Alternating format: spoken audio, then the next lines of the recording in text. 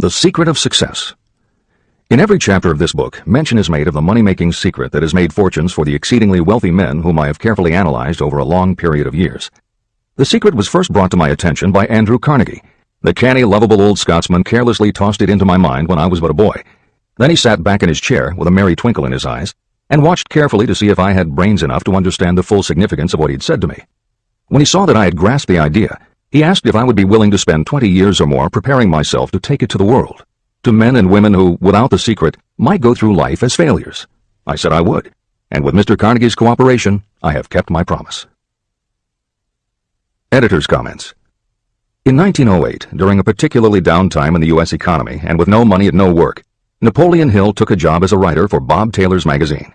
He was hired to write success stories about famous men.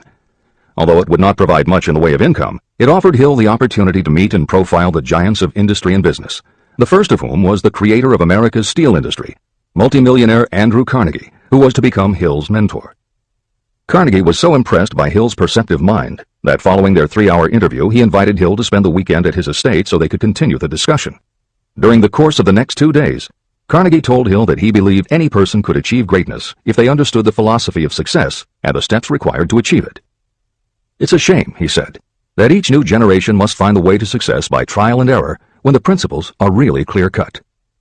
Carnegie went on to explain his theory that his knowledge could be gained by interviewing those who had achieved greatness and then compiling the information and research into a comprehensive set of principles. He believed that it would take at least 20 years, and that the result would be the world's first philosophy of individual achievement. He offered Hill the challenge, for no more compensation than that Carnegie would make the necessary introductions and cover travel expenses. It took Hill 29 seconds to accept Carnegie's proposal. Carnegie told him afterward that had it taken him more than 60 seconds to make the decision, he would have withdrawn the offer. For a man who cannot reach a decision promptly, once he has all the necessary facts, cannot be depended upon to carry through any decision he may make. It was through Hill's unwavering dedication that this book was eventually written. For detailed information on the life of Hill, read or listen to the audiobook of A Lifetime of Riches, the biography of Napoleon Hill, by Michael J. Ritt, Jr. and Kurt Landers. Michael Ritt worked as Hill's assistant for 10 years and was the first employee of the Napoleon Hill Foundation, where he served as executive director, secretary, and treasurer.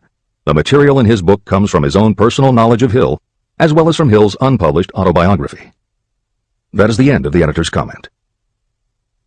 This book, Think and Grow Rich, contains the Carnegie secret, a secret that has been tested by thousands, now millions of people in almost every walk of life. It was Mr. Carnegie's idea that the magic formula, which gave him a stupendous fortune, ought to be placed within reach of people who do not have the time to investigate how others had made their money. It was his hope that I might test and demonstrate the soundness of the formula through the experience of men and women in every calling. He believed the formula should be taught in all public schools and colleges. He said that if it were properly taught, it would revolutionize the entire educational system, and the time spent in school could be reduced to less than half. In Chapter 4, on Faith, you will read the astounding story of the organization of the giant United States Steel Corporation. It was conceived and carried out by one of the young men through whom Mr. Carnegie proved that his formula will work for all who are ready for it. This single application of the secret, by Charles M. Schwab, made him a huge fortune in both money and opportunity. Roughly speaking, this particular application of the formula was worth $600 million. These facts give you a fair idea of what reading this book may bring to you, provided you know what it is that you want. Editor's comment. According to one method of calculation, through inflation alone, it would take approximately $20 in 2001 to buy what $1 would have bought in 1901. However, to find the contemporary equivalent value of $600 million is not simply a matter of multiplying by the increase in the cost of living. Although there are other factors and variables in calculating buying power, even by conservative estimates, the $600 million would translate into at least $12 billion at the beginning of the 21st century. That's the end of the editor's comment. The secret was passed on to thousands of men and women who have used it for their personal benefit. Some have made fortunes with it. Others have used it successfully in creating harmony in their homes. A clergyman used it so effectively that it brought him an income of upwards of $75,000 a year, approximately $1.5 million in contemporary terms. Arthur Nash, a Cincinnati tailor, used his near-bankrupt business as a guinea pig on which to test the formula. The business came to life and made a fortune for its owners.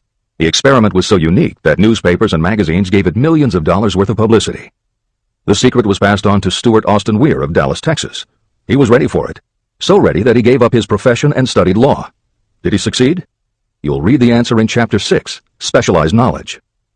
While I was the advertising manager of the LaSalle Extension University, I had the privilege of seeing J.G. Chaplin, president of the university, use the formula so effectively that he made LaSalle one of the great extension schools of this country. The secret is mentioned no fewer than 100 times throughout this book. It has not been directly named, for it seems to work more successfully when it is merely left in sight, where those who are ready and searching for it may pick it up. That is why Andrew Carnegie passed it to me without giving me its specific name.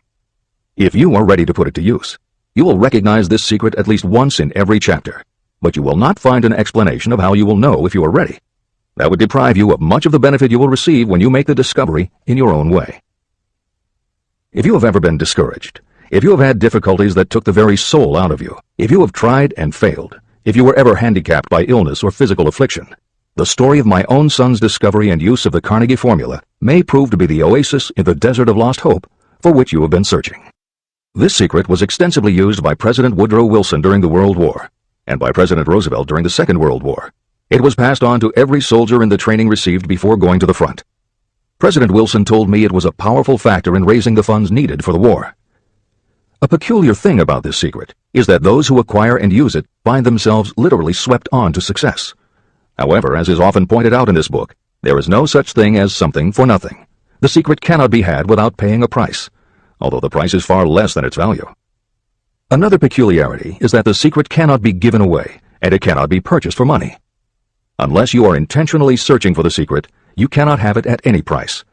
That is because the secret comes in two parts, and in order for you to get it, one of those parts must already be in your possession.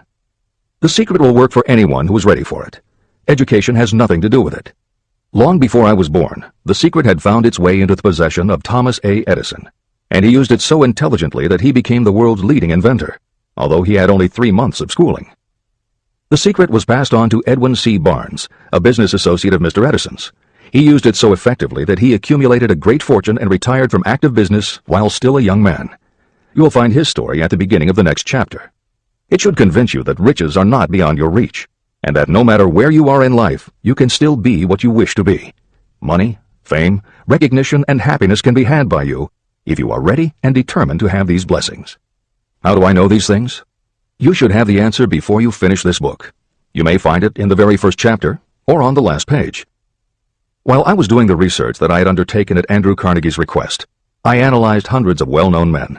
Many of them attributed the accumulation of their vast fortunes to the Carnegie secret. Among these men were Henry Ford.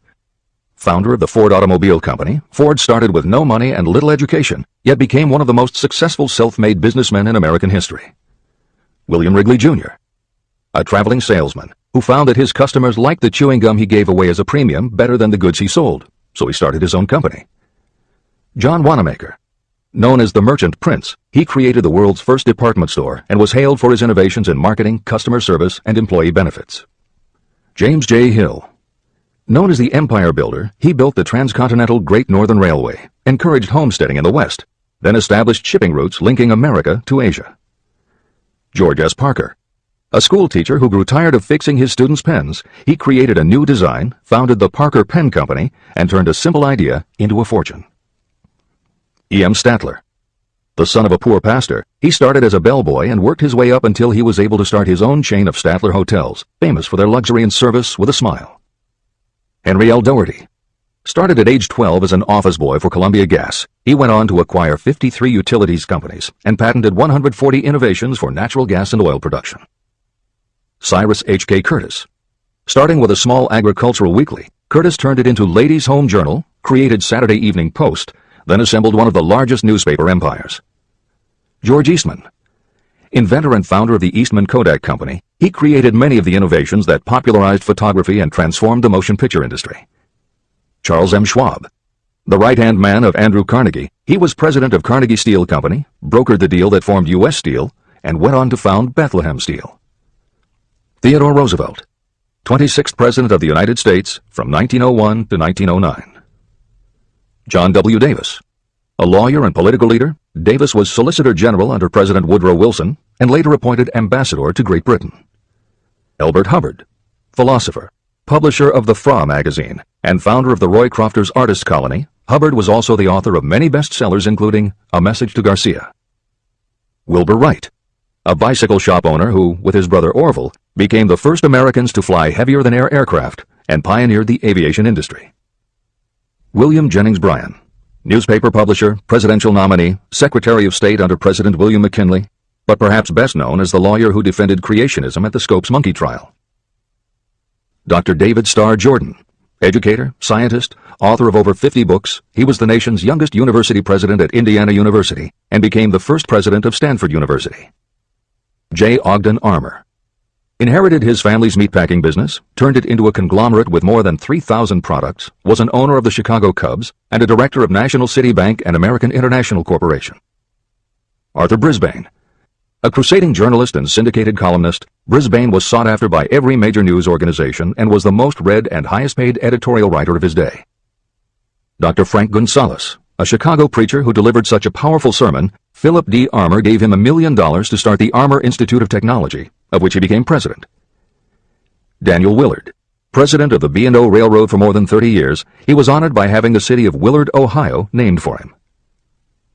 King Gillette, a traveling salesman and born tinkerer, Gillette was trying to shave on a moving train when he came up with the idea of the safety razor, which became the foundation of a corporate giant. Ralph A. Weeks, president of International Correspondence Schools, Weeks helped finance Napoleon Hill's Intra-Wall Institute, established to educate and rehabilitate prison inmates. Judge Daniel T. Wright, instructor at Georgetown Law School, where Napoleon Hill was studying when Bob Taylor's magazine gave him the assignment to write a profile of Andrew Carnegie. John D. Rockefeller, with $1,000 in savings plus another $1,000 borrowed from his father, he started a kerosene company which he grew into the giant Standard Oil and one of the world's greatest fortunes. Thomas A. Edison, inventor and entrepreneur, he perfected the electric light bulb, the phonograph, the motion picture camera, and owned the rights to more than 1,000 patented inventions. Frank A. Vanderlip, a poor boy who became a journalist, social reformer, and self-made millionaire, he was president of the National City Bank, now Citibank, and Assistant Secretary of the Treasury.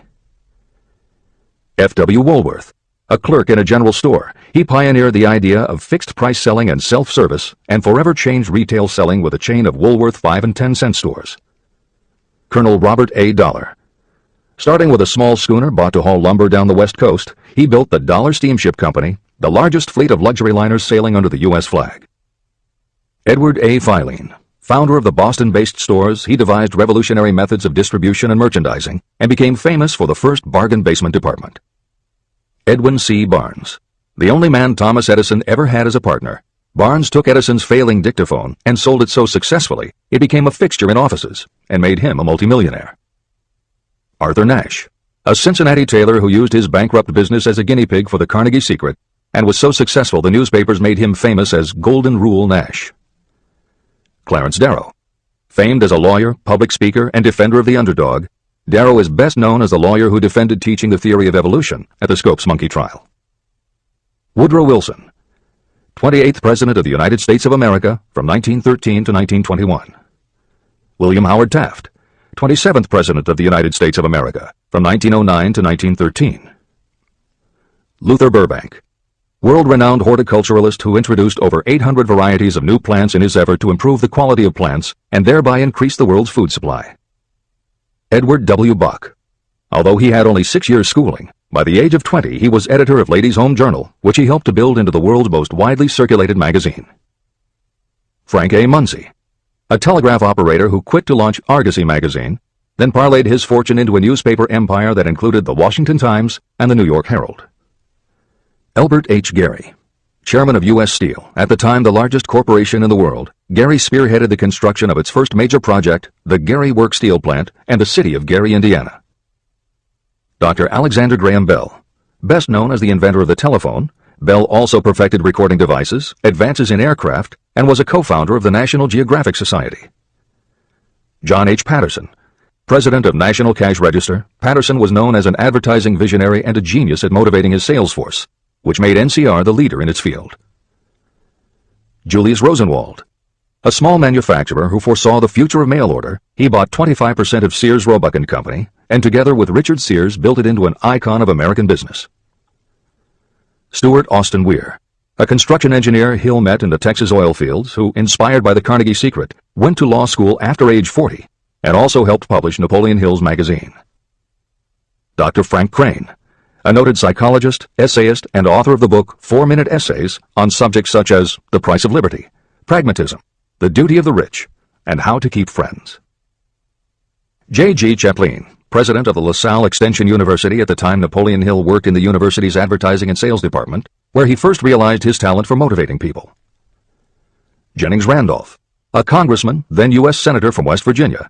Randolph was a lifelong admirer of Napoleon Hill, and it was he who encouraged Hill to act as advisor to President Franklin Delano Roosevelt. These names represent a small fraction of well-known Americans whose achievements, financial and otherwise, prove that those who understand and apply the Carnegie Secret reach high positions in life. Editor's comment.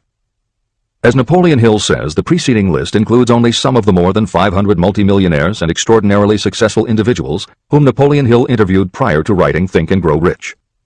It does not include the equally impressive list of people he came in contact with after the publication, nor does it include the names of those who did not have the opportunity to meet Napoleon Hill personally, but who attribute their success to having read this book.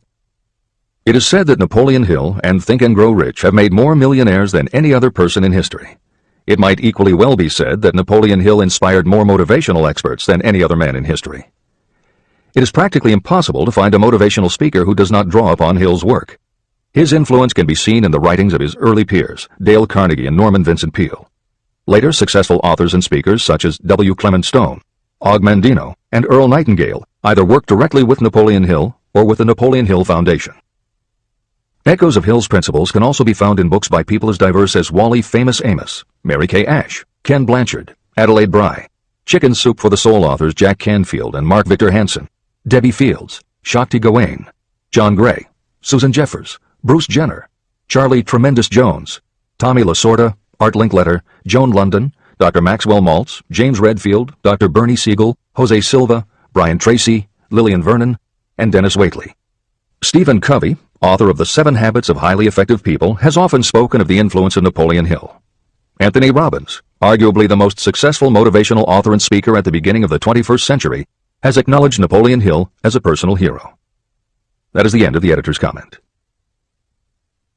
I have never known anyone who was inspired to use the Carnegie Secret who did not achieve noteworthy success. On the other hand, I have never known anyone to distinguish themselves or to accumulate riches of any consequence without possession of the secret. From these two facts, I draw the conclusion that the secret is more important for self-determination than anything you receive through what is popularly known as education. Somewhere, as you read, the secret will jump from the page and stand boldly before you, if you are ready for it. When it appears, you will recognize it.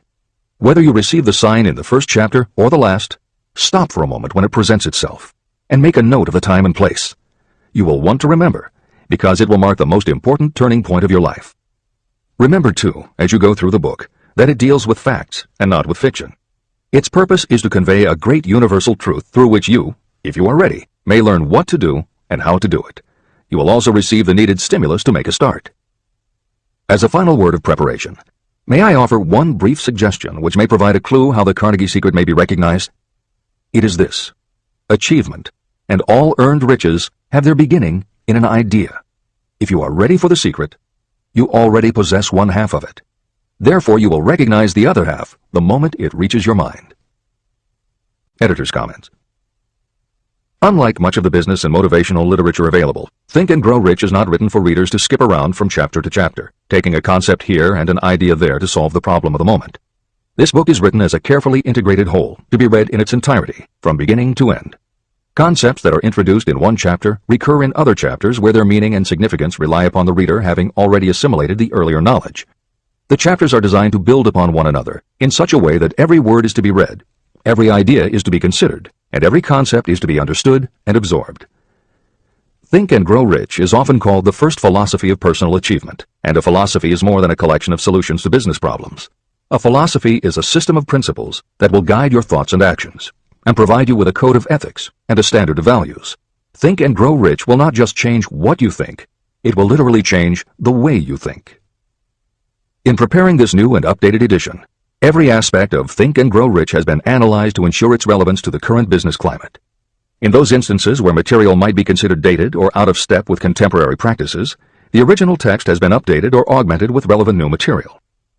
A hallmark of the original edition of Think and Grow Rich is that in every chapter Napoleon Hill cites real-life examples based on his own first-hand knowledge of America's most successful self-made multimillionaires.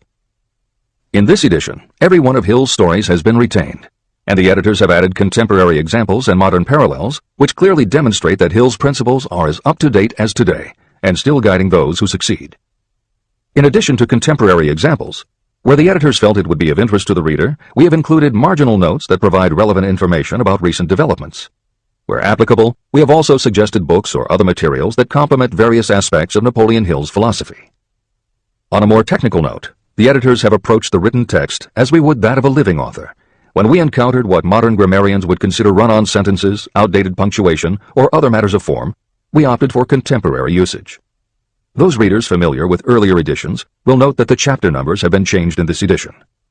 Originally, Think and Grow Rich began with an unnumbered chapter, a word from the author. In this edition, that text appears as Chapter 1 and is renamed The Secret of Success. The chapters that follow are renumbered sequentially and proceed in their original order. The chapter that was previously titled The Mystery of Sex Transmutation has been retitled Sexuality, Charisma and Creativity, and the text has been restructured and annotated to reflect the role of women in contemporary society. All editorial commentary is clearly set off in a font and style that is different from the original text. This is the end of the editor's comments. Both poverty and riches are the offspring of thought. Chapter 2. Thoughts are Things. The man who thought his way into partnership with Thomas A. Edison. Truly, thoughts are things, and powerful things, when they are mixed with definiteness of purpose, persistence, and a burning desire for their translation into riches or other material objects. Some years ago, Edwin C. Barnes discovered how true it is that you really can think and grow rich. His discovery did not come about at one sitting. It came little by little, beginning with a burning desire to become a business associate of the great Thomas Edison. One of the chief characteristics of Barnes' desire was that it was definite. He wanted to work with Edison, not for him. Pay close attention to the story of how he turned his desire into reality, and you'll have a better understanding of the principles that lead to riches.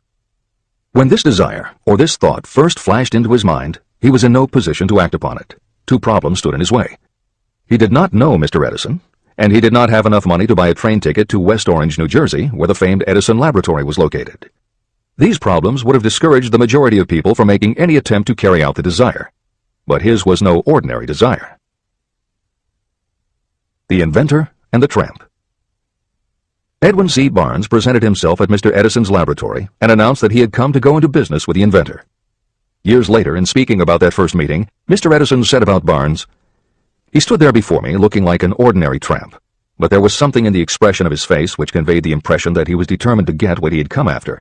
I had learned from years of experience with men that when a man really desires a thing so deeply that he is willing to stake his entire future on a single turn of the wheel in order to get it, he is sure to win. I gave him the opportunity he asked for, because I saw he had made up his mind to stand by until he succeeded. Subsequent events proved that no mistake was made." It could not have been the young man's appearance that got him his start in the Edison office. That was definitely against him. It was what he thought that counted. Barnes did not get his partnership with Edison on his first interview. What he did get was a chance to work in the Edison offices at a very nominal wage. Months went by. Nothing happened to bring nearer the goal that Barnes had set as his definite major purpose. But something important was happening in Barnes' mind. He was constantly intensifying his desire to become the business associate of Edison. Psychologists have correctly said, when one is truly ready for a thing, it puts in its appearance. Barnes was ready for a business association with Edison, and he was determined to remain ready until he got what he was seeking. He did not say to himself, well, what's the use? I guess I'll change my mind and try for a salesman's job. But he did say, I came here to go into business with Edison, and I'll accomplish my goal if it takes the remainder of my life. He meant it. What a different story people would tell if only they would adopt a definite purpose and stand by that purpose until it had time to become an all-consuming obsession. Maybe young Barnes did not know it at the time, but his bulldog determination and his persistence in focusing on a single desire was destined to mow down all opposition and bring him the opportunity he was seeking. When the opportunity came, it appeared in a different form and from a different direction than Barnes had expected. That is one of the tricks of opportunity. It has a sly habit of slipping in by the back door, and often it comes disguised in the form of misfortune or temporary defeat. Perhaps this is why so many people fail to recognize opportunity. Mr. Edison had just perfected a new device, known at that time as the Edison dictating machine. His salesmen were not enthusiastic about the machine. They did not believe it could be sold without great effort. Barnes saw his opportunity. It had crawled in quietly, hidden in a queer-looking machine that interested no one but Barnes and the inventor. Barnes knew he could sell the Edison dictating machine, and he told Edison so. Edison decided to give him his chance. And Barnes did sell the machine. In fact, he sold it so successfully that Edison gave him a contract to distribute and market it all over the nation. Out of that business association, Barnes made himself rich in money, but he did something infinitely greater. He proved that you really can think and grow rich. How much actual cash that original desire of Barnes was worth to him, I have no way of knowing. Perhaps it brought him $2 or $3 million. Editor's comment. $3 million in the early years of the 20th century would be comparable to more than $50 million in terms of buying power at the beginning of the 21st century. This is the end of the editor's comment. But the amount becomes insignificant compared with the greater asset he acquired, the definite knowledge that an intangible impulse of thought can be transmuted into material rewards by the application of known principles.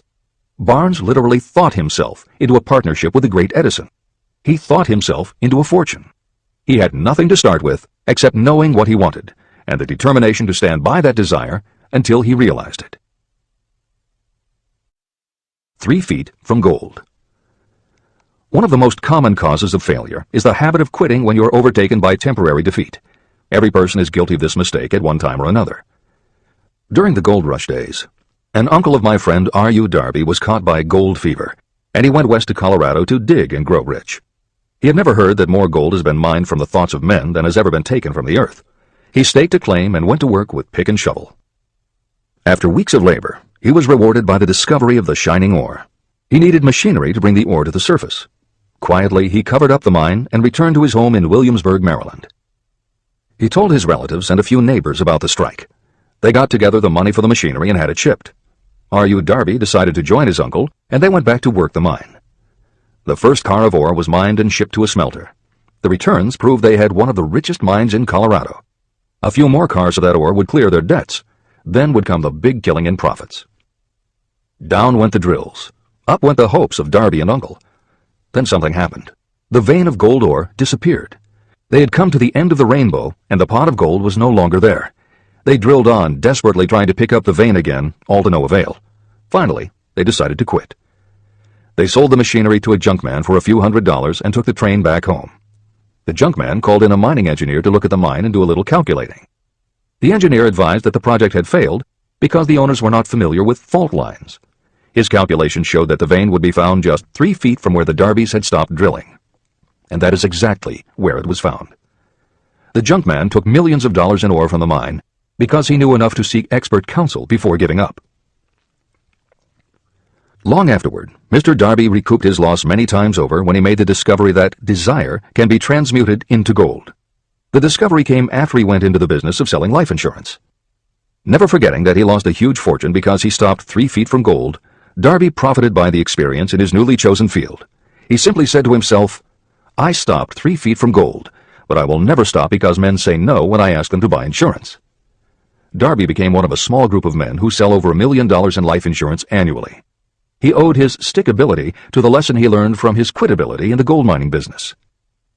Before success comes in anyone's life, that person is sure to meet with much temporary defeat, and perhaps some failure. When defeat overtakes a person, the easiest and most logical thing to do is to quit. That is exactly what the majority of people do. More than 500 of the most successful people this country has ever known told me their greatest success came just one step beyond the point at which defeat had overtaken them. Failure is a trickster with a keen sense of irony and cunning. It takes great delight in tripping you just when success is almost within reach.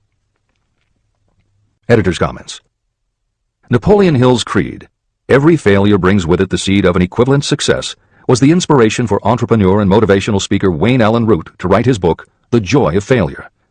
Published in the late 1990s, it not only tells Wayne's personal story of using his failures as stepping stones to success, he also recounts stories from other successful people, which prove that the rich and famous got to be that way only because of what they learned from their failures. People such as Jack Welch, the hugely successful CEO of General Electric, who early in his career failed dramatically when a plastics plant for which he was responsible blew up. Billionaire Charles Schwab was a failure at school and university, flunking basic English twice due to a learning disability, and then failed on Wall Street more than once before he thought of the idea that grew to make him very rich indeed. Sylvester Stallone, Bruce Willis, Oprah Winfrey, Bill Clinton, Stephen Jobs, Donald Trump, and a host of other equally well-known achievers all had to fail in order to learn the lessons that ultimately made them successes. Every one of them was a failure, but none of them was defeated. Charles F. Kettering, who patented more than 200 inventions including the automobile ignition, the spark plug, Freon for air conditioners, and the automatic transmission, said, "From the time a person is 6 years old until he graduates from college, he has to take 3 or 4 examinations a year. If he flunks once, he is out. But an inventor is almost always failing. He tries and fails maybe 1,000 times. If he succeeds once, then he's in." These two things are diametrically opposite. We often say that the biggest job we have is to teach a newly hired employee how to fail intelligently. We have to train him to experiment over and over and to keep on trying and failing until he learns what will work. Failures are just practice shots. This is the end of the editor's comment. A 50-cent lesson in persistence. Shortly after Mr. Darby received his degree from the University of Hard Knocks, he witnessed something that proved to him that no does not necessarily mean no. One afternoon, he was helping his uncle grind wheat in an old-fashioned mill. The uncle operated a large farm on which a number of sharecropper farmers lived. Quietly, the door was opened, and a small child, the daughter of a tenant, walked in and took her place near the door. The uncle looked up, saw the child, and barked at her roughly, "What do you want?" Meekly, the child replied, "My mom says to send her 50 cents. "I'll not do it," the uncle retorted. "Now you run on home." But she did not move. The uncle went ahead with his work, not noticing that she did not leave. When he looked up again and saw her still standing there, he said, "I told you to go on home. Now go or I'll take a switch to you." But she did not budge. The uncle dropped a sack of grain he was about to pour into the mill hopper and started toward the child. Darby held his breath. He knew his uncle had a fierce temper. When the uncle reached the spot where the child was standing, she quickly stepped forward one step, looked up into his eyes, and screamed at the top of her voice, "My mom's got to have that 50 cents!" The uncle stopped, looked at her for a minute, put his hand in his pocket, took out $50, and gave it to her. The child took the money and slowly backed toward the door, never taking her eyes off the man whom she had just conquered. After she had gone, the uncle sat down on a box and looked out the window into space for more than 10 minutes. He was pondering, with awe, over the whipping he had just taken. Mr. Darby, too, was doing some thinking. This was the first time in all his experience that he had seen a child deliberately master an adult. How did she do it? What happened to his uncle that caused him to lose his fierceness and become as docile as a lamb? What strange power did this child use that made her master of the situation? These questions flashed into Darby's mind, but he did not find the answer until years later when he told me the story. Strangely, the story of this unusual experience was told to me in the old mill on the very spot where the uncle took his whipping. As we stood there in that musty old mill, Mr. Darby repeated the story and finished by asking, "What can you make of it? What strange power did that child use that so completely whipped my uncle?" The answer to his question will be found in the principles described in this book. The answer is full and complete. It contains enough details and instructions for you to understand and apply the same force that the little child accidentally stumbled upon. Keep your mind alert, and you will learn exactly what strange power came to the rescue of the child. You may catch a glimpse of the power in this chapter, or it may flash into your mind in some later chapter. If you stay alert to the possibility, somewhere you will find the idea that will quicken your receptive powers and place at your command this same irresistible power. It may come in the form of a single idea, or it may come as a complete plan or a purpose. It may even cause you to go back over your past experiences of failure or defeat, and in doing so, it may bring to the surface some lesson by which you can regain all that you lost through defeat. After I had explained to Mr. Darby the power unwittingly used by the little child, he mentally retraced his 30 years as a life insurance salesman. As he did so, it became clear to him that his success was due, in no small degree, to the lesson he had learned from the child. Mr. Darby pointed out, "Every time a prospect tried to bow me out without buying, I saw that child standing there in the old mill, her big eyes glaring in defiance, and I said to myself, I've got to make this sale. The better portion of all sales I've made were made after people had said no." He also recalled his mistake in having stopped only 3 feet from gold.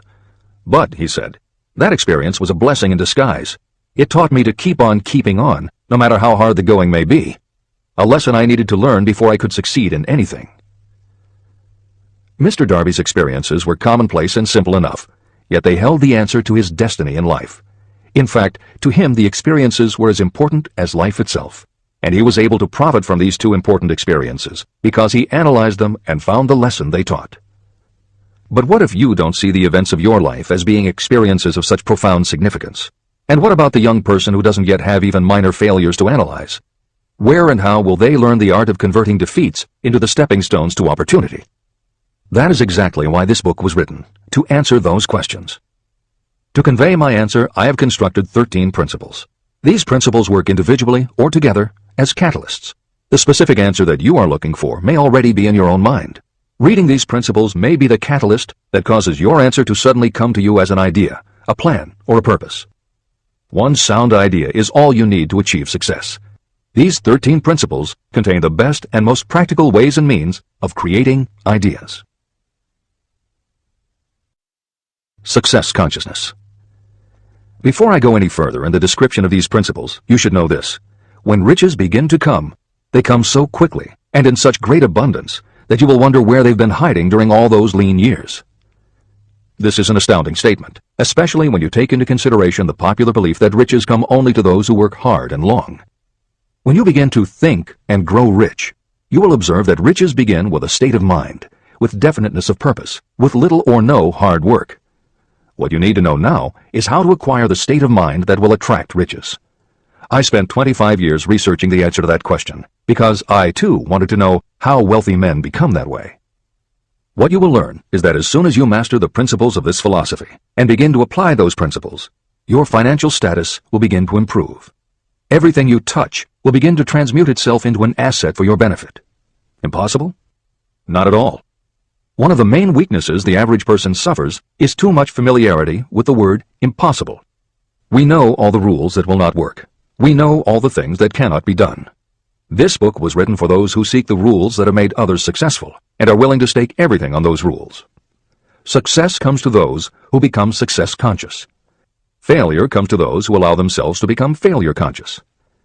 The object of this book is to help you learn the art of changing your mind from failure consciousness to success consciousness. Another weakness is the habit of measuring everything and everyone by your own impressions and beliefs. Some of you reading this will have trouble believing that you can think and grow rich because your thought habits have been steeped in poverty, misery, failure, and defeat. This kind of thinking reminds me of the story about the man who came from China to study at the University of Chicago. One day, President Harper met this young man on campus and stopped to chat with him for a few minutes. He asked what had impressed him as being the most noticeable characteristic of the American people. "Why," the student exclaimed, "the unusual shape of your eyes." It's all a matter of perspective and habit. The same is true of your belief in what a person can achieve. If you have formed the habit of seeing life only from your own perspective, you may make the mistake of believing that your limitations are in fact the proper measure of limitations. The impossible Ford V8 motor. When Henry Ford decided to produce his famous V8 motor, he chose to build an engine with the entire 8 cylinders cast in one block. Ford instructed his engineers to produce a design for the engine. The design was drawn up on paper, but the engineers agreed to a man that it was simply impossible to cast an 8-cylinder engine block in one piece. Ford said, "Produce it anyway." But they replied, "It's impossible." "Go ahead," Ford commanded, "and stay on the job until you succeed, no matter how much time is required." So the engineers went ahead. 6 months went by. Nothing happened. Another 6 months passed, and still nothing. The engineers tried every conceivable plan to carry out the orders, but the thing seemed out of the question. Impossible. At the end of the year, Ford again checked with his engineers, and again they told him they had found no way to carry out his orders. "Go right ahead," said Ford. "I want it, and I'll have it." They went ahead. And then, as if by a stroke of magic, the secret was discovered. The Ford determination had won once more. Henry Ford was a success because he understood and applied the principles of success. One of these principles is desire, knowing clearly what you want. Remember this Ford story as you continue reading this book. Pick out the lines in which the secrets of his stupendous achievement have been described. If you do this, if you can put your finger on those particular principles that made Henry Ford rich, you may equal his achievements in almost any calling for which you are suited. Editor's comments. To those readers who may interpret Ford's actions as nothing more than obstinacy, the editors would point out that he was employing a technique that has become a common part of strategic planning in many industries, including aerospace, computers, medicine, and the military. When launching large, complicated, long-term projects, the planners often know that at certain points along the way they will need components that simply do not yet exist.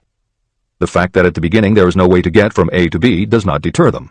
There are many parts of the project they can get started on now, and they just assume that by the time they get to the point where they will need a technology or a device, they will have solved the problem of making it, and they have been proven right time and again.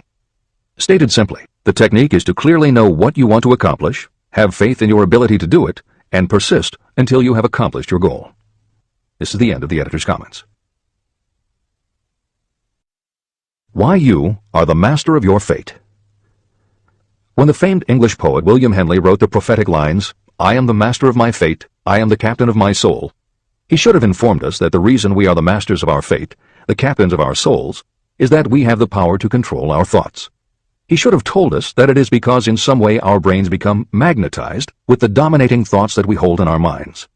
And it is as though our magnetized minds attract to us the forces, the people, and the circumstances of life that are in sync with our dominating thoughts. He should have told us that before we can accumulate riches in great abundance, we must magnetize our minds with intense desire for riches. That we must become money conscious until the desire for money drives us to create definite plans for acquiring it. But being a poet, Henley contented himself by stating a great truth in poetic form, leaving those who followed him to interpret the philosophical meaning of his lines. Little by little, the truth has unfolded itself, until I have come to know with certainty that the principles described in this book hold the secret of mastery over our economic fate. Principles that can change your destiny. We are now ready to examine the first of these principles, and as we do, I ask you to maintain a spirit of open-mindedness. Remember as you read that these principles are not my invention, nor are they the invention of any one person. These principles have worked for literally millions of people. You, too, can put them to work for you and your own enduring benefit. You will find it easy, not hard to do. Some years ago, I delivered the commencement address at Salem College in Salem, West Virginia. I emphasized with so much intensity the need to have a burning desire that one of the members of the graduating class became completely convinced and made it a cornerstone of his own philosophy. That young man became a congressman and an important factor in President Franklin D. Roosevelt's administration. He wrote me a letter in which he so clearly stated his opinion of the principle of desire outlined in the next chapter that I have chosen to publish his letter as an introduction to that chapter. It gives you an idea of the rewards to come. My dear Napoleon, my service as a member of Congress having given me an insight into the problems of men and women, I am writing to offer a suggestion which may become helpful to thousands of worthy people. In 1922, you delivered the commencement address at Salem College when I was a member of the graduating class. In that address, you planted in my mind an idea which has been responsible for the opportunity I now have to serve the people of my state, and will be responsible, in a very large measure, for whatever success I may have in the future. I recall, as though it were yesterday, the marvelous description you gave of the method by which Henry Ford, with but little schooling, without a dollar, with no influential friends, rose to great heights. I made up my mind then, even before you had finished your speech, that I would make a place for myself, no matter how many difficulties I had to surmount. Thousands of young people will finish their schooling this year and within the next few years. Every one of them will be seeking just such a message of practical encouragement as the one I received from you. They will want to know where to turn, what to do to get started in life. You can tell them, because you have helped to solve the problems of so many, many people. There are thousands of people in America today who would like to know how they can convert ideas into money. People who must start from scratch, without finances, and recoup their losses. If anyone can help them, you can. If you publish the book, I would like to own the first copy that comes from the press, personally autographed by you. With best wishes, believe me, cordially yours, Jennings Randolph. Since that time in 1922, I watched Jennings Randolph rise to become one of the nation's leading airline executives, a great inspirational speaker, and a United States Senator from West Virginia. 35 years after I made that speech, it was my pleasure to return to Salem College in 1957 and deliver the baccalaureate sermon. At that time, I received an honorary Doctor of Literature degree from Salem College. Editor's comments. As you begin the next chapter, the editors would like to reinforce the earlier statement that what you are reading is not just a collection of theories out of which you can cherry-pick what you like. The 13 principles of success were proven by the real-life experiences of the long list of famous successful people cited earlier by Napoleon Hill. His techniques are also practiced and endorsed by the contemporary experts and authors whom the editors mentioned, following Hill's list. More than 60 million people have purchased copies of the book that you are now holding in your hands. If this book has proven to be that successful, surely you owe it to yourself to give it every chance to work for you too. Read it. Don't question it. Do it. If you don't, if you think that you know better than Napoleon Hill, if you decide to pick and choose the parts that you will believe or follow, then if you don't succeed, you will never know if your failure lies with this book or with you. This is the end of the editor's comments. Whatever the mind of man can conceive and believe, it can achieve. Chapter 3. Desire, the starting point of all achievement. The first step toward riches. When Edwin C. Barnes climbed down from the freight train in West Orange, New Jersey, he may have resembled a tramp, but his thoughts were those of a king. As he made his way from the railroad tracks to Thomas A. Edison's office, his mind was at work. He saw himself standing in Edison's presence. He heard himself asking Mr. Edison for an opportunity to carry out the one consuming obsession of his life, a burning desire to become the business associate of the great inventor. Barnes' desire was not a hope. It was not a wish. It was a pulsating desire which transcended everything else. It was definite. A few years later, Edwin C. Barnes again stood before Edison in the same office where he first met the inventor. This time, his desire had been translated into reality. He was in business with Edison. The dominating dream of his life had become a reality. Barnes succeeded because he chose a definite goal, placed all his energy, all his willpower, all his effort. He put everything he had into achieving that goal. 5 years passed before the chance he had been seeking made its appearance. To everyone except himself, he appeared to be just another cog in the Edison business wheel. But in Edwin Barnes' own mind, he was the partner of Edison every minute from the very day that he first went to work there. It is a remarkable illustration of the power of a definite desire. Barnes won his goal because he wanted to be a business associate of Mr. Edison's more than he wanted anything else. He created a plan by which to attain that purpose, and he burned all bridges behind him. He stood by his desire until it became the dominating obsession of his life, and finally, a fact. When he went to West Orange, he did not say to himself, "I will try to induce Edison to give me a job of some sort." He said, "I will see Edison and put him on notice that I have come to go into business with him."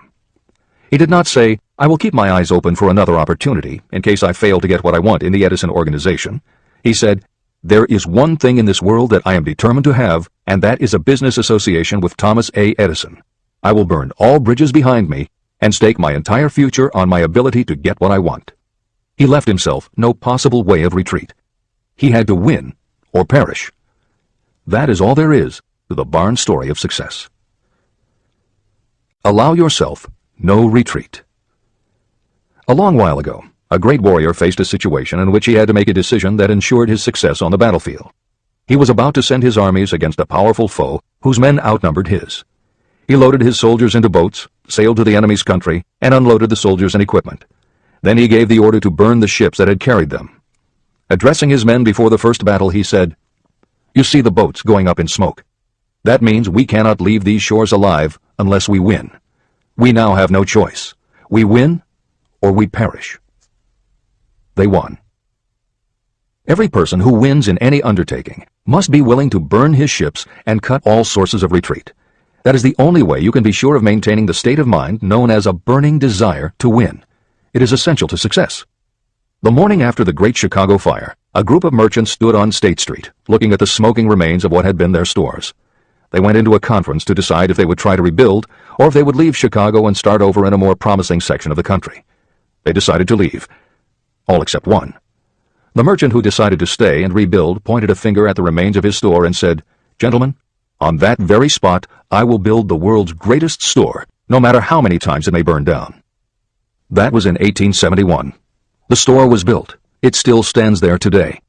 The Marshall Field's department store is a towering monument to the power of that state of mind known as a burning desire.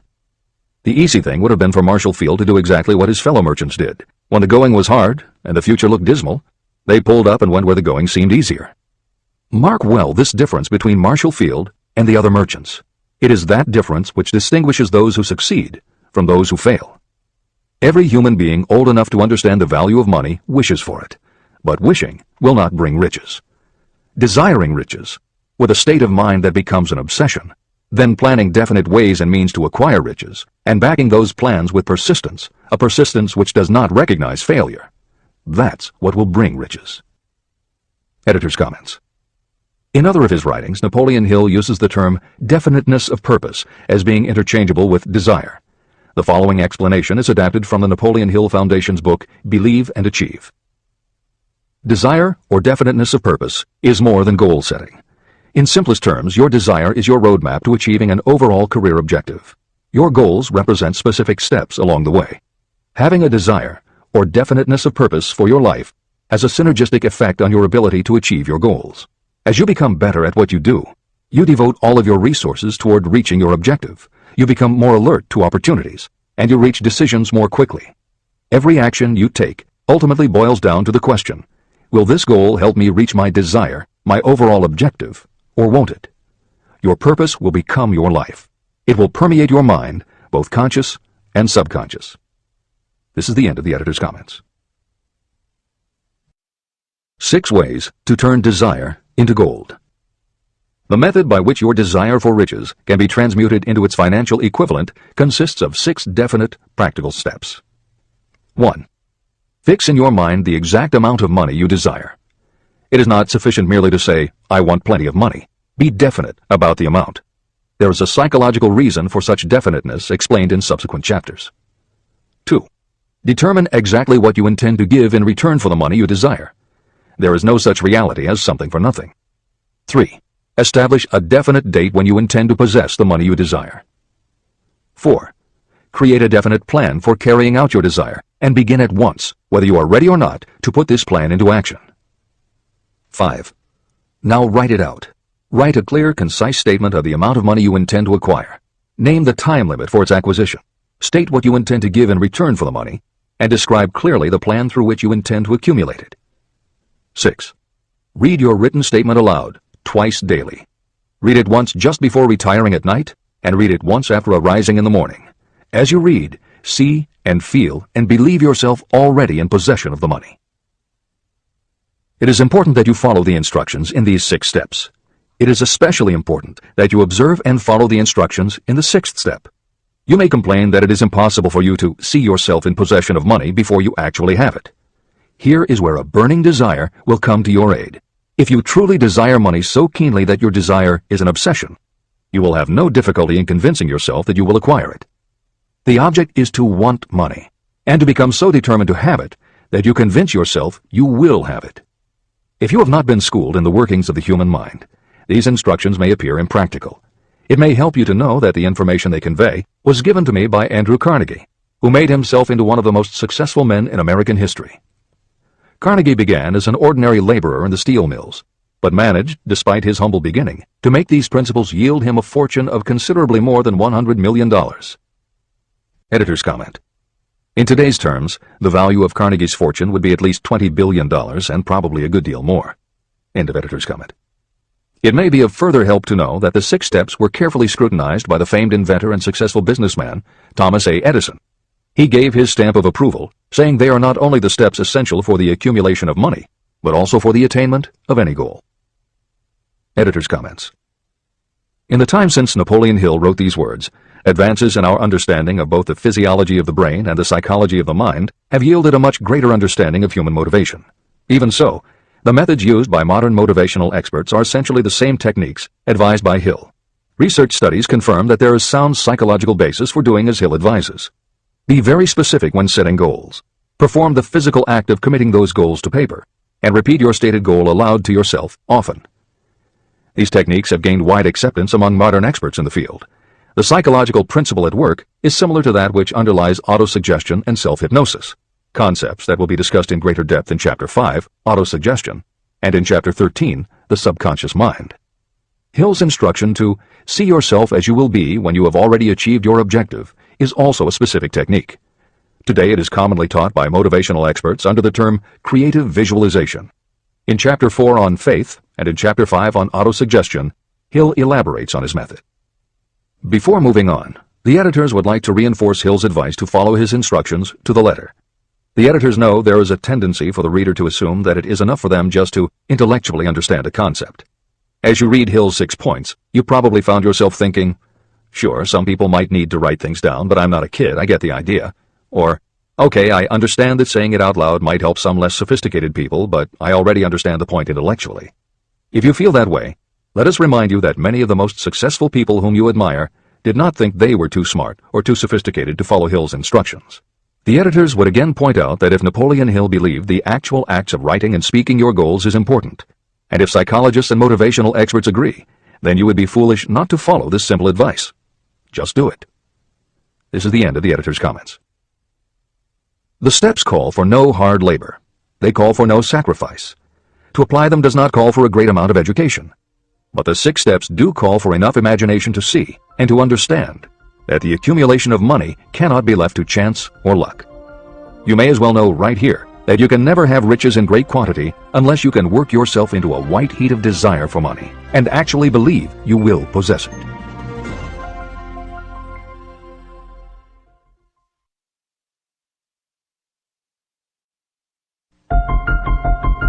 The power of great dreams. If you are in this race for riches, you should be encouraged by the following truth. The world in which we live is demanding new ideas, new ways of doing things, new leaders, new inventions, and new methods, styles, versions, and variations of everything all the time. Behind all this demand for new and better things, there is one quality that you must possess to win, and that is definiteness of purpose, the knowledge of what you want, and a burning desire to possess it. If you truly desire riches, remember that the real leaders of the world have always been people who harnessed and put into practical use the intangible, unseen forces of opportunity. Leaders are the people who convert those opportunities into cities, skyscrapers, factories, transportation, entertainment, and every form of convenience that makes things easier, faster, better, or just make life more pleasant. In planning to acquire your share of the riches, don't let anyone put you down for being a dreamer. To win the big stakes in this changing world, you must catch the spirit of the great pioneers, whose dreams have given to civilization all that it has of value. It is that spirit which serves as the lifeblood of our own country, your opportunity and mine to develop and market our talents. A burning desire to be and to do is the starting point from which the dreamer must take off. Dreams are not born of indifference, laziness, or lack of ambition. If the thing you wish to do is right and you believe in it, go ahead and do it. Never mind what they say if you meet with temporary defeat. They do not know that every failure brings with it the seed of an equivalent success. Marconi dreamed of a system for sending sound from one place to another without the use of wires. It may interest you to know that Marconi's friends had him taken into custody and examined in a psychiatric hospital when he announced he had discovered a principle by which he could send messages through the air. Evidence that he did not dream in vain may be found in every radio and television set, cellular phone, communication satellite, and every other wireless device in the world. Fortunately, the dreamers of today fare better. Today, your world is filled with an abundance of opportunity that the dreamers of the past never knew. If you doubt this is true, if you are feeling crushed because of a recent failure, you are about to learn how your failure can be your most valuable asset. Almost everyone who succeeds in life gets off to a bad start and passes through many heartbreaking struggles before they arrive. The turning point in the lives of those who succeed usually comes at the moment of some crisis, through which they are introduced to their other selves. Editor's comments. Napoleon Hill's concept of the other self is mentioned elsewhere in Think and Grow Rich, but he does not comment on it extensively. The following elaboration is taken from his later writings. You've been thinking about your losses to the exclusion of everything else. The more you concentrate on them, the more you attract other losses. Stop thinking about them, and make up your mind that you are going to benefit from your experience. Whatever personal obstacles you face, you must start getting to know that side of your personality that knows no obstacles, that recognizes no defeats. Cultivate a friendship with the other you, so no matter what you're doing, you are allied with someone who shares your goals. All the philosophy and advice about persuading others will be much more useful to you if you practice it yourself. This is the end of the editor's comment. Sidney Porter discovered the genius that slept within his brain only after he had met with great misfortune. He was found guilty of embezzlement and confined to a prison cell in Columbus, Ohio, and it was there that he became acquainted with his other self. He began to write short stories. Then, while locked in his cell, he began to sell those stories to magazines under the pen name O. Henry. Through the use of his imagination, he discovered himself to be a great author instead of a miserable criminal and outcast. By the time he was released from prison, O. Henry was the most popular short story writer in the country. Editor's comments. More recently, in another prison, another kind of writer met his other self, and country music gained one of its most talented songwriters and biggest stars. As a kid, Merle Haggard's family home was a converted boxcar in Bakersfield, California. After his father died when Merle was 9, more often than not, home for young Merle was a series of juvenile detention centers. At 16, he quit school, and for the next 4 years the only mark Merle Haggard made in the world was a rap sheet for stolen cars, burglaries, and bogus checks. By the age of 20, he was serving time in San Quentin and gaining a reputation as a hard-case con. Then he met his other self. Inspired by a concert Johnny Cash played for the inmates, plus conversations with men on death row and the time he spent in solitary confinement, Haggard learned that he had another self, and that self had something to say through his music. When he got out of solitary, Haggard asked for the hardest job the prison had to offer. He enrolled in night school courses at the prison, straightened himself out, and won his parole after 2.5 years. He went back to Bakersfield and dug ditches during the day so he could polish his songwriting and performing at night. Within 3 years, he had a recording contract. Within 5 years, he had his first top 10 hit, and has since gone on to become one of the most influential voices in modern country music. This is the end of the editor's comments. Thomas Edison dreamed of a lamp that could be operated by electricity, and he began where he stood to put his dream into action. He failed more than 10,000 times. Despite his failures, he stood by that dream until finally he was driven to the discovery of the genius that slept within his brain. Editor's comments. Dean Kamen got to know his other self very early in life. While he was a teenager, Kamen started his own company, building and selling control systems for automated sound and light shows. He was still in high school when he got the contract to automate the Times Square New Year's Eve ball. Though he went on to attend university, he never bothered to graduate because he was too busy working on something he called auto-syringe, the first wearable infusion pump for administering drug therapies. His invention was hailed as a medical landmark, as were many of his other breakthroughs, which include a revolutionary kidney dialysis machine, an insulin pump for diabetics, an improved stent used for heart patients, and more than 150 other devices he has patented. One day, seeing the difficulty a man in a wheelchair was having getting up a curb, Kamen set his mind to creating a device that would liberate people confined to wheelchairs. The result is the iBot, a revolutionary wheel device that uses computers and a system of stabilizing gyroscopes that imitate the working of the human body. It not only goes over curbs, but it will even go up and down stairs, travel over almost any kind of rough ground, and will allow the user to raise themselves eye to eye with a standing person. And it does it all without the user having to get out of the device or needing anyone's assistance. In 2001, Kamen hit the front pages when he introduced the Segway, a one-person people mover based on his iBot technology. It's a two-wheel scooter-like device that zips and zooms forward, backward, left, right, and comes to a stop without the rider doing anything more than barely shifting his or her body. It is so sensitive that it is almost as though it obeys the user's thoughts. The Segway may be a world-changing invention, with possible applications for work and travel that stagger the imagination. As this is being written, the Segway is already being used to navigate large warehouses and is being tested by police departments and postal employees.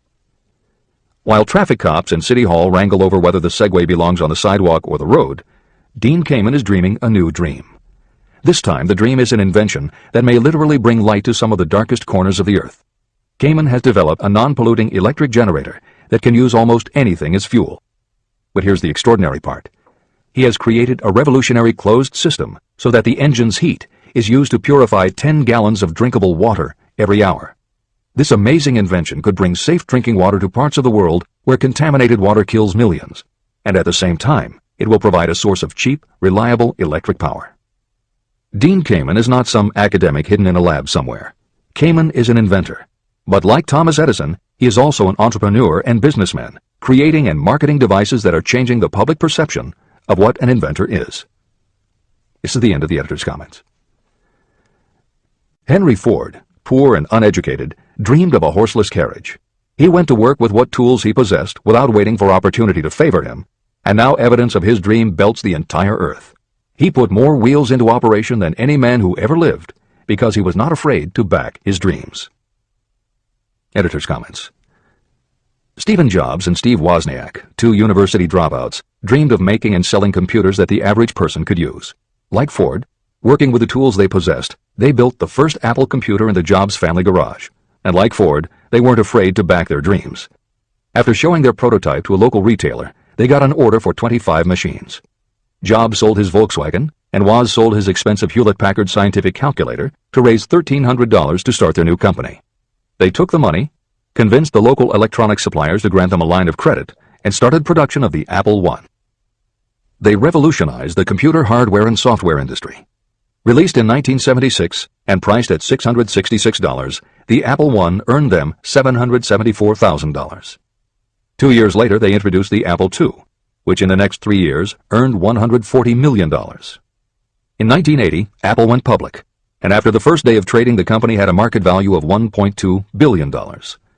Wozniak left the company in 1981, but Jobs pushed through the development of the Macintosh in 1984.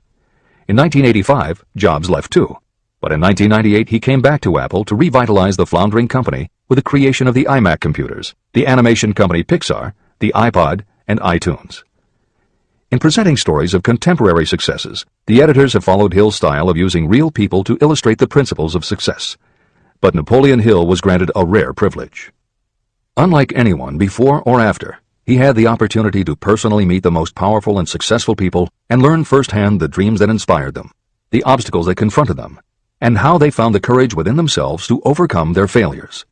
Hill met many of the inventors and the empire builders who laid the foundations of 20th century American industry while they were still news, not history.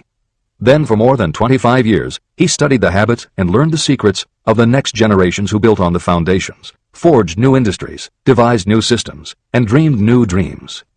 It was only because Hill was given such unprecedented access over such a long period that he was able to compare, contrast, analyze, and then formulate a philosophy of achievement based on the real stories of real people who had used these techniques to create their success.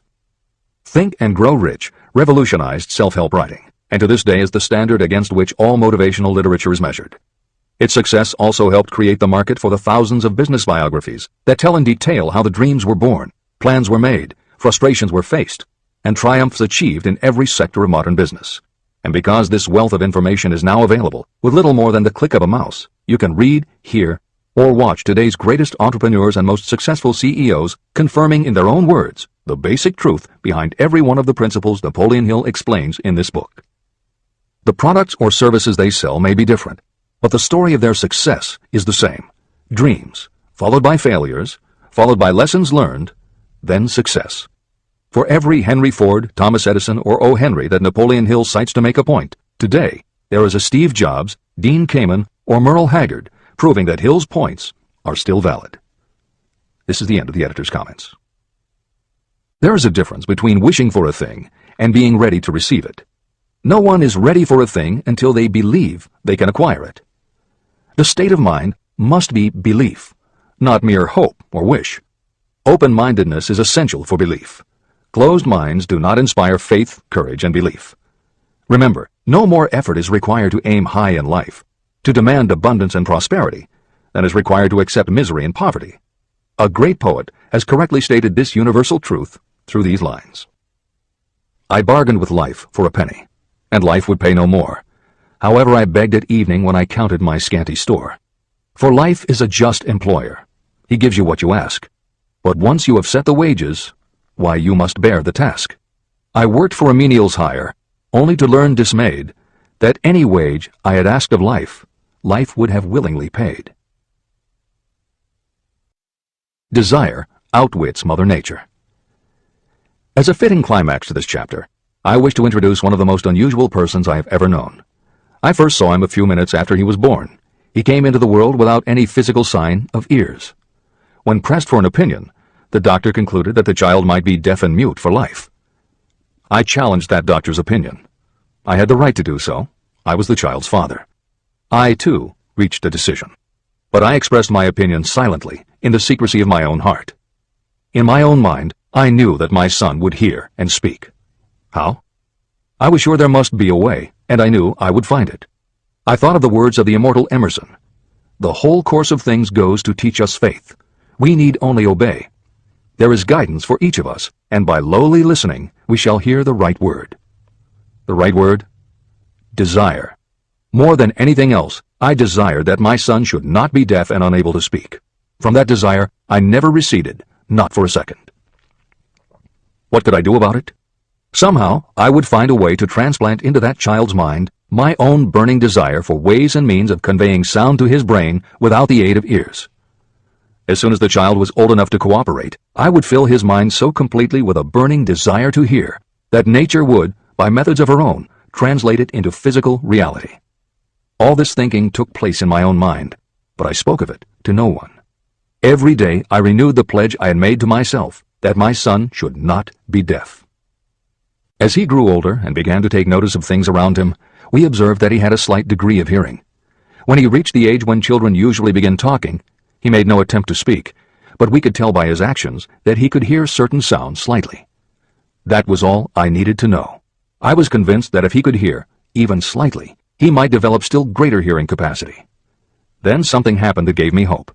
It came from an entirely unexpected source. We bought a phonograph. When the child heard the music for the first time, he went into ecstasies. He promptly appropriated the machine. On one occasion, he played a record over and over for almost 2 hours, standing in front of the phonograph with his teeth clamped on the edge of the case. The significance of this did not become clear to us until years afterward. At the time, we had never heard of the principle of bone conduction of sound. Shortly after he appropriated the phonograph, I discovered that he could hear me quite clearly when I spoke with my lips touching his mastoid bone at the base of the skull.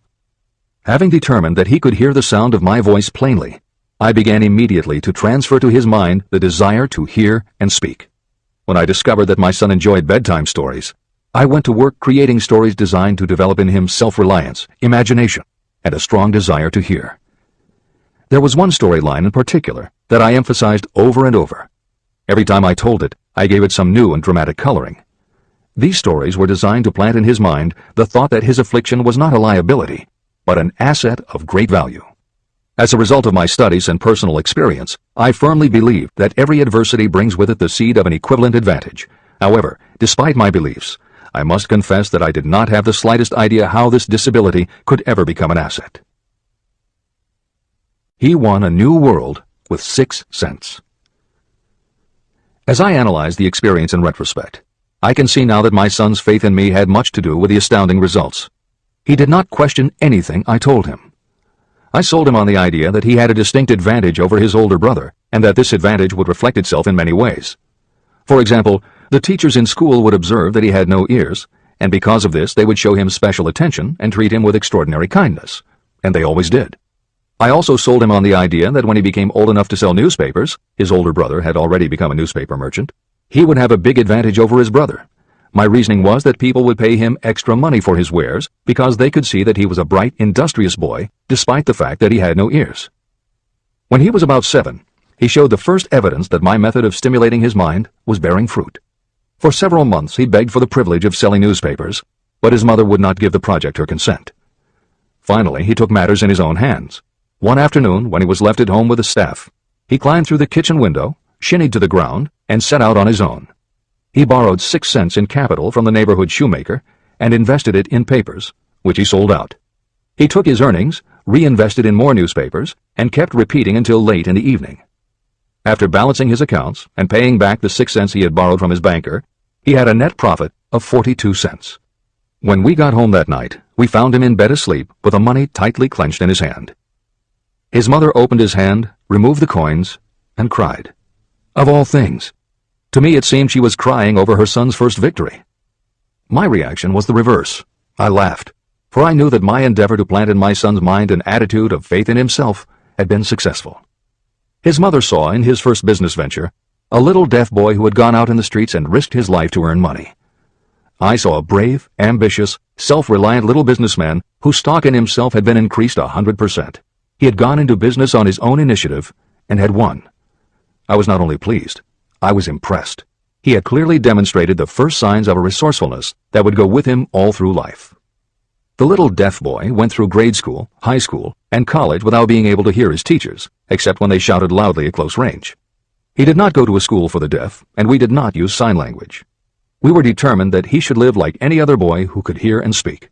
We stood by that decision, although it cost us many heated debates with school officials. While he was in high school, he tried an electronic hearing aid, but it was of no value to him. During his last week in college, something happened that marked the most important turning point of his life. Through what seemed to be mere chance, he came into possession of another electronic hearing device, which was sent to him on trial. He was slow about testing it, due to his disappointment with a similar device. Finally, he picked it up carelessly, placed it on his head, and hooked up the battery. Suddenly, as if by magic, his lifelong desire for normal hearing became a reality. For the first time in his life, he heard practically as well as any person with normal hearing. Overjoyed because of the changed world that had been brought to him, he rushed to the telephone, called his mother, and heard her voice perfectly. The next day, for the first time in his life, he plainly heard the voices of his professors in class. For the first time in his life, he could converse freely with other people without them having to speak loudly.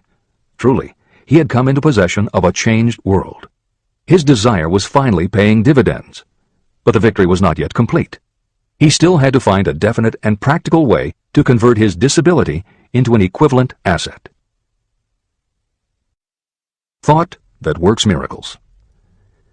Intoxicated with the joy of his newly discovered world of sound, he wrote a letter to the manufacturer of the hearing aid, enthusiastically describing his experience.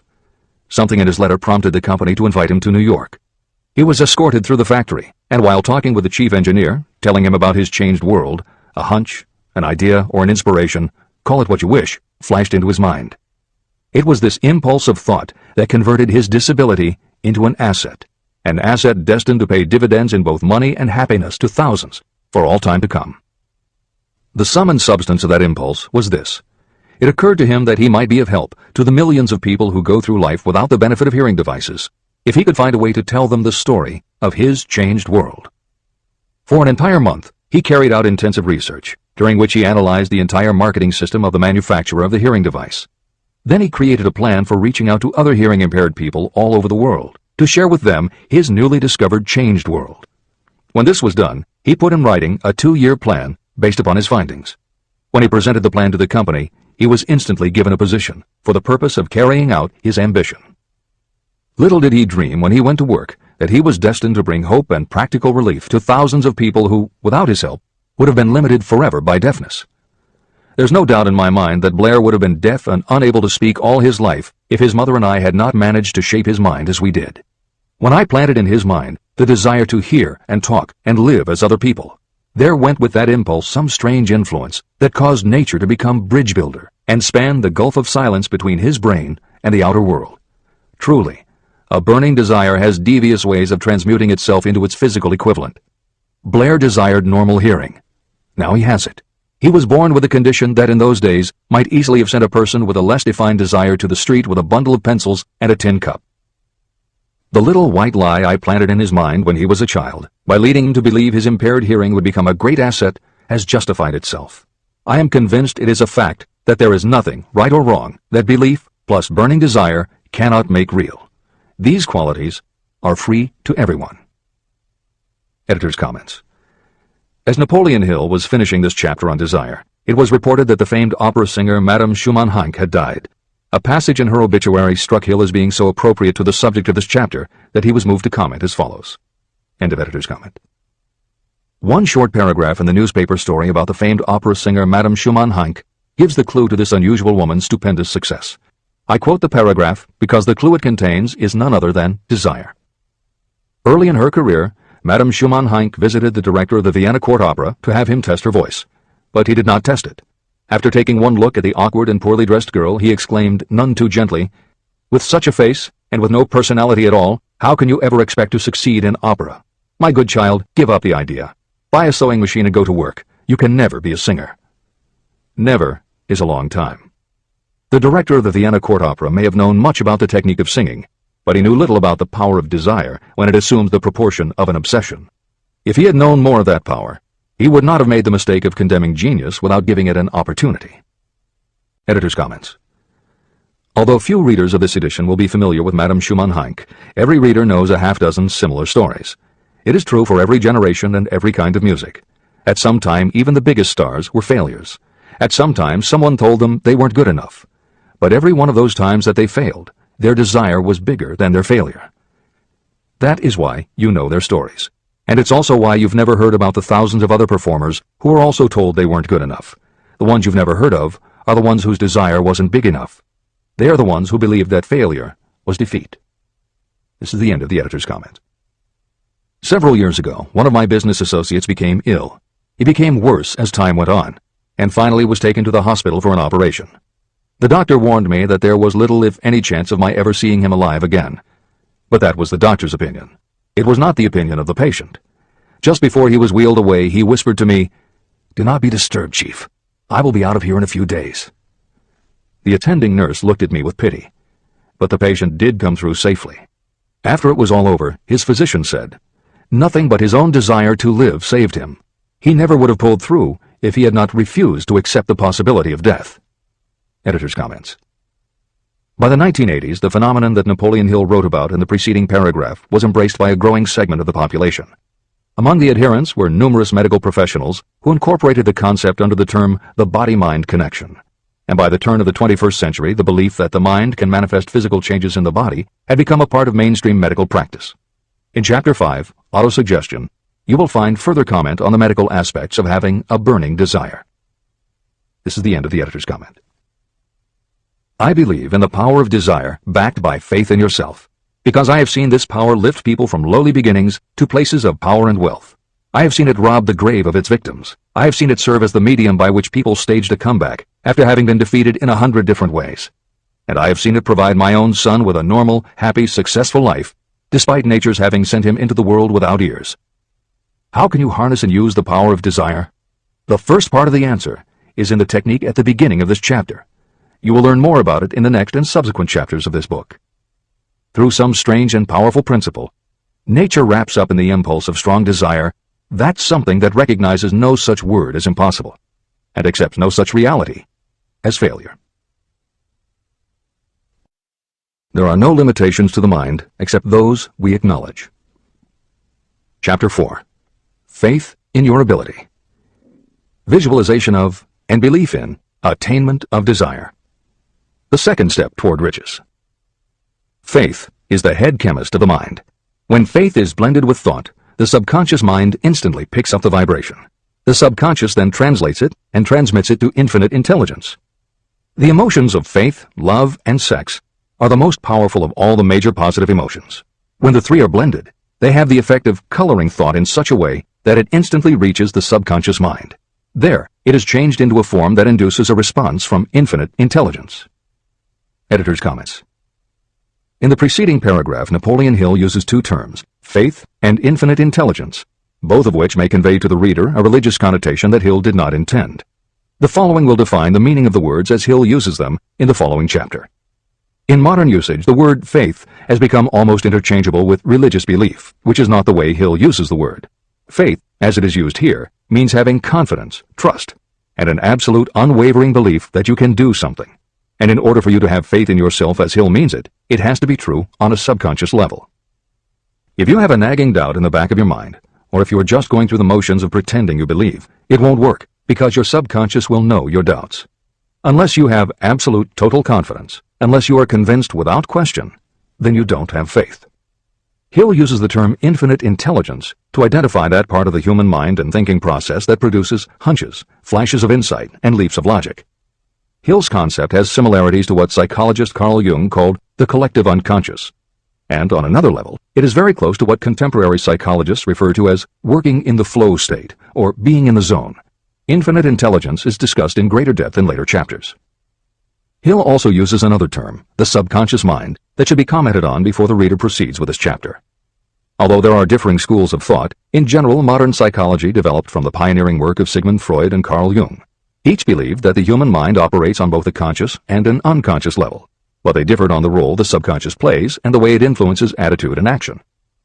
Through his own research and studies, Napoleon Hill developed a theory of the conscious and subconscious that is closest to the Jungian view. The following briefly describes the basis of Hill's view. The conscious mind.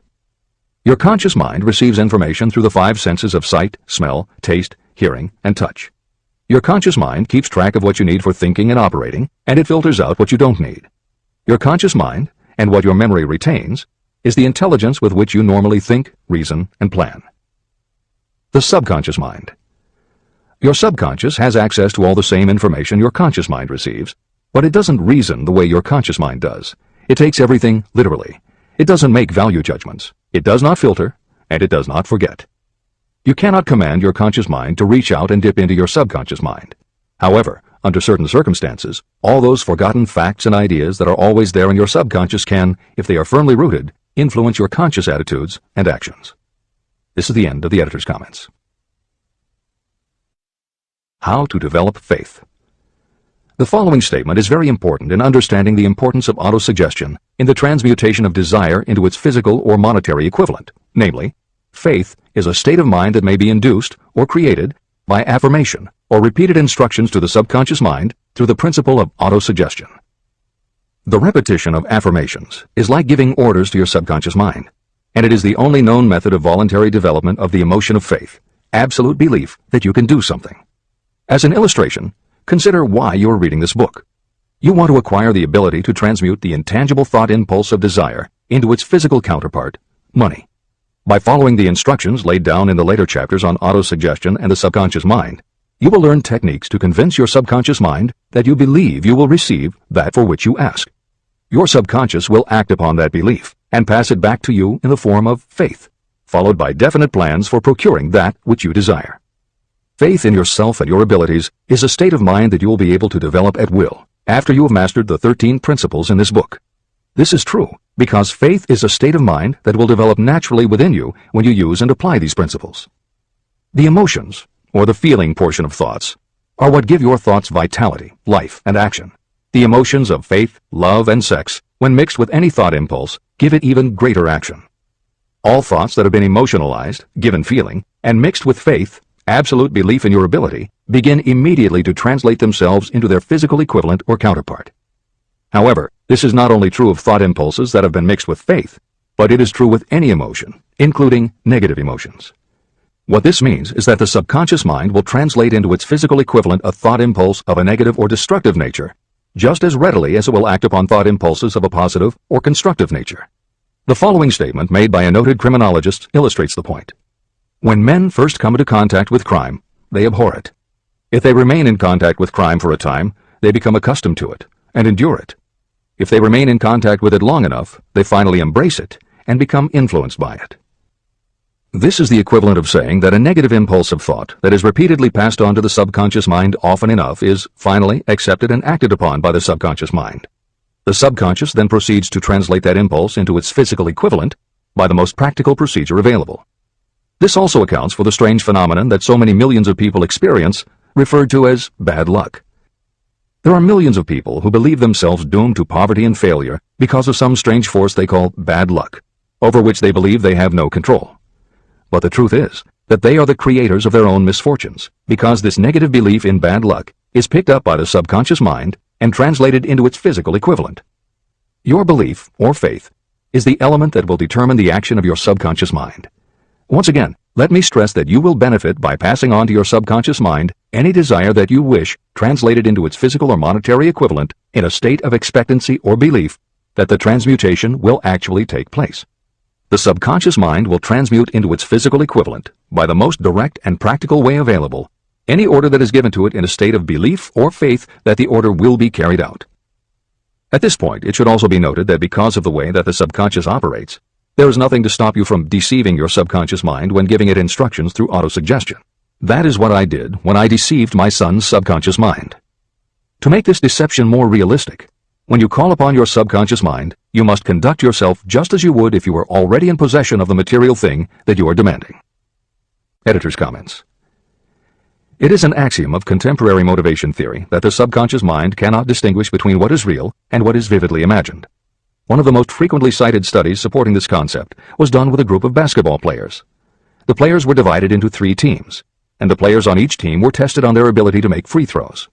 The teams were then separated for a period of time, and each team was given instructions which they were told would improve their abilities. One team was instructed to practice making baskets on a daily basis. The second team was instructed not to practice during the period and not to even think about basketball. The third team was also instructed not to practice during the period, but instead the members were told to spend their daily practice time visualizing in detail the process of making baskets. At the end of the experiment, the teams were again tested. The team that rested showed a decrease in ability. The team that practiced showed a marked increase in ability, and the team that didn't practice but visualized making baskets showed an increase in ability almost equal to those who had practiced daily. As Hill says, you can deceive your subconscious through autosuggestion. If you convincingly plant an idea in your subconscious will accept and work with the idea as though it were a fact. But the key word is convincingly. If you try to send a message to your subconscious, but in the back of your mind you have a nagging doubt whether it will work, your subconscious will pick that up also. You will have sent mixed messages that cancel each other out. That is why Hill stresses the importance of doing it with faith. Your subconscious will not judge if it is true or false, positive or negative, but it does respond to the power of the input, how emotionalized the thought is. This is the end of the editor's comment. It is essential for you to encourage the positive emotions as the dominating forces of your mind. But faith in yourself doesn't come from merely reading instructions. Now that you understand the theory, you must begin to apply it. By experimenting and practicing, you will develop your ability to mix faith with any order you give to your subconscious. When you have faith in your ability, then you can give your subconscious mind instructions, which it will accept and act upon immediately. When your mind is dominated by positive emotions, it will encourage the state of mind known as faith. Faith in yourself is a state of mind that you can create by autosuggestion. All through the ages, religious leaders have admonished people to have faith. They say to have faith in this, that, and the other dogma or creed, but they have failed to tell people how to have faith. They have not stated that faith is a state of mind that may be induced by self-suggestion. In language that anyone can understand, this book explains the principle through which faith in your ability to accomplish a goal may be developed where it does not already exist. Before we begin, you should be reminded again that faith is the eternal elixir that gives life, power, and action to the impulse of thought. Faith is the starting point of all accumulation of riches. Faith is the basis of all miracles and of all mysteries that cannot be analyzed by the rules of science. Faith is the only known antidote for failure. Faith is the element that, when mixed with desire, gives you direct communication with infinite intelligence. Faith is the element that transforms the ordinary vibration of thought created by the human mind into the spiritual equivalent. Faith is the only way the force of infinite intelligence can be harnessed and used. The magic of self-suggestion. It is a fact that you will come to believe whatever you repeat to yourself, whether the statement is true or false. If you repeat a lie over and over, you will eventually accept that lie as truth. Moreover, you will believe it to be the truth. You are what you are because of the dominating thoughts that you permit to occupy your mind. Thoughts that you deliberately place in your own mind and encourage with sympathy, and with which you mix any one or more of the emotions, constitute the motivating forces that direct and control your every movement, act, and deed. The following sentence is a very significant statement of truth. Thoughts that are mixed with any of the feelings of emotions become like a magnetic force, which attracts other similar or related thoughts. A thought that is magnetized with one of the emotions may be compared to a seed. When it is planted in fertile soil, it germinates, grows, and multiplies itself over and over again. What was originally one small seed becomes countless millions of seeds of the same kind. The human mind is constantly attracting vibrations that are in sync with whatever dominates the mind. Any thought, idea, plan, or purpose that you hold in your mind attracts a host of its relatives. Add these relatives to its own force, and it grows until it becomes the prime motivator of the person in whose mind it has been housed. Now, let us go back to the starting point. How can the original seed of an idea, plan, or purpose be planted in the mind? The answer? Any idea, plan, or purpose may be placed in the mind through repetition of thought. This is why you are asked to write out a statement of your major purpose, or definite chief aim. Commit it to memory, and repeat it out loud day after day until these vibrations of sound have reached your subconscious mind. You are what you are because of the dominating thoughts that you permit to occupy your mind. If you choose to, you can throw off any bad influences from your past and build your own life the way you want it to be. For instance, by taking inventory of your mental assets and liabilities, you might discover that your greatest weakness is lack of self-confidence. This can be overcome and translated into courage through the principle of autosuggestion. You can do this by writing out a set of simply stated positive thought impulses, memorizing them, and repeating them until they become a part of the working equipment of your subconscious mind. The following is an example for someone whose definite purpose is to overcome a lack of self-confidence. Self-confidence formula. 1. I know that I have the ability to achieve the object of my definite purpose in life. Therefore, I demand of myself persistent, continuous action toward its attainment, and I here and now promise to render such action. 2. I realize the dominating thoughts of my mind will eventually reproduce themselves in outward physical action and gradually transform themselves into physical reality.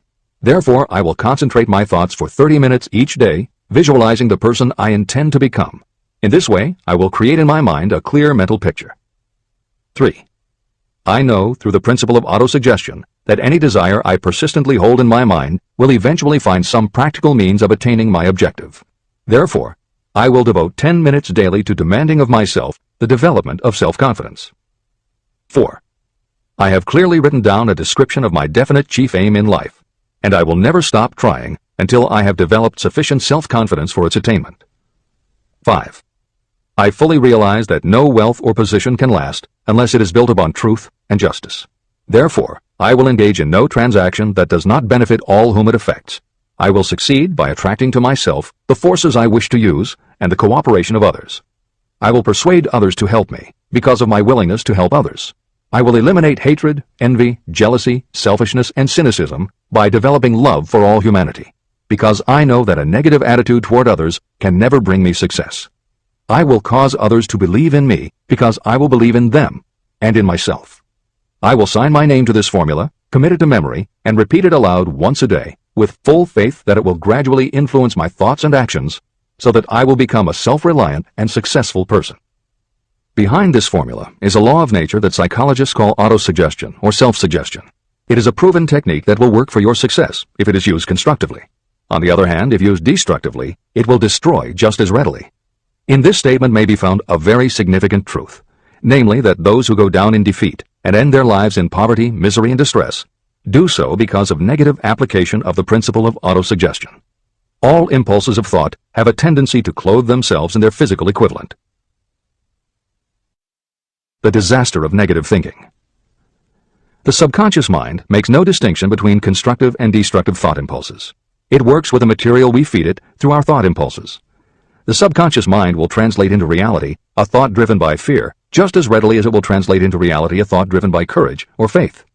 Just as electricity will turn the wheels of industry and render useful service if used constructively, it will snuff out life if wrongly used. So too will the law of autosuggestion lead you to peace and prosperity, or down into the valley of misery, failure, and death. It depends on your degree of understanding and application of it. If you fill your mind with fear or doubt, and if you do not believe in your ability to connect with and use the forces of infinite intelligence, then you will not be able to use those forces. The law of autosuggestion will take your lack of belief and use that doubt as a pattern by which your subconscious mind will translate it into its physical equivalent. Editor's comments. When you have faith in your ability to accomplish what you want, it not only firmly plants ideas in your subconscious, but it then works to reinforce itself. When you have faith in your abilities, part of what you must have faith in is that it is possible to tap into infinite intelligence. And because you have faith that it will work, your conscious mind won't be resistant. When your conscious doesn't resist, your subconscious mind can send creative ideas to your conscious mind more easily. Then the more you see the power working in your life, the easier it is for you to act on faith the next time. Will it work for you? You will never know unless you relax your resistance and just have faith that it will. This is the end of the editor's comment. Like the wind that carries one ship east and another west, the law of autosuggestion will lift you up or pull you down according to the way you set your sails of thought. The law of autosuggestion, through which any person may rise to altitudes of achievement that stagger the imagination, is well described in the following verse. Observe the words that have been emphasized, and you will catch the deep meaning that the poet had in mind. If you think you are beaten, you are. If you think you dare not, you don't. If you like to win, but you think you can't, it is almost certain you won't. If you think you'll lose, you're lost. For out in the world we find, success begins with a fellow's will, it's all in the state of mind. If you think you are outclassed, you are. You've got to think high to rise. You've got to be sure of yourself before you can ever win a prize. Life's battles don't always go to the stronger or faster man, but soon or late the man who wins is the man who thinks he can. Editor's comments. As noted at the beginning of this chapter, the way in which Napoleon Hill uses the word faith is meant to have no religious connotation. However, it would be impossible for Hill to write this chapter without acknowledging the power of religious faith. Therefore, in the following two paragraphs, when Hill discusses Jesus Christ and Mahatma Gandhi as exemplifying the power of faith, he is referring to their personal faith, the absolute trust in his beliefs that Jesus exhibited, and Gandhi's total conviction and confidence in his cause. In this way, they perfectly exemplify thought impulse mixed with faith. This is the end of the editor's comment. If you wish evidence of the power of faith, Study the achievements of men and women who have employed it. At the head of the list comes the Nazarene. The basis of Christianity is faith, no matter how many people may have perverted or misinterpreted the meaning of this great force. The sum and substance of the teachings and the achievements of Christ, which may have been interpreted as miracles, were nothing more nor less than faith. If there are any such phenomena as miracles, they are produced only through the state of mind known as faith. Consider Mahatma Gandhi of India, one of the most astounding examples of the possibilities of faith. Gandhi wielded more potential power than any man living in his time, and he had this power despite the fact that he had none of the orthodox tools of power, such as money, battleships, soldiers, and materials of warfare. Gandhi had no money, no home. He did not own a suit of clothes, but he did have power. How did he come by that power? He created it out of his understanding of the principle of faith and through his ability to transplant that faith into the minds of 200 million people. Gandhi accomplished the astounding feat of influencing 200 million minds to coalesce and move in unison as a single mind. What other force on earth, except faith, could do as much? How an idea built a fortune. Editor's comment. Although the following story is not exclusively about faith, and it makes no mention of autosuggestion or the subconscious mind, Napoleon Hill included it at this point in every edition of Think and Grow Rich. In fact, as Hill says, this story illustrates at least 6 of the 13 principles of success, but faith is at the center of it. If the central figure, Charles M. Schwab, had not mixed his big idea with absolute unwavering faith that he could pull it off, the whole history of American business would have been different. This is the end of the editor's comment. The event chosen for this illustration dates back to 1900, when the United States Steel Corporation was being formed. As you read the story, keep in mind the following fundamental facts and you will understand how ideas have been converted into huge fortunes.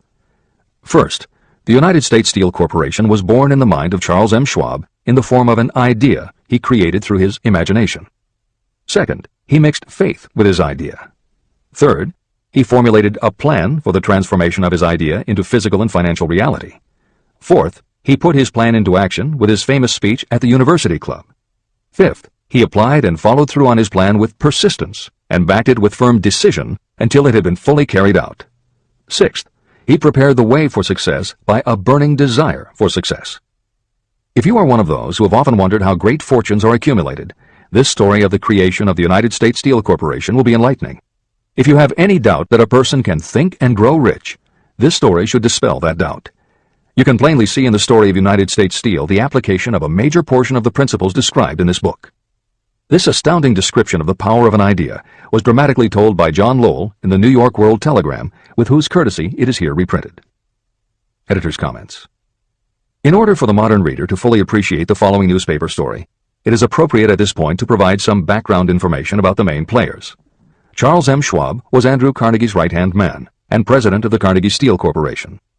Andrew Carnegie was a wealthy and powerful steel baron whose company controlled 25% of the iron and steel production in America. J.P. Morgan was a wealthy and powerful Wall Street banker whose company had arranged the financing for many of the major industrial companies in America at the beginning of the 20th century. All the reader needs to know about the other men mentioned in the story is that at the beginning of the 20th century, finance, business, and industry were dominated by a few hundred men, most of whom had amassed great fortunes through some connection with the railroads that had opened the country. These people were well known to readers of the New York World Telegram because of their financial influence. And that sets the stage for the following newspaper article, which is not only a fascinating story about the power of faith in an idea, but also a wonderful example of the irreverent writing style that was used by many newspaper journalists of the day. This is the end of the editor's comment. A pretty after-dinner speech for $1 billion. When on the evening of December 12, 1900, some 80 of the nation's financial nobility gathered in the banquet hall of the University Club on Fifth Avenue to do honor to a young man from out of the West, not half a dozen of the guests realized they were to witness the most significant episode in American industrial history. J. Edward Simmons and Charles Stuart Smith, their hearts full of gratitude for the lavish hospitality bestowed on them by Charles M. Schwab during a recent visit to Pittsburgh, had arranged the dinner to introduce the 38-year-old steel man to Eastern banking society, but they didn't expect him to stampede the convention. They warned him, in fact, that the bosoms within New York's stuffed shirts would not be responsive to oratory, and that if he didn't want to bore the Stillmans and Harrimans and Vanderbilts, he had better limit himself to 15 or 20 minutes of polite vaporings and let it go at that. Even John Pierpont Morgan, sitting on the right hand of Schwab as became his imperial dignity, intended to grace the banquet table with his presence only briefly. And so far as the press and public were concerned, the whole affair was of so little moment that no mention of it found its way into print the next day. So the two hosts and their distinguished guests ate their way through the usual 7 or 8 courses. There was little conversation, and what there was of it was restrained. Few of the bankers and brokers had met Schwab, whose career had flowered along the banks of the Monongahela, and none knew him well. But before the evening was over, they, and with them Money Master Morgan, were to be swept off their feet, and a billion-dollar baby, the United States Steel Corporation, was to be conceived. It is perhaps unfortunate for the sake of history that no record of Charlie Schwab's speech at the dinner ever was made. It is probable, however, that it was a homely speech, somewhat ungrammatical, for the niceties of language never bothered Schwab, full of epigram and threaded with wit. But aside from that, it had a galvanic force and effect upon the 5 billions of estimated capital that was represented by the diners. After it was over, and the gathering was still under its spell, although Schwab had talked for 90 minutes, Morgan led the orator to a recessed window where, dangling their legs from the high uncomfortable seat, they talked for an hour more. The magic of the Schwab personality had been turned on full force, but what was more important and lasting was the full-fledged, clear-cut program he laid down for the aggrandizement of steel. Many other men had tried to interest Morgan in slapping together a steel trust after the pattern of the biscuit, wire and hoop, sugar, rubber, whiskey, oil, or chewing gum combinations. Editor's comments. The Random House College Dictionary defines a trust as an illegal combination of industrial or commercial companies in which the stock is controlled by a central board of trustees, thus making it possible to control prices and destroy competition. Many of America's new industrial companies had grown so quickly that they were not yet profitable. They were saddled with huge debt incurred in raising the capital to finance their rapid expansion, and at the same time they were faced with having to cut costs and slash prices or go out of business. The answer for many was to join up with others in related industries to form what were called trusts or combinations. Although trusts were illegal since the passage of the Sherman Antitrust Act in 1890, companies still tried to find ways to monopolize their industries, and if their efforts weren't technically trusts, they were something very close. The one thing the large company owners who assembled these trusts needed was cash to buy up the many smaller companies they would have to own in order to effectively dominate an industry. J.P. Morgan was the banker who financed many such takeovers. This is the end of the editor's comment. John W. Gates, the gambler, had urged it, but Morgan distrusted him. The Moore boys, Bill and Jim, Chicago stock jobbers who had glued together a match trust and a cracker corporation, had urged it and failed. Elbert H. Gary, the sanctimonious country lawyer, wanted to foster it, but he wasn't big enough to be impressive. Until Schwab's eloquence took J.P. Morgan to the heights from which he could visualize the solid results of the most daring financial undertaking ever conceived, the project was regarded as a delirious dream of easy-money crackpots. The financial magnetism that began a generation ago to attract thousands of small and sometimes inefficiently managed companies into large and competition-crushing combinations had become operative in the steel world through the devices of that jovial business pirate, John W. Gates. Gates already had formed the American Steel and Wire Company out of a chain of small concerns, and together with Morgan had created the Federal Steel Company. But by the side of Andrew Carnegie's gigantic vertical trust, a trust owned and operated by 53 partners, those other combinations were picayune. They might combine to their heart's content, but the whole lot of them couldn't make a dent in the Carnegie organization, and Morgan knew it. The eccentric old Scot knew it, too. Editor's comments. Andrew Carnegie was born in Scotland and came to America when he was just a boy. He made his first move to join the elite group of American tycoons when he quit his job as a bobbin boy in a cotton mill, earning $1.20 a week, and got a job as a telegraph messenger boy. He soon taught himself to operate a telegraph key, which got him hired as personal telegrapher and secretary to the head of the Pennsylvania Railroad. It wasn't long before he'd worked his way up the ranks to superintendent of the Pittsburgh division, which in turn put him in a position to become an early investor in the Pullman Company, which became the leading manufacturer of railway cars. Carnegie's investment in Pullman and some successful real estate ventures gave him the capital to go into business for himself. At the end of the Civil War, Carnegie left railroading and started a company that built iron bridges for railroad companies. From building iron bridges, it was a short step to starting his own steel mill, which led him to acquire control of other steel mills, then his own coal fields to supply his smelters, then his own ore boats and rail lines to haul the ore and coal. Because of Carnegie's vertical integration and his use of the most up-to-date manufacturing methods, he was able to sell top-grade steel at the lowest price. He managed to drop the price of steel from $140 a ton to $20 a ton. By 1899, the Carnegie Steel Company controlled about 25% of the iron and steel production in America. The smaller steel manufacturers couldn't compete with Carnegie, so they went to J.P. Morgan for help. He arranged for the financing, and a wide-ranging alliance was put together of companies that were in the business of manufacturing products made from steel. Part of the deal was that they would not buy steel from Carnegie. Andrew Carnegie was not about to be put out of business by a collection of small companies. He announced that he would buy or build his own manufacturing companies to produce finished goods made of steel. This is the end of the editor's comments, and the New York World Telegram story continues. From the magnificent heights of Skibo Castle, he had viewed, first with amusement and then with resentment, the attempts of Morgan's smaller companies to cut into his business. When the attempts became too bold, Carnegie's temper was translated into anger and retaliation. He decided to duplicate every mill owned by his rivals. Hitherto, he hadn't been interested in wire, pipe, hoops, or sheet. Instead, he was content to sell such companies the raw steel and let them work it into whatever shape they wanted. Now, with Schwab as his chief and able lieutenant, he planned to drive his enemies to the wall. So it was that in the speech of Charles M. Schwab, Morgan saw the answer to his problem of combination. A trust without Carnegie, giant of them all, would be no trust at all, a plum pudding, as one writer said, without the plums.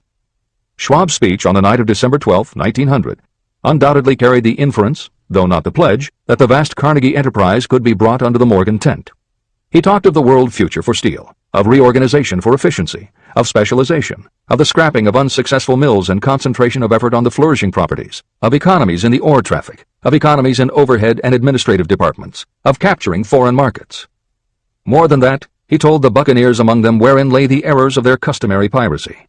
Their purposes, he inferred, had been to create monopolies, raise prices, and pay themselves fat dividends out of privilege. Schwab condemned the system in his heartiest manner. The short-sightedness of such a policy, he told his hearers, lay in the fact that it restricted the market in an era when everything cried for expansion. By cheapening the cost of steel, he argued, an ever-expanding market would be created. More uses for steel would be devised, and a goodly portion of the world trade could be captured. Actually, though he did not know it, Schwab was an apostle of modern mass production. Editor's comments. For J.P. Morgan, all of Schwab's talk about economies of scale and expanding markets meant only one thing. Until that night, it was assumed that Andrew Carnegie would continue building his own manufacturing companies to compete with the steel trusts that Morgan had helped put together. Morgan knew that for Carnegie to do so would require an enormous amount of capital, and Morgan also knew that Carnegie had always been strongly against raising money by selling stock in his company. What Schwab seemed to be implying was that rather than going to Wall Street for the money needed to fight the trusts, Carnegie might be interested in selling his business. This is the end of the editor's comment.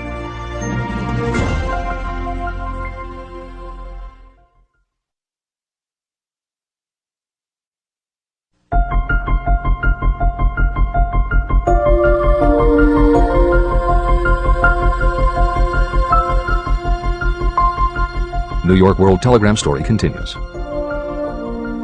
So the dinner at the University Club came to an end. Morgan went home to think about Schwab's rosy predictions. Schwab went back to Pittsburgh to run the steel business for Andrew Carnegie, while Gary and the rest went back to their stock tickers to fiddle around in anticipation of the next move. It was not long coming. It took Morgan about 1 week to digest the feast of reason Schwab had placed before him. When he had assured himself that no financial indigestion was to result, he sent for Schwab, and found that young man rather coy. Mr. Carnegie, Schwab indicated, might not like it if he found his trusted company president had been flirting with the Emperor of Wall Street, the street upon which Carnegie was resolved never to tread. Then it was suggested by John W. Gates, the go-between, that if Schwab happened to be in the Bellevue Hotel in Philadelphia, J.P. Morgan might also happen to be there. When Schwab arrived, however, Morgan was inconveniently ill at his New York home, and so on the elder man's pressing invitation, Schwab went to New York and presented himself at the door of the financier's library. Now, certain economic historians have professed the belief that from the beginning to the end of the drama, the stage was set by Andrew Carnegie, that the dinner to Schwab, the famous speech, the Sunday night conference between Schwab and the Money King, were events arranged by the canny Scot. The truth is exactly the opposite. When Schwab was called in to consummate the deal, he didn't even know whether the little boss, as Andrew was called, would so much as listen to an offer to sell, particularly to a group of men whom Andrew regarded as being endowed with something less than holiness. But Schwab did take into the conference with him, in his own handwriting, 6 sheets of copperplate figures, representing to his mind the physical worth and the potential earning capacity of every steel company he regarded as an essential star in the new metal firmament. 4 men pondered over these figures all night. The chief, of course, was Morgan, steadfast in his belief in the divine right of money. With him was his aristocratic partner, Robert Bacon, a scholar and a gentleman. The third was John W. Gates, whom Morgan scorned as a gambler and used as a tool. The fourth was Schwab, who knew more about the processes of making and selling steel than any whole group of men then living. Throughout that conference, the Pittsburgher's figures were never questioned. If he said a company was worth so much, then it was worth that much and no more. He was insistent, too, upon including in the combination only those concerns he nominated. He had conceived a corporation in which there would be no duplication, not even to satisfy the greed of friends who wanted to unload their companies upon the broad Morgan shoulders. When dawn came, Morgan rose and straightened his back. Only one question remained. "Do you think you can persuade Andrew Carnegie to sell?" he asked. "I can try," said Schwab. "If you can get him to sell, I will undertake the matter," said Morgan. So far, so good. But would Carnegie sell? How much would he demand? Schwab thought about $320 million. What would he take payment in? Common or preferred stocks? Bonds? Cash? Nobody could raise $1/3 billion in cash. There was a golf game in January on the frost-cracking heath of the St. Andrews Links in Westchester, with Andrew bundled up in sweaters against the cold and Charlie talking volubly as usual to keep his spirits up. But no word of business was mentioned until the pair sat down in the cozy warmth of the Carnegie cottage nearby. Then, with the same persuasiveness that had hypnotized 80 millionaires at the University Club, Schwab poured out the glittering promises of retirement and comfort, of untold millions to satisfy the old man's social caprices. Carnegie capitulated, wrote a figure on a slip of paper, handed it to Schwab and said, "All right, that's what we'll sell for." The figure was approximately $400 million, and was reached by taking the $320 million mentioned by Schwab as a basic figure, and adding to it $80 million to represent the increased capital value over the previous 2 years. Later, on the deck of a transatlantic liner, the Scotsman said ruefully to Morgan, "I wish I had asked you for $100 million more." "If you had asked for it, you'd have gotten it," Morgan told him cheerfully. There was an uproar, of course. A British correspondent cabled that the foreign steel world was appalled by the gigantic combination. President Hadley of Yale declared that unless trusts were regulated, the country might expect an emperor in Washington within the next 25 years. But that able stock manipulator Keene went at his work of shoving the new stock at the public so vigorously that all the excess water, estimated by some at nearly $600 million, was absorbed in a twinkling. So Carnegie had his millions, and the Morgan Syndicate had $62 million for all its trouble, and all the boys, from Gates to Gary, had their millions. Editor's comment. The 38-year-old Charles M. Schwab had his reward too. He was made president of the new corporation, United States Steel, and remained in control until 1930. When Schwab left U.S. Steel, he went on to found the mammoth Bethlehem Steel Corporation, of which he also became president. This is the end of the editor's comment. Riches begin with thought. The dramatic story of big business that you've just finished is a perfect illustration of the method by which desire can be transmuted into its physical equivalent. That giant organization was created in the mind of one man. The plan by which the organization was provided with the steel mills that gave it financial stability was created in the mind of the same man. His faith, his desire, his imagination, his persistence were the real ingredients that went into United States Steel. The steel mills and equipment acquired by the corporation, after it had been brought into legal existence, were incidental. However, careful analysis reveals that the appraised value of the properties acquired by the corporation increased in value by an estimated $600 million, approximately $12 billion today. The increase in value of the assets is attributable to the mere transaction that consolidated them under one management. In other words, Charles M. Schwab's idea, plus the faith with which he conveyed it to the minds of J.P. Morgan and the others, was marketed for a profit of approximately $600 million. Not an insignificant sum for a single idea. The United States Steel Corporation prospered and became one of the richest and most powerful corporations in America, employing thousands of people, developing new uses for steel and opening new markets, thus proving that the $600 million in profit that the Schwab idea produced was earned. Riches begin in the form of thought. The amount is limited only by the person in whose mind the thought is put into motion. Faith removes limitations. Remember this when you are ready to bargain with life for whatever it is that you ask as your price for having passed this way. Editor's comments. In the years since that article appeared in the New York World Telegram, the well-told business story has become its own genre within the publishing industry.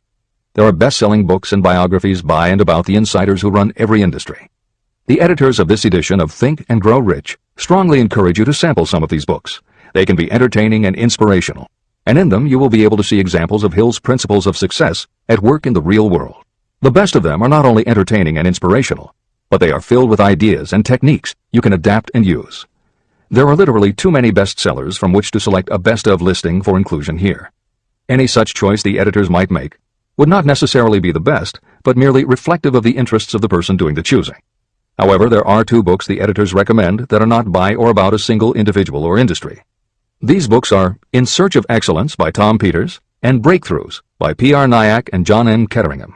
Each of these books deals with a broad spectrum of industries, and within each industry they single out certain companies and individuals for analysis. Both were published at the beginning of the business book trend in the 1980s, but there are few books since then that better convey the importance of faith in a good idea.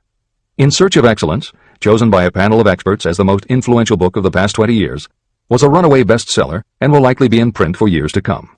Breakthroughs may be harder to find, but it will be well worth the effort. This is the end of the editor's comments. A quitter never wins, and a winner never quits. Chapter 5. Autosuggestion, the medium for influencing the subconscious mind. The third step toward riches. Autosuggestion is a term that applies to all suggestions and all self-administered stimuli that reach your mind through the five senses. Stated in another way, autosuggestion is self-suggestion. It is the way of communicating between that part of the mind where conscious thought takes place and that which serves as the seat of action for the subconscious mind. Through the dominating thoughts that you permit to remain in your conscious mind, it doesn't matter whether these thoughts are negative or positive, the principle of autosuggestion reaches the subconscious mind and influences it with these thoughts. Nature has built human beings so that we can have control over the material that reaches our subconscious mind through our five senses. However, this does not mean that we always exercise this control. In the great majority of instances, we do not exercise it, which explains why so many people go through life in poverty. Recall what I said about the subconscious mind resembling a fertile garden, in which weeds will grow if the seeds of more desirable crops are not sown. Autosuggestion is the way you may feed your subconscious on creative thoughts. Or you can, by neglecting it, permit thoughts of a destructive nature to find their way into this rich garden of the mind. Editor's comments. Numerous psychological studies and experiments with hypnotherapy have validated Napoleon Hill's concept that a person's subconscious mind retains everything that person ever experienced. Studies also support the theory that the subconscious is non-judgmental. It does not filter or interpret, it simply processes information literally and stores it. For those readers who may be dubious about the subconscious, or that thoughts stored below the level of consciousness can exert enough influence to affect attitude and behavior, the following explanation should alleviate any such doubts. There is no doubt about the existence of the conditions known by the psychological terms fixations, phobias, and compulsive behaviors. These conditions occur when a child has learned something in such a powerful or dramatic way that the knowledge becomes firmly planted in the child's subconscious mind. Then, even as the child grows to adulthood and the conscious mind learns to understand that information from a mature point of view, because the childhood learning experience was so powerful, the subconscious still retains the childhood understanding of the information. The result is a fixation, phobia, or compulsive behavior that causes a response rooted in childhood, which does not make logical sense to the adult's conscious mind. That is because it does not come from the conscious. It comes from the subconscious belief that was so emotionalized it overrides the adult's logical conscious mind. Hill's theory is based on exactly the same psychological principles. Thoughts do remain stored in the subconscious. They remain just as they were when they were input, and the more highly emotionalized the thoughts are when they are input, the more influence they exert on attitude and behavior. It is this aspect of the subconscious that will allow you to use autosuggestion as a tool with which to input the positive thoughts that will help you achieve the success you desire. This is the end of the editor's comments. See and feel money in your hands. You were instructed in the last of the 6 steps described in Chapter 3 on Desire to read aloud twice daily the written statement of your desire for money. You were also directed to see and feel yourself already in possession of the money. By following these instructions, you communicate the object of your desire directly to your subconscious mind in a spirit of absolute faith. Through repetition of this procedure, you will create thought habits that reinforce your efforts to transmute desire into its monetary equivalent. Read these steps again, very carefully, before you proceed further. 1. Fix in your mind the exact amount of money you desire. It is not sufficient merely to say, "I want plenty of money." Be definite about the amount. 2. Determine exactly what you intend to give in return for the money you desire. There is no such reality as something for nothing. 3. Establish a definite date when you intend to possess the money you desire. 4. Create a definite plan for carrying out your desire and begin at once, whether you are ready or not, to put this plan into action. 5. Now write it out. Write a clear, concise statement of the amount of money you intend to acquire, name the time limit for its acquisition, state what you intend to give in return for the money, and describe clearly the plan through which you intend to accumulate it. 6. Read your written statement aloud, twice daily. Read it once just before retiring at night, and read it once after arising in the morning. As you read, see and feel and believe yourself already in possession of the money. Remember, when reading aloud the statement of your desire, through which you will develop a money consciousness, that the mere reading of the words is of no consequence. unless you mix emotion or feeling with your words. Your subconscious mind recognizes and acts only upon thoughts that have been well mixed with emotion or feeling. This is a fact of such importance as to warrant repetition in practically every chapter. The lack of understanding of this is the main reason the majority of people who try to apply the principle of autosuggestion get no desirable results. Plain, unemotional words do not influence the subconscious mind. You will get no appreciable results until you learn to reach your subconscious mind with thoughts or spoken words that have been well emotionalized with belief. Do not become discouraged if you cannot control and direct your emotions the first time you try. Remember, there is no such possibility as something for nothing. You cannot cheat even if you desire to do so. The price of ability to influence your subconscious mind is persistence in applying the principles described here. You cannot develop the desired ability for a lower price. You, and you alone, must decide whether or not the reward, the money consciousness, is worth the price you must pay for it in effort. Your ability to use the principle of autosuggestion will depend very largely upon your capacity to concentrate on a given desire until that desire becomes a burning obsession. How to strengthen your powers of concentration. When you begin to carry out the instructions in the 6 steps, it will be necessary for you to make use of the principle of concentration. Following are suggestions for the effective use of concentration. When you begin the first of the 6 steps, which instructs you to fix in your own mind the exact amount of money you desire, close your eyes and hold your thoughts on that amount of money until you can actually see the physical appearance of the money. Do this at least once each day. As you go through these exercises, follow the instructions given in Chapter 4 on faith and see yourself actually in possession of the money. Here is a most significant fact. The subconscious mind takes any orders given to it in a spirit of absolute faith and acts upon those orders. But the orders often have to be presented over and over again, repeated positive affirmation, before they are interpreted by the subconscious mind. Because of this, you might consider the possibility of playing a perfectly legitimate trick on your subconscious mind. Make it believe, because you believe it, that you must have the amount of money you are visualizing. Make it believe that this money is already awaiting your claim, so the subconscious mind must hand over to you practical plans for acquiring the money that is yours. Give this thought to your imagination, and see what your imagination can or will do to create practical plans for the accumulation of money through transmutation of your desire. Do not wait for a definite plan through which you will exchange services or merchandise in return for the money you are visualizing. Just start right now to see yourself in possession of the money, demanding, and expecting that your subconscious mind will hand over the plans you need. Be on the alert for these plans, and when they appear, put them into action immediately. When the plans appear, they will probably flash into your mind in the form of an inspiration or intuition from infinite intelligence. Treat it with respect, and act upon it as soon as you receive it. In the 4th of the 6 steps, you are instructed to create a definite plan for carrying out your desire, and begin at once to put this plan into action. Do the same thing here. Close your eyes and create in your mind a vivid image of you carrying out the instructions. Do not trust to your reason when creating your plan for accumulating money through the transmutation of desire. Your reasoning faculty may be lazy, and if you depend entirely upon it to serve you, it may disappoint you. When visualizing the money you intend to accumulate, see yourself rendering the service or delivering the merchandise you intend to give in return for this money. This is important. Editor's comments. The basic principle underlying autosuggestion is closely related to self-hypnosis, and both techniques played an important role in the development of modern psychology. Although all 3 concepts, autosuggestion, hypnosis, and psychology, had to overcome initial public skepticism, unfortunately, autosuggestion and hypnotism were hampered by events that further delayed their acceptance. Hypnosis was an integral part of the therapies used by the major figures in the development of psychology, including Sigmund Freud, Carl Jung, and William James. It fell out of favor as a therapeutic method when stage magicians began to use the technique in their acts. People found it difficult to give serious consideration to a method that was being used in theaters and nightclubs to make members of the audience do ridiculous things for comic effect. Autosuggestion encountered a similar problem. French psychiatrist Émile Coué was the best-known early advocate of autosuggestion. A contemporary of Sigmund Freud, Coué operated a clinic that treated patients diagnosed with psychosomatic ailments, individuals who have convinced themselves they are ill and even show symptoms but do not actually have a disease.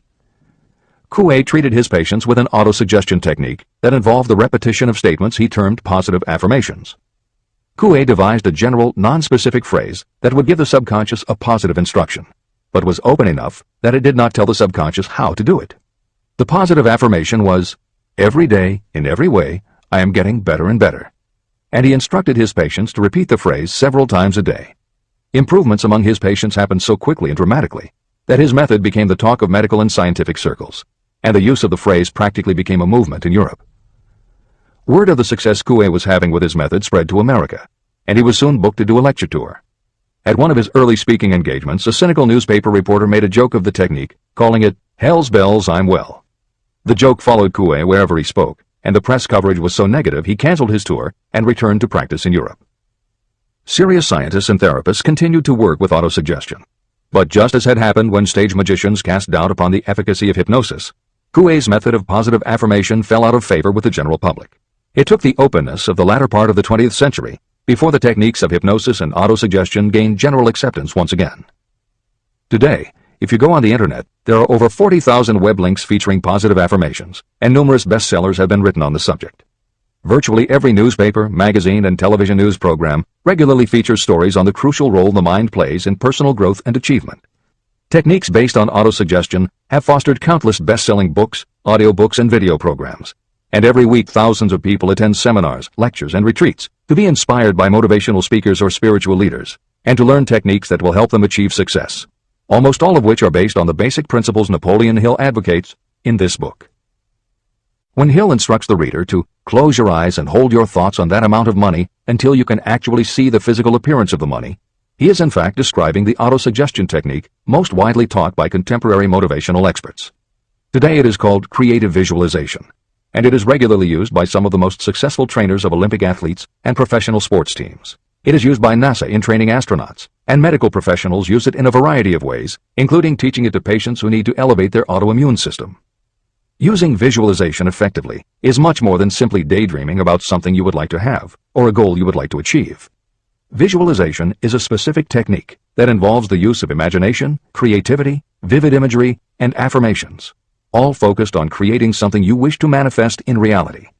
Napoleon Hill identified the practice of visualization and wrote about it as early as 1928 in his first bestseller, Law of Success. Since then, many other psychologists, medical professionals, motivational speakers, and authors have developed systems based on the same principles. Dr. Maxwell Maltz, a noted plastic surgeon, found that often it was as important for his patients to change their inner perception of themselves as it was to change their outer appearance. Dr. Maltz's landmark bestseller, Psycho-Cybernetics, draws heavily on visualization as a way to increase self-esteem and improve a wide range of abilities. The Silva method, which is another variation on visualization, has been taught to millions of people by certified Silva trainers who hold seminars throughout the country. Jose Silva's best-selling book, The Silva Mind Control Method, has also sold many millions of copies. In 1978, 50 years after Napoleon Hill wrote about visualization in Law of Success, Shakti Gawain published the phenomenal bestseller Creative Visualization, and Adelaide Bry published Visualization, Directing the Movies of Your Mind. At about the same time, Dr. O. Carl Simonton, an oncologist, concluded that cancer patients who used visualizations in conjunction with chemotherapy treatments had a marked improvement over those who didn't. His bestseller, Getting Well Again, had a profound impact, and it was followed by books from other respected medical professionals, such as Love, Medicine, and Miracles by Dr. Bernie Siegel, and Superimmunity by Dr. Paul Purcell. Other bestsellers by Dr. John Sarno, Dr. Deepak Chopra, and Dr. Andrew Weil have made what once was referred to as alternative medicine now part of mainstream medical practice. This is the end of the editor's comments. Stimulate your subconscious mind. The instructions given previously for the steps necessary in your desire for money will now be summarized and blended with the principles covered by this chapter, as follows. 1. Go to some quiet spot, preferably in bed at night, where you will not be disturbed or interrupted. Close your eyes and repeat aloud, so that you may hear your own words, the written statement of the amount of money you intend to accumulate. Be specific about the time limit for its accumulation, and a description of the service or merchandise you intend to give in return for the money. As you carry out these instructions, see yourself already in possession of the money. For example, suppose that you intend to accumulate $50,000 by the 1st of January, 5 years from now, and that you intend to give your personal services as a salesperson in return for the money. Your written statement of your purpose should be similar to the following. By the first day of January, I will have in my possession $50,000, which will come to me in various amounts from time to time during the interim. In return for this money, I will give the most efficient service of which I am capable. I will give the fullest possible quantity and the best possible quality of service as a salesperson of, and describe the service or merchandise you intend to sell. I believe that I will have this money in my possession. My faith is so strong that I can now see this money before my eyes. I can touch it with my hands. It is now awaiting transfer to me at the time and in the proportion that I deliver the service in return for it. I am awaiting a plan for getting this money, and I will follow that plan when it is received. 2. Repeat this program night and morning until you can see in your imagination the money you intend to accumulate. 3. Place a written copy of your statement where you can see it night and morning and read it just before retiring and upon rising until it has been memorized. Editor's comments. The following is another suggestion adapted from Hill's later writings, which appear in Napoleon Hill's Keys to Success. Surround yourself with books, pictures, mottos, and other suggestive devices. Pick things that symbolize and reinforce achievement and self-reliance. Constantly add to your collection, and move things to new places where you can see them in a different light and in association with different things. I had a friend who was a realtor who kept her $1 Million Club certificate over her desk to remind herself of what she was capable. One day she took it down to dust and set it on top of a newspaper. When she picked it up again, she saw beneath it an article about the new football coach who had been hired at the university. Guess who bought a house she had been struggling to sell? This is the end of the editor's comments. Remember, as you carry out these instructions, that you are applying the principle of autosuggestion for the purpose of giving orders to your subconscious mind. Remember also that your subconscious mind will act only upon instructions that are emotionalized and handed over to it with feeling. Faith is the strongest and most productive of the emotions. These instructions may at first seem abstract. Do not let this disturb you. Follow the instructions no matter how abstract or impractical they may appear to be. If you do as you have been instructed, in spirit as well as in act, the time will soon come when a whole new universe of power will unfold to you. Skepticism, in connection with all new ideas, is characteristic of all human beings. If you follow the instructions, your skepticism will soon be replaced by belief, and belief will become crystallized into absolute faith. Many philosophers have made the statement that man is the master of his own earthly destiny, but most of them have failed to say why he is the master. The reason that man may become the master of himself and of his environment is because he has the power to influence his own subconscious mind. The actual performance of transmuting desire into money is through autosuggestion. That is the principle by which you can reach and influence the subconscious mind. The other principles are simply tools with which to apply autosuggestion. Keep this thought in mind, and you will at all times be conscious of the important part the principle of autosuggestion is to play in your efforts to accumulate money through the methods described in this book. After you have read the entire book, come back to this chapter and follow in spirit and in action this instruction. Read the entire chapter aloud once every night until you become thoroughly convinced that the principle of autosuggestion is sound and that it will accomplish for you all that has been claimed for it. As you read, underscore with a pencil every sentence that impresses you. Follow the foregoing instruction to the letter, and it will open the way for a complete understanding and mastery of the principles of success. Every adversity, every failure, and every heartache carries with it the seed of an equivalent or a greater benefit. Chapter 6. Specialized knowledge, personal experiences or observations. The fourth step toward riches. There are two kinds of knowledge. One is general, the other is specialized. General knowledge, no matter how great in quantity or variety it may be, is of little use in the accumulation of money. The faculties of the great universities possess practically every form of general knowledge known to civilization. Most of the professors have little money. They specialize in teaching knowledge, but they do not specialize in the organization or the use of knowledge. Knowledge will not attract money unless it is organized and directed through practical plans for the specific purpose of accumulating money. Lack of understanding of this fact has been the source of confusion to millions of people who falsely believe that knowledge is power. It is nothing of the sort. Knowledge is only potential power. It becomes power only when and if it is organized into definite plans of action and directed to a definite end. The missing link in all systems of education is that educational institutions fail to teach their students how to organize and use the knowledge after they have acquired it. Many people made the mistake of assuming that because Henry Ford had little schooling, he was not a man of education. Those who made this mistake did not understand the real meaning of the word educate. That word is derived from the Latin word educo, meaning to educe, to draw out, or to develop from within.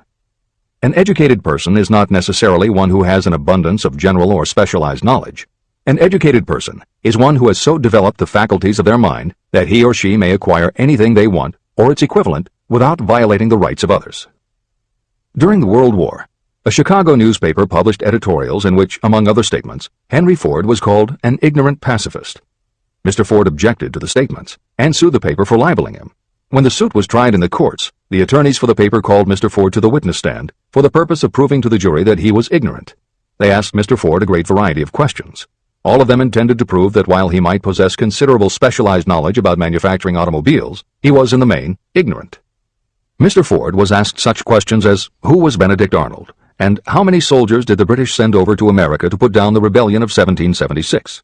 In answer to the last question, Mr. Ford replied, I do not know the exact number of soldiers the British sent over, but I have heard that it was a considerably larger number than ever went back. Finally, Mr. Ford became tired of this line of questioning.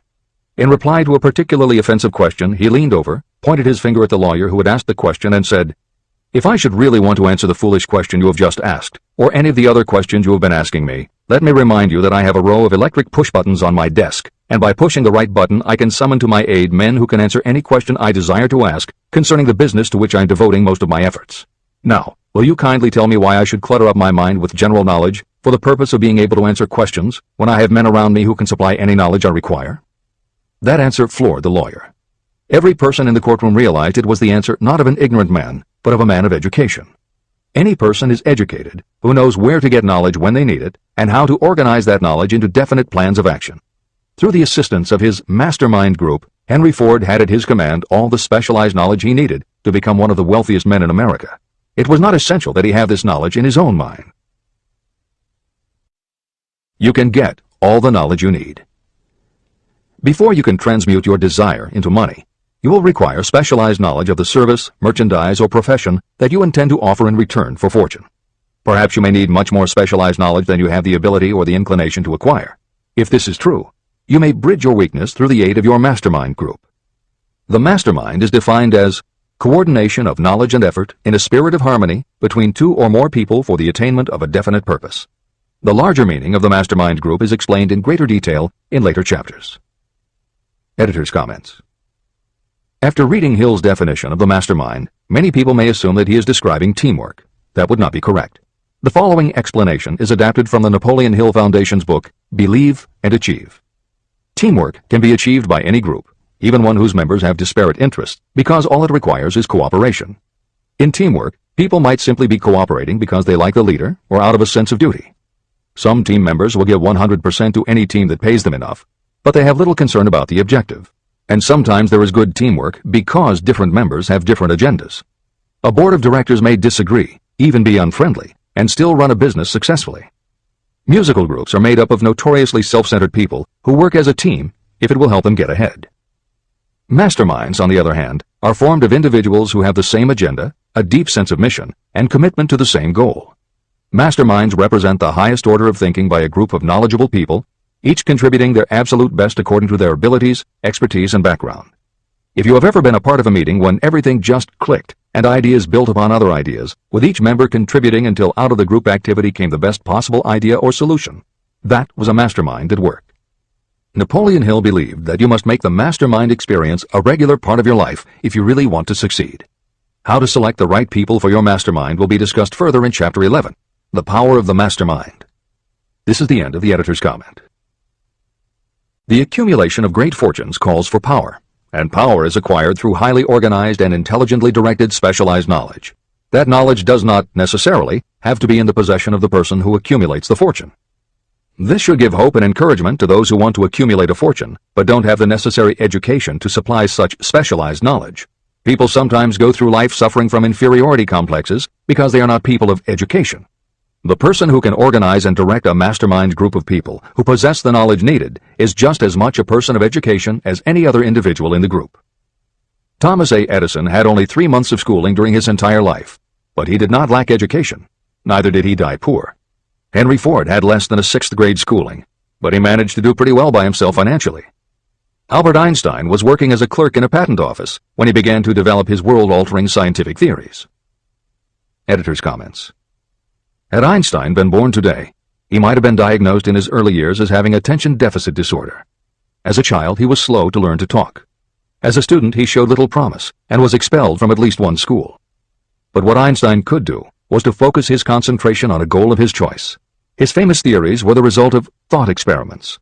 experiments that took place inside his mind. It is said that the breakthrough which led him to the theory of relativity came not from specialized knowledge of physics or mathematics, but from his ability to imagine what would happen if he were riding on a beam of starlight through space. This is the end of the editor's comments.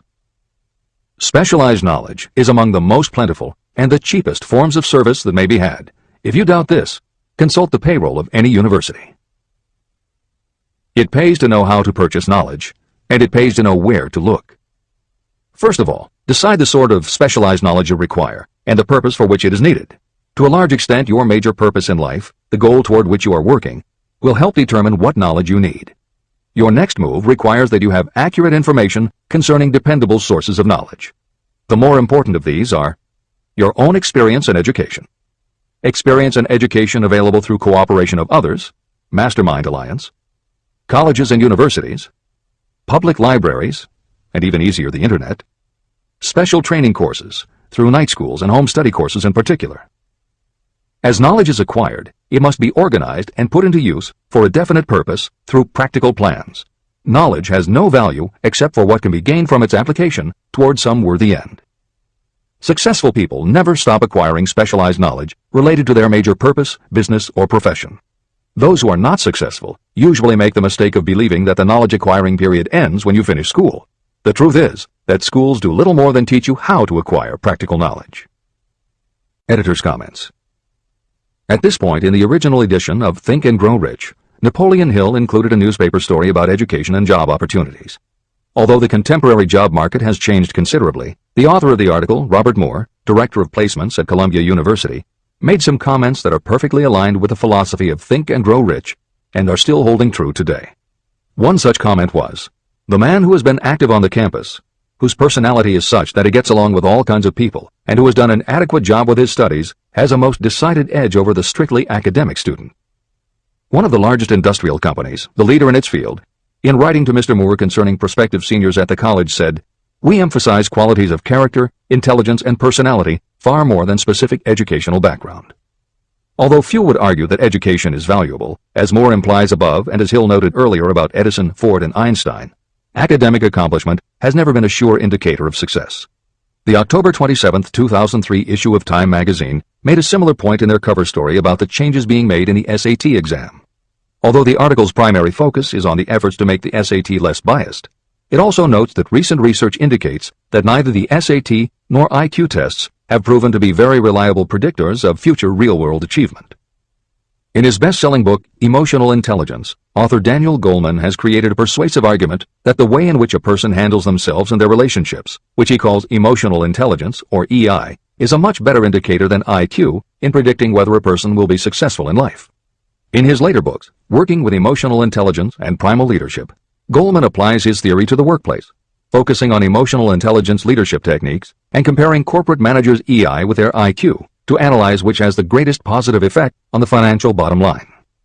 Daniel Goleman's theories have caused some significant changes within educational circles and among management theorists, but their greatest impact has been on individuals who have gone through life intimidated because they believe they aren't smart enough. For them, Goleman's books offer convincing evidence that although they may not have conventional education, their natural abilities and interpersonal skills can be far more important in achieving success. This is the end of the editor's comments.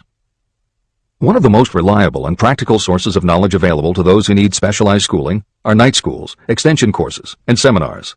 The correspondence schools give specialized training anywhere the U.S. mails go, or via the internet. One advantage of home study training is the flexibility of the study program, which permits you to study during spare time.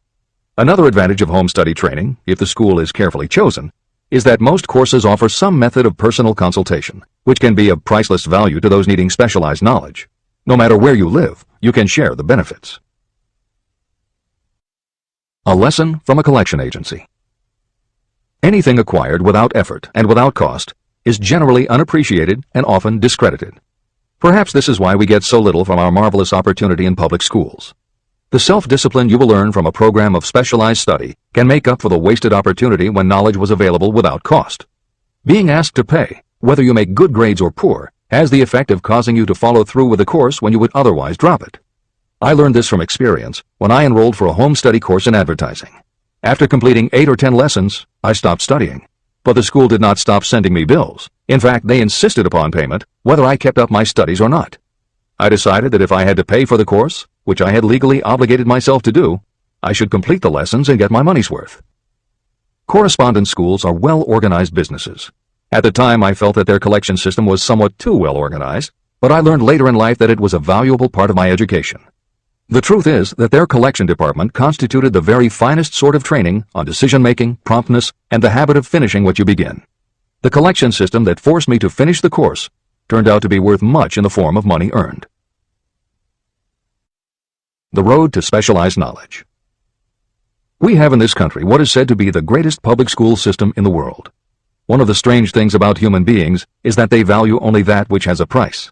The free schools of America and the free public libraries do not impress people because they are free. This is the major reason why so many people find it necessary to acquire additional training after they finish school and go to work. It is also one of the major reasons why employers give greater consideration to employees who take specialized training courses. They have learned that those who have the ambition to give up a part of their spare time to studying at home have in them those qualities that make for leadership.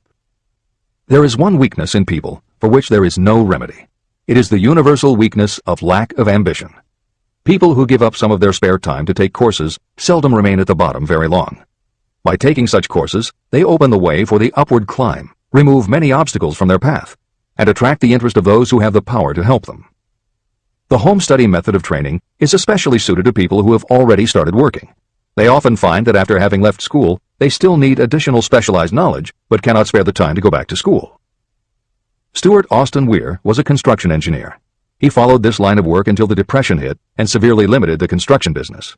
He took inventory of himself and decided to change his profession to law. He went back to school and took special courses to prepare himself as a corporation lawyer. He completed his training, passed the bar examination, and quickly built a lucrative law practice as a patent attorney. Just to keep the record straight, and to anticipate the excuses of those who will say, "I couldn't go to school because I have a family to support," or "I'm too old," I will add that Mr. Weir was past 40 and married when he went back to school. Moreover, by carefully selecting highly specialized courses, Mr. Weir completed in 2 years the work that it takes the majority of law students 4 years to do. It pays to know how to purchase knowledge. A simple idea that paid off. Here's another specific example about a salesman in a grocery store who found himself suddenly unemployed. Having had some bookkeeping experience, he took a special course in accounting, familiarized himself with all the latest bookkeeping and office equipment, and went into business for himself. Starting with a grocer for whom he had formerly worked, he made contracts with more than 100 small merchants to keep their books at a very nominal monthly fee. His idea was so practical that he soon found it necessary to set up a portable accounting office in a light delivery truck. He now has a fleet of these bookkeeping offices on wheels. He employs a large staff of assistants who provide small merchants with accounting services equal to the best that money can buy at very nominal cost. Specialized knowledge plus imagination were the ingredients that went into this unique and successful business. Last year, the owner of that business paid income taxes of almost 10 times as much as was paid by the grocery store that fired him.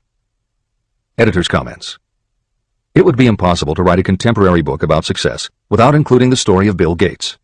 And although the connection between the world's wealthiest man and Hill's story about a man who started a mobile accounting business may not be immediately obvious, the fact is that this is a very apt place to include the story of Microsoft. Just as with the mobile accountant, the two defining characteristics of Bill Gates' success are specialized knowledge and imagination. Everyone had recognized at an early age that Bill Gates was a very bright student, but he had little interest in anything other than science and math. And when the mothers group at his school arranged for the students to learn about computing, that became his passion. By the time he was 13, he taught himself computer programming. And throughout high school and his years at university, his life revolved around computer clubs and odd jobs working for companies that had something to do with computers. Although at various times he toyed with the idea of a career in science or law, it is probably fair to say that while he was still in school, Bill Gates knew, in general terms, what his burning desire in life would be. He paid little attention to general knowledge, but devoted himself to assembling the specialized knowledge he would need to achieve his definite major purpose. Gates' burning desire heated up the day his friend and fellow computer club member Paul Allen bought a copy of the January 1975 issue of Popular Electronics. On the cover was a picture of an inexpensive desktop computer, the Altair 8800, which could be built from a kit. Gates and Allen knew in their gut that there were other students just like them who would love to get their hands on one of these things. At the time, it took a lot of imagination to foresee the impact computers might have on the average person. And even though they didn't own an Altair, they decided they could write a computer program for it. That took even more imagination. They contacted Ed Roberts, the founder of the company that made the Altair, and pitched their idea. Roberts told them he was getting offers from all over, and his policy was that whoever wrote it first would get the job. For the next 2 months, they tore apart the manual, gleaning the specialized knowledge they would need to write the program. They were the first to deliver a workable operating system, and Roberts bought it from them for $3,000 plus a royalty on sales. With their vision of the future burning in their imaginations, Gates and Allen used the advance and their royalties to launch a company that would be in the business of writing computer programs. They named their new company Microsoft and called old friends from their high school computer club to staff it. Bill Gates was 19 and Paul Allen was only a few years older. They and about 9 of their friends started writing programs for Apple Computer, Commodore, and anyone else who would contract with the company for their services. For the next 5 years, Bill Gates and Paul Allen had their share of imaginative ideas, but mostly they concentrated on learning the specialized knowledge needed to run and grow a successful business. Then in 1980, IBM, which had finally decided to get into the small computer business, needed help getting up to speed. They approached Microsoft to write an operating system for the new computer venture. Once again, specialized knowledge and imagination were the qualities that guided Bill Gates.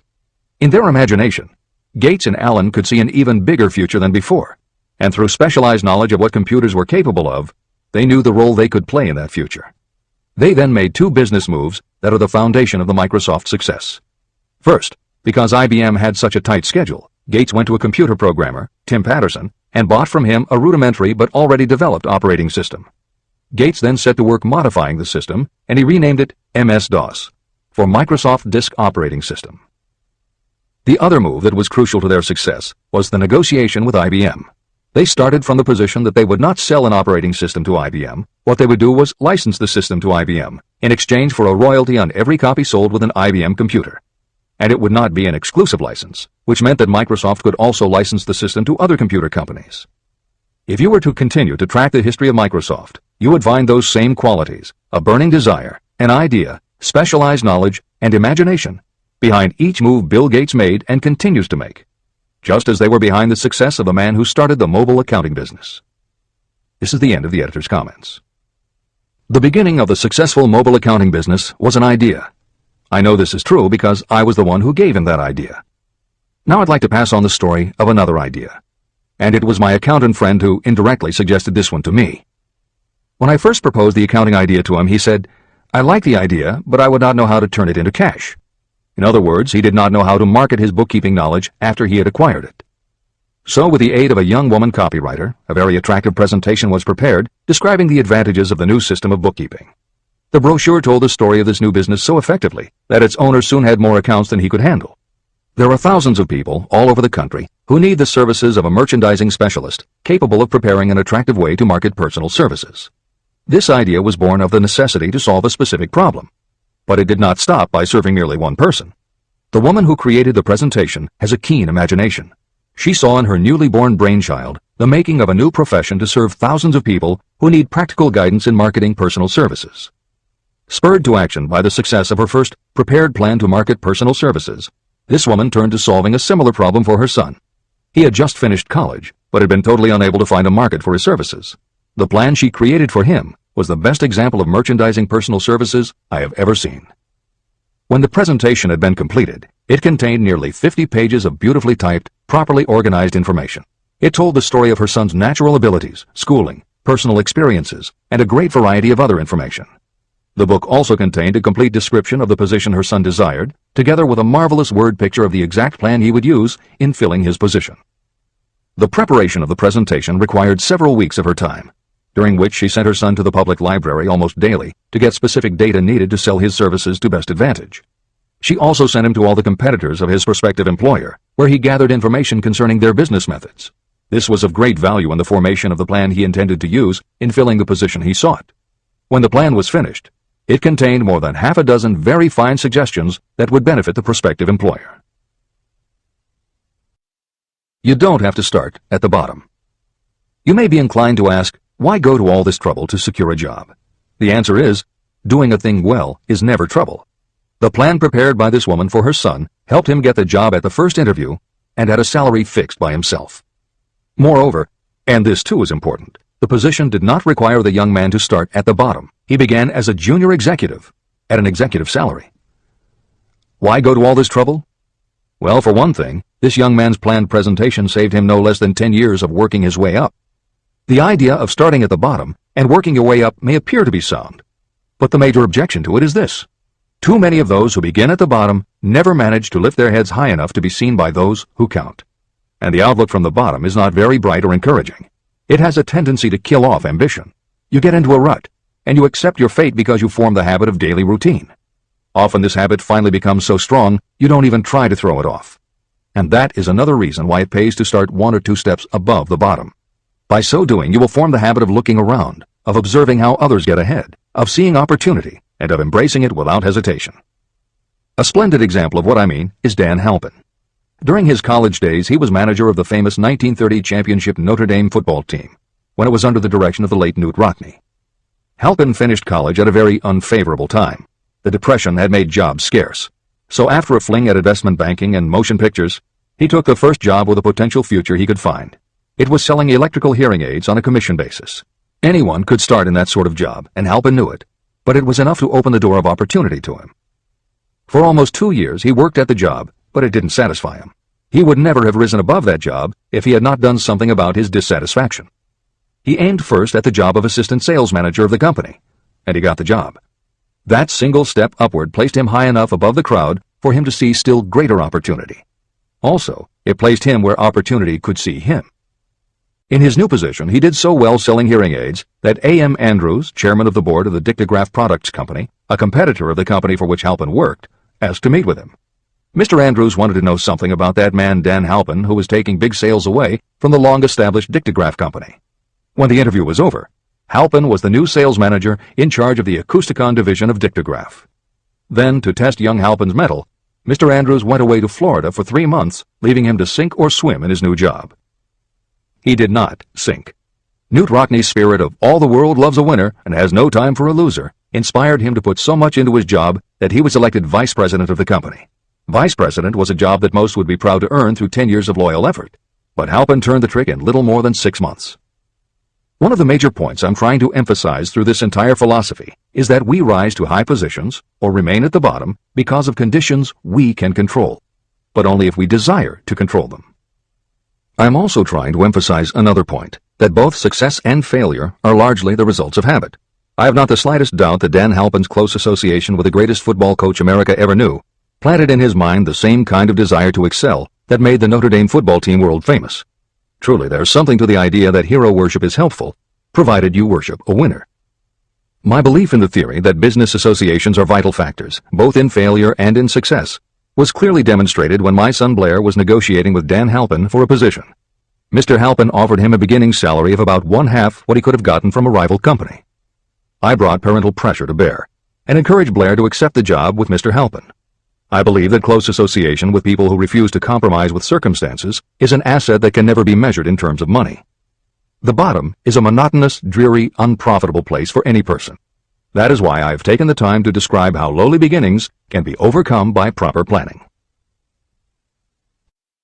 Make your ideas pay off through specialized knowledge. The woman who prepared the personal service sales plan for her son now receives requests from all parts of the country, from others who want to market their personal services for more money. But don't think that all her plan consists of is clever salesmanship to help her clients get more money for the same services they formerly sold for less. She looks after the interests of the purchaser as well as the seller of personal services. She prepares her plans so that the employers receive full value for the additional money they pay. If you have the imagination and seek a more profitable outlet for your personal services, this suggestion may be the stimulus for which you have been searching. The idea could earn you an income far greater than that of the average doctor, lawyer, or engineer whose education required several years in college. Editor's comments. Mary Kay Ash was literally researching and writing down specialized knowledge when the idea for a new business was born in her imagination. Mary Kay had quit her job as a very successful sales manager in the gift business because she had become discouraged by seeing the men she had trained earning more and being promoted ahead of her. She decided to write an advice book for career women, but as she assembled the knowledge women would need to get ahead, she realized she was writing a business plan for the kind of business she would like to run. She took her life savings of $5,000, went out and found a skincare cream she liked, acquired the rights to it, and began to contact her friends and friends of friends to see if they would like to be beauty consultants for her new company. But what she was offering wasn't just a chance to sell skincare products. It was a very imaginative combination of philosophy and opportunity that gave women the chance to achieve both personal satisfaction and financial success. The company showed a modest profit in its first year and continued to grow each year until, by the beginning of the 21st century, there were over 1 million independent beauty consultants in 30 countries with wholesale sales of more than $1.5 billion. 3 times Mary Kay Cosmetics was named as one of the 100 best companies to work for in America, and Lifetime Television Network named Mary Kay the businesswoman of the century. She became one of the most in-demand motivational speakers and the best-selling author of 3 books. Neil Balter also started his company based on specialized knowledge and imagination. He got his specialized knowledge from his job as a carpenter's apprentice. His imagination came into play the day he was hired by a customer who wanted to clear up a messy closet by having shelves installed. Now that kind of job must have been offered to thousands of carpenters, but not one of them had the imagination to see in it what Neil Balter saw.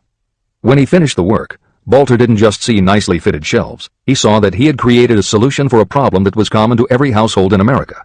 He took the money he earned from the job and started his own business, California Closet Company, which specialized in shelves and fittings designed to attractively organize closet space for maximum efficiency. But Balter's imagination didn't stop once he had his own business up and running. Now he could imagine an even bigger operation. So he went out to find new specialized knowledge about operating and franchising a business.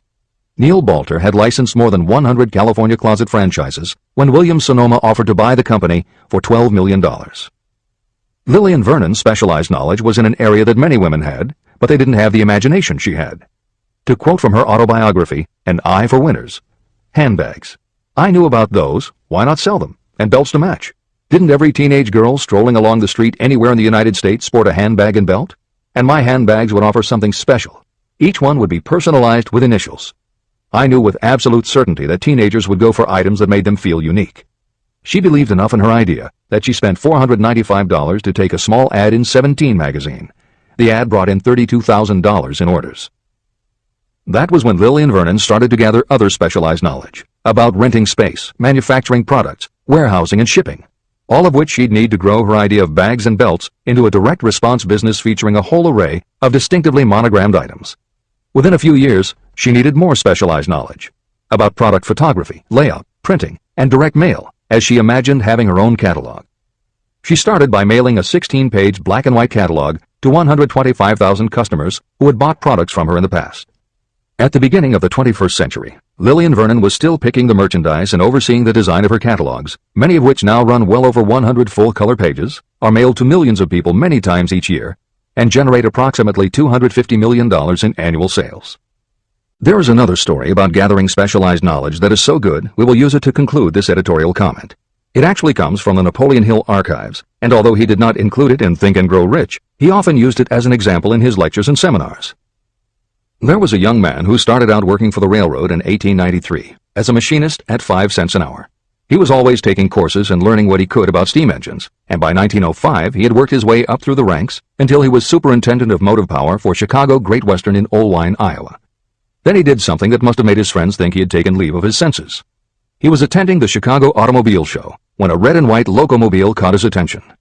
He put up his life savings of $700 and convinced a friend to co-sign a loan for $4,300 so he could buy the car. He promptly took it home, put it into a shed, jacked it up, and proceeded to take it apart piece by piece. Then he put it back together again. Then he took it apart and put it back together again. After doing that a few more times, he had learned what he wanted to know. And that was how Walter P. Chrysler gathered the specialized knowledge he needed to get himself out of railroading and into the automobile business. This is the end of the editor's comment. There is no fixed price for sound ideas. Behind all ideas is specialized knowledge. But remember, specialized knowledge is more abundant and more easily acquired than ideas.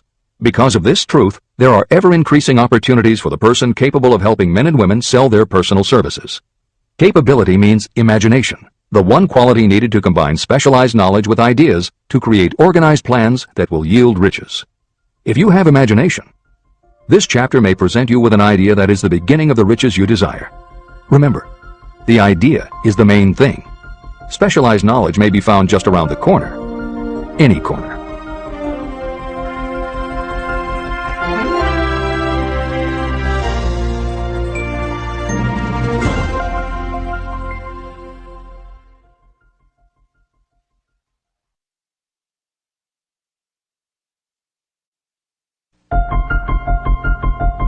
Happiness is found in doing, not merely in possessing. Chapter 7. Imagination, the workshop of the mind. The fifth step toward riches. The imagination is literally the workshop where all plans are created. It is where the impulse, the desire, is given shape, form, and action through the aid of the imaginative faculty of the mind. It has been said that we can create anything that we can imagine. Through the aid of imagination, we have discovered and harnessed more of nature's forces during the past 50 years than during the entire history of the human race previous to that time. And even with all we have accomplished, we have come nowhere near the limit of what we are capable. Our only limitation, within reason, lies in the development and use of our imagination.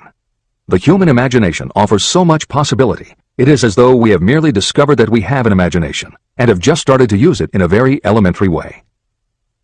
Two forms of imagination.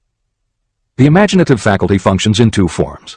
One is known as synthetic imagination, and the other as creative imagination. Editor's comments. In modern usage, the word synthetic has taken on a negative connotation, implying that something is artificial, not the real thing. Today, the word synthesized, which is defined as something made up from component parts, would better describe what Hill had in mind, and has been substituted here accordingly. This is the end of the editor's comments. Synthesized imagination. Through this faculty, you arrange old concepts, ideas, or plans into new combinations. Synthesized imagination does not create anything. It merely works with the material of experience, education, and observation with which it is fed. It is the faculty used by most inventors, with the exception of those geniuses who draw upon the creative imagination when they cannot solve problems through synthesized imagination. Creative imagination. Through the faculty of creative imagination, the finite human mind has direct communication with infinite intelligence, the faculty through which hunches and inspirations are received. It is by this faculty that all basic or new ideas are handed over to mankind. It is through this faculty that we pick up vibes from other people, and in that way one individual may tune in or communicate with the subconscious minds of others. This concept is explained in greater detail later. The creative imagination works automatically, but only when your conscious mind is motivated, energized, and working at such a high rate that it becomes very perceptive and receptive, such as when the conscious mind is stimulated through the emotion of a strong desire. The great leaders of business, industry, and finance, and the great artists, musicians, poets, and writers became great because they developed the faculty of creative imagination. Editor's comment. At this point, it should be noted that both kinds of imagination are equally valuable to you, and they work together so seamlessly, it is often hard to tell where one ends and the other begins. For instance, when Jeff Bezos created the idea of Amazon.com, was it synthesized imagination or creative imagination? At the time, many people were getting onto the idea of the internet as a sales medium. From this, it could be concluded that he was drawing upon experience, education, and observation, which would mean he was using synthesized imagination. But why did he decide to sell books? Was that synthesized or creative? Did that idea come out of something in his subconscious that just felt like books were the right thing? And what about that name? Calling a bookstore Amazon didn't make sense to anyone but Bezos, but it certainly caught the public's attention. How important was the name in the store's success? Was that choice creative or synthesized? Now take it a step further. What about eBay? Amazon had already shown that you could sell a lot of goods on the internet. When Pierre Omidyar hit on the idea of selling things on the internet by turning it into an auction house, what part was synthesized and what part was creative? The answer is, it doesn't matter. Whether you are consciously assembling the parts of a plan, or if subconsciously the pieces fall into place and suddenly hit you in a flash of inspiration, all that matters is that you are putting your imagination to work. And the more you use it, the better both the synthesized and the creative will work for you. This is the end of the editor's comment. Desire is a thought, an impulse. It is nebulous and ephemeral. It is abstract and of no value until it has been transformed into its physical counterpart. While the synthesized imagination is the one that will be used most frequently in the process of transforming desire into money, there will be circumstances and situations that demand the use of the creative imagination as well. Both the synthesized and the creative imagination become more alert and receptive with use. And though your imaginative faculty may have become weak through lack of use, you can revive it. Just as any muscle or organ of the body develops the more it is used, your imagination also becomes more receptive in direct response to the amount that you use it. Use your synthesized imagination. First, let us focus attention on the development of the synthesized imagination. This is the faculty that you will use more often in converting desire into money. Transformation of the intangible impulse of desire into the tangible reality of money calls for the use of a plan or plans. To make plans, you must use your imagination. Mainly, this will require you to use your synthesized imagination as you draw upon your experience, your education, and your observations. Editor's comment. The following is adapted from Hill's later writing and appears in Napoleon Hill's Keys to Success. An excellent example of synthesized imagination is Edison's invention of the light bulb. He began with one recognized fact that other people had discovered. A wire could be heated by electricity until it produced light. The problem was that the intense heat quickly burned the wire out, and the light never lasted more than a few minutes. Edison failed more than 10,000 times in his attempt to control this heat. When he found the method, it was by applying another common fact that had simply eluded everyone else. He realized that charcoal is produced by setting wood on fire, covering it with soil, and allowing the fires to smolder. The soil permits only enough air to reach the fire to keep it burning without blazing, and that way the wood isn't burned up. When Edison recognized this fact, his imagination immediately associated it with the idea of heating the wire. He placed the wire inside a bottle, pumped out most of the air, and produced the first incandescent light. It burned for 8.5 hours. Everything that Edison used to make the electric light was widely known, but the way he synthesized the knowledge changed the world and made him a very wealthy man. W. Clement Stone called the process the R2A2 formula: recognize and relate, assimilate and apply. If you do that with everything you see, hear, think and experience, it will give you a new way of looking at familiar things. If you do that, you can achieve what others believe is impossible. Later in this chapter, you will read of other fortunes that grew from even simpler synthesized ideas, and these stories should lead you to conclude that the combination of ideas is nothing that you couldn't have thought of yourself. That alone should start your own imagination synthesizing ideas. However, even though these stories will inspire you, and you will be anxious to get started, this is not yet the point for you to start making plans. Here, and throughout Think and Grow Rich, Napoleon Hill reminds the reader that this book is meant to be read all the way through before beginning to put the philosophy into practice. There are other ideas to be assimilated from later chapters that will influence your imagination and therefore affect the plans you may develop. This is the end of the editor's comments. Read the entire book through, then come back to this chapter and begin to put your imagination to work on the building of a plan for transforming your desire into money. Examples and instructions for creating plans are given in almost every chapter. Carry out the instructions that are best suited to your needs and put your plan in writing. The moment you complete this, you will have definitely given concrete form to your intangible desire. Now, read that sentence once more in a slightly different way. The moment I put my plan in writing, I will have definitely given concrete form to my desire. Now read it aloud and realize what you are telling yourself. Desire is only a thought. Through synthesized imagination, your experience, education, and observations will give it shape, form, and action. From the moment you follow those instructions and write out your desire and your plan, you will have actually taken the first of a series of steps that will enable you to convert the thought into its physical counterpart. Editor's comments. Synthesized imagination plays a role in every phase of a business plan. In fact, some of the most successful companies actually get started from synthesized imagination. When an entrepreneur, drawing upon his or her education, experience, and observations, takes an idea from one source and gives it a new application. That is exactly what happened with Ruth Handler. She and her husband, along with another partner, had started a small manufacturing company which had evolved into toy manufacturing. The success of their business depended on coming up with new toy ideas. Watching her young daughter at play, Ruth Handler noticed that she was fascinated with cutout books that featured teenage girl or career women paper dolls that she could cut out clothes for. She also knew that little girls loved to play dress-up in grown-up clothes. These ideas, drawn from Ruth Handler's education, experience, and observations, synthesized themselves in her imagination and came together as a new idea. Ruth Handler announced that they should make a lifelike teenage girl doll. Not a paper doll, but a real three-dimensional grown-up doll with a woman's figure, and they could also make grown-up clothes to fit it, so that girls could play dress-up with the doll. In honor of the source of inspiration, Ruth Handler named the new doll after her daughter, Barbie. As obvious as it seems now, until Ruth Handler, no one had the imagination to make and market a doll that looked like a woman, and certainly no one had ever made endless collections of tiny women's fashions for a doll to wear. Previously, we mentioned Jeff Bezos creating Amazon by combining the idea of a bookstore with the internet, and Pierre Omidyar doing the same thing with auctions when he launched eBay. Mary Kay Ash took the idea of women running their own businesses and added the idea of door-to-door sales. Anita Roddick took the trend of all-natural ingredients, combined it with cosmetics, and created the body shop empire. Bernard Marcus and Arthur Blank took the concept of the supermarket, combined it with hardware, and created Home Depot. Thomas Stemberg and Leo Kahn did the same thing with office supplies and launched Staples. Once the connections are made, it may seem obvious, but making these supposedly obvious connections has brought success to many people. Napoleon Hill says imagination is like a muscle that can be strengthened through use. Just as there are specific exercises that will build and improve physical muscles, specific exercises have been developed to improve and build imagination. And it is commonly accepted that creativity developed in one area will affect your creativity in others. Dr. Edward de Bono, one of the most highly regarded experts in the field, has written more than 25 books, including the bestsellers Lateral Thinking and 6 Thinking Hats, that are literally designed to make you think. Dr. Betty Edwards' bestseller, Drawing on the Right Side of the Brain, uses drawing techniques to awaken creativity. Dr. Gabrielle Rico's bestseller, Writing the Natural Way, uses a technique called clustering as a way to break writer's block. And Tony Buzan uses a similar method for opening your mind that he terms mind mapping. In their bestseller, Super Learning, Sheila Ostrander and Lynn Schroeder show ways to use classical music, and Roger Von Eck suggests puzzles and riddles as stimuli in A Whack on the Side of the Head.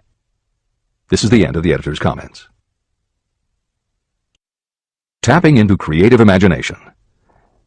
The earth on which you live, you yourself, and every other material thing are the result of evolutionary change, through which bits of matter have been organized and arranged in an orderly fashion. As far as science has been able to determine, the entire universe consists of but 2 things, matter and energy. Moreover, and this statement is of stupendous importance, this earth, every one of the billions of individual cells of your body, and every subatomic particle of matter began as an intangible form of energy. Through the combination of energy and matter has been created everything perceptible, from the largest star in the heavens down to and including man himself. Desire is a thought impulse. Thought impulses are forms of energy. When you begin the process of acquiring money by using the thought impulse of desire, you are drafting into your service the same stuff that nature used in creating this earth, as well as every material form in the universe, including your body and your brain, in which the thought impulses function. Editor's comments. Although recent developments in physics, gauge theory, string theory, membrane theory, and others, have advanced our understanding of matter and energy, Hill's preceding description remains in accord with modern science. The newer theories are variations on and refinements of the basic concept that everything in the universe is either space, time, matter, or energy. And as Einstein stated, energy and matter are in fact different forms of the same thing. As Hill says, everything from the stars to the solar system to the earth to you, your brain, and that little spark called a thought are all the same stuff. As when a tablecloth is spread out, there are folds and bumps in the fabric that are all different from each other, but they are all still tablecloth. Like the folds and bumps in the tablecloth, energy and matter are the same thing in different forms. Therefore you, matter, your thoughts, energy, and everybody else, matter, and their thoughts, energy, and all other things, matter, are not just interconnected, but are in essence all the same thing. Hill calls this interrelation of everything to everything else infinite intelligence. In the chapter on faith, he made his first mention of infinite intelligence being the source of hunches, intuition, and flashes of inspiration. In the chapter on autosuggestion, he proposed that the subconscious mind is the connection with infinite intelligence.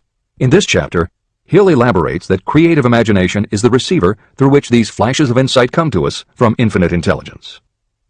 Under some circumstances, when your mind is operating at a high rate, your creative intelligence receives not just an idea, but also a flash of intuition. You get a hunch or a premonition about something or somebody. That flash could not come from your conscious or your subconscious because neither ever had the information. Because everything is a part of everything else, your creative imagination, energy, pulled the thought, energy, directly from the common pool of infinite intelligence, energy, that contains not just your subconscious, energy, but all other subconscious minds, energy, as well. Infinite intelligence is a complex concept, and for those readers who find themselves questioning the process, be assured that Hill expands on the theory in later chapters. The editors advise the reader to set aside any questions for the moment and focus on the logical and practical application Hill had in mind. This is the end of the editor's comments. You are engaged in trying to turn your desire into its physical or monetary counterpart, and there are laws of physics and principles of psychology that can help you. But first, you must give yourself time to become familiar with these laws and learn to use them. Through repetition, and by describing these principles from every conceivable angle, I hope to reveal to you the secret through which every great fortune has been accumulated. Strange and paradoxical as it may seem, the secret is not a secret. It is made obvious in the earth, the stars, the planets, in the elements above and around us, in every blade of grass, and every form of life within our vision. Do not be discouraged if you do not fully understand or accept this theory. I do not expect that you will accept all that is in this chapter on your first reading. Assimilate as much as you can now as you read this for the first time. Later, when you reread and study it, you will discover that something has happened to clarify it, and give you a broader understanding of the whole. Above all, do not stop nor hesitate in your study of these principles until you have read the book at least 3 times. Then you will not want to stop. How to make practical use of imagination. Ideas are the beginning points of all fortunes. Ideas are products of the imagination. Following are 2 true stories about ideas that have yielded huge fortunes. I hope that these stories will convey how important a role imagination can play in turning an idea into success, and that they will illustrate the method by which imagination may be used in accumulating riches. The Enchanted Kettle. In the late 1880s, an old country doctor drove to town, hitched his horse, quietly slipped into a drugstore by the back door, and began dickering with a young drug clerk. For more than an hour behind the prescription counter, the old doctor and the clerk talked in low tones. Then the doctor left. He went out to the buggy and brought back a large old-fashioned kettle, a big wooden paddle, used for stirring the contents of the kettle, and deposited them in the back of the store. The clerk inspected the kettle, reached into his inside pocket, took out a roll of bills, and handed it over to the doctor. The roll contained exactly $500, the clerk's entire savings. The doctor handed over a small slip of paper on which was written a secret formula. The words on that small slip of paper were worth a king's ransom, but not to the doctor. Those magic words were needed to start the kettle to boiling, but neither the doctor nor the young clerk knew what fabulous fortunes were destined to flow from that kettle. The old doctor was glad to sell the outfit for $500. The clerk was taking a big chance by staking his entire life savings on a mere scrap of paper and an old kettle. He never dreamed his investment would start a kettle to overflowing with gold that would one day surpass the miraculous performance of Aladdin's lamp. What the clerk really purchased was an idea. The old kettle and the wooden paddle and the secret message on a slip of paper were incidental. The miracle of that kettle only began to take place after the new owner mixed with the secret instructions an ingredient of which the doctor knew nothing. See if you can discover what it was that the young man added to the secret message, which caused the kettle to overflow with gold. Here you have a story of facts stranger than fiction, facts that began in the form of an idea. Just look at the vast fortunes of gold this idea has produced. It has paid, and still pays, huge fortunes to men and women all over the world who distribute the contents of the kettle to millions of people. The old kettle is now one of the world's largest consumers of sugar, thus providing jobs to thousands of men and women engaged in growing sugarcane and in refining and marketing sugar. The old kettle consumes annually millions of bottles and cans, providing jobs to huge numbers of workers. The old kettle gives employment to an army of clerks, stenographers, copywriters, and advertising experts throughout the nation. It has brought fame and fortune to scores of artists who have created magnificent pictures describing the product. The old kettle has converted Atlanta, which was a small southern city, into the business capital of the South, where it now benefits, directly or indirectly, every business and practically every resident of the city. The influence of this idea now benefits every civilized country in the world, pouring out a continuous stream of gold to all who touch it. Gold from the kettle built and maintains one of the most prominent colleges of the South, where thousands of young people receive the training essential for success. If the product of that old brass kettle could talk, it would tell thrilling tales in every language, tales of love, of business, of professional men and women who are daily being stimulated by it. I am sure of at least one such tale of romance, for I was a part of it, and it all began not far from the very spot on which the drug clerk purchased the old kettle. It was there that I met my wife, and it was she who first told me of the enchanted kettle. It was the product of that kettle we were drinking when I asked her to accept me for better or worse. Whoever you are, wherever you may live, whatever your occupation, just remember every time you see the words Coca-Cola that its vast empire of wealth and influence grew out of a single idea. And that idea, the mysterious ingredient the drug clerk, Asa Candler, mixed with a secret formula, was imagination. Stop and think of that for a moment. Keep in mind that the steps to riches described in this book are the very same principles through which the influence of Coca-Cola has been extended to every city, town, village, and crossroads of the world. Now here's the most important thing to remember. The ideas you create may have the possibility of duplicating the enormous success of this worldwide thirst killer. Editor's comments. Harlan Sanders, too, had a recipe in a magic kettle. Actually, his kettle was a pressure cooker, but neither his cooker nor his recipe of 11 herbs and spices would be mentioned here if he didn't also have imagination. Harlan Sanders owned and operated a successful motel and cafe in Corbin, Kentucky. Then, when the new interstate highway came through, it bypassed Sanders' location. In a short time, his business went broke, leaving him with little more than his recipe for fried chicken and a way to make it quickly in a pressure cooker. At 62 years of age, the Colonel, as people called him, had to find a new way to make a living. That's when the magic ingredient, imagination, came in. He decided he wasn't going to sell fried chicken anymore. Instead, he would sell his method for making it. He packed his recipe and cooker into the back of his car and hit the road to demonstrate his fried chicken to other restaurant owners. In the first 2 years, he managed to sell 5 franchises. 2 years later, he'd sold 200. 4 years later, he was up to 600 locations when he was approached by an investment group to sell his company. Recognizing that the magic wasn't just in the kettle or the recipe, the new owners asked Colonel Sanders to stay on as spokesman for the company, which he did until his death in 1980. Today, there are almost 12,000 KFC locations in more than 80 countries with sales of nearly $10 billion a year. Debbie Fields was a 20-year-old housewife who loved to bake cookies. She had no formal education and no business experience, but she had a recipe and an imaginative idea that people would like to buy fresh, hot, soft cookies from a walk-up store. The business people and bankers she approached told her she was crazy, but she and her husband continued to pitch her idea to banker after banker until they finally wore one down enough to give Debbie Fields a loan to open a store in Palo Alto, California. By noon on her first day, she still hadn't sold a cookie, so she went out into the street and gave away samples. That did it. Her walk-in try-a-sample cookie store took off. Today, Mrs. Fields' stores are all across America. Harvard Business School uses her methods as a case study in efficiency, and Debbie Fields has become a best-selling author, an in-demand motivational speaker, and a television personality. Wally Famous Amos was a Los Angeles talent agent who copied a cookie recipe off the back of a bag of Nestle's chocolate chips. He made a few changes to personalize the recipe and started to give out his version of homemade cookies as a sort of calling card. His clients and business associates liked them so much that Wally finally decided to quit show business and open a store. He did it with a Hollywood agent's flair. He opened on Sunset Boulevard with 2,000 invitations, a red carpet, and celebrities. With the same flair, he put his picture on the bag, filled the bags with cookies, and started selling them to exclusive department stores and specialty shops.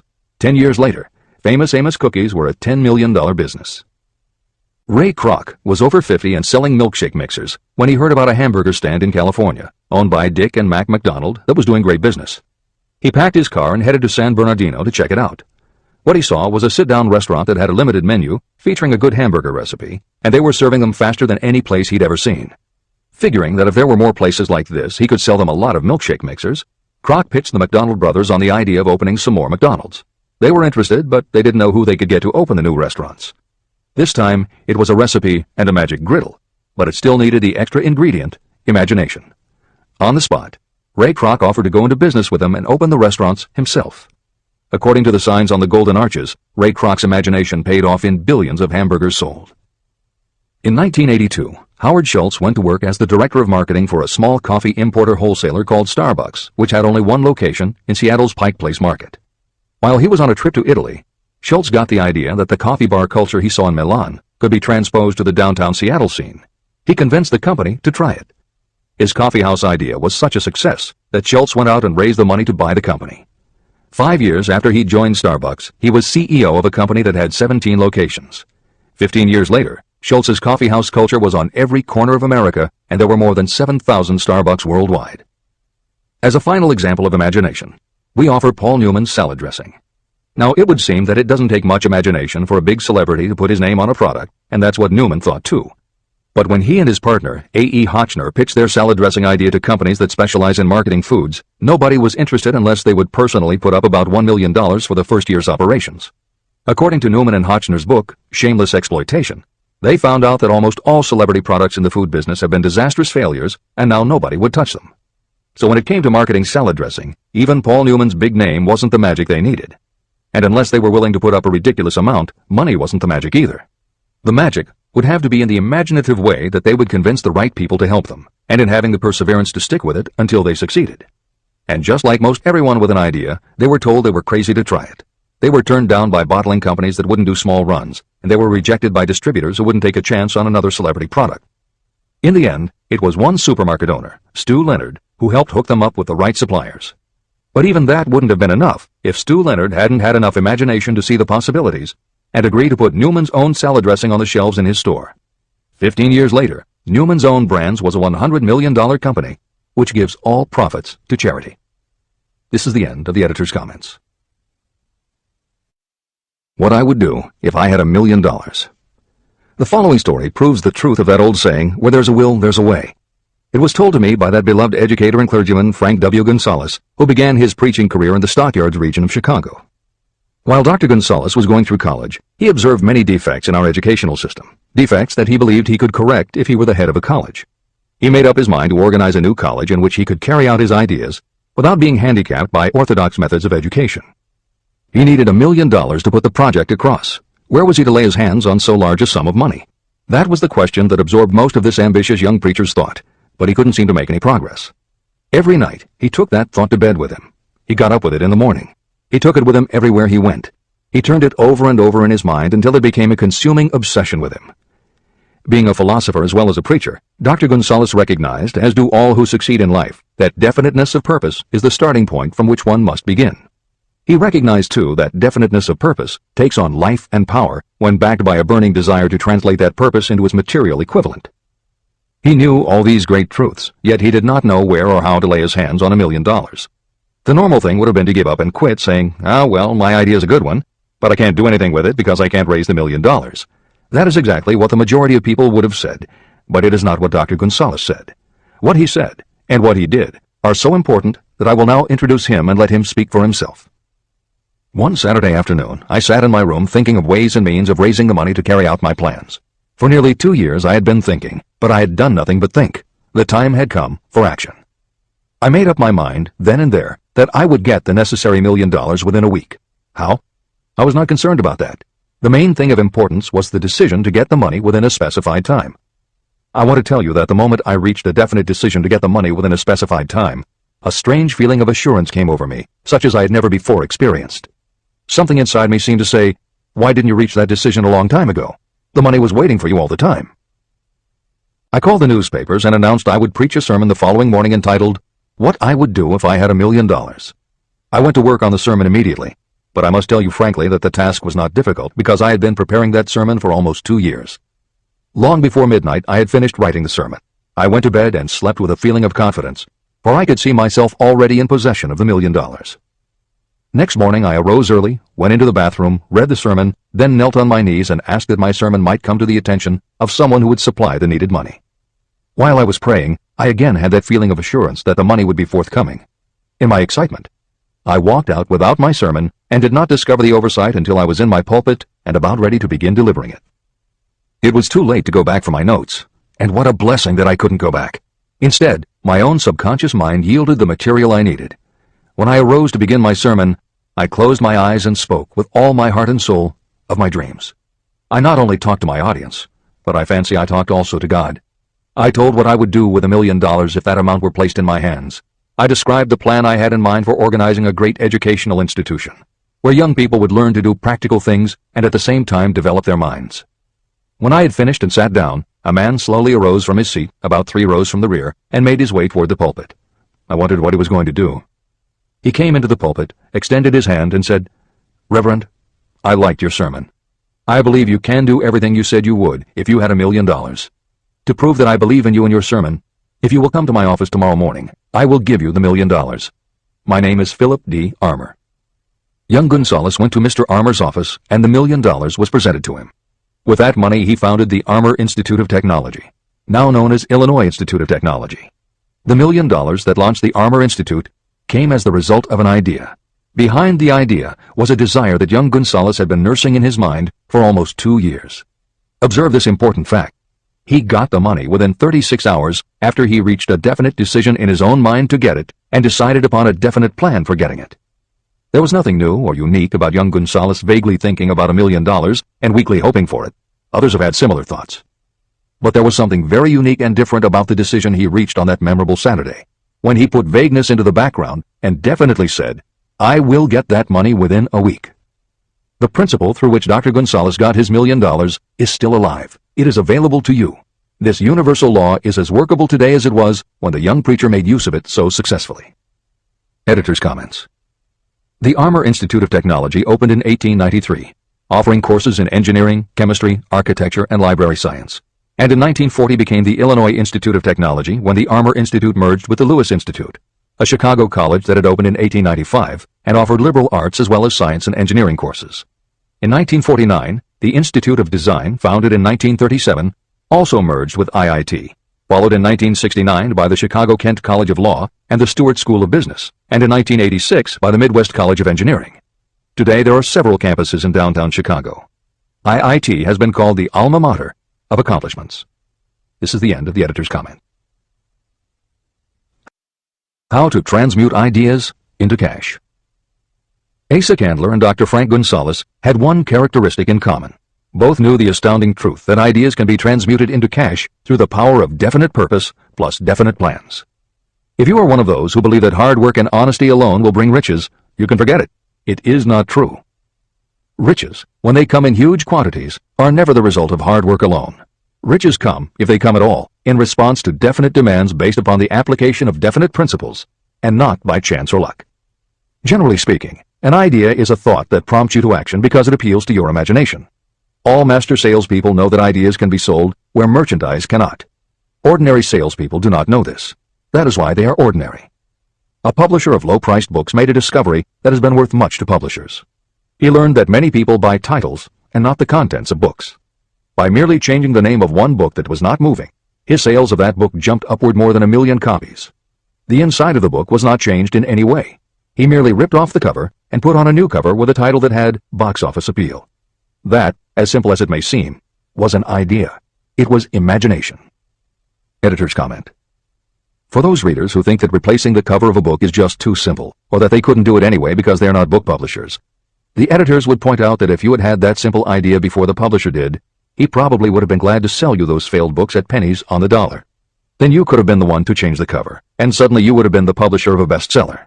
However, the idea of replacing the covers wouldn't have meant a thing if you didn't also have ideas about how to market and promote that flashy new cover. And that is Hill's point. Coca-Cola was a recipe, a creative idea. But it would have stayed just a recipe if Asa Candler hadn't also had other creative ideas to market it and the faith in himself to carry through on those ideas. Spence Silver was a chemist working for 3M when, by accident, he created a glue that wasn't very sticky. Needless to say, 3M was not much interested in glue that didn't stick, and Silver's invention was shelved as a failure. But Silver liked his glue, so for 5 years he kept demonstrating it to anyone who would listen. Nobody did, until Arthur Fry, who worked in the tape division at 3M, found that when he was at choir practice, he kept losing his place in the hymnal because the pieces of paper he used to mark his place slipped down or fell out of the book. A little of Silver's not very sticky glue on the slips of paper, and they stayed where he wanted them, then peeled off easily when he was done. That was the eureka moment. They had just invented the world's best bookmark, Post-its.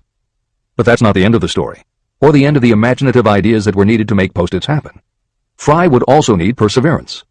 First, he had to convince the engineers to solve production problems, and to do it, he knocked a hole in his basement wall so he could install a prototype of the production equipment. He stuck with it, and finally, 2 years later, 3M gave the project to their marketing department. The marketing experts put together ads and brochures selling this sticky notepad idea and rolled it out in a 4-city test. The results were a disaster. Nobody got it, so nobody bought it. Who would pay money for scratch paper? The Post-it project was about to be scrapped when Jeffrey Nicholson and Joseph Ramey added their imaginations. Like Silver and Fry, Nicholson and Ramey had faith in the idea because they saw how people in their office fell in love with these little sticky pieces of paper once they started working with them.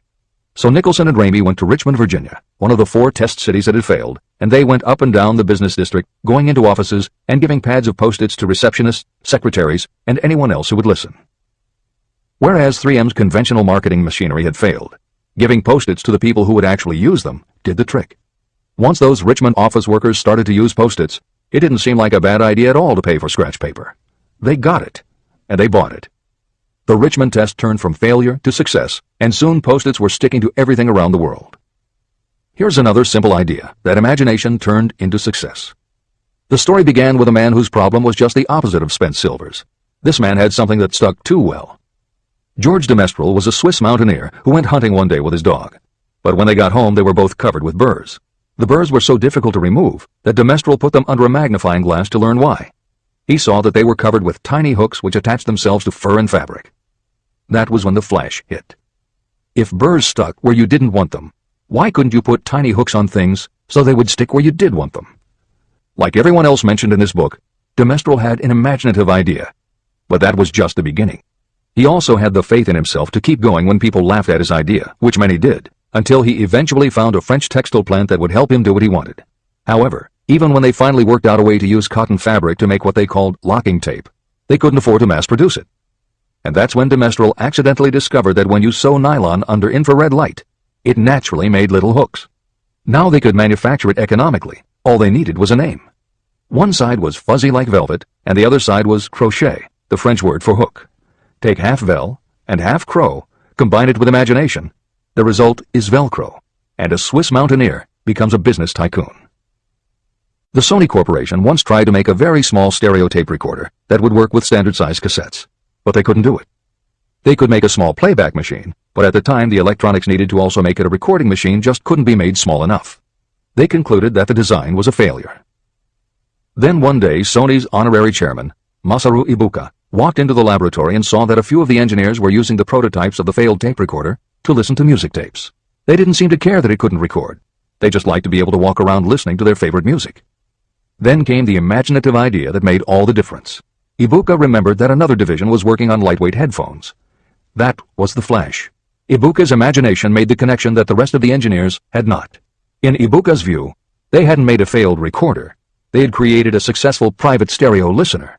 They added the headphones, named it the Walkman, and it revolutionized both the music business and the electronics industry. Clarence Saunders was a grocery clerk in a small southern retail store. One day he was standing with a tray in his hands waiting his turn in a cafeteria. He had never earned more than $20 a week before then, and no one had ever noticed anything about him that indicated unusual ability. But something took place in his mind as he stood in the line of waiting people that put his imagination to work. That was when he came up with the idea that this same self-serve concept would also work at the grocery store. Clarence Saunders took the idea to his boss. Naturally, his boss told him he was crazy. So Clarence Saunders quit his job, went out and did what he needed to do to raise the money, and opened the first self-serve grocery store. He called it Piggly Wiggly, and Clarence Saunders, the $20-a-week grocery clerk, rapidly became the multi-million-dollar chain store groceryman of America. Sylvan Goldman was the owner of a number of Piggly Wiggly stores in Oklahoma, and like any good businessman, he spent a lot of time watching his customers go up and down the aisles, putting their choices into their baskets or net shopping bags. One night, while trying to figure out how to get his customers to buy more at one time, he found himself staring at a basket sitting on the seat of a wooden folding chair. Eureka! He called in his mechanic, Fred Young. They put some wheels on the bottom of the legs, added another basket below the seat, and the shopping cart was born. As this edition is being readied for publication, there are about 35 million shopping carts in America, and approximately 1.25 million new carts are sold each year. Thomas Stemberg, whom we also mentioned earlier, was another supermarket executive who watched his customers as they shopped. By this time, shopping carts were well established in supermarkets, and it was because his customers were pushing shopping carts up and down the aisles that he got his flash of inspiration. He was so sure of his idea that he convinced another supermarket executive, Leo Kahn, to join him. Together, they took the supermarket concept and applied it to selling office supplies, and in 1986 they opened their first store in Brighton, Massachusetts. They called it Staples. In 1989, they took the company public, and 10 years later there were more than 1,000 Staples stores with revenues exceeding $7 billion. We'll end this commentary with another set of connected stories, which make the point that sometimes the most imaginative part of marketing is in the timing. If you were to go shopping in the late 1800s, it usually meant bartering with a merchant who would then have to get the goods from storage shelves kept behind the counter. In the 1870s, fixed pricing was just starting to be used by storekeepers. Merchants were trying the idea by setting out a table of merchandise that was all priced the same, usually 5 cents. Frank Winfield Woolworth was a clerk in a general store, and he convinced the store owner to let him try the 5-cent table idea. Although it worked, the owner wasn't impressed. So Woolworth borrowed $350 from his boss, and in 1879 opened his first 5-cent store in Utica, New York. It was an entire store full of goods where everything cost a nickel. A year later, he had 4 stores, and the fourth one, in Lancaster, Pennsylvania, was the first that he named F.W. Woolworth's 5 and 10 cent store. 20 years later, he had 238 stores. By the time of his death in 1919, there were over 1,000 F.W. Woolworth locations. He had established the first nationwide chain of general merchandise stores, and he had built the tallest building in New York City as his headquarters. The Woolworth Company stayed true to the original idea and didn't carry any merchandise that cost more than a dime until 1932, when the top price was raised to 20 cents. But as times changed, the fixed price was dropped, the merchandise became more varied, and the company kept growing until it had over 8,000 stores worldwide, selling everything from notions to appliances and furniture. Then in the 1960s and 1970s, something started to happen. The mood of America was changing, but the Woolworth stores weren't. And that was when Sam Walton opened the first Walmart in Rogers, Arkansas in 1962. Walton got into the retail business after the Second World War, when his father-in-law loaned him the money to buy a franchise Butler Brothers store in Bentonville, Arkansas. By 1962, Sam and his brother Bud owned 16 variety stores in Arkansas, Missouri, and Kansas. It was in these stores that Sam Walton first started adding the magic ingredient of imagination. In addition to his flair for promotion, Sam tried new approaches to the way household goods and general merchandise could be sold at retail.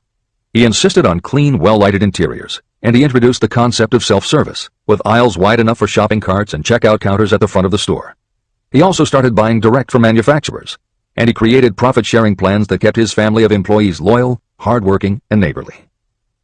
In 1962, he incorporated those and other imaginative ideas when he opened his first store that he called Walmart. The basic magic was that he sold brand-name merchandise at discount prices. But there was also magic in the way he kept a friendly hometown feel to his store, even though it was what is now called a big box store. Sam Walton's Walmart store was a success, so he just kept building and opening more of them. First in small towns and rural areas, then in larger towns, then big cities, and it wasn't long before he had a national chain. By 1992, when Sam Walton died, there were more than 1,700 Walmart stores. It was the biggest retailer in the country, it employed more than 600,000 people, and Sam Walton was the richest man in America. In 2003, the stores numbered more than 3,200 in the U.S. and more than 1,100 in foreign countries. The company employed more than 1,300,000 people worldwide and served more than 1 million customers a week. Along the way, Woolworths and other older retailers such as Kresge's tried to get on the bandwagon with their Woolco and Kmart stores, but they couldn't seem to get it right. They had given up their old five-and-dime identity to become higher-priced general retailers, and when Walmart came along and redefined that part of the market, the others seemed to have run out of the kind of imagination they'd had in the beginning. Now, here's the twist to the story. David Gold was running a liquor store that he had inherited from his father. He noticed that whenever he put out a display of goods priced at 98 cents or $1, the goods would sell okay, but if his sign said 99 cents, the goods sold out in no time. He decided that he would open a store called the 99-cent only store, where everything would be priced at 99 cents. Sound familiar? Frank Woolworth's imaginative idea from 1879, which had been dropped at his namesake chain by the 1940s and 1950s, had just gotten a fresh shot of imagination from David Gold in 1982. As usual, friends and family told him he was crazy, but David Gold went out to find suppliers who would sell him discontinued merchandise or overproduced products at a price low enough that he could offer them to the public at 99 cents. He found them. And they even had brand-name products of everything from hardware to pantyhose, cleaning products, motor oil, kitchenware, cosmetics, electronics, toys, canned goods, frozen foods, cookies, fresh fruit, even gourmet foods. More than 5,000 items that he could sell for 99 cents and still make a profit. David Gold opened his first well-lighted, brightly colored green and fuchsia wide-aisle store in Inglewood, California in 1982. By 2003, he had 142 stores in California, Nevada, and Arizona, and he was listed on the Forbes 400 as having earned a personal fortune estimated at more than $650 million. As Napoleon Hill wrote elsewhere about the creation of Piggly Wiggly, where in this story do you see the slightest indication of something that you could not duplicate? The plan, which made millions of dollars for its originator, was a very simple idea that anyone could have adopted, yet considerable imagination was required to put the idea to work in a practical sort of way. The more simple and easily adapted an idea is, the greater is its value, as no one is looking for ideas that are involved with great detail or are in any way complicated. This is the end of the editor's comments. There is no standard price on ideas. The creator of ideas sets his or her own price, and if they're smart, they get it. The story of practically every great fortune starts with a day when a creator of ideas and a seller of ideas got together and worked in harmony. Carnegie surrounded himself with men who could do what he could not do, men who created ideas and men who put ideas into operation, and that was what made him and the others fabulously rich. Millions of people go through life hoping for favorable breaks. Perhaps a favorable break can get you an opportunity, but the safest plan is not to depend upon luck. It was a favorable break that gave me the biggest opportunity of my life, but more than 20 years of determined effort had to be devoted to that opportunity before it became an asset. The break consisted of my good fortune in meeting and gaining the cooperation of Andrew Carnegie. On that occasion, Carnegie planted in my mind the idea of organizing the principles of achievement into a philosophy of success. Millions of people have profited by the discoveries made in the years of research, and fortunes have been accumulated through the application of the philosophy. The beginning was simple. It was an idea that anyone might have developed. The favorable break came through Carnegie. But what about the determination, definiteness of purpose, and the desire to attain the goal, and the persistent effort of all those years of research? It was no ordinary desire that survived disappointment, discouragement, temporary defeat, criticism, and the constant reminding that I was wasting my time. It was a burning desire, an obsession. When the idea was first planted in my mind by Mr. Carnegie, it was coaxed, nursed, and enticed to remain alive. Gradually, the idea became a giant under its own power, and it coaxed, nursed, and drove me. Ideas are like that. First you give life and action and guidance to ideas. Then they take on a power of their own and sweep aside all opposition. Ideas are intangible forces, but they have more power than the physical brains that give birth to them. They have the power to live on after the brain that creates them has returned to dust. Tell the world what you intend to do, but first, show it. Chapter 8. Organized Planning. The crystallization of desire into action. The sixth step toward riches. You have learned that everything we create or acquire begins in the form of desire. Desire is taken on the first lap of its journey from the abstract to the concrete in the workshop of the imagination, where plans for its transition are created and organized. In Chapter 3, Desire, you were instructed to take 6 practical steps to begin translating your desire for money into its monetary equivalent. One of the steps you must take is the formation of a definite, practical plan or plans through which this transformation may be made. Following are the basic instructions for making practical plans. Ally yourself with a group of as many people as you may need for the creation and carrying out of your plan or plans for the accumulation of money, making use of the mastermind principle. Compliance with this instruction is absolutely essential. Do not neglect it. Editor's comment. The Mastermind Alliance is built of 2 or more minds working actively together in perfect harmony toward a common goal. This concept was introduced in Chapter 6, Specialized Knowledge, and is described in more detail in Chapter 11, The Power of the Mastermind. This is the end of the editor's comment. Before forming your Mastermind Alliance, decide what advantages and benefits you may offer the individual members of your group in return for their cooperation. No one will work indefinitely without some form of compensation. No intelligent person should request or expect another to work without adequate compensation, although this may not always be in the form of money.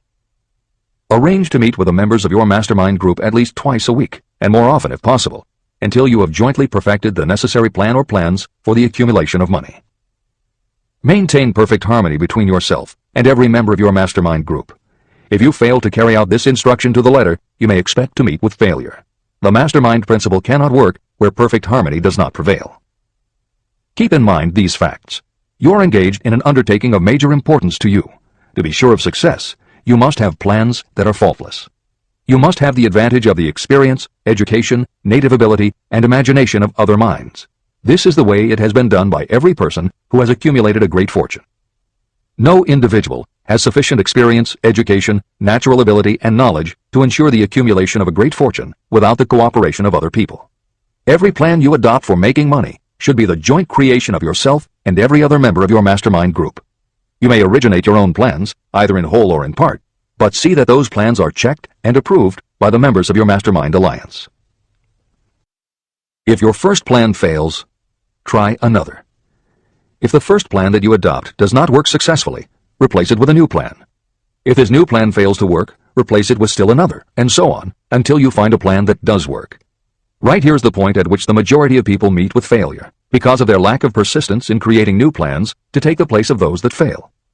The most intelligent person living cannot succeed in accumulating money, or in any other undertaking, without plans that are practical and workable.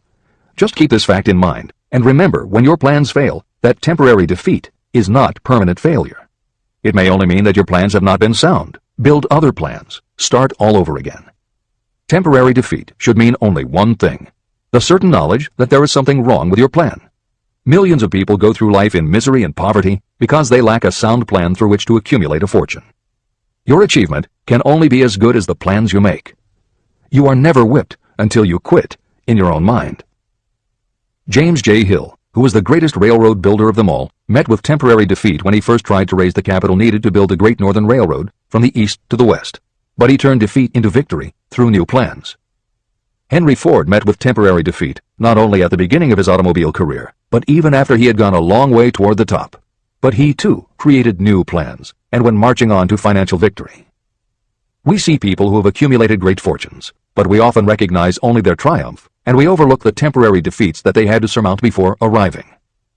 No follower of this philosophy can reasonably expect to accumulate a fortune without experiencing temporary defeat. When defeat comes, accept it as a signal that your plans are not sound. Rebuild those plans and set sail once more toward your goal. If you give up before your goal has been reached, you're a quitter. A quitter never wins, and a winner never quits. Write this sentence on a piece of paper in letters an inch high and place it where you will see it every night before you go to sleep and every morning before you go to work. When you begin to select members for your mastermind group, choose those who do not take defeat seriously. Some people foolishly believe that only money can make money. This is not true. Desire, transmuted into its monetary equivalent through the principles in this book, is the way money is made. Money, of itself, is nothing but inert matter. It cannot move, think, or talk, but it can hear when someone who desires it calls it to come. Intelligent planning is essential for success in any undertaking designed to accumulate riches. Following are detailed instructions to those who must begin the accumulation of riches by selling personal services.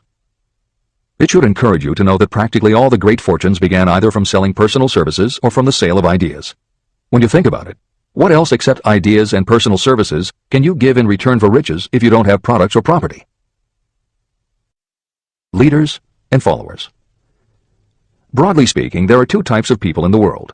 One type is known as leaders and the other as followers. Decide at the outset whether you intend to become a leader in your chosen calling or remain a follower. The difference in compensation is vast. The follower cannot expect to make as much as a leader, although some followers make the mistake of thinking they should. It is no disgrace to be a follower. On the other hand, it is no credit to remain a follower. Most great leaders began as followers. They became great leaders because they were intelligent followers. With few exceptions, the person who cannot follow a leader intelligently cannot become an efficient leader. The person who can follow a leader most efficiently is usually the person who develops into leadership most rapidly. An intelligent follower has many advantages, including the opportunity to acquire knowledge from the leader. The major attributes of leadership. The following are important factors of leadership. 1. Unwavering courage based upon knowledge of yourself and your occupation. No follower wishes to be dominated by a leader who lacks self-confidence and courage. Certainly no intelligent follower will be dominated by such a leader for very long. 2. Self-control. The person who cannot control himself can never control others. Self-control sets a strong example for your followers, which the more intelligent followers will emulate. 3. A keen sense of justice. Without a sense of fairness and justice, no leader can command and retain the respect of their followers. 4. Definiteness of decision. Those who waver in decisions show that they are not sure of themselves and therefore cannot lead others successfully. 5. Definiteness of plans. Successful leaders must plan their work and work their plans. Leaders who move by guesswork, without practical definite plans, are like a ship without a rudder. Sooner or later, they will land on the rocks. 6. The habit of doing more than paid for. One of the penalties of leadership is the necessity of the leaders to willingly do more than they require of their followers. 7. A pleasing personality. Leadership calls for respect. Followers will not respect a leader who does not grade high on all of the factors of a pleasing personality. 8. Sympathy and understanding. Successful leaders must be in sympathy with their followers. Moreover, they must understand them and their problems. 9. Mastery of detail. Successful leadership calls for mastery of the details of the leader's position. 10. Willingness to assume full responsibility. Successful leaders must be willing to assume responsibility for the mistakes and the shortcomings of their followers. If a leader tries to shift this responsibility, that leader will not remain the leader. If one of your followers makes a mistake or is incompetent, you must consider that it is you who failed. 11. Cooperation. The successful leader must understand and apply the principle of cooperative effort and be able to induce followers to do the same. Leadership calls for power, and power calls for cooperation. There are two forms of leadership. The first, and by far the most effective, is leadership by consent of and with the sympathy of the followers. The second is leadership by force, without the consent and sympathy of the followers. History is filled with evidences that leadership by force cannot endure. The downfall and disappearance of dictators and kings is significant. It means that people will not follow forced leadership indefinitely. Napoleon, Mussolini, Hitler were examples of leadership by force. Their leadership passed. Editor's comment. The following may also be added to the list: Idi Amin, Francisco Franco, Saddam Hussein, Ferdinand Marcos, Slobodan Milosevic, Juan Perón, General Augusto Pinochet, Pol Pot, General Suharto, the Taliban leaders in Afghanistan, Marshal Josip Broz Tito, Joseph Stalin, and subsequent leaders of the Soviet Union, East Germany, and the other countries in the communist bloc. This is the end of the editor's comment. Those that remain see their power eroding and slipping away. Leadership by consent of the followers is the only leadership that can endure. People may follow forced leadership temporarily, but they will not do so willingly. Successful leaders will embrace the 11 factors of leadership described in this chapter, as well as some other factors. Those who make these attributes the basis of their leadership will find abundant opportunity to lead in any walk of life.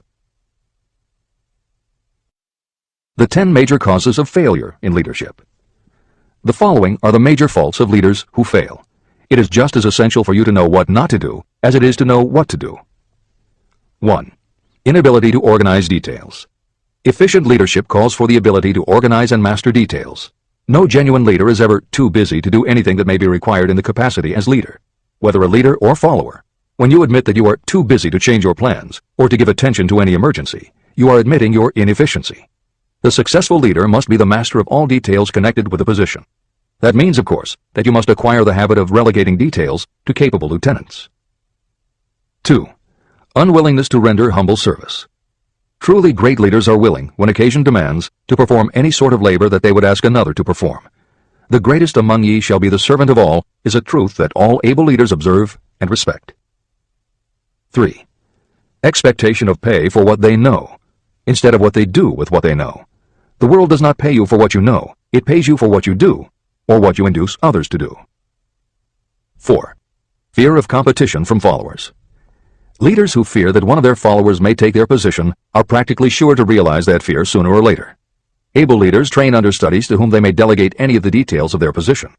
Only in this way can leaders multiply themselves and be at many places and give attention to many things at one time.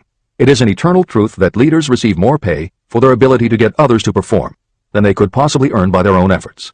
An efficient leader may, through knowledge of the job and a magnetic personality, greatly increase the efficiency of others and get them to render more service and better service than they could render without the leader's guidance. 5. Lack of imagination. Without imagination, the leader is incapable of meeting emergencies or of creating plans by which to guide followers efficiently. 6. Selfishness. Leaders who claim all the honor for the work of their followers are sure to be met by resentment. The really great leader claims none of the honors. Great leaders are content to see the honors, when there are any, go to their followers, because the great leaders know that most people will work harder for commendation and recognition than they will for money alone. 7. Intemperance. Followers do not respect an intemperate leader. Moreover, intemperance in any form destroys the endurance and the vitality of those who indulge in it. 8. Disloyalty. Perhaps this should have come at the head of the list. Leaders who are not loyal to their duty, and to those both above and below them, cannot maintain their leadership for long. Disloyalty marks you as being less than the dust of the earth, and it will bring the contempt it deserves. Lack of loyalty is one of the major causes of failure in every walk of life. 9. Emphasis of the authority of leadership. The efficient leader leads by encouraging, and not by trying to instill fear in the hearts of those who follow. Leaders who try to impress their followers with their authority come within the category of leadership through force. If you are a real leader, you will have no need to advertise that fact. It is apparent in your conduct, by your sympathy, understanding, fairness, and a demonstration that you know your job. 10. Emphasis of title. Competent leaders require no title to give them the respect of their followers. Leaders who make too much of their titles generally have little else to emphasize. The doors to the office of the real leader are open to all and free from formality or ostentation. These are among the most common causes of failure in leadership. Any one of these faults is sufficient to cause failure. Study the list carefully if you aspire to leadership, and make sure that you are free of these faults. Editor's comment. Warren Bennis, a professor who teaches management and organization, said, "A manager is someone who does things right. A leader is someone who does the right thing." Admiral Grace Hopper was the ranking female Navy officer when she was interviewed for 60 Minutes. She said, "You manage things. You lead people." This is the end of the editor's comment.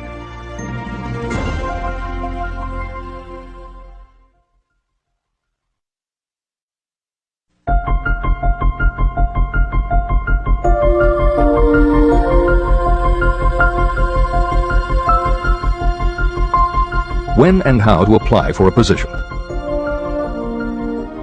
The information described here is the net result of many years of experience, during which thousands of men and women were helped to market their services effectively.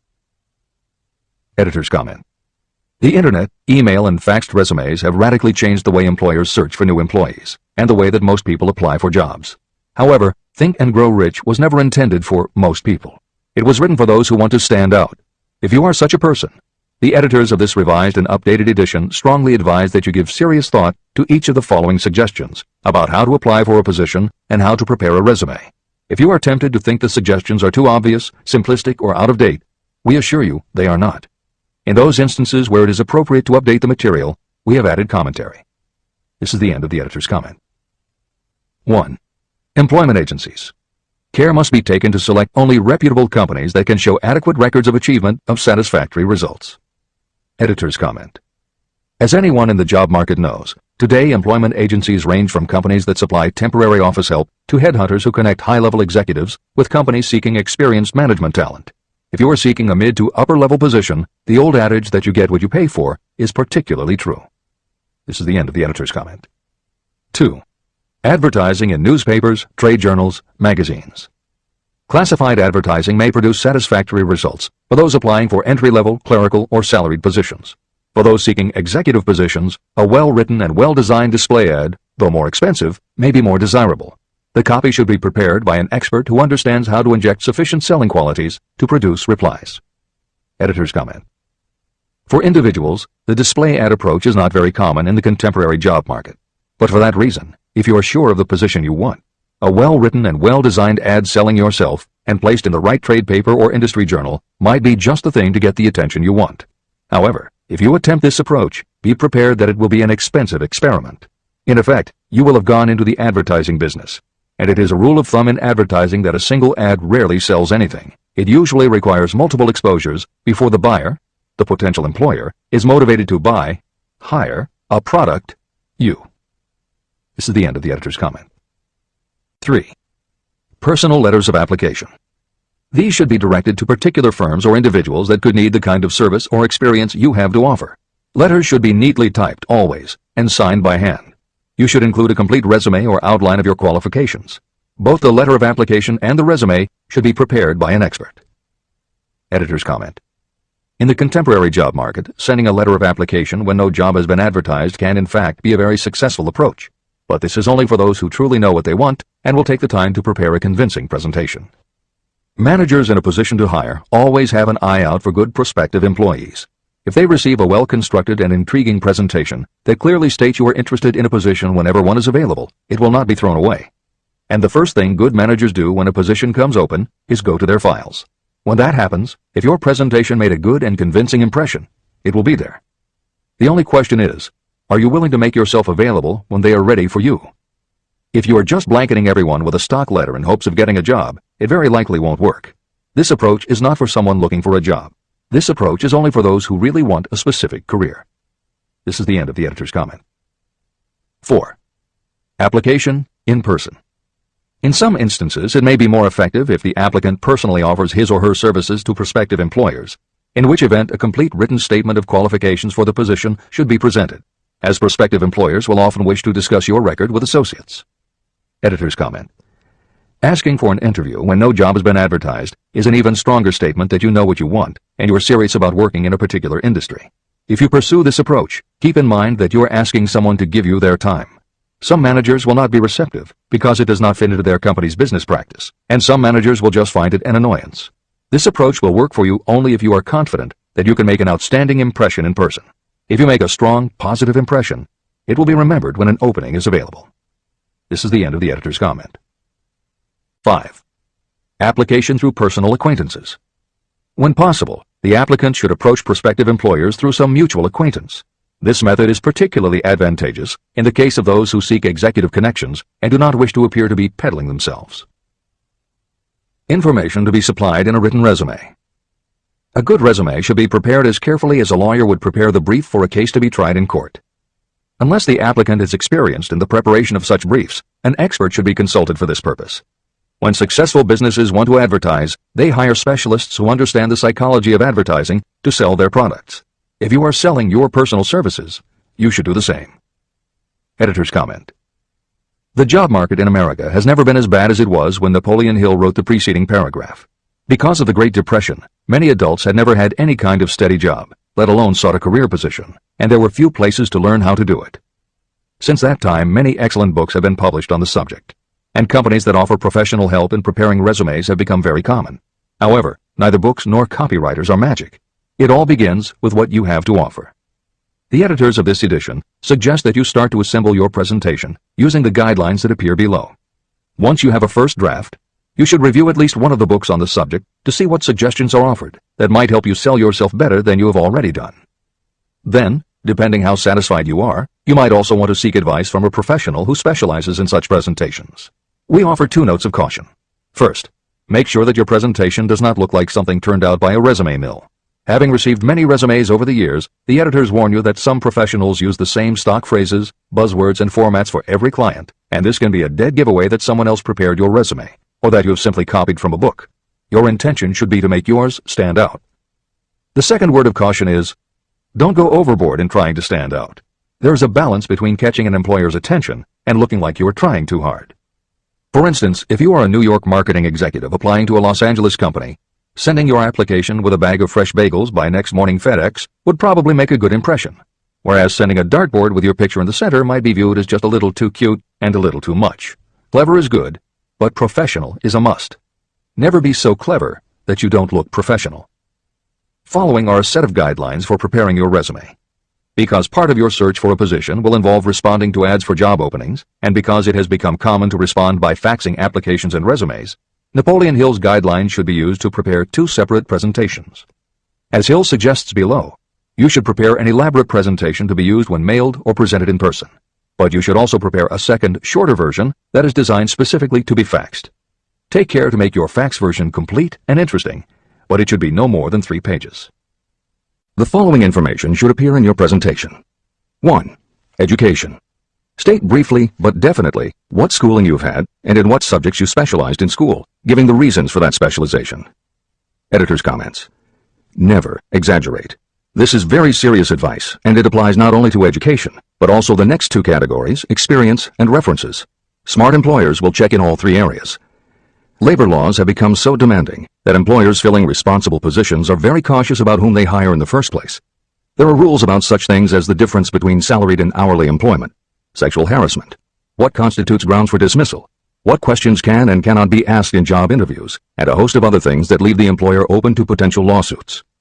Consequently, smart employers, the kind you want to work for, will check your education, experience, and references.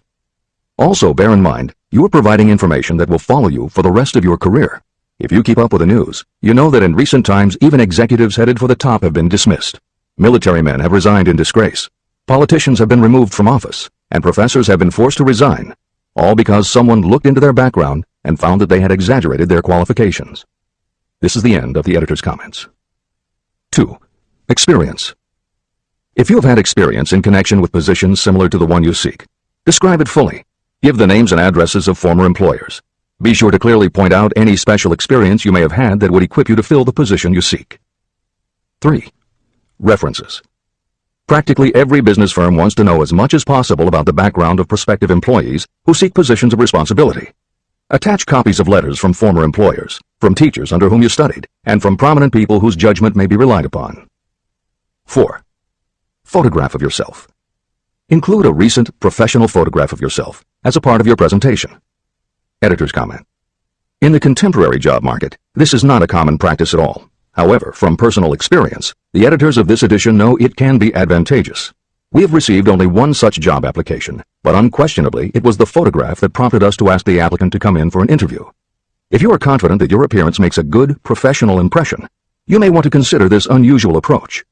There is the danger that you may be seen as vain or self-centered, but it could also be the thing that gives you an edge. This is the end of the editor's comment. 5. Apply for a specific position. Never apply for just a job. That indicates you lack specialized qualifications. 6. State your qualifications for the particular position for which you apply. Give full details why you believe you are qualified for the particular position you seek. This is the most important detail of your application. It will determine, more than anything else, what consideration you receive.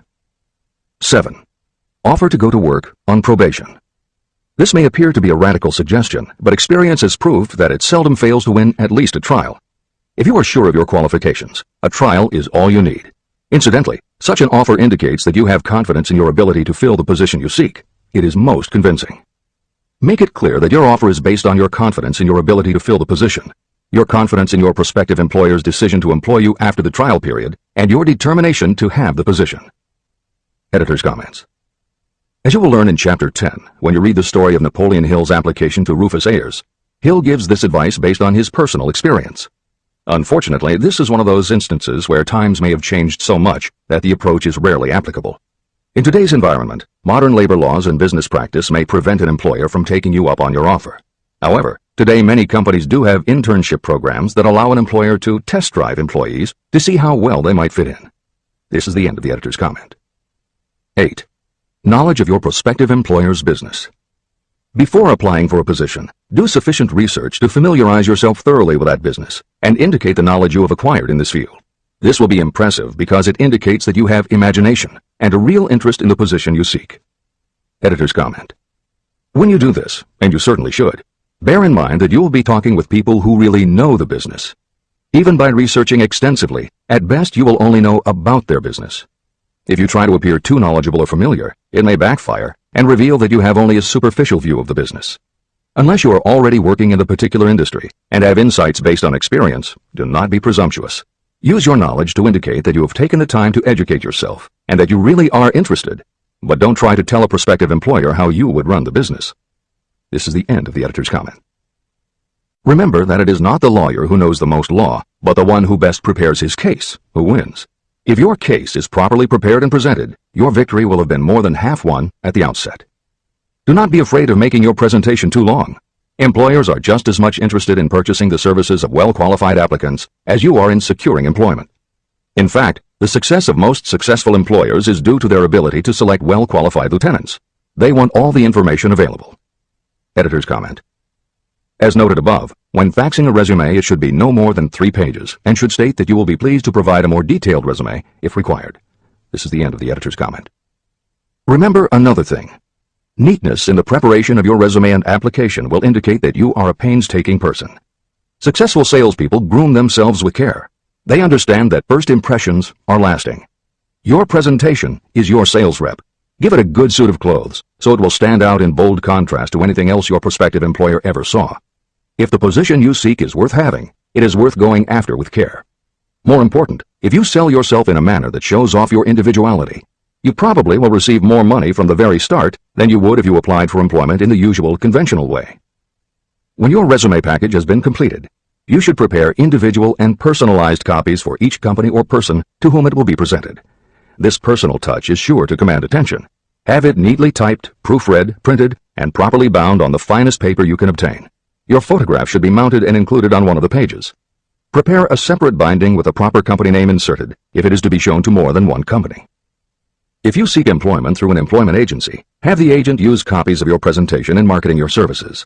This will help to gain preference for you, both with the agent and the prospective employers. I've helped to prepare presentations for clients that were so striking and out of the ordinary that they resulted in the employment of the applicant without a personal interview. If you want similar results, follow the instructions to the letter, improving upon them however your imagination suggests. Editor's comments. Today, every office supply store offers a wide variety of paper stock, folders, binders, and presentation materials that can be put together in a way that is both unique and professional looking. With all of those possibilities available, if you simply present standard sheets of paper stapled in the corner, the response will very likely be standard too. If you apply a little creativity, you should have no trouble preparing a presentation that is tailored to the company to which you are applying, appropriate for the position you seek, and reflective of your personality and style. This is the end of the editor's comments. How to get the exact position you desire. Everyone enjoys doing the kind of work for which he or she is best suited. An artist loves to work with paints, a craftsman with his or her hands, a writer loves to write. Those with less definite talents have their preferences for certain fields of business and industry. If America does anything well, it offers a full range of occupations. 1. Decide exactly what kind of a job you want. If the job doesn't already exist, perhaps you can create it. 2. Choose the company or individual for whom you wish to work. 3. Study your prospective employer as to policies, personnel, and chances for advancement. 4. By analysis of yourself, your talents, and your capabilities, figure what you can offer. Plan specific ways and means of giving advantages, services, developments, or ideas that you believe you can successfully deliver. 5. Forget about a job. Forget whether or not there is an opening. Forget the usual routine of, have you got a job for me? Concentrate on what you can give. 6. Once you have your plan in mind, put it on paper in neat form and in full detail. 7. Present it to the proper person with authority, and the rest will come automatically. Every company is looking for people who can give something of value, whether it is ideas, services, or connections. Every company has room for the person who has a definite plan of action that is to the advantage of that company. This procedure may take a few days or weeks of extra time, but the difference in income, in advancement, and in gaining recognition will save years of hard work at small pay. It has many advantages, the main one being that it will often save you from 1 to 5 years of your time in reaching a chosen goal. Every person who starts, or gets in halfway up the ladder, does so by deliberate and careful planning. The new way of marketing services. Men and women who market their services must recognize the change that has taken place in connection with the relationship between employer and employee. The future relationship should be more in the nature of a partnership, consisting of the employer, the employee, and the public they serve. In the past, employers and employees have bartered among themselves, not considering that in reality they were bargaining at the expense of the third party, the public they served. Both the employer and the employee should consider themselves as fellow employees whose business it will be to serve the public efficiently. Editor's comment. In the preceding paragraph, Napoleon Hill once again demonstrates his foresight into the future direction of American business. As you will recognize in the following section, the point he makes by citing the coal and gas companies would at a later time be equally applicable to the telephone monopolies, and later still to computer software and internet companies, and to cable television suppliers when competitors started to offer satellite TV.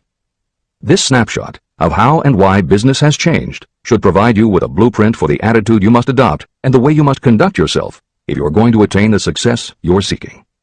This is the end of the editor's comment. During the Depression, I spent several months in the anthracite coal region of Pennsylvania, studying conditions that all but destroyed the coal industry. The coal operators and the unions drove hard bargains in negotiating their labor contracts. The cost of the bargaining was passed on to the customer by adding to the price of the coal.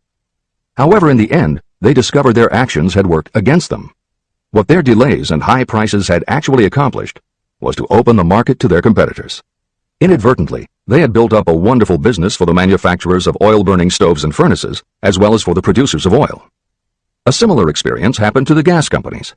We can all remember the time when the gas meter reader pounded on the door hard enough to break the panels.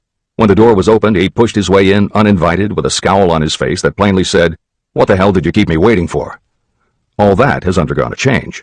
The meter man now conducts himself as a gentleman who is delighted to be at your service, sir. Before the gas companies learned that their scowling meter men were offending customers, their competitors, the polite salesmen of oil burners, came along and did a land office business. These illustrations are mentioned here to show that we are where we are and what we are because of our own conduct. If there is a principle of cause and effect that controls business, finance, and transportation, this same principle controls individuals and determines their economic status. Courtesy and service are the watchwords of merchandising today, and they apply to the person who is marketing personal services even more directly than to the employer. In the final analysis, you are employed by the customer. If you fail to serve well, both you and your employer will pay for it by the loss of the privilege of serving. What is your QQS rating? In the preceding, the causes of success in marketing services effectively and permanently have been clearly described. Unless those causes are studied, analyzed, understood, and applied, no one can market services effectively and permanently. Every man or woman must be their own sales force of their personal services. The quality and the quantity of service rendered, and the spirit in which it is rendered, determine the price and the duration of employment. To market your personal services effectively, which means a permanent market at a satisfactory price under pleasant conditions, you must adopt and follow the QQS formula. QQS means that quality plus quantity plus the proper spirit of cooperation equals perfect salesmanship of service. Remember the QQS formula, but do more. Apply it as a habit. Analyze the formula to make sure you understand exactly what it means. Quality of service means the performance of every detail in connection with your position in the most efficient manner possible with the object of greater efficiency always in mind.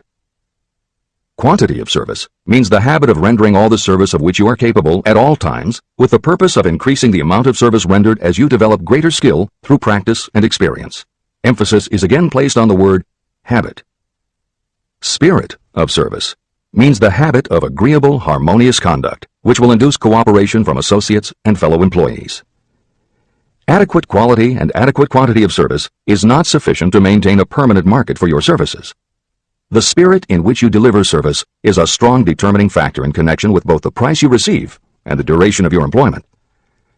Andrew Carnegie stressed this point in his description of the factors that lead to success in the marketing of personal services. He emphasized again and again the necessity for harmonious conduct. He stressed the fact that he would not retain any man, no matter how great a quantity or how efficient the quality of his work, unless he worked in a spirit of harmony. Mr. Carnegie insisted upon his people working with each other in an agreeable manner. To prove that he placed a high value on this quality, he helped many who met his standards to become very wealthy. Those who did not conform had to make room for others who did. The importance of a pleasing personality has been stressed because it is so important in rendering service in the proper spirit. If you have a personality that pleases, and you render service in a spirit of harmony, these assets often make up for what you may lack in both the quality and the quantity of service you render. Nothing, however, can be successfully substituted for pleasing conduct. The capital value of your services. The person whose income is derived entirely from the sale of personal services is a merchant, just like the person who sells hard goods, and such a person is subject to exactly the same rules of conduct as the merchant who sells merchandise. I emphasize this because many people who live by the sale of personal services make the mistake of considering themselves free from the rules of conduct and the responsibilities attached to those who are engaged in marketing commodities. The day of the go-getter has been supplanted by the go-giver. The actual capitalized value of your brainpower may be determined by the amount of income you can produce by marketing your services. A fair estimate of the capital value of your brainpower may be made by using the following assumptions. Money, the amount of capital, can be borrowed from a bank at a certain rate of interest. Money is worth no more than brains, and it is often worth much less. Therefore, if your brainpower is as valuable as money, in effect, you should be lending your brainpower, your amount of capital, at least at the same rate that banks charge to lend money. This means that what you earn in a year, your income, is comparable to what a bank earns from a loan in a year, the interest they charge. You can then calculate the capital value of your brainpower using this formula. Divide 100 by the current rate of interest that banks charge for lending money. Then multiply the result by the amount of your annual income. As an example, assume that the current interest rate is 5%. Assume your annual income is $50,000. The formula would be as follows. 100 divided by 5 equals 20, and 20 multiplied by 50,000 equals $1 million. Therefore, if you lend out your brainpower, your capital, at the same rate as the bank lends money, 5% interest, your brainpower is worth $1 million. Competent brains, if effectively marketed, represent a much more desirable form of capital than the money that is required to conduct a business dealing in commodities. This is true because brains are a form of capital that cannot be permanently depreciated by economic depressions, nor can this form of capital be stolen or spent. Moreover, the money that is essential for the conduct of business is as worthless as a sand dune until it has been mixed with efficient brains. The 31 major causes of failure. Life's greatest tragedy consists of men and women who earnestly try and fail. The tragedy lies in the overwhelmingly large majority of people who fail as compared with the few who succeed. I've had the privilege of analyzing several thousand men and women, 98% of whom were classed as failures. My analysis proved that there are 13 major principles through which people accumulate fortunes.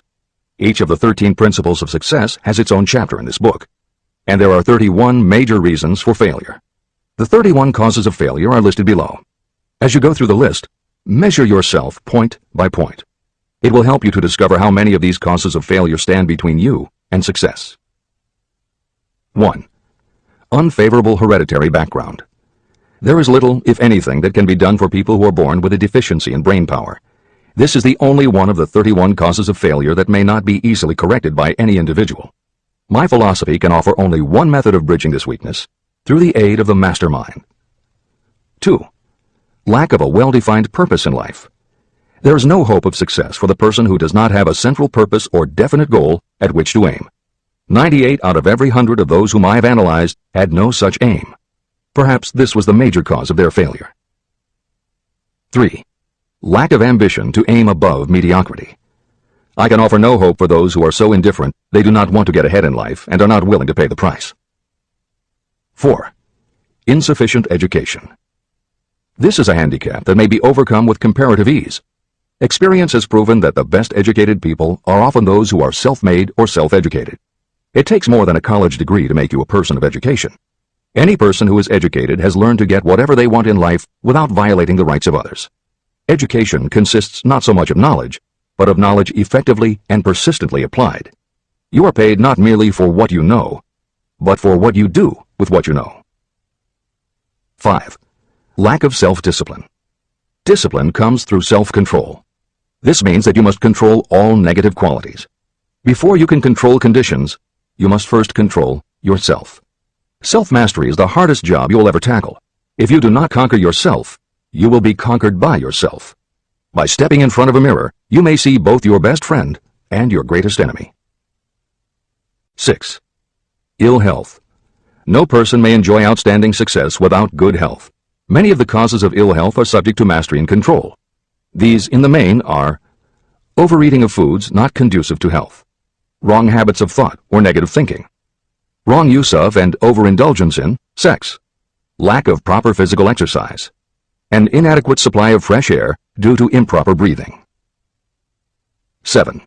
Unfavorable environmental influences during childhood. As the twig is bent, so shall the tree grow. Most people who have criminal tendencies acquire them as the result of bad environment and improper associates during their childhood or youth. Procrastination. This is one of the most common causes of failure. Procrastination stands within the shadow of every human being, waiting its opportunity to spoil your chances of success. Most of us go through life as failures because we are waiting for the time to be right to start doing something worthwhile. Do not wait. The time will never be just right. Start where you stand, work with whatever tools you have at your command, and you will acquire better tools as you go along. 9. Lack of persistence. Most of us are good starters, but poor finishers of everything we begin. People are prone to give up at the first signs of defeat.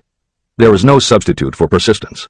The person who makes persistence his or her watchword discovers that failure finally becomes tired and makes its departure. Failure cannot cope with persistence. 10. Negative personality. There is no hope of success for the person who repels people through a negative personality. Success comes through the application of power, and power is attained through the cooperative efforts of other people. A negative personality will not induce cooperation. 11. Lack of control of sexual urges. Sexual energy is the most powerful of all the stimuli that move people into action. Because it is the most powerful of the emotions, if it is controlled, it can be converted into other creative channels. 12. Uncontrolled desire for something for nothing. The gambling instinct drives millions of people to failure. Evidence of this may be found in the Wall Street stock market crash of 1929, during which millions of people tried to make money by gambling on stock margins. Editor's comments. For those who are not familiar with the stock market and buying on margin, the following is a simplified explanation of what caused the crash of '29. The first thing to understand is that prior to the Great Depression there was widespread optimism about the expanding economy. Businesses were booming, and the people who had invested in those companies were making fortunes almost overnight. When the average person saw how much money was being made, they wanted to get in on it, and there was a way for them to do it. Even average people who didn't have enough ready cash to buy stocks could do so because brokers allowed customers to purchase stocks on margin by making what amounted to a down payment. However, part of the purchase agreement stated that when the brokers called in the margin accounts, which they could do at any time, the customers would have to come up with the rest of the cash immediately to pay the balance owing on the original purchase price. That is why Hill used the term gambling when he referred to the stock market. These average people weren't investing in companies. They were betting on the future rise in value. The idea, in the average person's mind, was that they would only have to scrape together enough to pay the margin, which was a small percentage of the full cost. Then when the price of the stock went up, they would sell, which would give them more than enough money to pay the broker the balance owing on the purchase price, and they could pocket the difference. This worked fine as long as stock prices continued to rise, but when the stock market crashed, the stockbrokers called in the margins, and the people who had bought at prices they really couldn't afford suddenly found that they had to come up with the cash. And that was why so many average people got wiped out in the crash of '29. They gambled money they didn't have by buying on margin. This is the end of the editor's comments. 13. Lack of a well-defined power of decision. Those who succeed reach decisions promptly and change them very slowly. Those who fail reach decisions very slowly and change them frequently and quickly. Indecision and procrastination are twins. Where one is found, the other is also usually found. Kill off this pair before they completely tie you to the treadmill of failure. 14.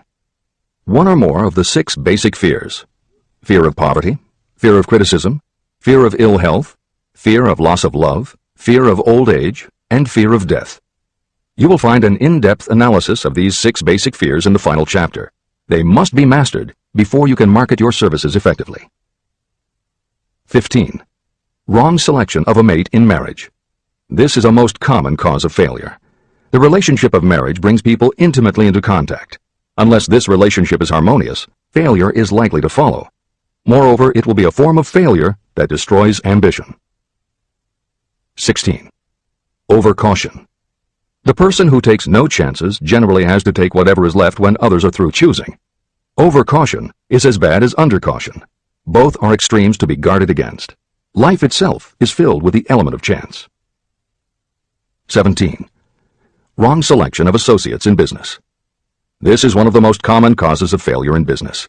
In marketing personal services, you should use great care to select an employer who will be an inspiration and who is intelligent and successful. We emulate those with whom we associate most closely. Pick an employer who is worth emulating. 18. Superstition and prejudice. Superstition is a form of fear. It is also a sign of ignorance. Successful people keep open minds and are afraid of nothing. 19.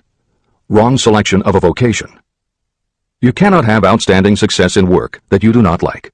The most essential step in the marketing of personal services is that of selecting an occupation into which you can throw yourself wholeheartedly.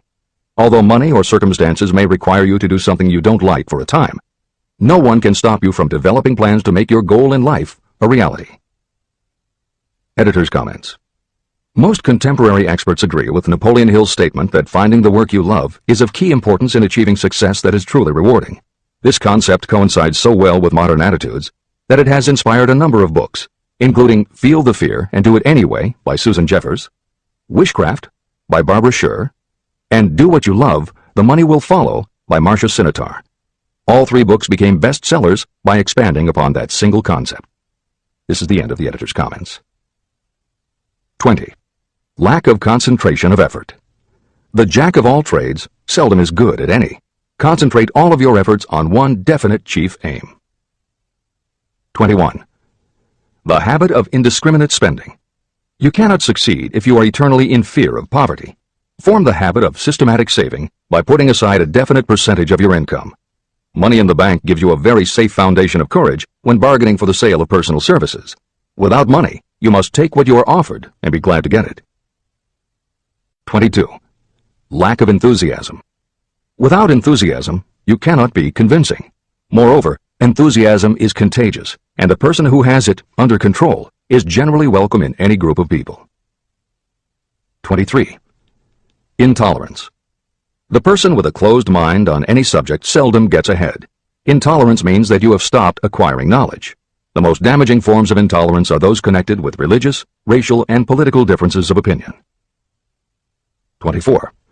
Intemperance. The most damaging forms of intemperance are connected with overeating, alcohol, drugs, and sexual activities. Overindulgence in any of these can be fatal to success. 25. Inability to cooperate with others. More people lose their positions and their big opportunities in life because of this fault than for all other reasons combined. It is a fault that no well-informed businessperson or leader will tolerate. 26. Possession of power that was not acquired through self-effort. Sons and daughters of wealthy parents and others who inherit money that they did not earn. Power in the hands of one who did not acquire it gradually is often fatal to success.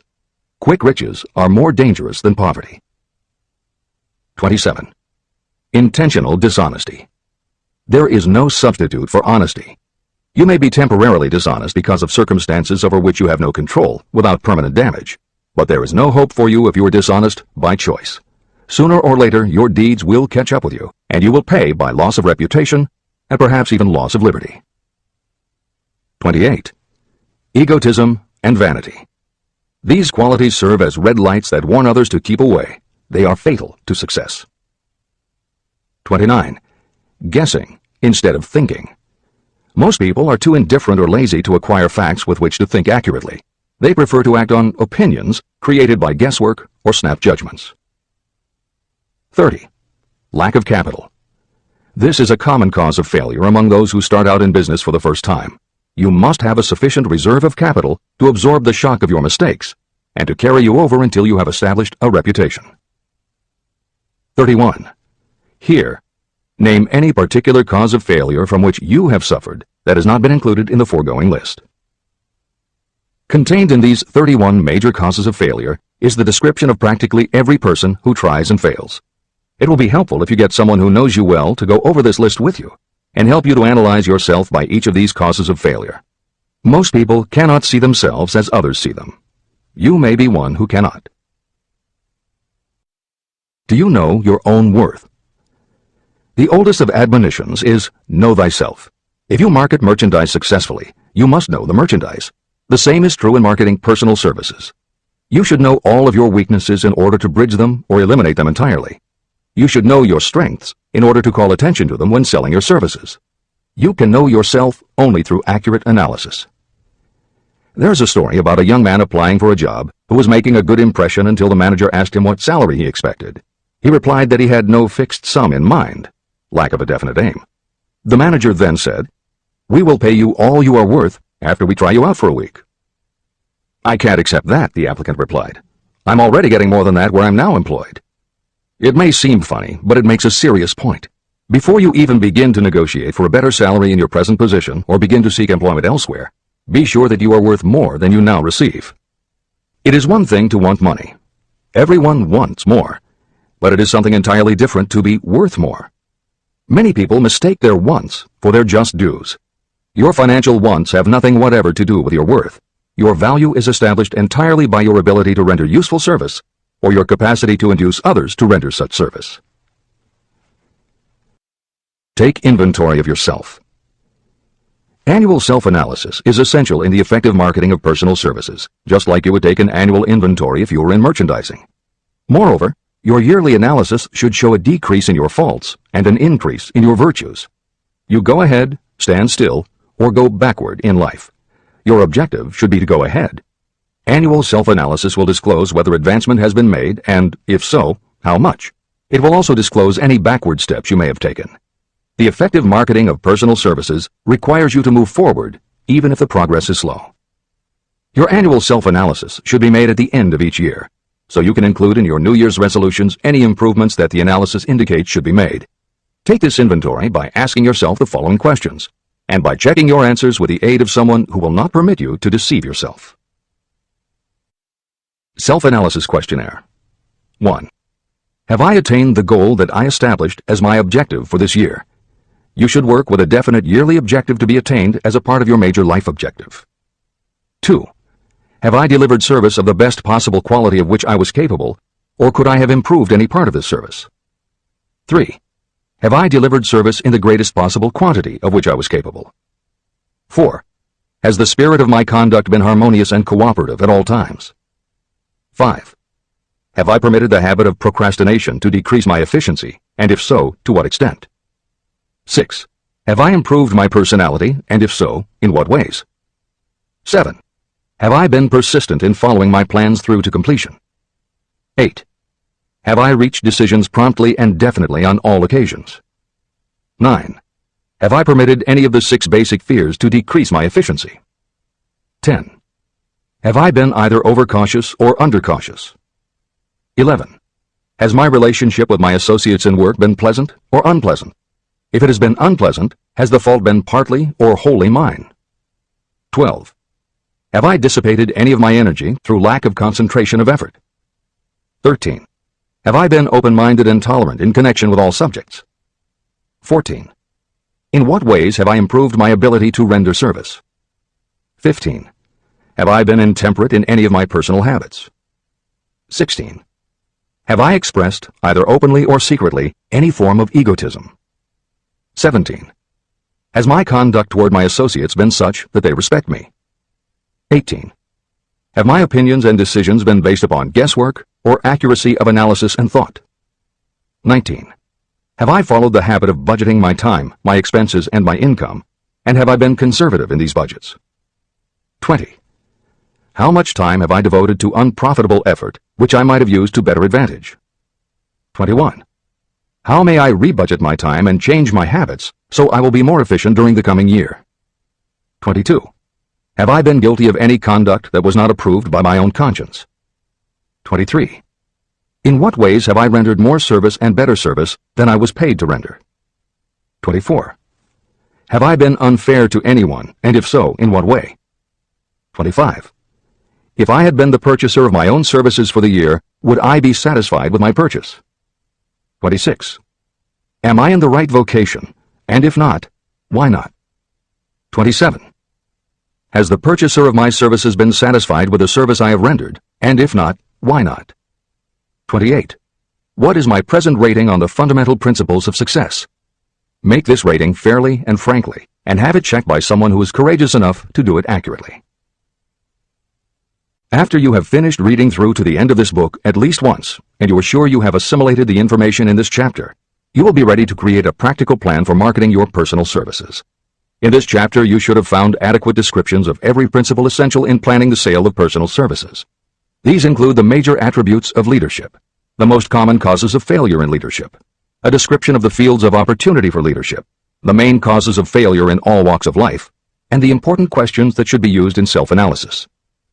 This extensive and detailed presentation has been included because it will be needed by you if you are going to earn your riches by marketing your personal services. Those who have lost their fortunes and those who are just beginning to earn money have nothing but personal services to offer in return for riches. Therefore, it is essential that you have real, practical information that you'll need to market your services to best advantage. Complete assimilation and understanding of the information will help you to market your services, and it will help you to become more analytical and capable of judging people. The information will be priceless to you if you work in an executive position where you select employees. Where and how to find opportunities to accumulate riches. Now that we have analyzed the principles by which riches may be accumulated, you naturally ask, where can I find the opportunities to apply these principles? Very well. Let us take inventory and see what the United States of America offers the person seeking riches.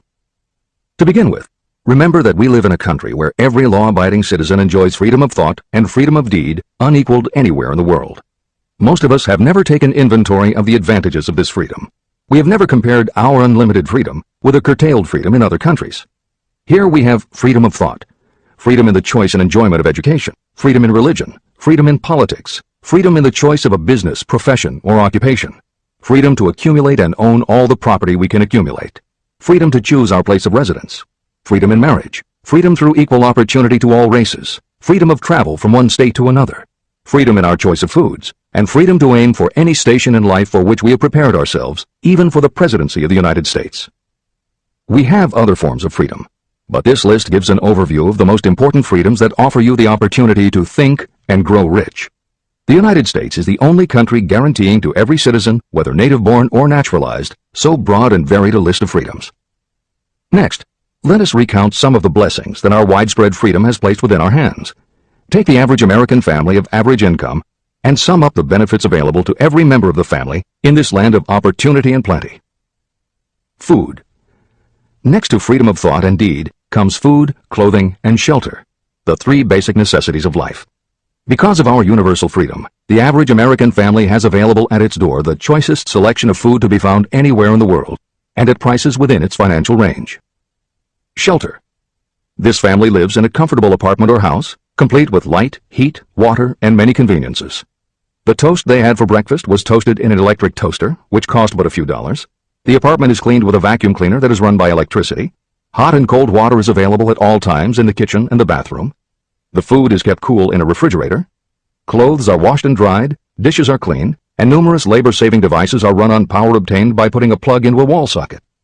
The family receives entertainment and information from all over the world 24 hours a day if they want it, by merely flipping a switch on their radio or television or computer. There are other conveniences, but the foregoing list will give a fair idea of some of the concrete evidences of the freedoms that we, of America, enjoy. Clothing. Anywhere in the United States, the family with average clothing requirements can dress very comfortably at a cost that is only a small portion of their earnings. Only the three basic necessities of food, clothing, and shelter have been mentioned. The average American also has other options and advantages that are available in return for reasonable effort. The average American has security of property rights not found in any other country in the world. We can place any surplus money in a bank with the assurance that our government will protect it and make good to us if the bank fails. If an American citizen wants to travel from one state to another, he or she needs no passport and no one's permission. You may go when you please, and you may travel by car, train, bus, airplane, ship, or any other method that you can afford. The miracle that has provided these blessings. We often hear politicians proclaiming the freedom of America when they solicit votes, but they seldom take the time or trouble to analyze the source of this freedom. Having no axe to grind, no grudge to express, and no ulterior motives, I will give you a frank analysis of that mysterious, abstract, greatly misunderstood something that gives to every citizen of America more blessings, more opportunities to accumulate wealth, and more freedom of every nature than may be found in any other country. I have the right to analyze the source and nature of this unseen power because I know, and have known for more than half a century, many of the men who organized that power, and many who are now responsible for its maintenance. The name of this mysterious benefactor of mankind is capital. Capital consists not only of money, but also of highly organized, intelligent groups of individuals who plan ways and means of using money efficiently for the good of the public and profitably to themselves. These groups consist of scientists, educators, chemists, inventors, business analysts, publicists, transportation experts, accountants, lawyers, doctors, and other men and women who have highly specialized knowledge in all fields of industry and business. They pioneer, experiment, and blaze trails in new fields of endeavor. They support colleges, hospitals, schools, build good roads, publish newspapers, pay most of the cost of government, and take care of the many details essential to human progress. Stated briefly, the capitalists are the brains of civilization because they supply the entire fabric of which all education, enlightenment, and human progress consist. Money without brains is always dangerous. Properly used, it is the most important essential of civilization. To give you an idea of how important organized capital is, try to imagine that it is your job to provide and prepare a simple family breakfast, but you have to do it without the aid of capital. To supply the tea, you would have to make a trip to China or India. Unless you are an excellent swimmer, you would become rather tired before making the round trip. Then, too, another problem would confront you. What would you use for money, even if you had the physical endurance to swim the ocean? To supply sugar, you would have to take another swim to the Caribbean islands, or a long walk to the sugar beet section of Utah. But even then you might come back without the sugar, because organized effort and money are necessary to produce sugar, to say nothing of what is required to refine, transport, and deliver it to the breakfast table anywhere in the United States. Eggs you could obtain easily enough from nearby farms, but you might have a very long walk to Florida or California and back before you could serve grapefruit juice. You would have another long walk to Kansas or one of the other wheat-growing states when you went after wheat bread. Dry cereal would have to be omitted from the menu because it would not be available except through the labor of a trained group of workers and suitable machinery, all of which call for capital. After resting, you could take off for another little swim down to South America, where you would pick up a couple of bananas. On your return, you could take a short walk to the nearest farm having a dairy and pick up some butter and cream. Then your family would be ready to sit down and enjoy breakfast. Seems absurd, doesn't it? Well, the procedure described would be the only possible way these simple items of food could be delivered if we had no capitalistic system. The capital cornerstone of our lives. The sum of money required for the building and maintenance of the planes, trucks, trains, and cargo ships used in the delivery of that simple breakfast is so huge that it staggers imagination. It runs into billions of dollars. Not to mention the armies of trained employees required to run all those planes, trucks, ships, and trains. But transportation is only a part of the requirements of modern civilization in capitalistic America. Before there can be anything to haul, something must be grown from the ground, or manufactured and prepared for market. This calls for more billions of dollars for equipment, machinery, packaging, marketing, and to pay the wages of millions of men and women. Transportation systems do not spring up from the earth and function automatically. They come in response to the call of civilization. They come through the labor and ingenuity and organizing ability of people who have imagination, faith, enthusiasm, decision, and persistence. These men and women are known as capitalists. They are motivated by the desire to build, construct, achieve, render useful service, earn profits, and accumulate riches. And because they render service without which there would be no civilization, they earn for themselves great riches. Just to keep the record simple and understandable, I will add that these capitalists are the same men and women who are often denounced as the greedy establishment or Wall Street. I'm not attempting to present a case for or against any group or any system of economics. The purpose of this book, a purpose to which I have faithfully devoted more than half a century, is to present to anyone who wants the knowledge the most dependable philosophy through which individuals may accumulate riches in whatever amounts they desire. The reasons I have analyzed the economic advantages of the capitalistic system are: 1. To point out that all who seek riches must recognize and adapt themselves to the system that controls all approaches to fortunes, large or small. 2. To present the side of the picture opposite to the one portrayed by politicians and demagogues, and the media, who often refer to organized capital as if it were something poisonous. This is a capitalistic country. It was developed through the use of capital. We who claim the right to partake of the blessings of freedom and opportunity, we who seek to accumulate riches here, should know that neither riches nor opportunity would be available to us if organized capital had not provided these benefits. There is only one dependable method of accumulating and legally holding riches, and that is by rendering useful service. No system has ever been created by which anyone can legally acquire riches through mere force of numbers, or without giving in return an equivalent value of one form or another. Your opportunities in the midst of riches. America provides all the freedom and all the opportunity to accumulate riches that any honest person may require. When you go hunting for game, you select hunting grounds where game is plentiful. When you are seeking riches, the same rule naturally applies. If it is riches you are seeking, do not overlook the possibilities of a country whose citizens are so rich that women alone spend billions of dollars each year for cosmetics and other beauty products. Do not be in too big a hurry to get away from a country whose men willingly, even eagerly, hand over more billions of dollars annually for football, basketball, baseball, and all the related products that go with these and other sporting events.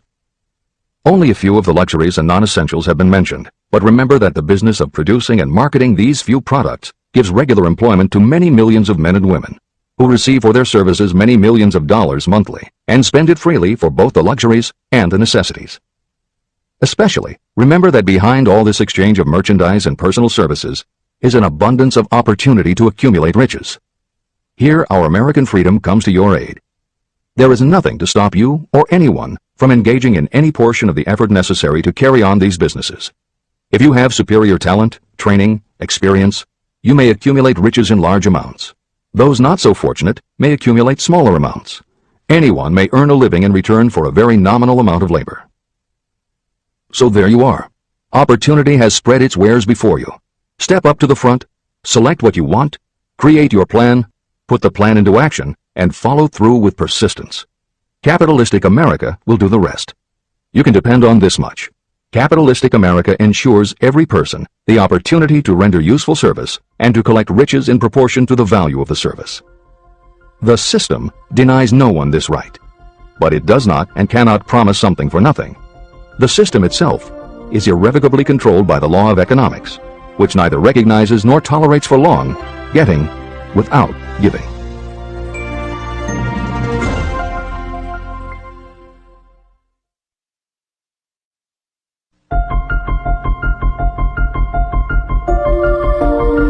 Conceit is a fog that envelops a man's real character beyond his own recognition.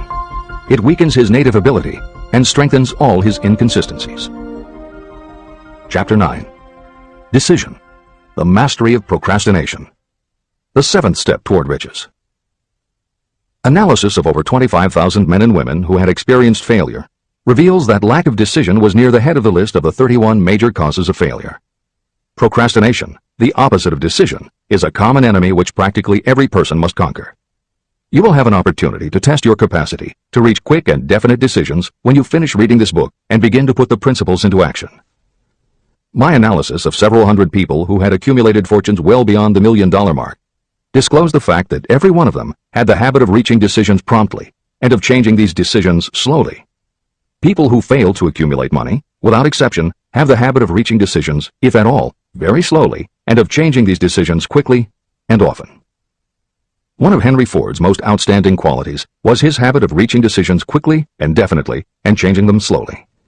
This quality was so pronounced in Mr. Ford that it gave him the reputation of being obstinate. It was this quality that prompted Mr. Ford to continue to manufacture his famous Model T, the world's ugliest car, when all of his advisors and many of the purchasers of the car were urging him to change it.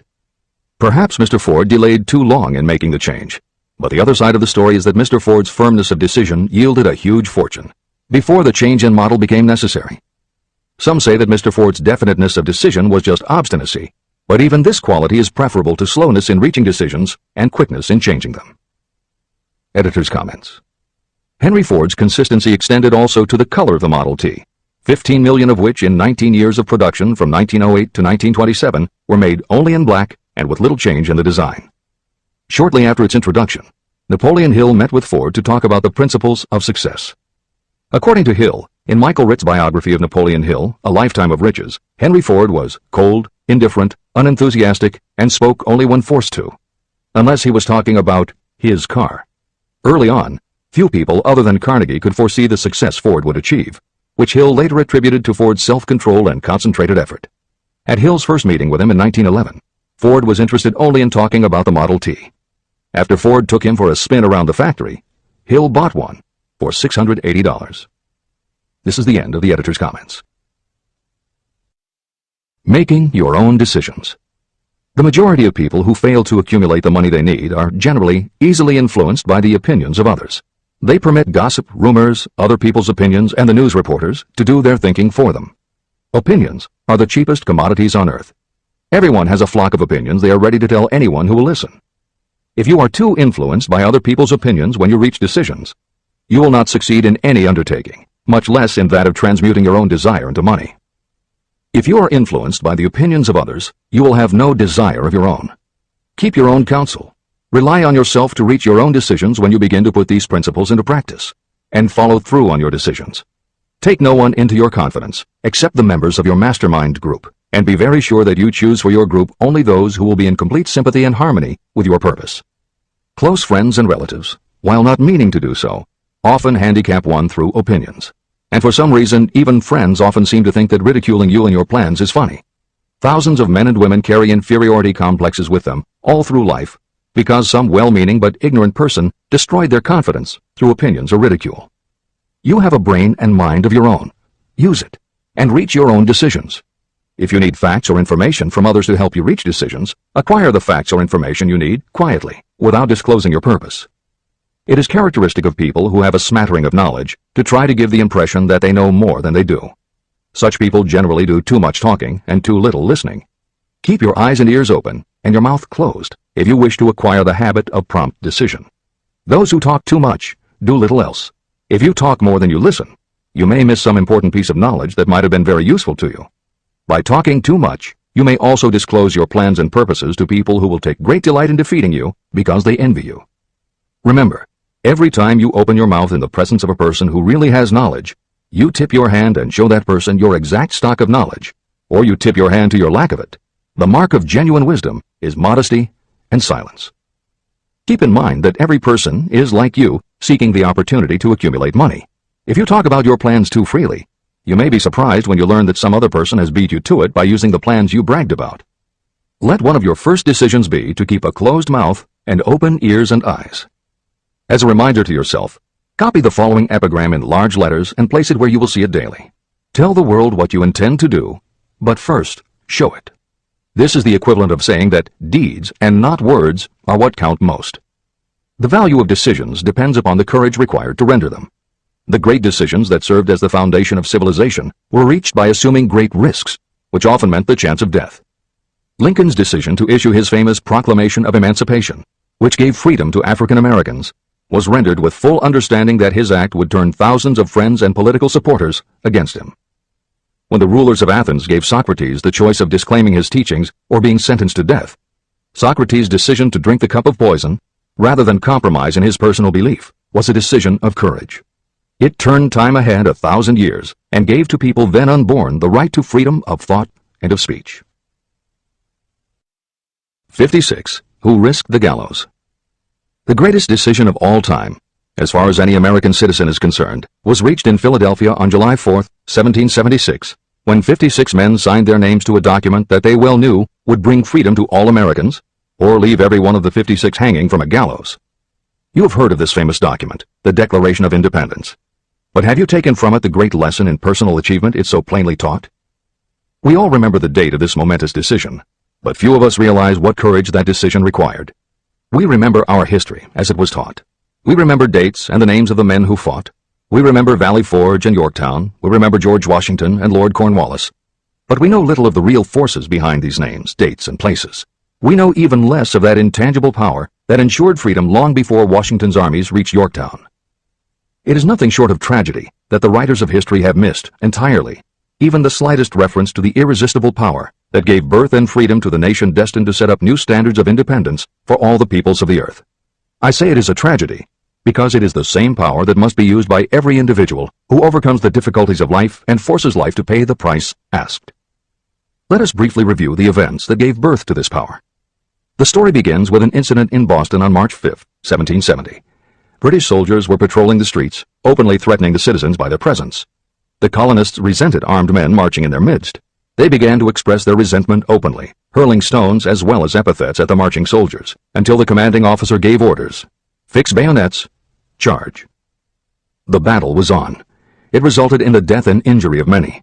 The incident aroused such resentment that the Provincial Assembly, made up of prominent colonists, called a meeting for the purpose of taking definite action. Two of the members of that assembly were John Hancock and Samuel Adams. They spoke up courageously and declared that a move must be made to eject all British soldiers from Boston. Remember this. A decision, in the minds of two men, might properly be called the beginning of the freedom that we of the United States now enjoy. Remember, too, that the decision of these two men called for faith and courage because it was dangerous. Before the assembly adjourned, Samuel Adams was appointed to call on Hutchinson, the governor of the province, and demand the withdrawal of the British troops. The request was granted, and the troops were removed from Boston, but the incident was not closed. It had caused a situation that was destined to change the entire trend of civilization. Richard Henry Lee became an important factor in this story, because he and Samuel Adams corresponded frequently, sharing freely their fears and their hopes concerning the welfare of the people of their provinces. From this practice, Adams conceived the idea that a mutual exchange of letters between the 13 colonies might help to bring about the coordination of efforts so badly needed in connection with the solution of their problems. In March of 1772, 2 years after the clash with the soldiers in Boston, Adams presented this idea to the Assembly. He made a motion that a correspondence committee be established among the colonies, with definitely appointed correspondents in each colony, for the purpose of friendly cooperation for the betterment of the colonies of British America. It was the beginning of the organization of the far-flung power destined to give freedom to you and to me. A mastermind group had already been organized. It consisted of Adams, Lee, and Hancock. The Committee of Correspondence was organized. The citizens of the colonies had been waging disorganized warfare against the British soldiers through incidents similar to the Boston riot, but nothing of benefit had been accomplished. Their individual grievances had not been consolidated under one mastermind. No group of individuals had put their hearts, minds, souls, and bodies together in one definite decision to settle their difficulty with the British once and for all, until Adams, Hancock, and Lee got together. Meanwhile, the British were not idle. They too were doing some planning and masterminding, and they had the advantage of having behind them money and organized soldiery. A decision that changed history. The Crown appointed Gage to supplant Hutchinson as the governor of Massachusetts. One of the new governor's first acts was to send a messenger to call on Samuel Adams for the purpose of endeavoring to stop his opposition by fear. You will best understand the spirit of what happened from this quotation of the conversation between Colonel Fenton, the messenger sent by Gage, and Adams. Colonel Fenton: I have been authorized by Governor Gage to assure you, Mr. Adams, that the governor has been empowered to confer upon you such benefits as would be satisfactory, an obvious endeavor to win Adams by promise of bribing him, upon the condition that you engage to cease in your opposition to the measures of the government. It is the governor's advice to you, sir, not to incur the further displeasure of His Majesty. Your conduct has been such as makes you liable to penalties of an act of Henry VIII, by which persons can be sent to England for trial for treason or misprision of treason at the discretion of a governor of a province. But by changing your political course, you will not only receive great personal advantages, but you will make your peace with the king. Samuel Adams had the choice of two decisions. He could cease his opposition and receive personal bribes, or he could continue and run the risk of being hanged. Clearly, the time had come when Adams was forced to reach, instantly, a decision that could have cost his life. Adams insisted upon Colonel Fenton's word of honor that the colonel would deliver to the governor the answer exactly as Adams would give it to him. Adams' answer: Then you may tell Governor Gage that I trust I have long since made my peace with the King of Kings. No personal consideration shall induce me to abandon the righteous cause of my country. And tell Governor Gage it is the advice of Samuel Adams to him no longer to insult the feelings of an exasperated people.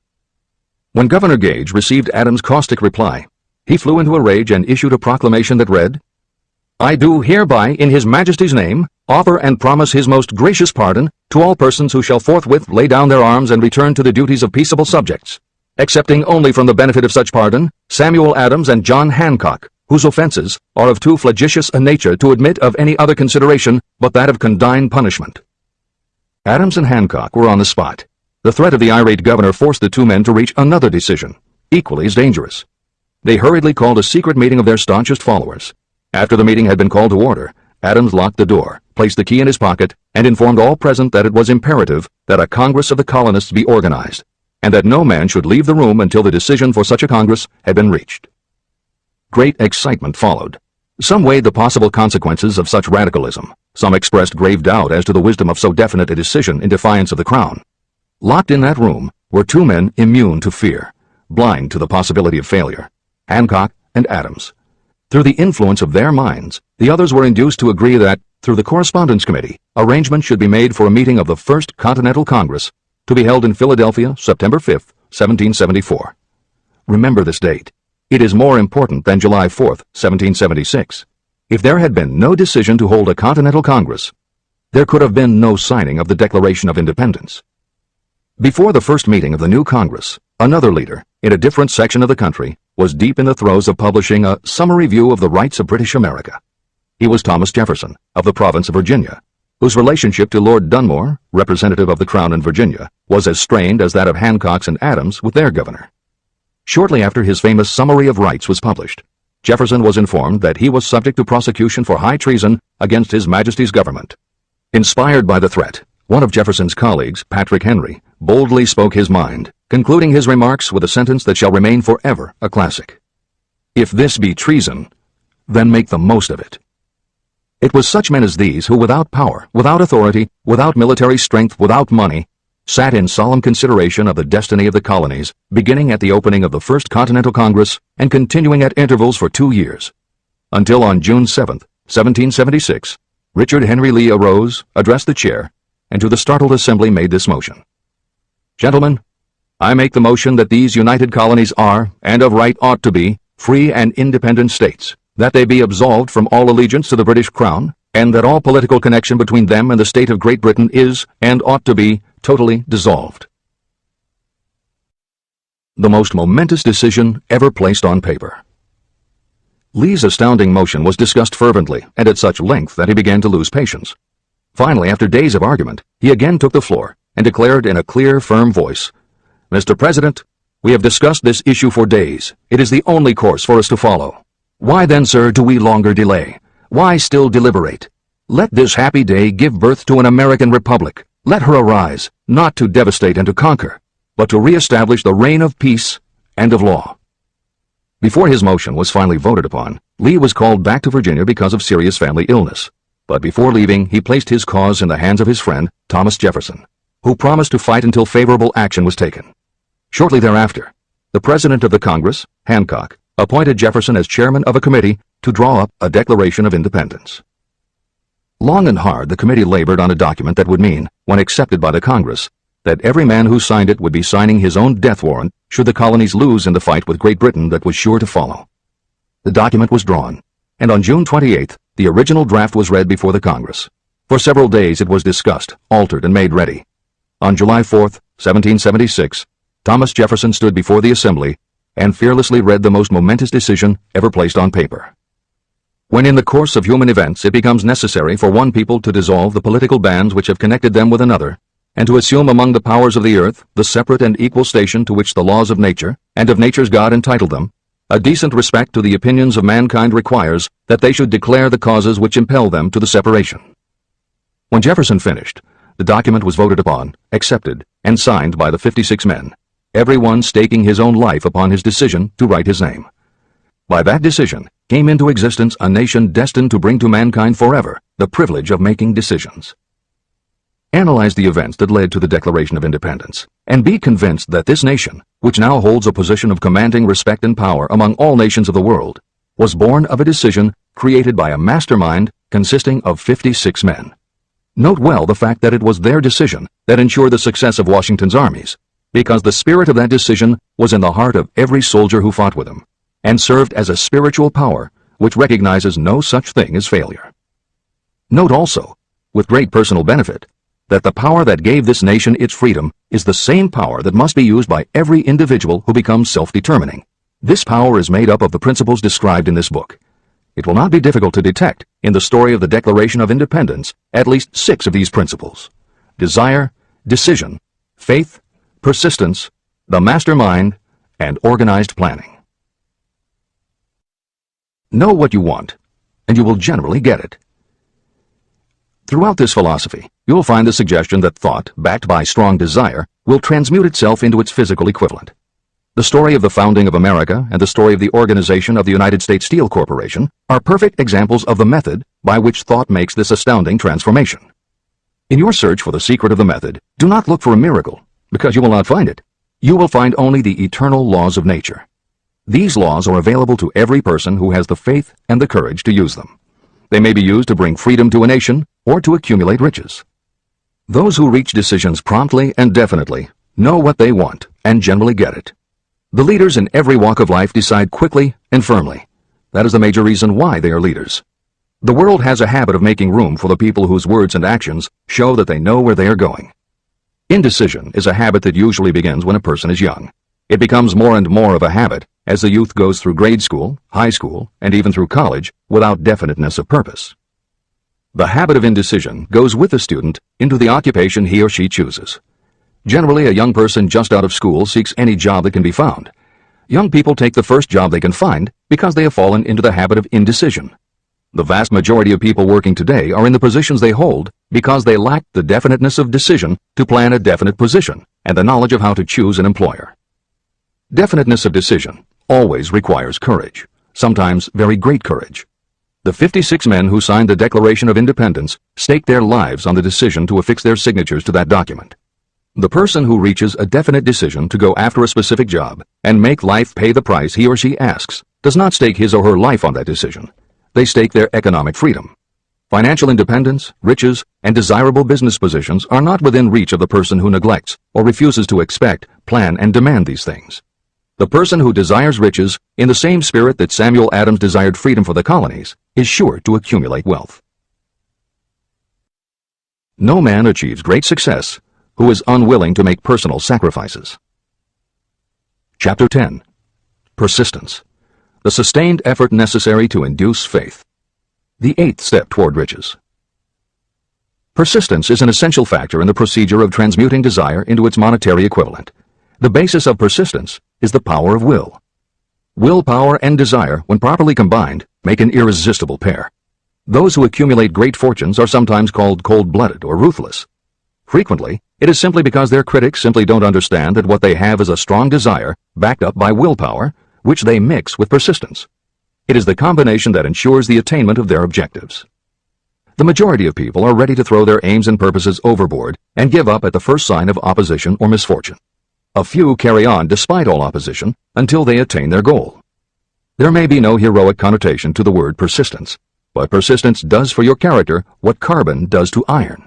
It hardens it to steel. The building of a fortune will involve the application of the entire 13 factors of this philosophy. These principles must be understood, and they must be applied with persistence by all who accumulate money. Your test of persistence. If you are reading this book with the intention of seriously applying the knowledge, the first test of your persistence will come when you begin to follow the 6 steps described in the 3rd chapter, desire.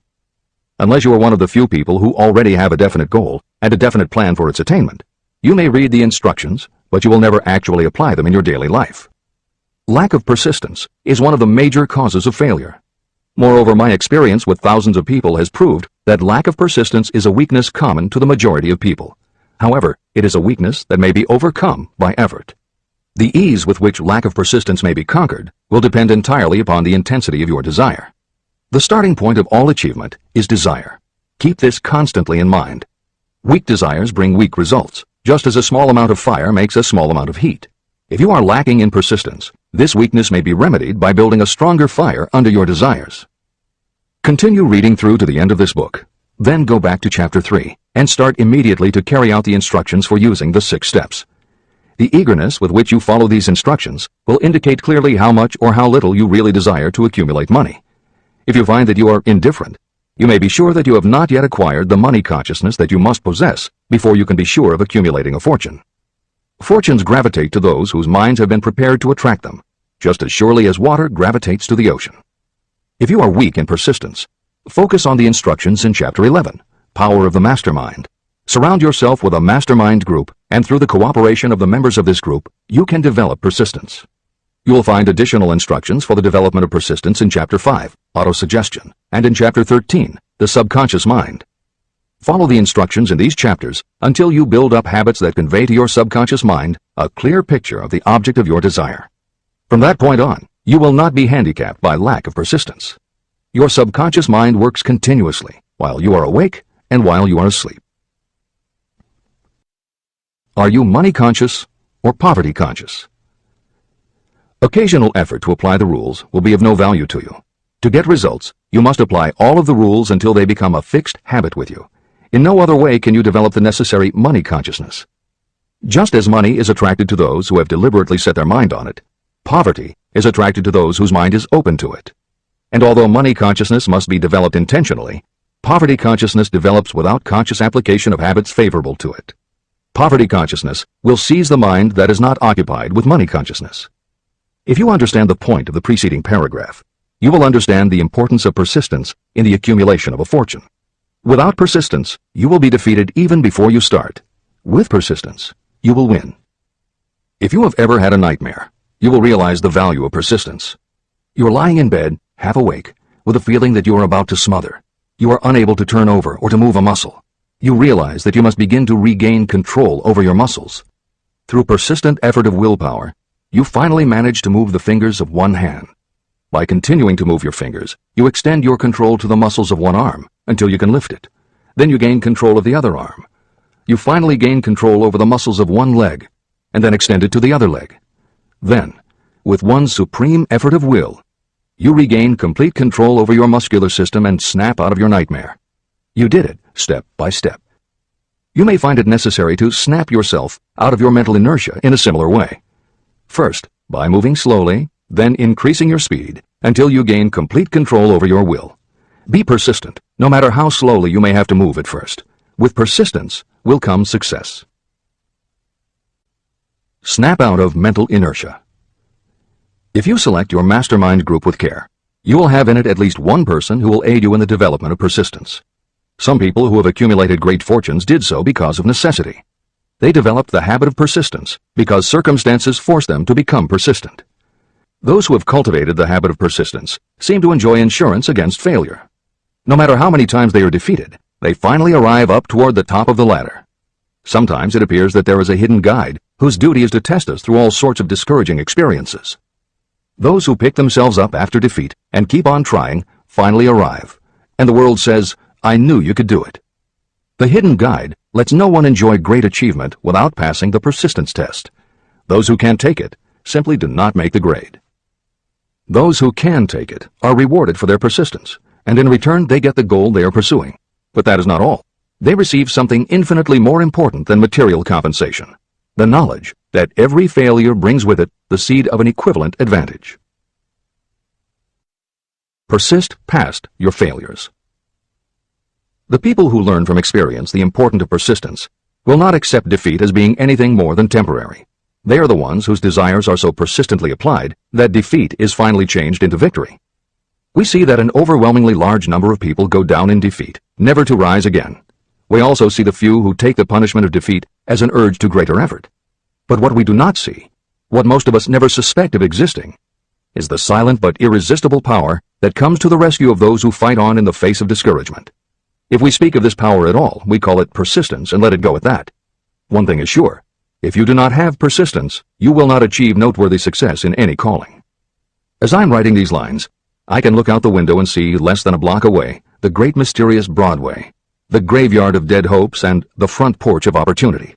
From all over the world, people have come to Broadway seeking fame, fortune, power, love, or whatever it is that human beings call success. Once in a great while, someone steps out from the long procession of seekers, and the world hears that another person has conquered Broadway. But Broadway is not easily nor quickly conquered.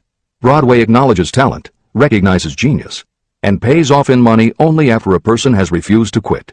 The secret is always inseparably attached to one word: persistence. Editor's comments. Today we think of making it on Broadway in terms of the theater, but here Napoleon Hill uses Broadway as a metaphor for the New York arts, publishing, and entertainment industries in general. In the original edition of Think and Grow Rich, Hill used this introduction to tell of Fannie Hurst, one of the best-selling authors of the day, who pounded the streets of New York for 4 years and received 36 rejection slips from one publisher alone before her persistence paid off and she finally got published. Although Napoleon Hill chose Fannie Hurst to illustrate his point about overcoming poverty and adversity, he knew all about both from personal experience. Hill's own story is one of very humble beginnings and devastating failures that would have defeated most people. It was only through his extraordinary persistence that the original edition of the book you hold in your hands was published. And for that reason, the editors of this edition have included this brief biography of Napoleon Hill. The following is adapted from A Lifetime of Riches, the biography of Napoleon Hill, written by Michael J. Ritt Jr. and Kirk Landers, and also draws upon Napoleon Hill's first bestseller, his 4-volume masterwork, Law of Success.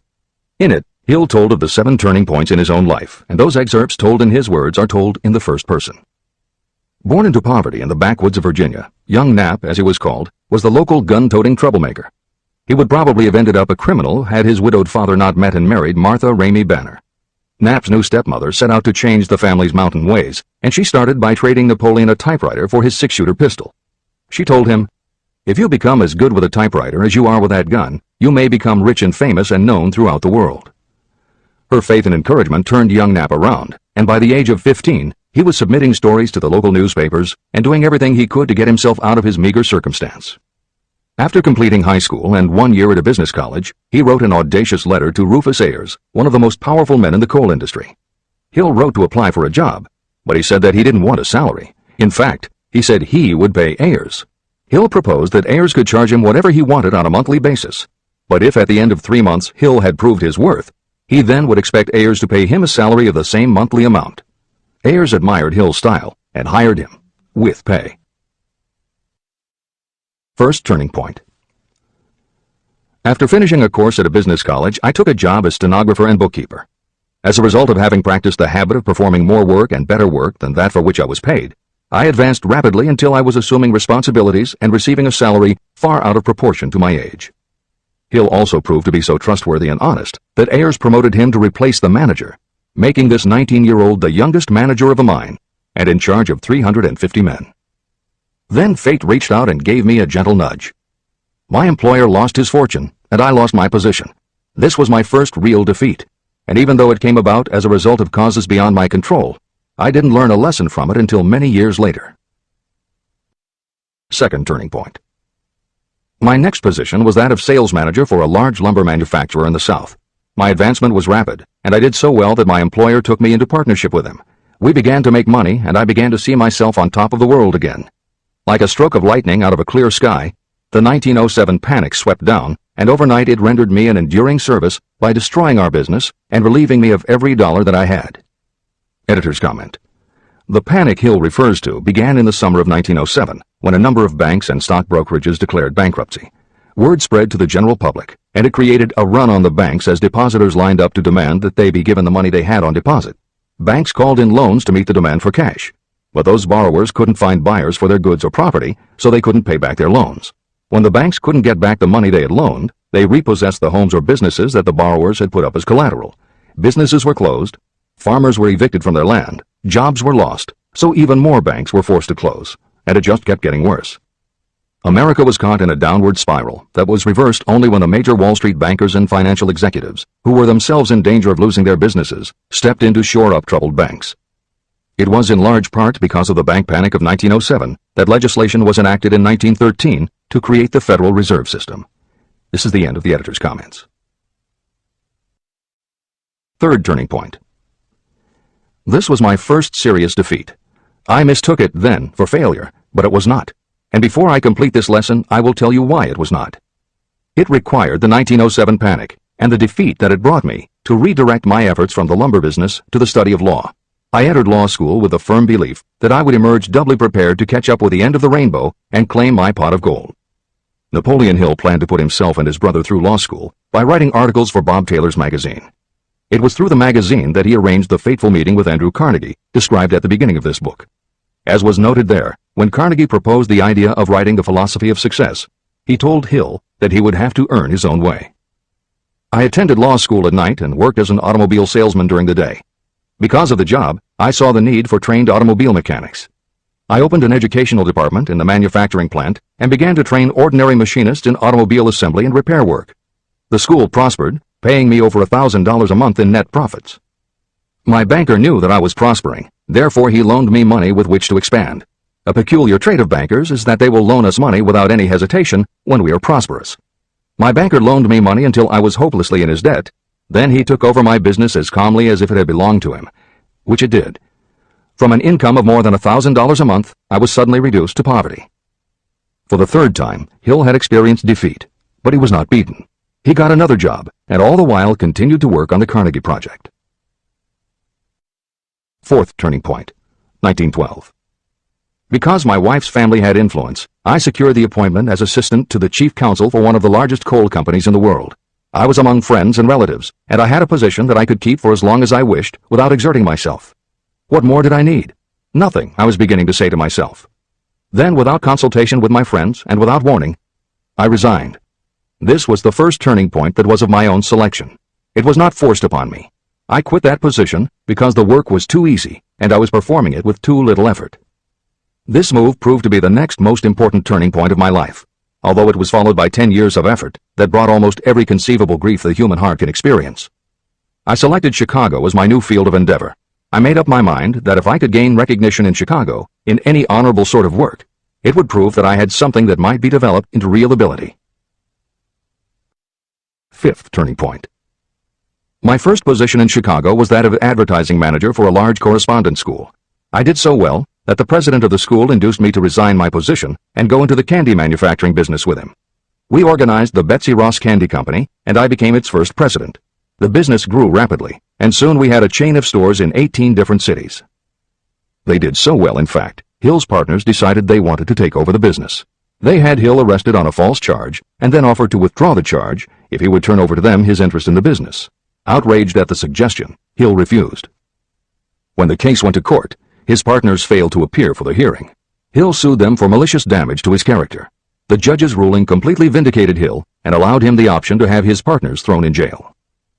Being arrested seemed at the time a terrible disgrace, even though the charge was false.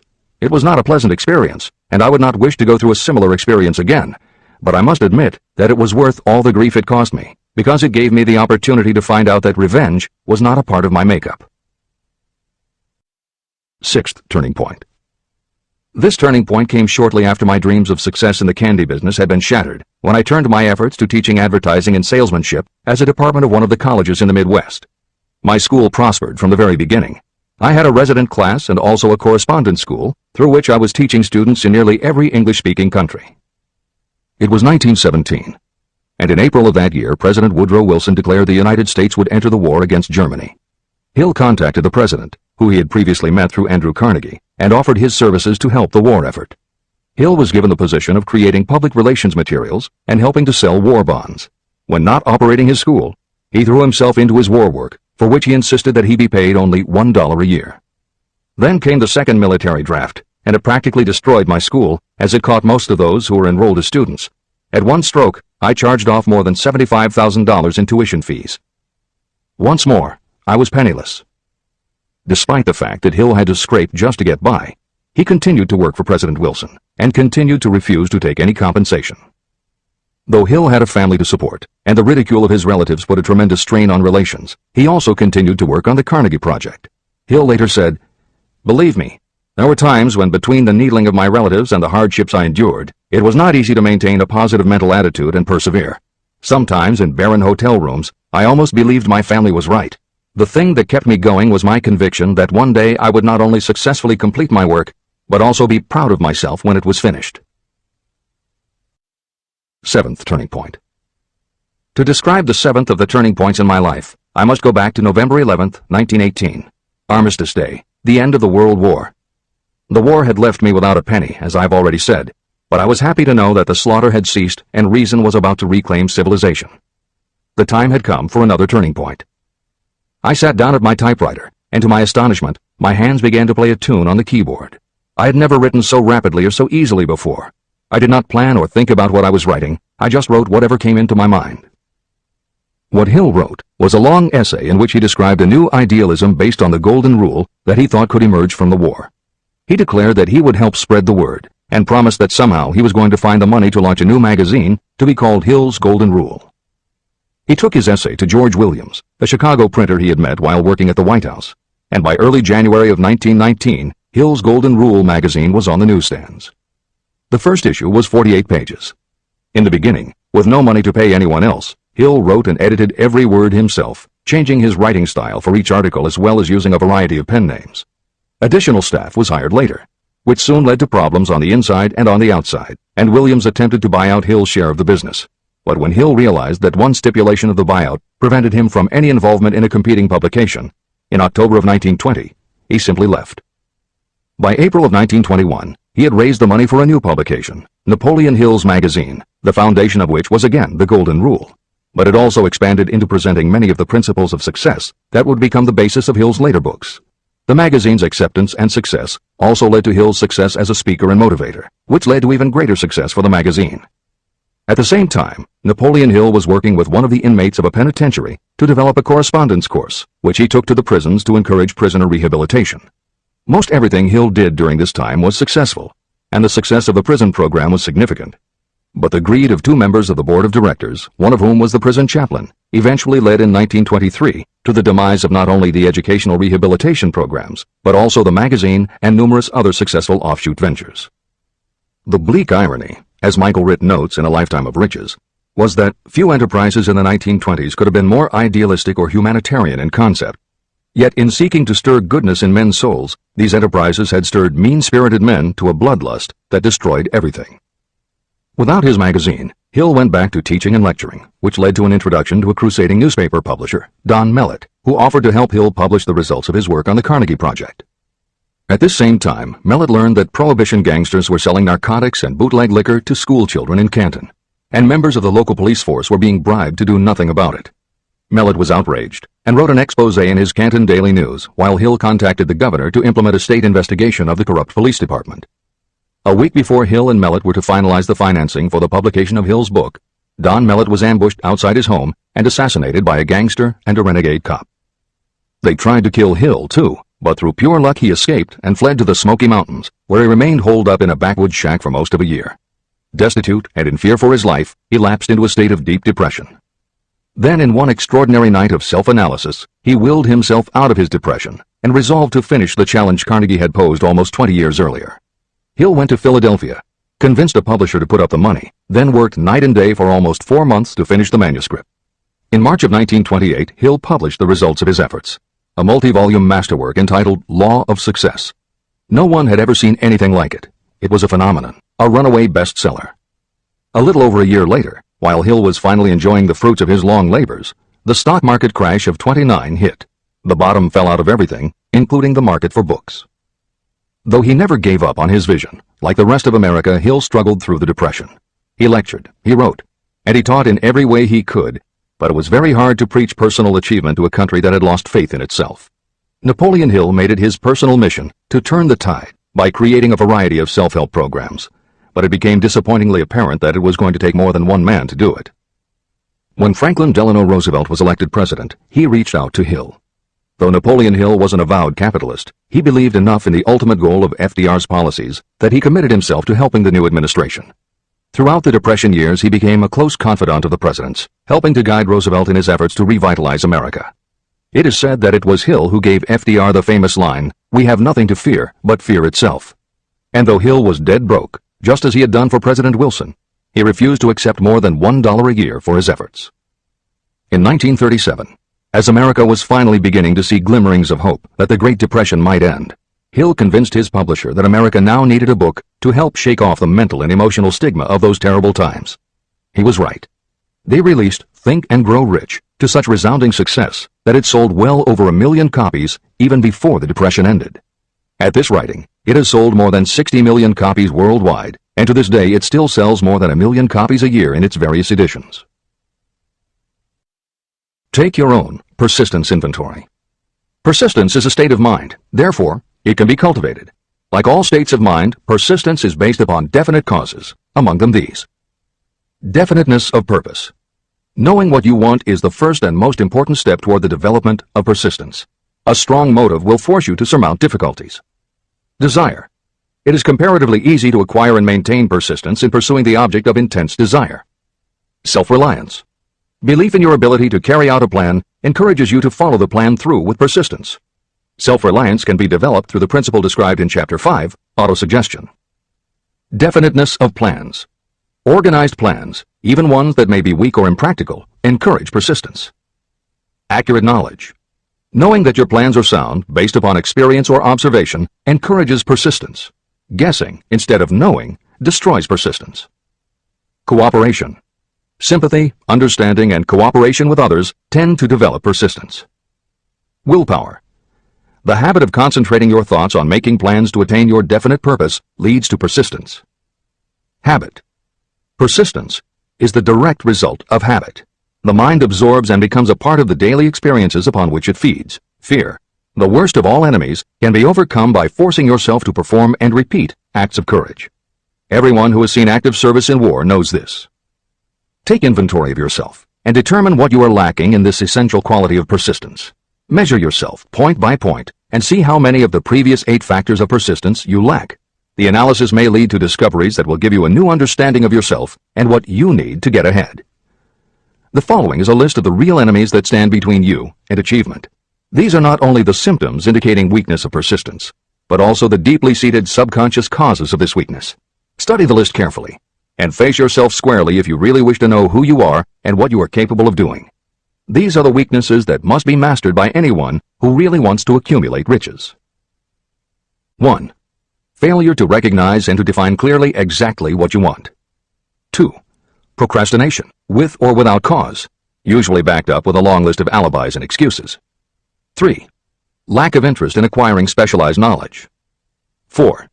Indecision, and the habit of passing the buck instead of facing issues squarely, also backed by alibis and excuses.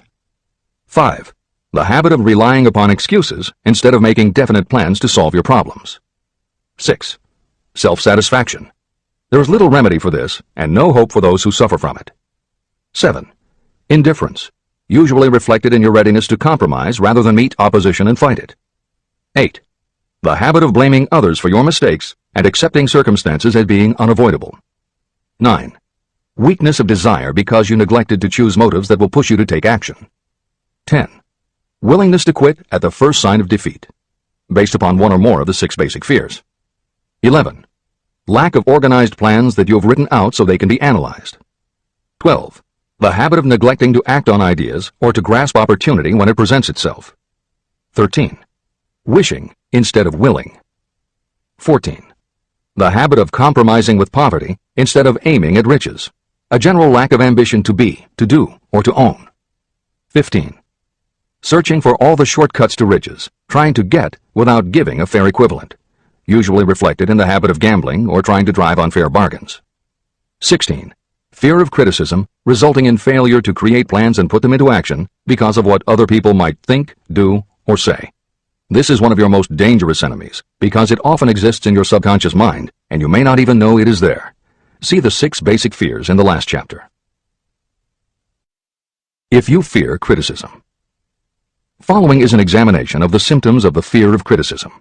The majority of people permit relatives, friends, and the public at large to influence them so that they cannot live their own lives because they fear criticism.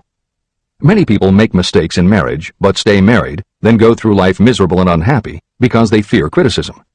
Anyone who has submitted to this form of fear knows the irreparable damage it does by destroying one's ambition and the desire to achieve. Millions of people neglect to go back and get an education after having left school because they fear criticism. Countless numbers of men and women permit relatives to wreck their lives in the name of family duty because they fear criticism. Duty does not require you to submit to the destruction of your personal ambitions and the right to live your own life in your own way. People refuse to take chances in business because they fear the criticism that may follow if they fail. The fear of criticism in such cases is stronger than the desire for success. Too many people refuse to set high goals for themselves because they fear the criticism of relatives and friends who may say, "Don't aim so high, people will think you're crazy." When Andrew Carnegie suggested that I devote 20 years to the organization of a philosophy of individual achievement, my first impulse was fear of what people might say. His suggestion was far greater than anything I had ever conceived for myself. My first instinct was to create excuses, all of them traceable to the fear of criticism. Something inside of me said, "You can't do it. The job is too big and requires too much time. What will your relatives think of you? How will you earn a living? No one has ever organized a philosophy of success. What right have you to believe you can do it? Who are you anyway to aim so high? Remember your humble birth. What do you know about philosophy? People will think you are crazy," and they did. "Why hasn't some other person done this before now?" These and many other questions flashed into my mind. It seemed as if the whole world had suddenly turned its attention to me with a purpose of ridiculing me into giving up all desire to carry out Mr. Carnegie's suggestion. Later in life, after having analyzed thousands of people, I discovered that most ideas are stillborn. To grow, ideas need the breath of life injected into them through definite plans of immediate action. The time to nurse an idea is at the time of its birth. Every minute it lives gives it a better chance of surviving. The fear of criticism is what kills most ideas that never reach the planning and action stage. Breaks can be made to order. Many people believe that success is the result of lucky breaks. There may be something to that, but if you depend upon luck, you will almost surely be disappointed. The only break anyone can afford to rely on is a self-made break. These come through the application of persistence. The starting point is definiteness of purpose. Editor's comments. In 1999, Mark Myers, editor of one of the country's most influential self-help newsletters, Bottom Line Personal, wrote a book entitled How to Make Luck: 7 Secrets Lucky People Use to Succeed. In it, he tells of a study that was done by the psychology department at the University of Hertfordshire near London. They assembled a group of people, half of whom either thought themselves lucky or were considered to be lucky by others. The other half of the group believed they were unlucky. They were all brought to campus to watch a computerized random coin toss. Each person watched as a cartoon elf came on screen and flipped a coin. Each was asked to call heads or tails. The results of the experiment proved that the unlucky group guessed right approximately the same number of times as the lucky group. In follow-up interviews, the researchers concluded that the only difference between so-called lucky and unlucky people was that the lucky people tended to remember the good things that had happened in their lives, and those that thought they were unlucky tended to dwell on the bad things. The scientific fact is that luck, in terms of calling a coin toss, spinning a wheel, or turning a card, is completely random, and there's nothing we can do about it. All we can control is what we say and do. Everything else that happens to us depends upon the actions of others and the random world in which we live. Then why do some people seem to be so lucky and get all the lucky breaks? Myers says it is because, unlike luck, lucky breaks are something you can control, and lucky people, whether they know it or not, have taken specific steps to make their good luck. You can influence lucky breaks in 2 ways. You have to intentionally put yourself in luck's way, and you must make people want to help you because they believe that you deserve their help. Once you have let the world know you are ready for a break, luck is largely a matter of being introduced to opportunities by people who open doors for us. Myers calls these people gatekeepers. Gatekeepers offer help not only out of goodwill, but also because they hope you will help them in return when you are in a position to do so. People who are lucky make it a point to impress their gatekeepers so that they will be the first to come to mind when opportunities arise. Your gatekeepers must believe that you deserve a break, and that it is worth it to them to give you one. One of the best ways to do that is simply to behave and act lucky. If you act like a loser, people think you are a loser. If you perceive yourself as lucky, it will be easier for others to see you that way. And if you are believed to be a lucky person, your chances of receiving lucky opportunities will increase, partly because others hope some of your luck will rub off on them. This is the biggest secret lucky people know.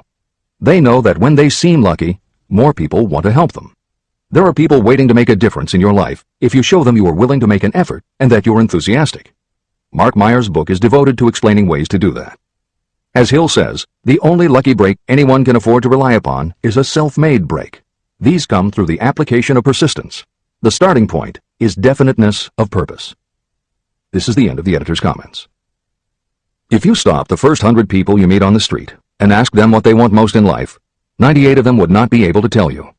If you press them for an answer, some will say security, many will say money, a few will say happiness, and others will say fame and power. Some might tell you they want social recognition, ease in living, the ability to sing, dance, or write, but none of them will be able to give you the slightest indication of a plan by which they hope to attain these vaguely expressed wishes. Riches do not respond to wishes. They respond only to definite plans backed by definite desires through constant persistence. How to develop persistence. There are 4 simple steps that lead to the habit of persistence. They call for no great amount of intelligence, no particular amount of education, and little time or effort. These necessary steps are: 1. A definite purpose, backed by a burning desire for its fulfillment. 2. A definite plan, expressed in continuous action. 3. A mind closed tightly against all negative and discouraging influences, including negative suggestions of relatives, friends, and acquaintances. 4. A friendly alliance with one or more persons who will encourage you to follow through with both plan and purpose. These 4 steps are essential for success in all walks of life. An important purpose of the 13 principles of this philosophy is to enable you to take those 4 steps as a matter of habit. They are steps by which you may control your economic destiny. They are steps that lead to freedom and independence of thought. They are steps that lead to riches in small or great quantities. They are steps that lead the way to power, fame, and worldly recognition. They are 4 steps that guarantee favorable breaks. They are steps that convert dreams into physical realities. They are steps that lead also to the mastery of fear, discouragement, indifference. There is a magnificent reward for anyone who learns to take these 4 steps. It is the privilege of writing your own ticket and of making life yield whatever price is asked. How to master difficulties. What mystical power gives people of persistence the capacity to master difficulties? Does the quality of persistence set up in your mind some form of spiritual, mental, or chemical activity that gives you access to supernatural forces? Does infinite intelligence throw itself on the side of the person who still fights on when the whole world seems to be against them? These and many other similar questions were in my mind as I watched Henry Ford start from scratch and build an industrial empire with little more than persistence. Or Thomas A. Edison, who, with less than 3 months of schooling, became the world's leading inventor. He turned his persistence into sound recording and playback machines, motion picture cameras and projectors, and the incandescent light, to say nothing of 100 other useful inventions. I had the opportunity to analyze both Mr. Edison and Mr. Ford up close and personal, year by year, over a long period of time. So I speak from actual knowledge when I say that I found no quality except persistence in either of them that even remotely suggested the major source of their stupendous achievements. If you make an impartial study of the prophets, philosophers, and religious leaders of the past, you will come to the inevitable conclusion that persistence, concentration of effort, and definiteness of purpose were the major sources of their achievements. Consider, for example, the fascinating story of Muhammad. Analyze his life. Compare him with men of achievement in this modern age of industry and finance, and observe how they all have one outstanding trait in common: persistence. If you want to understand more about the power of persistence and how it works, I strongly suggest that you read a biography of Muhammad. Editor's comments. At the beginning of the 21st century, there was an increased interest in Islam due to the attacks on the World Trade Center and the subsequent war on terror. Consequently, the modern reader will have no difficulty finding a number of very good books about Muhammad. At the time that Hill was writing the first edition of Think and Grow Rich, one of the best biographies of Muhammad was written by Esad Bey, who was born in Baku, Azerbaijan, the son of a Jewish businessman named Nusenbaum. Later, he changed his name when he converted to Islam. During the Russian Revolution, he fled his home for Berlin, where he lived until the rise of Hitler again forced him to move, first to Austria and then finally to Italy. It is believed by some that this man known as Esad Bey also wrote under another pen name, Kurban Said, and was in fact the author of the acclaimed Azerbaijani novel, Ali and Nino. That Napoleon Hill was very impressed with this particular biography of Muhammad is clear from his recommendation, which follows. I strongly suggest that you read a biography of Muhammad, especially the one by Esad Bey. This brief review of that book, which appeared in the Herald Tribune, will provide a preview of the rare treat in store for those who take the time to read the entire story of one of the most astounding examples of the power of persistence known to civilization. The Last Great Prophet. Reviewed by Thomas Sugru. Muhammad was a prophet, but he never performed a miracle. He was not a mystic. He had no formal schooling. He did not begin his mission until he was 40. When he announced that he was the messenger of God, bringing word of the true religion, he was ridiculed and labeled a lunatic. Children tripped him, and women threw filth upon him. He was banished from his native city, Mecca, and his followers were stripped of their worldly goods and sent into the desert after him. When he had been preaching 10 years, he had nothing to show for it but banishment, poverty, and ridicule. Yet before another 10 years had passed, He was dictator of all Arabia, ruler of Mecca, and the head of a new world religion which was to sweep to the Danube and the Pyrenees before exhausting the impetus he gave it. That impetus was threefold: the power of words, the efficacy of prayer, and man's kinship with God. His career never made sense. Muhammad was born to impoverished members of a leading family of Mecca. Because Mecca, the crossroads of the world, home of the magic stone called the Kaaba, great city of trade and the center of trade routes, was unsanitary, its children were sent to be raised in the desert by Bedouins. Muhammad was thus nurtured, drawing strength and health from the milk of nomad, vicarious mothers. He tended sheep and soon hired out to a rich widow as leader of her caravans. He traveled to all parts of the Eastern world, talked with many men of diverse beliefs, and observed the decline of Christianity into warring sects. When he was 28, Khadijah, the widow, looked upon him with favor and married him. Her father would have objected to such a marriage, so she got him drunk and held him up while he gave the paternal blessing. For the next 12 years, Muhammad lived as a rich and respected and very shrewd trader. Then he took to wandering in the desert, and one day he returned with the first verse of the Quran and told Khadijah that the archangel Gabriel had appeared to him and said that he was to be the messenger of God. The Quran, the revealed word of God, was the closest thing to a miracle in Muhammad's life. He had not been a poet. He had no gift of words. Yet the verses of the Quran, as he received them and recited them to the faithful, were better than any verses which the professional poets of the tribes could produce. This, to the Arabs, was a miracle. To them, the gift of words was the greatest gift. The poet was all-powerful. In addition, the Quran said that all men were equal before God, that the world should be a democratic state, Islam. It was this political heresy, plus Muhammad's desire to destroy all the 360 idols in the courtyard of the Kaaba, which brought about his banishment. The idols brought the desert tribes to Mecca, and that meant trade. So the businessmen of Mecca, the capitalists, of which he had been one, set upon Muhammad. Then he retreated to the desert and demanded sovereignty over the world. The rise of Islam began. Out of the desert came a flame which would not be extinguished. A democratic army, fighting as a unit and prepared to die without wincing. Muhammad had invited the Jews and Christians to join him, for he was not building a new religion. He was calling all who believed in one God to join in a single faith.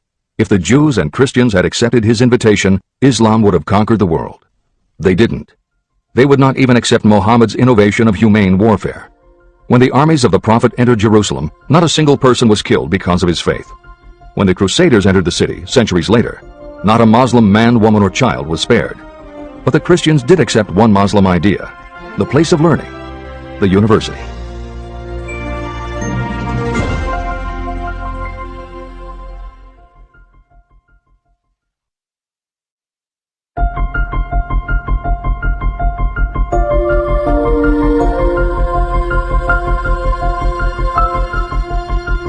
The ladder of success is never crowded at the top.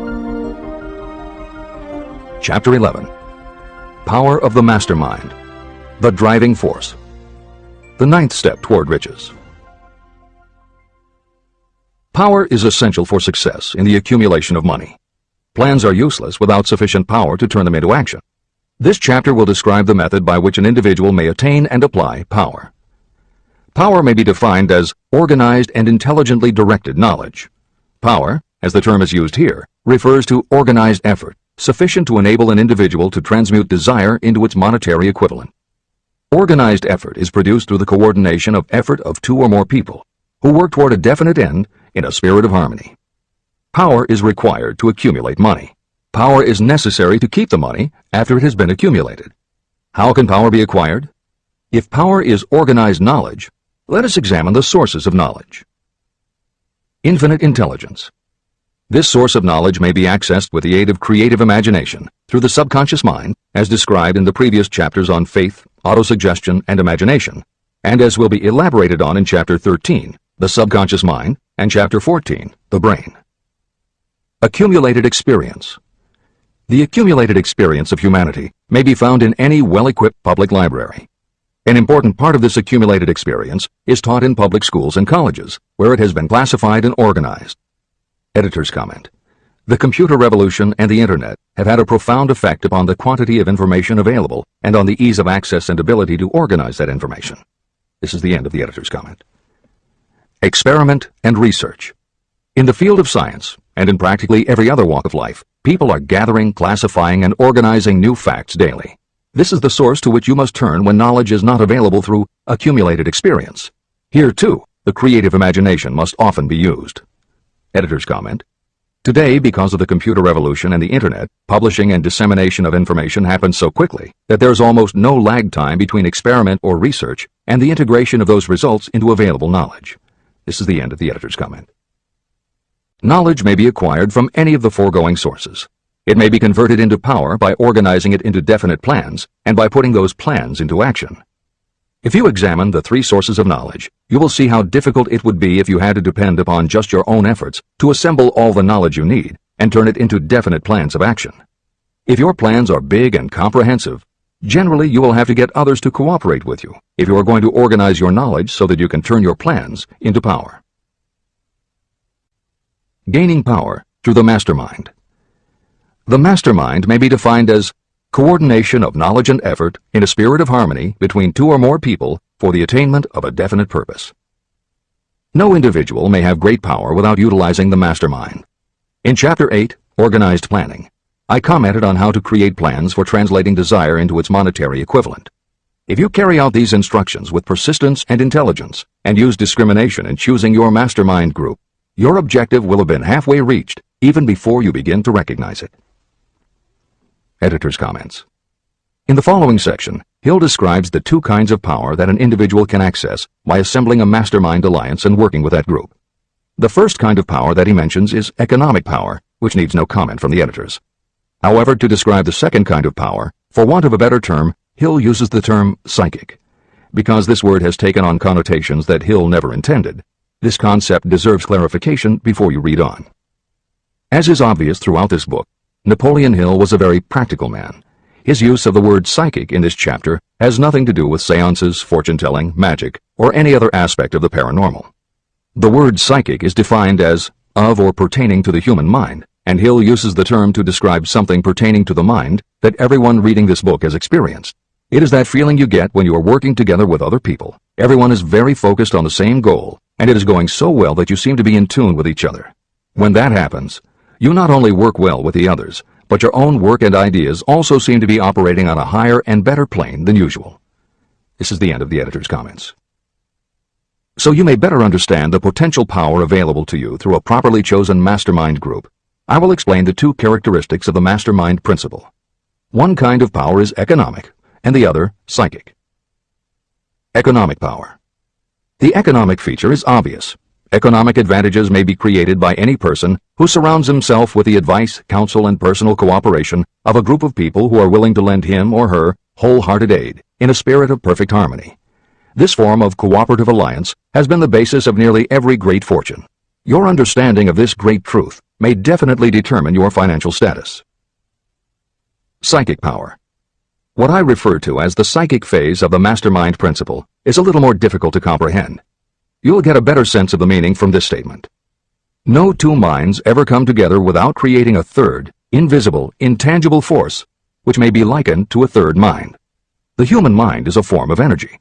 When the minds of two people are coordinated in a spirit of harmony, the energy of each mind seems to pick up on the energy of the other mind, which constitutes the psychic phase of the mastermind. The mastermind principle, or rather the economic feature of it, was first called to my attention by Andrew Carnegie. Discovery of this principle was responsible for the choice of my life's work. Mr. Carnegie's mastermind group consisted of a staff of approximately 50 people with whom he surrounded himself for the purpose of manufacturing and marketing steel. He knew little of the technical side of the steel business. His strength was his ability to get others to work together in perfect harmony toward achieving a common goal. Carnegie attributed his entire fortune to the power he accumulated through this mastermind alliance. If you analyze the record of anyone who has accumulated a great fortune, and many of those who have accumulated modest fortunes, you will find that they have either consciously or unconsciously employed the mastermind principle. Great power can be accumulated through no other principle. How to multiply your brain power. The human brain may be compared to an electric battery. It is a fact that a group of batteries will provide more energy than a single battery. It is also a fact that the amount of energy provided by each individual battery depends upon the number and capacity of the cells it contains. The brain functions in a similar fashion. Some brains are more efficient than others.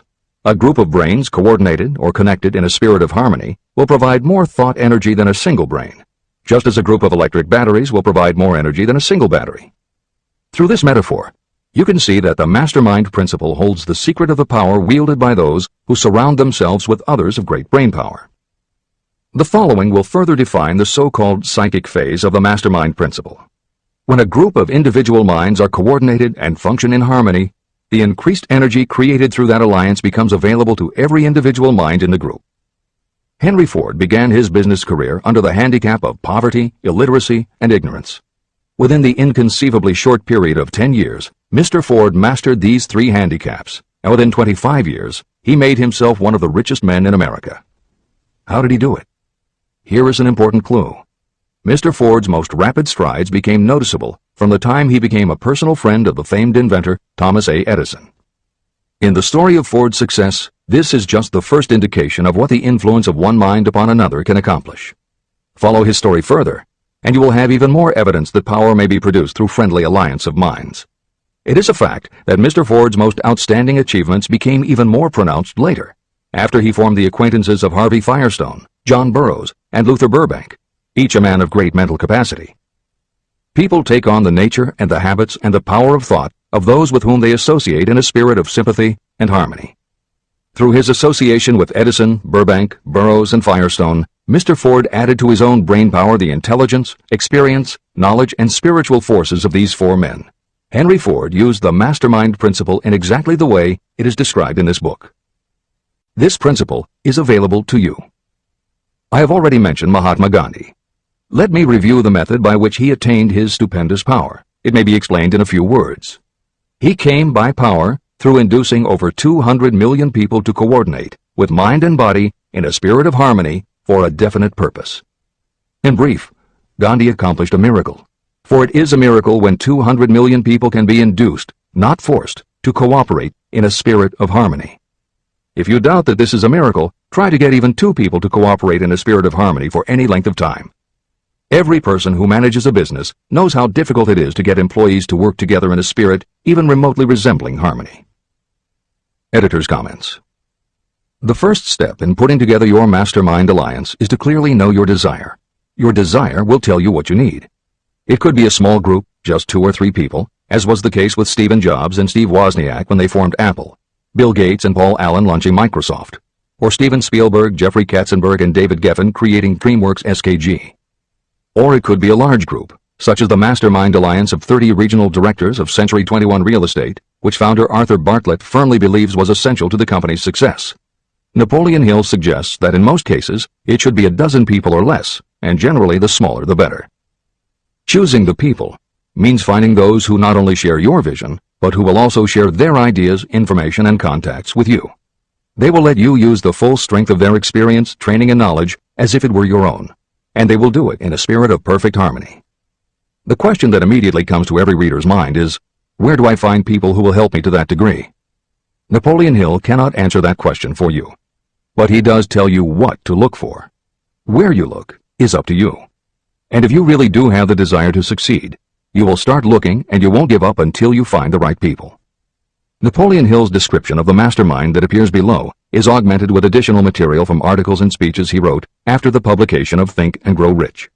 These were compiled for publication by Hill's friend, mentor, and business associate, W. Clement Stone, and appear in 2 books, Napoleon Hill's Keys to Success and Believe and Achieve. This is the end of the editor's comments. Finding your mastermind members. Ally yourself with a group of as many people as you may need in order to assemble a mastermind that will assist you in creating and carrying out your plan or plans for the accumulation of money. Compliance with this instruction is absolutely essential. Choose to associate with people who share common values, goals, and interests, yet who each have a strong desire to contribute to the overall effort. Trial and error will be part of the process, but there are 2 qualities to keep foremost in your mind. The first is ability to do the job. Do not select people for your alliance merely because you know them and like them. Such people are valuable to you because they improve the quality of your life, but they are not necessarily suited to a mastermind alliance. Your best friend may not be the most knowledgeable marketing professional, but perhaps he or she can introduce you to someone who is. The second quality is the ability to work in a spirit of harmony with others. There must be a complete meeting of minds without any reservations. Personal ambition must be subordinate to the achievement of the purpose of the alliance. This includes your own. You must also insist upon confidentiality. Some people can give away an idea simply because they love to talk. You don't need them in your group. Attune yourself to every member of the group. Try to imagine how you would react in a given situation if you were in his or her shoes. Pay attention to body language. Sometimes facial expressions and movements say far more about what a person feels than the words that come out of his or her mouth. Be sensitive to what is not being said. Sometimes what is left out is far more important than what is included. Don't try to force the group along too quickly. Allow for those who want to test ideas by playing devil's advocate. Compensating your mastermind. Before forming your mastermind alliance, decide what advantages and benefits you may offer the individual members of your group in return for their cooperation. No one will work indefinitely without some form of compensation. No intelligent person should request or expect another to work without adequate compensation. Wealth will obviously have the most appeal to your members. Be fair and generous in your offer. Recognition and self-expression may be just as important as money to some of your members. Remember that in such partnerships, the principle of going the extra mile, doing more and better than paid for, is especially important. As the leader, you should set an example for the others to follow. Each member must agree at the outset on the contribution each will make, and on the division of benefits and profits. Otherwise, be assured that dissension will arise, you will have wasted everyone's time, you will ruin friendships, and your venture will be destroyed. Meeting with your mastermind. Arrange to meet with the members of your mastermind group at least twice a week, and more often if possible, until you have jointly perfected the necessary plan or plans for the accumulation of money. The first meeting will be involved in sorting out strengths and weaknesses, and in fine-tuning your plans. Your alliance must be active to do any good. Establish specific responsibilities and action steps to be taken. As your mastermind matures and harmony grows among the members, you will find that the meetings create a flow of ideas into every member's mind. Don't let the meetings become so regular and formalized that they inhibit phone calls and other less formal contact. Mastermind maintenance. Maintain perfect harmony between yourself and every member of your mastermind group. If you fail to carry out this instruction to the letter, you may expect to meet with failure. The mastermind principle cannot work where perfect harmony does not prevail. Create a non-threatening environment. Explore all ideas with equal interest and concern for the originator's feelings. Everyone must deal with everyone else on a completely ethical basis. No member should seek unfair advantage at the expense of others. As the leader, you must inspire confidence in your members by your dedication to your desire, which is the object of the group. The members must know with certainty that you are reliable, trustworthy, and loyal. When you are finally ready to present the results of your efforts to investors, buyers, or the public, you may face your greatest leadership challenge in maintaining the harmony of your mastermind. The group's efforts will now be judged by outsiders, and facing judgment takes courage and persistence. The courage of separate individuals is nothing compared with that of a united team. The more you are able to maintain harmony, the greater the power, and the greater the power, the more resistance you can overcome. Marriage and the mastermind. A mastermind alliance with a person you love most deeply is of untold importance. If you are married and have not built your relationship on the same principles of harmony that are crucial to any alliance, you may have some reselling to do with your spouse. Set aside time each day to talk about what you want to achieve and how you are going about it. Rely on your definiteness of purpose to build your persuasive abilities to convince your partner of the benefits of the work you are doing. It is very unlikely that your work will not affect your husband or wife in some significant way, and you absolutely must not drag your partner unwillingly into any adventure. Build your mastermind alliance into your marriage from the start, and it will steady and support you through the darkest moments. In fact, your whole family should be incorporated into your alliance. Lack of harmony at home can easily spill over elsewhere. A united family is a great team. The mastermind and infinite intelligence. The list of sources from which you can get power is headed by infinite intelligence. When two or more people coordinate in a spirit of harmony and work toward a definite objective, they place themselves in position to absorb power directly from that great universal storehouse that I refer to as infinite intelligence. This is the greatest of all sources of power. It is the source to which geniuses and great leaders turn, whether they may be conscious of the fact or not. In Chapter 13, The Subconscious Mind, and Chapter 14, The Brain, The methods for accessing infinite intelligence will be described in greater detail. This is not a course on religion. Neither the principle of infinite intelligence nor any other principle in this book should be interpreted as interfering with, endorsing, or rejecting any person's religious beliefs. This book is confined exclusively to instructing the reader how to transmute the definite purpose of desire for money into its monetary equivalent. Read, and really think about what you are reading. Soon the entire subject will unfold, and you will see it in perspective. At this point, you are only seeing the detail of the individual chapters. Editor's comments. This chapter would not be complete without commenting on a mastermind that came into being almost 15 years after the first publication of Think and Grow Rich. Napoleon Hill's own mastermind alliance with multimillionaire businessman and philanthropist W. Clement Stone. On May 2, 1951, at the age of 67, Napoleon Hill and his wife Annie Lou agreed it was time for Napoleon to think about retiring. They decided to begin by cutting back on his speaking engagements after he completed the lectures that were already on his calendar, including one he was scheduled to give a few weeks later in Chicago. Unbeknownst to them, at that event W. Clement Stone had prearranged to sit at the head table next to Napoleon Hill. Like Hill, Stone had been born into poverty. At the age of 6, he started selling newspapers to help pay the rent, and by 13, he owned his own stand.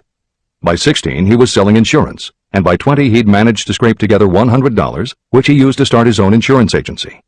Stone was a consummate salesman and motivator, and his company was growing very nicely. Then in 1938, he read Think and Grow Rich, and was so inspired by it that he bought a copy for every one of his employees, and continued to do so for each new person who joined his company. Over the years, this amounted to thousands of copies. When Stone was introduced to Hill, he told him about all the copies he had purchased of Think and Grow Rich, and said that he firmly believed it was Hill's book that had transformed his sales force and turned his company from modest to extraordinary success. Napoleon Hill and W. Clement Stone found that they were in such complete accord that by the end of their first meeting, Hill had decided to postpone his retirement and join with Stone in a venture dedicated to creating a better world for this and future generations. Within a year, they launched Napoleon Hill Associates. They published new books by Hill, including How to Raise Your Own Salary and The Master Key to Riches. They reissued Hill's earlier bestsellers, and they co-authored a new bestseller, Success Through a Positive Mental Attitude. They also launched Success Unlimited magazine, created PMA Science of Success home study courses, made television programs, radio shows, a documentary film entitled A New Sound in Paris, which showed the amazing changes that happened when the entire town of Paris, Missouri, adopted the Napoleon Hill philosophy. And they both crisscrossed America speaking, teaching, giving interviews, and spreading the philosophy to as many people as possible. In addition to his work with Napoleon Hill Associates, Hill also consulted to W. Clement Stone's company, Combined Insurance Company of America. Hill designed and implemented a new training program for the sales force, which was so successful, he astounded the business world by helping Stone grow his company from $30 million in assets to $100 million in less than 10 years. When W. Clement Stone passed away in 2002, his company, now known as Aon Corporation, had revenues of $2 billion a year. W. Clement Stone had personally given more than $275 million to various charitable and philanthropic organizations. There has perhaps never been a greater example of coordination of knowledge and effort in a spirit of harmony between two or more people for the attainment of a definite purpose. The sheer volume of work and scope of influence achieved in a 10-year period by Napoleon Hill and W. Clement Stone leaves little question as to the power and importance of a mastermind alliance. This is the end of the editor's comments. The power of positive emotions. Money is shy and elusive. It must be wooed and won by methods not unlike those used by a determined lover. And the power you use in the wooing of money is not greatly different from what you use to attract the one you love. It is the power of positive emotion. That power, when successfully used in the pursuit of money, must be mixed with faith. It must be mixed with desire. It must be mixed with persistence. It must be applied through a plan, and that plan must be set into action. When money comes in large quantities, it flows to the one who accumulates it as easily as water flows downhill. There exists a great unseen stream of power, which may be compared to a river that flows in two directions. One side flows in one direction, carrying all who get into that side of the stream onward and upward to wealth. The other side flows in the opposite direction, carrying all who are unfortunate enough to get into it and can't pull themselves out, downward to misery and poverty. Everyone who has accumulated a great fortune has recognized the existence of this stream of life. It consists of one's thinking process. Positive emotions form the side of the stream that carries you to fortune. Negative emotions form the side that carries you down to poverty. This is a point of great importance to the person who is following this book with the object of accumulating a fortune. If you are caught in the side of the stream of power that leads to poverty, this book will serve as an oar by which you may propel yourself over into the other side of the stream. But it can serve you only through application and use. Merely reading and passing judgment on it, either one way or another, will be of no benefit to you. Poverty and riches can change places. But when riches take the place of poverty, the change only happens through well-conceived and carefully executed plans. The same is not true of poverty. Poverty needs no plan. It needs no one to help it because it is bold and ruthless. Riches are shy and timid. They have to be attracted. More gold has been mined from the thoughts of men than has ever been taken from the earth. Chapter 12. Sexuality, Charisma, and Creativity. The 10th step toward riches. Editor's comments. What motivates human beings is the subject of continuing scientific research and philosophical debate. There is general agreement that the prime motivators are the basic human needs for food and water, shelter and clothing, and safety. Beyond these basic life-sustaining needs, however, there are other factors that motivate people to action. It is the definition of the other factors and their order of importance that continues to be open to interpretation. Perhaps the most widely known theory is psychologist Abraham Maslow's hierarchy of human needs, which lists 8 levels of motivational forces, starting with the basic physiological and safety needs, then ascends through belonging and love, esteem, understanding, aesthetics, self-actualization, and transcendence. Other psychologists and sociologists have defined and arranged the categories differently, but in almost all cases there is agreement that after the primary life-sustaining needs are met, sex and love are the next most important motivating forces. Napoleon Hill also compiled a hierarchy of what he referred to as mind stimuli. Like Maslow and other researchers, Hill identified sex and love as the most powerful non-life-sustaining factors in human motivation, but his focus was not on sex and love as they pertain to procreation. Hill was intrigued by the theory that if sex and love are such powerful forces in driving humans to action, there might be a correlation to outstanding achievement or material success. And if such a relationship exists, can the motivating force be intentionally channeled to this purpose? In the original edition of the following chapter, Hill used terms such as sex emotion and sex energy in his analysis of these motivating forces as they relate to attitude and personality. In this context, the use of the word sex was not meant to have the physical connotation that it often has today.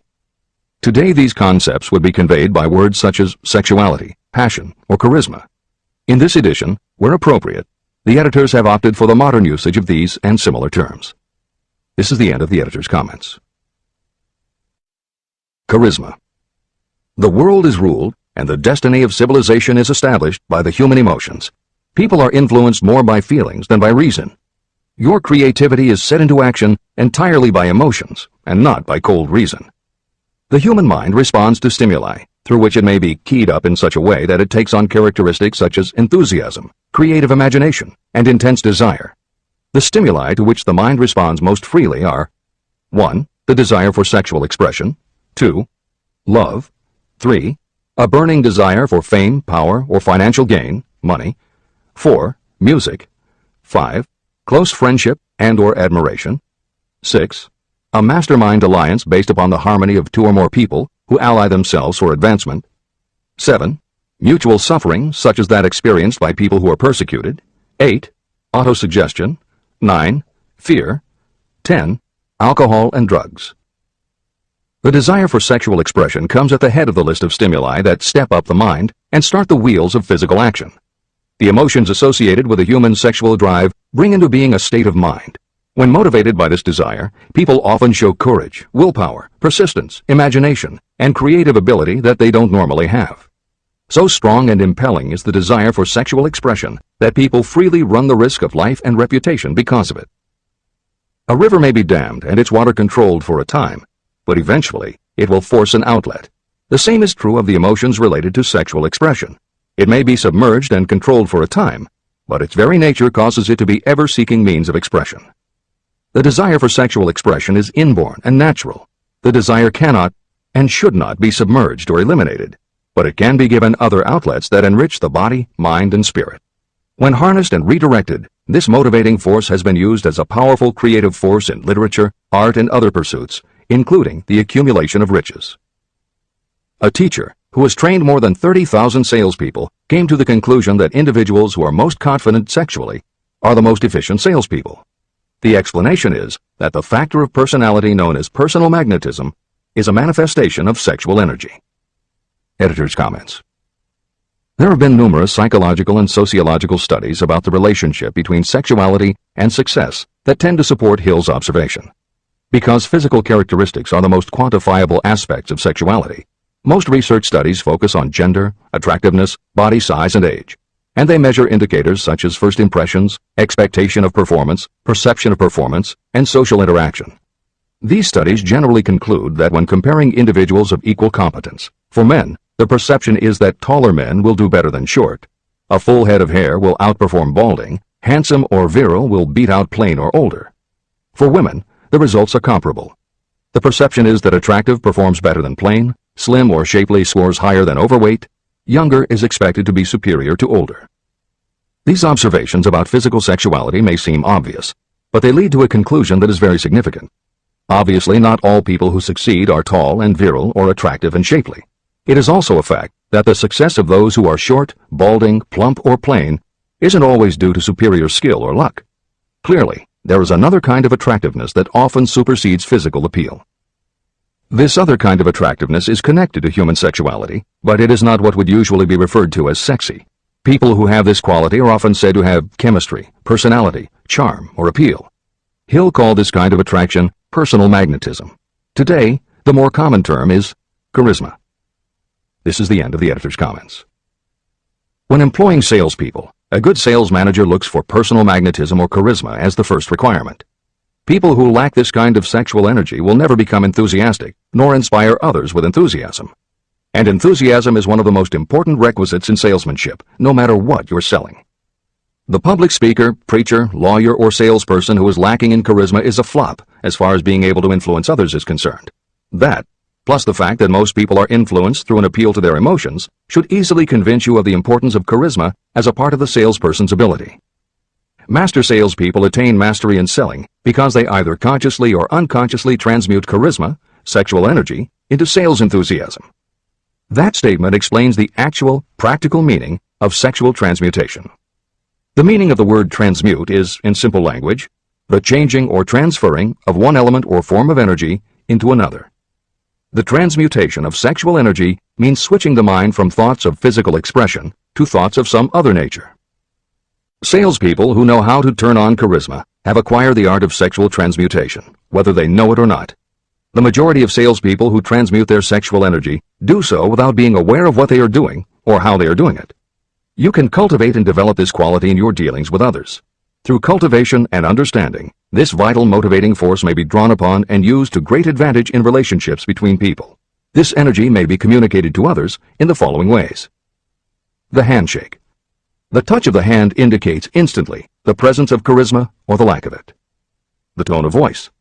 Charisma, or sexual energy, is the factor with which the voice may be colored or made musical and charming. Posture and carriage of the body.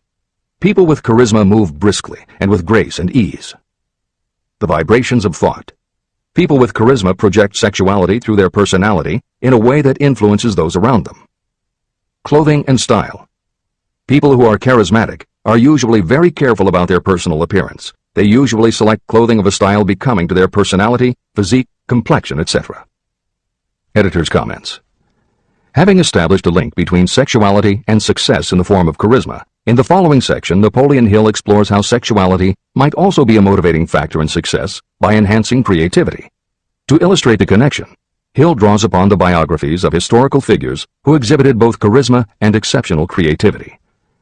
In the time since Hill conducted his research, many women have risen to positions of power and influence. Their accomplishments have been well documented and are readily available in bookstores and libraries. However, when Hill was assembling his data, the majority of historical biographies available were about successful men. Further, the successful industrialists and political leaders he had personally studied during the previous 30 years were also men. Because of this limitation, Hill does not theorize about the role men might play in motivating the success of women. This issue is addressed in a later editorial comment. This is the end of the editor's comments. Creativity. It seemed quite significant to me when I made the discovery that practically every great leader I had the privilege of analyzing was a man whose achievements were largely inspired by a woman. In most instances, the woman was a wife, of whom the public had heard little or nothing. In a few of the cases I studied, the source of inspiration was the other woman. The pages of history are filled with the records of great men whose achievements may be traced directly to the influence of women who aroused the creative faculties of their minds. Napoleon Bonaparte was one of these. When inspired by his first wife, Josephine, he was irresistible and invincible. When his better judgment or reasoning faculty prompted him to put Josephine aside, he began to decline.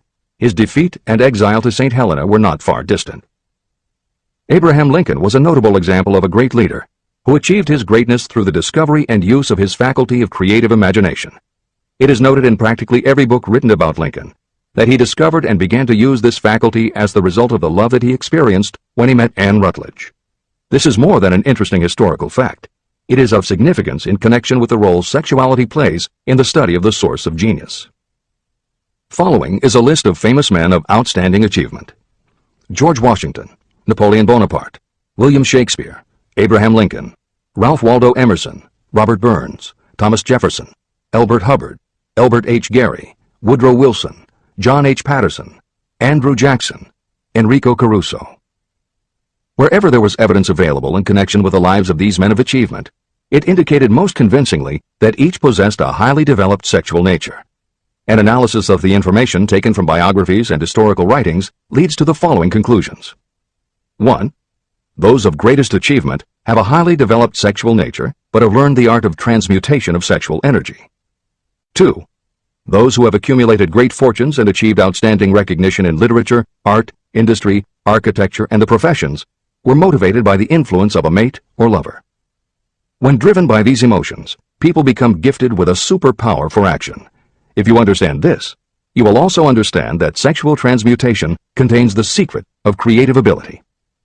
Editor's comments. As noted previously, although Hill's analysis focused on men, today there is a wide range of biographies about women who have succeeded in every aspect of life, including business, politics, religion, sports, entertainment, and the arts. Bearing in mind that biographical information is always subjective, the reader can now find ample material from which to draw a conclusion as to whether Hill's theory about sexuality as a motivating force is equally evident in women. Napoleon Hill had to do an in-depth analysis of biographies in searching for indications that the subject's sexuality had a correlation to their success. Today, we just turn on the television, and we're inundated with intimate details about both men and women suggesting that the best and the brightest are apparently also the sexiest. Although scandals aren't usually cited as scientific proof, the exposés of some of the biggest entertainment and sports stars, high-profile CEOs of major companies, numerous politicians, and even a few presidents all make at least a common-sense case for Hill's theory about the correlation between sexuality and success. This is the end of the editor's comments. Obviously, this does not mean that everyone who is highly sexed is a genius. People attain the status of a genius only when and if they stimulate their minds so that they can draw upon the forces available through the creative faculty of the imagination. Although it is the most important of the stimuli or motivators, the mere possession of sexual energy is not sufficient to produce a genius. The energy must be transmuted from desire for physical contact into some other form of desire and action before it will lift one to the status of a genius. Genius and creative imagination. A definition of genius might be someone who has discovered how to increase the intensity of thought to the point where that person can freely communicate with sources of knowledge not available through the ordinary rate of thought. This definition should prompt some questions in the mind of anyone reading this book. The first question should be, how may one communicate with sources of knowledge that are not available through ordinary thought? The next question should be, are there known sources of knowledge that are available only to geniuses, and if so, what are these sources and exactly how may they be reached? In the following, I will offer methods so that you can experiment and prove to yourself that this is true. By doing so, you will have the answer to both questions. Editor's comment. Humans perceive things through the 5 senses of sight, smell, taste, hearing, and touch. Another kind of perception, as when you have a feeling about something, was discussed in the chapters on desire, faith, and autosuggestion. This kind of perception is often referred to as the 6th sense, and in the following Hill explores the relationship between sexuality, motivation, creative imagination, and the 6th sense. This is the end of the editor's comment. The reality of a 6th sense has been fairly well established. This sixth sense is creative imagination. The faculty of creative imagination is something the majority of people never use during an entire lifetime, and if they do use it, it usually happens by mere accident. Only a small number of people deliberately use their creative imagination for a specific purpose. Those who do use this faculty voluntarily and with understanding of its functions are geniuses. Creative imagination is the direct link between your finite mind and what I have termed infinite intelligence. All revelations and all discoveries of basic or new principles in the field of invention take place through the faculty of creative imagination. When ideas, concepts, or hunches flash into your mind, they can only have come from one or more of the following sources. 1. From the mind of some other person who has just released the thought, idea, or concept through conscious thought. 2. Your subconscious mind, which stores every thought and impression that ever reached your brain through any of the five senses. 3. From another person's subconscious storehouse. 4. Infinite intelligence. There are no other possible sources from which inspired ideas or hunches may be received. When brain action has been stimulated through one or more of the 10 mind stimulants listed at the beginning of this chapter, it has the effect of lifting you far above the horizon of ordinary thought. It permits you to envision distance, scope, and quality of thoughts not available on the lower plane, such as when you are solving routine problems of business. When you are lifted to a higher level of thought through mind stimulation, it is as though you have taken off in an airplane. You can now see over and beyond the horizon that limits your vision when you are on the ground. Not only that, but while you are on this higher level of thought, you are not even aware of such things as the problems of gaining the 3 basic necessities of food, clothing, and shelter. You are in a world of thought in which the ordinary workaday thoughts have been removed, just as the hills and valleys that obstruct your vision on the ground don't interfere when you are in an airplane. While on this exalted plane of thought, the creative faculty of the mind is given freedom for action. The way has been cleared for the sixth sense to function. It becomes receptive to ideas that could not reach the individual under any other circumstances. The sixth sense is the faculty that marks the difference between a genius and an ordinary individual. Developing your creative imagination. A mind stimulant is any influence that will either temporarily or permanently increase the intensity of thought. The previously mentioned 10 major stimulants are those most commonly resorted to. Through these sources you may commune with infinite intelligence, enter the storehouse of your subconscious mind, or perhaps even that of another person. That is all there is to genius. The more you use your creative faculty, the more alert and receptive it becomes to factors originating outside your conscious mind. And the more this creative faculty is used, the more you will rely upon it for your thoughts and ideas. This faculty can be cultivated and developed only through use.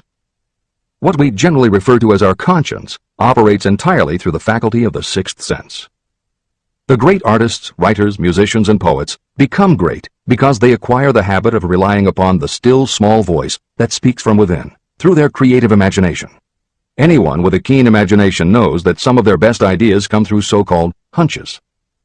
One of the best-known public speakers admits that his speeches are only really great when he closes his eyes and begins to rely entirely upon the faculty of creative imagination. When asked why he closed his eyes just before the climax of his speech, he replied, "I do it because then I speak through ideas that come to me from within." One of America's most successful and best-known financiers has the habit of closing his eyes for 2 or 3 minutes before making a decision. When asked why, he replied, "With my eyes closed, I am able to draw upon a source of superior intelligence."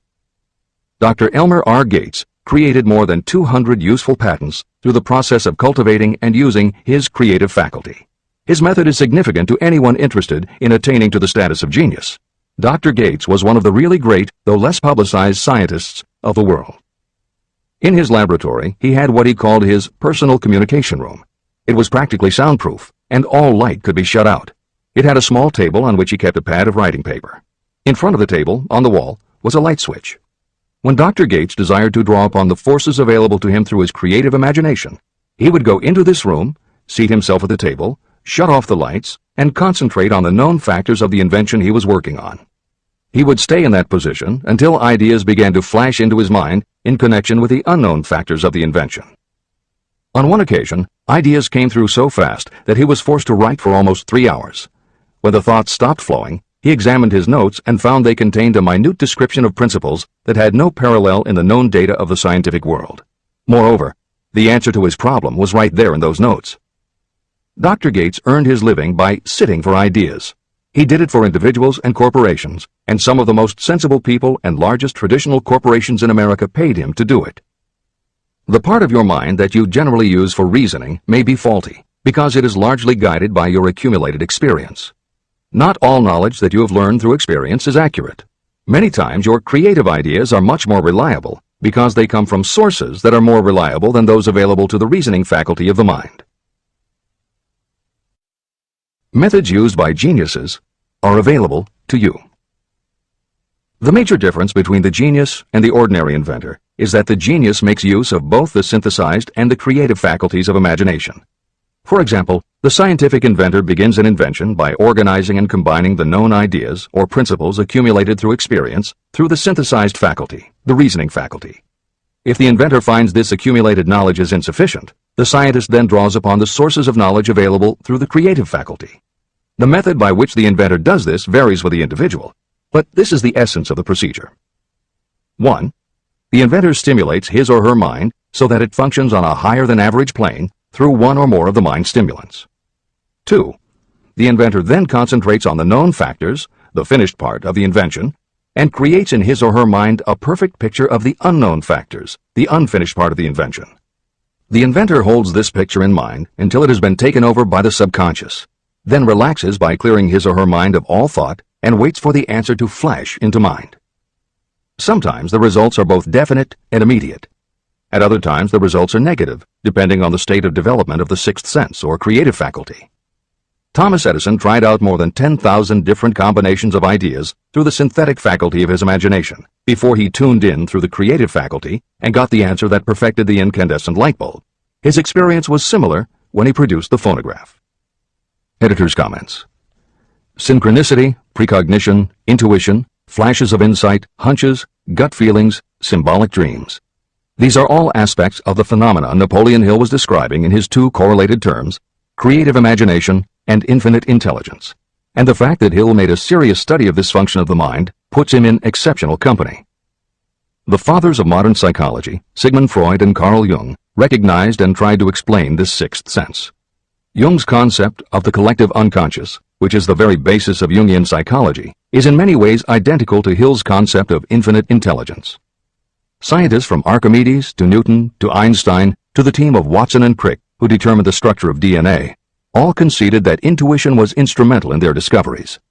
Duke University created a department for the sole purpose of studying these phenomena under scientific conditions. Many scientists admit to using personalized techniques similar to Hill's method for accessing intuition and creativity. These include Friedrich Kekulé, who discovered the molecular structure of benzene through a dream symbol; physiologist Otto Loewi, who had a hunch followed by a dream that won him the Nobel Prize in Medicine; and as mentioned above, James Watson's breakthrough in the structure of DNA. Mozart, Shelley, Coleridge, Huxley, Descartes, Robert Louis Stevenson all claimed intuition played a role in their creations. William Blake learned the secret to a copper engraving process from a dream.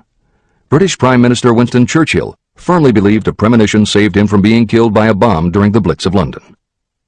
As was noted earlier, psychiatry, clinical hypnosis, and affirmations all had to overcome considerable skepticism before they were accepted. That is also true of those phenomena Hill terms infinite intelligence. However, in the 1970s and 80s, the public's interest was piqued by well-researched books such as The Intuitive Edge by Philip Goldberg, Creative Dreaming by Patricia Garfield, and The Right Brain Experience by Mary Lee Zdenek. Though these anomalies of the mind still defy laboratory proof, contemporary researchers continue to publish tantalizing results. This is the end of the editorial comments. Nature has equipped the human brain and mind with internal stimulants that safely trigger the mind to tune in to fine and rare thoughts. No satisfactory substitute for nature stimulants has ever been found. However, history is not lacking in examples of people who rose to the status of genius as the result of using artificial mind stimulants. Edgar Allan Poe wrote The Raven while under the influence of alcohol, dreaming dreams no mortal ever dared to dream before. Samuel Taylor Coleridge wrote Kubla Khan during an opium-induced dream, and Robert Burns wrote best when intoxicated. For auld lang syne, my dear, we'll take a cup of kindness yet, for auld lang syne. It is true that these and others who are known as geniuses relied upon artificial mind stimulation, but a more important lesson to remember is how many of these people destroyed themselves through the use of those stimulants. Editor's comments.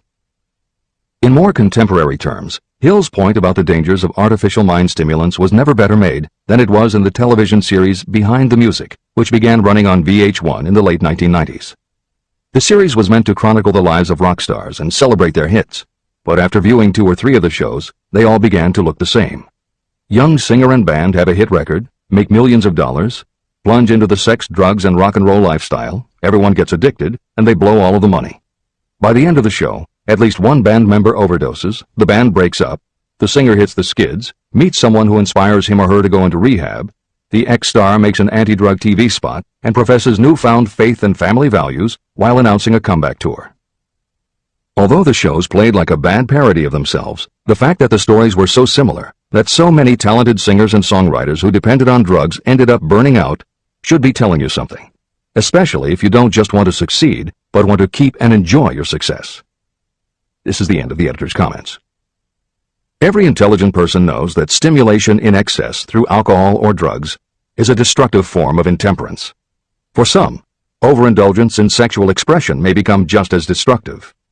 A sexually obsessed person is not essentially different from a person addicted to drugs or alcohol. Both have lost control over their faculties of reason and willpower. Human sexuality is a mighty urge to action, but its forces are like a cyclone, almost impossible to completely control. When an individual is driven solely by emotions related to sexuality, that person may be capable of great achievement, but their actions are often disorganized and destructive. It is true that a person may pursue financial or business success by harnessing the driving force of sexual energy without self-control. But history is filled with evidence that such people likely have certain traits of character that rob them of the ability to either hold or enjoy their fortunes.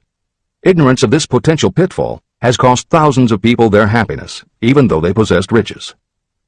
From my analysis of over 25,000 people, I found that those who succeed in an outstanding way often do not hit their stride until they are beyond the age of 40 or 50. This fact was so astounding that it prompted me to go into the study of its cause most carefully. My investigation disclosed that the major reason why many people do not succeed early in life is their tendency to dissipate their energies through overindulgence. The majority of people never learn that sexual energy has possibilities other than physical expression. And many of those who make this discovery only do so after having wasted many years during the time when their sexual energy was at its height. Most people come to the realization by accident, and many don't even know they have tapped into this power. They may recognize that their power of achievement has increased, but they have no idea what caused the change. They are just vaguely aware that nature begins to harmonize the emotions of love and sex, so that they may draw upon these great forces and apply them as stimuli to action.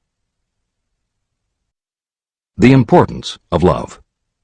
Love, romance, and sex are all emotions capable of driving people to heights of superachievement. When combined, these 3 emotions may lift you to an altitude of a genius. Every person who has been moved by genuine love knows that it leaves enduring traces upon the human heart.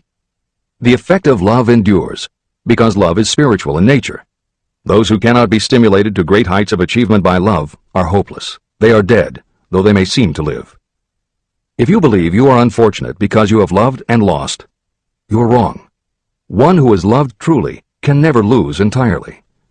Love is whimsical and temperamental. It comes when it pleases and goes away without warning. Accept and enjoy it while it remains, but spend no time worrying about its departure. Worry will never bring it back. Dismiss the thought that love only comes once.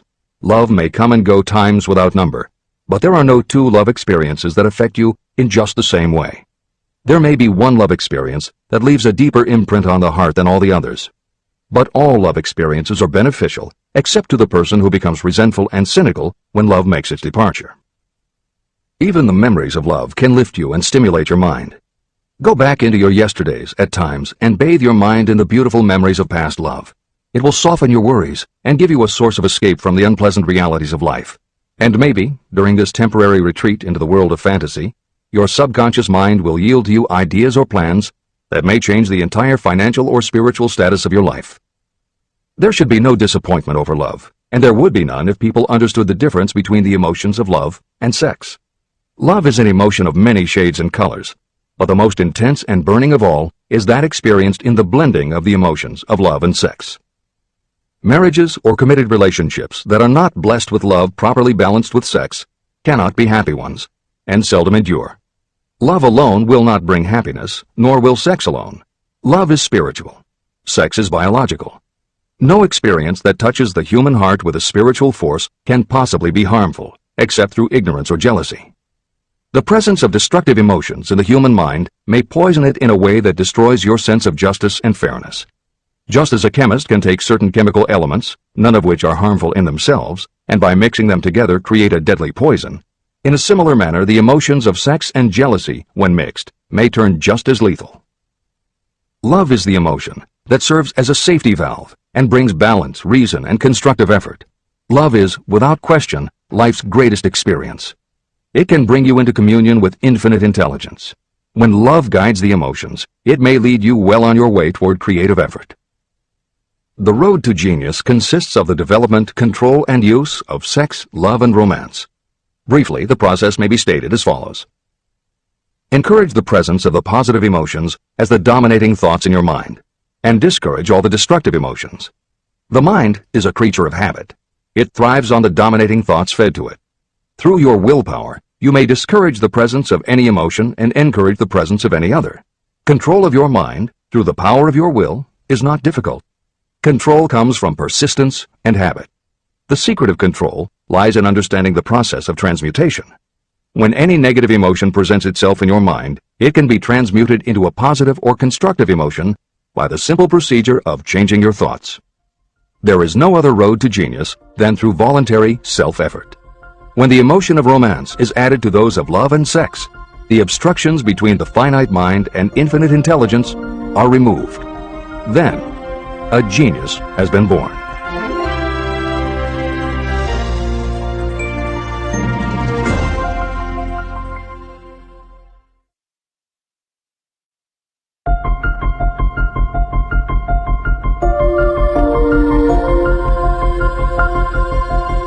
Success requires no explanations. Failure permits no alibis. Chapter 13. The Subconscious Mind. The Connecting Link. The 11th step toward riches.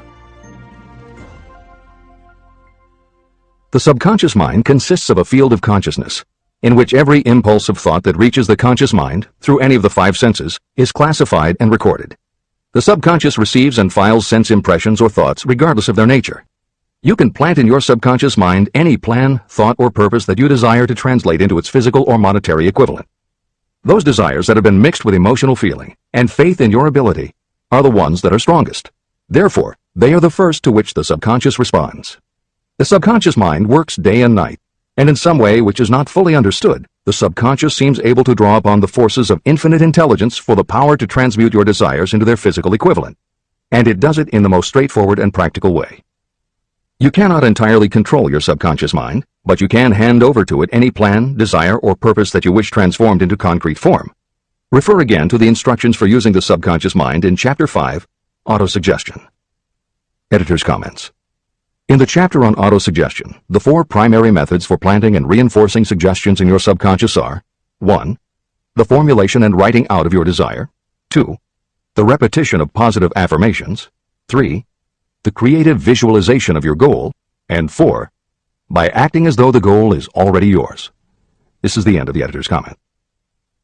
From my research, I have concluded that the subconscious mind is the connecting link between the finite mind of man and infinite intelligence. It is the intermediary through which you may draw upon the forces of infinite intelligence. From my research, I have concluded that the subconscious mind is the connecting link between the finite mind of man and infinite intelligence. It is the intermediary through which you may draw upon the forces of infinite intelligence. Only the subconscious mind contains the process by which mental impulses, thoughts, are modified and changed into their spiritual, energy, equivalent. It alone is the medium through which prayer, desire, may be transmitted to the source capable of answering prayer, infinite intelligence. How to energize your subconscious mind for creative effort. The possibilities of what you can do when you connect creative effort with the subconscious mind are stupendous. They inspire me with awe. I never approached the discussion of the subconscious mind without a feeling of littleness and inferiority, due to the fact that man's entire stock of knowledge on this subject is so pitifully limited. First, you must accept as a reality the existence of the subconscious mind and what it can do for you. This will enable you to understand its possibilities as a medium for transmuting your desires into their physical or monetary equivalent. And then you will comprehend the full significance of the instructions given in Chapter 3, Desire. You will also understand the importance of making your desires clear and putting them in writing. You will understand as well the necessity of persistence in carrying out instructions.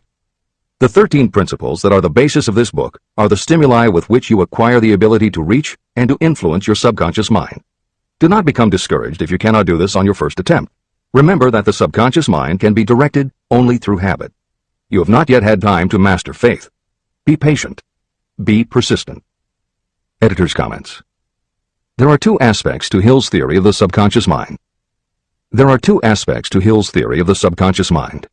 One is the concept of the subconscious as the storehouse of all information and thoughts that you have ever experienced. The second is the concept of the subconscious as the gateway to infinite intelligence. In this chapter, Hill focuses primarily on the subconscious as a storehouse. Expanding on the editorial comment about the subconscious mind that appears in the chapter on autosuggestion, proof that the subconscious is a storehouse of information is confirmed in the use of hypnotherapy by psychiatrists. Through hypnosis, psychiatrists are able to help patients open the door to their subconscious so that they can retrieve information about traumatic situations that have been filtered out or repressed by the conscious mind. Further proof is in the use of hypnosis by law enforcement officials to recapture information such as license plate numbers and other details that the conscious mind of a witness has filtered out. Although results vary from person to person, there is no doubt that the subconscious has access to information that the conscious mind does not. This storehouse aspect of the subconscious is what accounts for some ideas that come to us through creative imagination. In some instances, bits of information and ideas that our conscious mind has forgotten will connect with each other on a subconscious level to create a new idea, and that idea will be received by our creative intelligence, which presents it to us as a flash of inspiration. You can't completely control this process, but you can condition yourself to come up with more and better ideas. It is a fact that a traumatic experience, the result of which creates a strongly planted idea, can influence the way a person thinks and acts. If that is true, then by intentionally using all of your efforts to powerfully plant an idea in your subconscious, you should be able to create what would amount to a good traumatic experience that will influence the way you think and act in a positive way. This is exactly how you develop what Hill calls a money consciousness. If you do everything within your power to strongly, firmly, and with complete faith and conviction plant the idea that you will be successful and achieve your desire, your subconscious will accept and store that idea. If you have planted the idea so strongly that it is the dominant idea in your subconscious, it will influence all of the other ideas and information stored there. When you have given your subconscious this specific direction that it did not have before, it will begin to put together pieces of information. And through your creative intelligence, you will find that you are coming up with more and better plans and ideas to accomplish your goal. But as Hill says, you can do this only through faith and habit.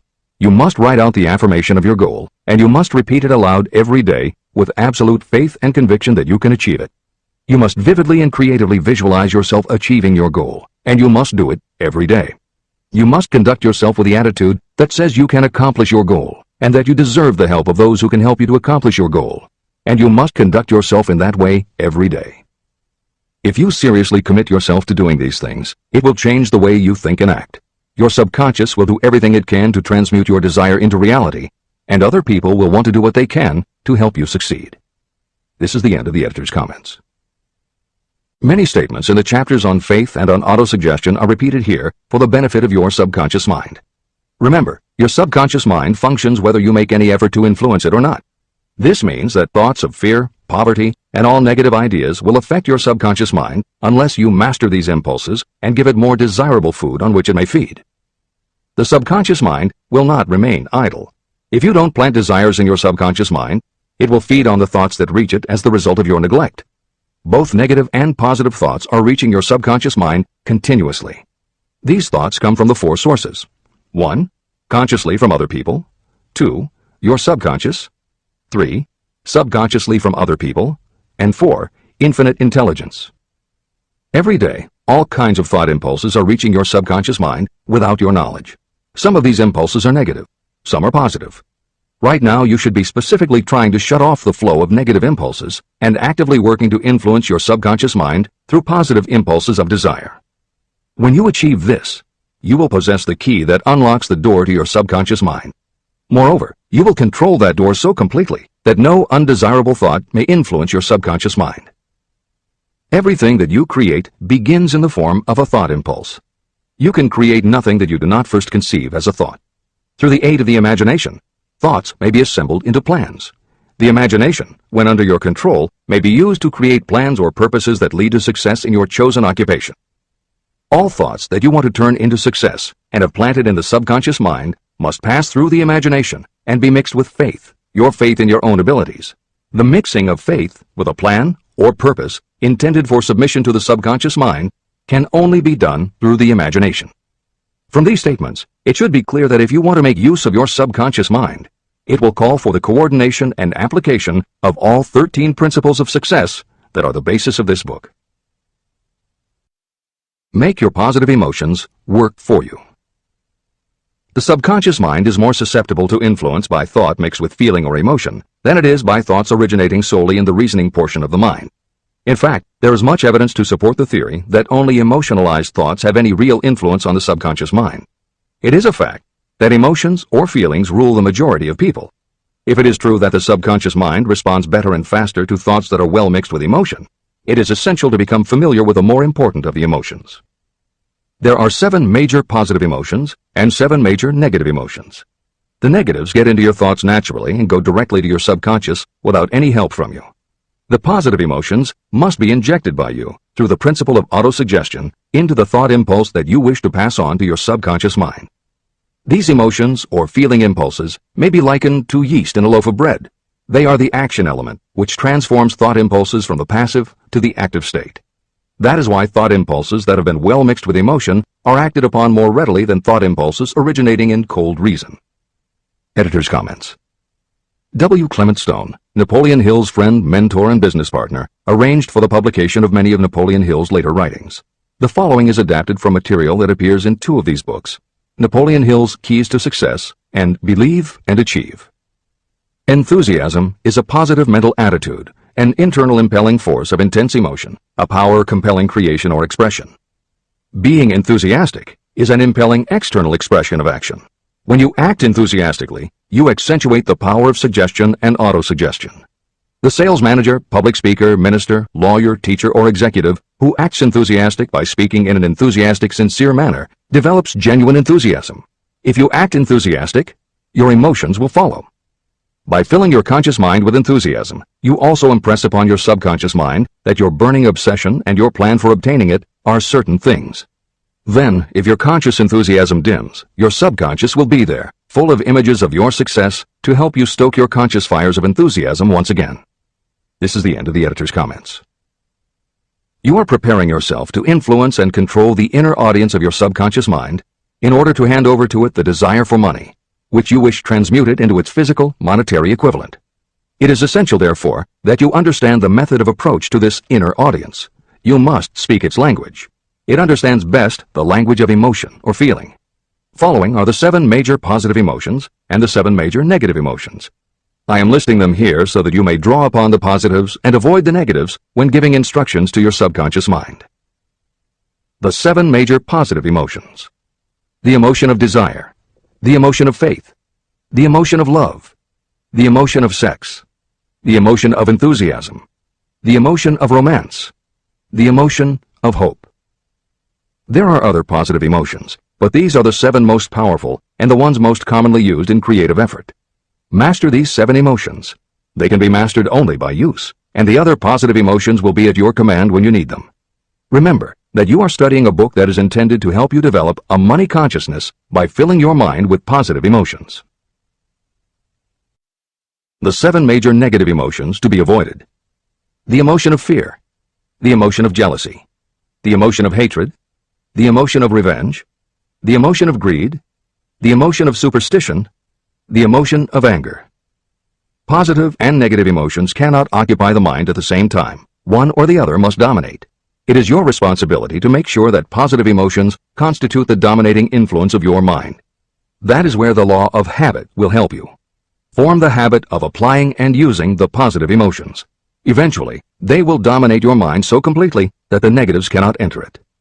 Only by following these instructions literally and continuously can you gain control over your subconscious mind. The presence of a single negative in your conscious mind is sufficient to destroy all chances of constructive aid from your subconscious mind. Editor's comments. Napoleon Hill's concern about the susceptibility of the subconscious mind to negative thoughts, emotions, and comments is well known to professionals who work with these techniques. In clinical hypnotherapy, there is an axiom referred to as the law of reversed effect, which states that whenever there is a conflict between imagination and willpower, the imagination wins. When you attempt to plant an idea, if the subconscious already harbors a negative, trying to force the new idea has the reverse effect, because the subconscious becomes obsessed with defending its established negative idea. And the harder you try to do something, the more the subconscious resists, and the more difficult it becomes. Even the use of the word try is warned against, because it gives the suggestion to the subconscious of a preconceived failure. The concept of trying implies an ongoing effort. You don't want to try, you want to succeed. If you ask your subconscious to help you try, it may do just that. It may help you try, but it will prevent you from succeeding. Because if you did succeed, then it could no longer help you try, which is what you asked it to do. The cautionary note about using the word try is just one example of the care that should be taken when formulating affirmations and using autosuggestion. The following are some other rules of thumb that most modern experts agree on. 1. Affirmations should always be stated as a positive. Affirm what you do want, not what you don't want. 2. Affirmations work best when they are short and very clear about a single desired goal. Take the time to write, rewrite, and polish your affirmation until you can express your desire in a short statement of precise and well-chosen words. 3. Affirmations should be specific about the desired goal, but not about how to accomplish it. Your subconscious knows better than you what it can do and how it can do it. 4. Do not make unreasonable time demands. Your subconscious can't make anything happen suddenly or now. 5. Just saying the words will have little effect. When you affirm your desire, you must do it with such faith and conviction that your subconscious becomes convinced of how important it is to you. As you affirm your desire to yourself, visualize it in your mind's eye as big as a billboard. Make it big, powerful, and memorable. 6. Repetition of your emotionalized affirmation is crucial. At this time, it is your habit to think one way. By repeating your affirmation often every day, your new way of thinking will begin to be your automatic response. Keep reinforcing it until it becomes second nature to you, and your habit will have become to think the new way, the way you want to think. This is the end of the editor's comments. We form habits based on the degree of reinforcement we receive. Habits make no moral judgments. They can be either good or bad. Both are formed through repetition. If we try something and like the results, we repeat the action. You can replace negative thoughts with positive ones. You can replace inaction with action, and you can form any habit you choose. Your thoughts are the only thing that you can completely control if you choose to do so. You can control your thoughts to control your habits. The secret of effective prayer. Most people resort to prayer only after everything else has failed, or else they pray by a ritual of meaningless words. And because most people who pray do so only after everything else has failed, they go to prayer with their minds filled with fear and doubt. Because fear and doubt are the emotions that are mixed with their prayer, these are the emotions the subconscious mind passes on, and these are the emotions that infinite intelligence receives and acts upon. If you pray for a thing, but as you pray you have fear that you may not receive it, or that your prayer will not be acted upon by infinite intelligence, your prayer will have been in vain. Prayer does sometimes result in the realization of that for which one prays. If you have ever had the experience of receiving something for which you prayed, go back in your memory and recall your actual state of mind while you were praying, and you will know for sure that the theory here described is more than a theory. The method by which you may communicate with infinite intelligence is very similar to the way the vibration of sound is transmitted by radio waves.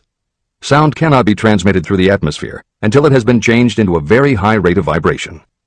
The radio station takes the sound of the human voice and modifies it by stepping up the vibration millions of times. Only in this way can the energy of sound be sent over distances.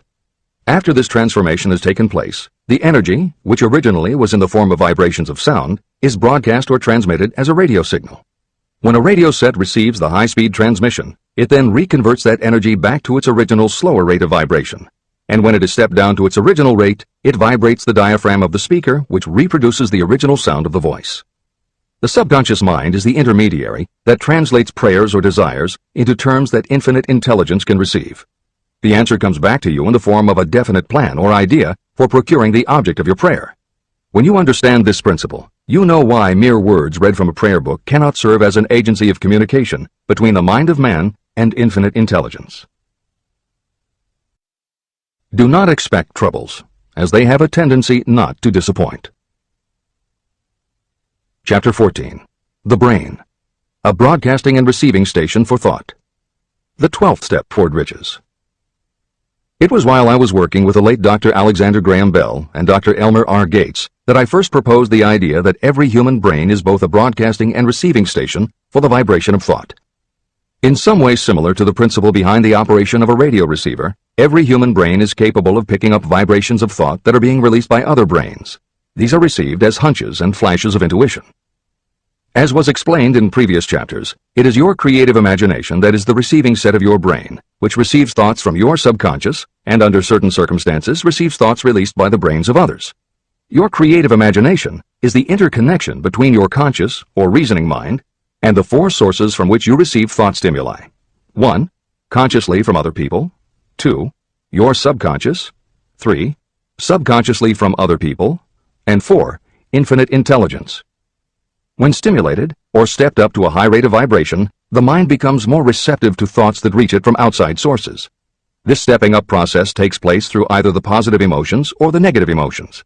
Through the emotions, the vibrations of thought may be increased. The brain that has been stimulated by emotions functions at a much more rapid rate than it does when that emotion is quieted or absent.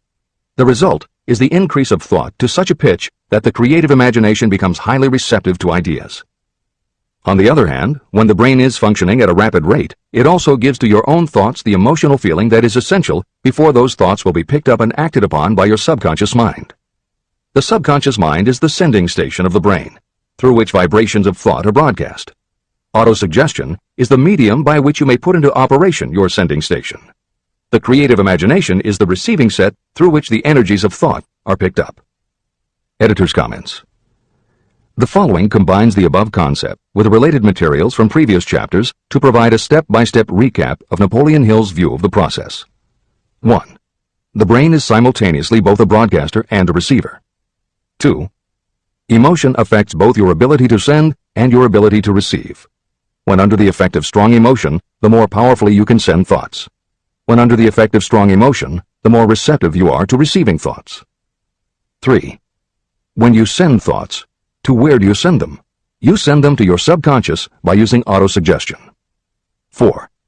When you receive thoughts, where do they come from? They come from your subconscious and you receive them through your creative imagination. 5. Your subconscious mind has two aspects. Your subconscious is a storehouse of information as explained in the previous chapter. Your subconscious is your connection to infinite intelligence. 6. Infinite intelligence is the medium through which you receive thoughts from other brains. Infinite intelligence is Hill's term for describing the following basic law of physics. Because everything in the universe is made of time, space, energy, or matter, and because matter is just energy in a different form, then everything is actually different parts of the same thing. This means that your subconscious mind, energy, has a common base with every other subconscious mind, energy. 7. Thoughts from other brains come to you as follows.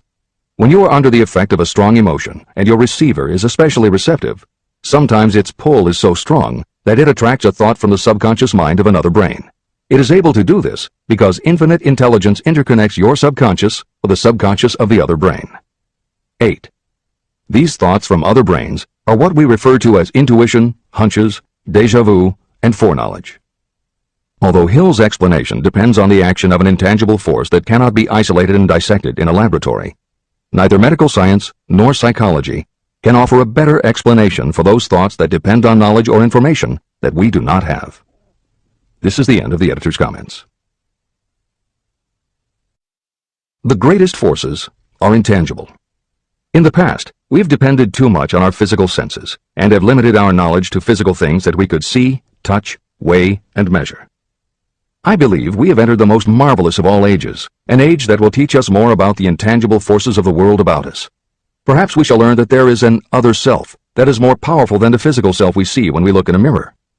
Many people do not take seriously such intangibles, the things that they cannot perceive through any of their five senses. However, to belittle the idea of forces that are intangible or cannot be explained is to ignore the fact that all of us, every day, are controlled by forces that are unseen and intangible. The whole of mankind has not the power to cope with nor to control the intangible force wrapped up in the rolling waves of the oceans. We still do not fully understand the intangible force of gravity, which keeps this little Earth suspended in space and keeps us from falling from it, much less have the power to control that force. We are entirely subservient to the intangible force that comes with a thunderstorm, and we are just as helpless in the presence of the intangible force of electricity. We do not understand the intangible force and intelligence wrapped up in the soil of the earth, the force that provides us with every morsel of food we eat, every article of clothing we wear, and every dollar we carry in our pockets. Last but not least, with all of our culture and education, we still understand little or nothing of the greatest of all the intangibles, thought. However, we have begun to learn a good deal about the intricate workings of the physical brain, and the results are stunning.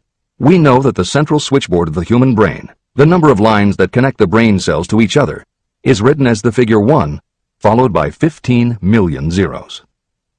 Dr. C. Judson Herrick of the University of Chicago says, "The figure is so stupendous that astronomical figures, dealing with hundreds of millions of light years, become insignificant by comparison. It has been determined that there are from 10 billion to 14 billion nerve cells in the human cerebral cortex, and we know that these are arranged in definite patterns. These arrangements are not haphazard. They are orderly.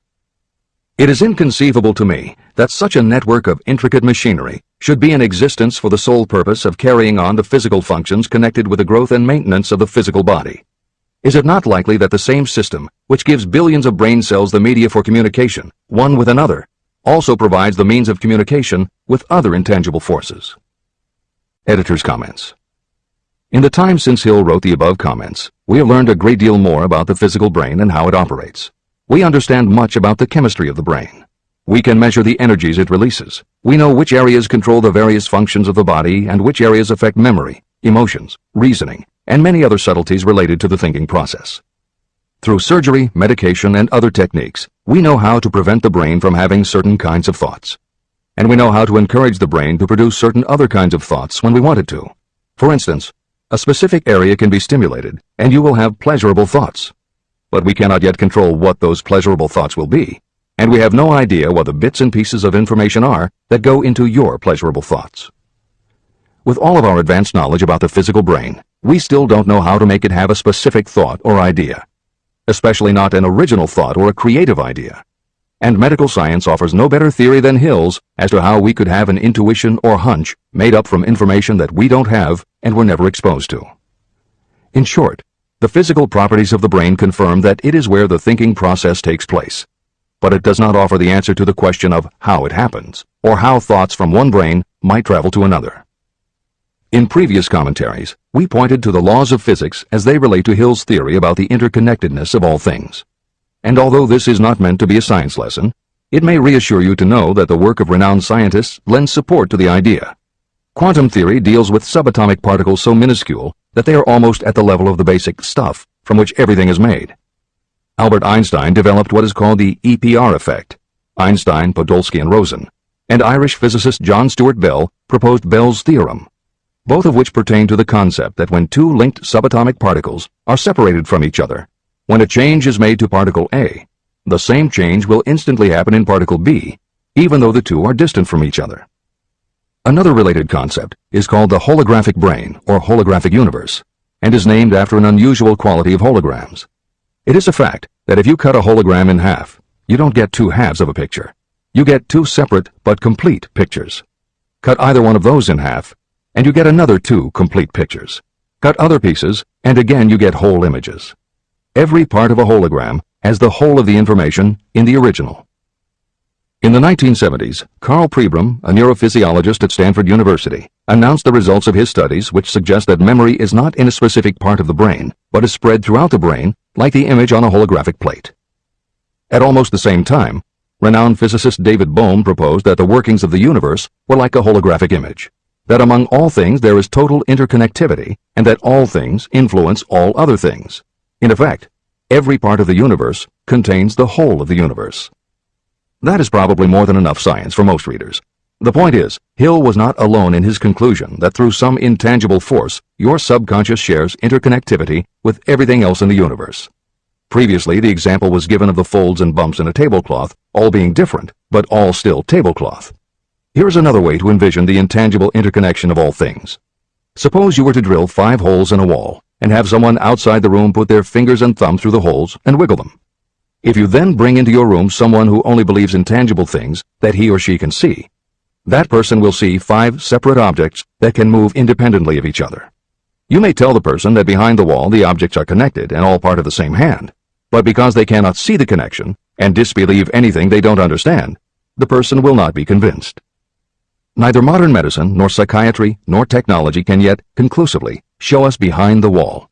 But the fact remains, we have all had a hunch about somebody, and it turns out to be right. A premonition that something will happen, and it does. Or a feeling that something isn't right with someone who is not there with you, and it turns out to be true. How does this information come to us?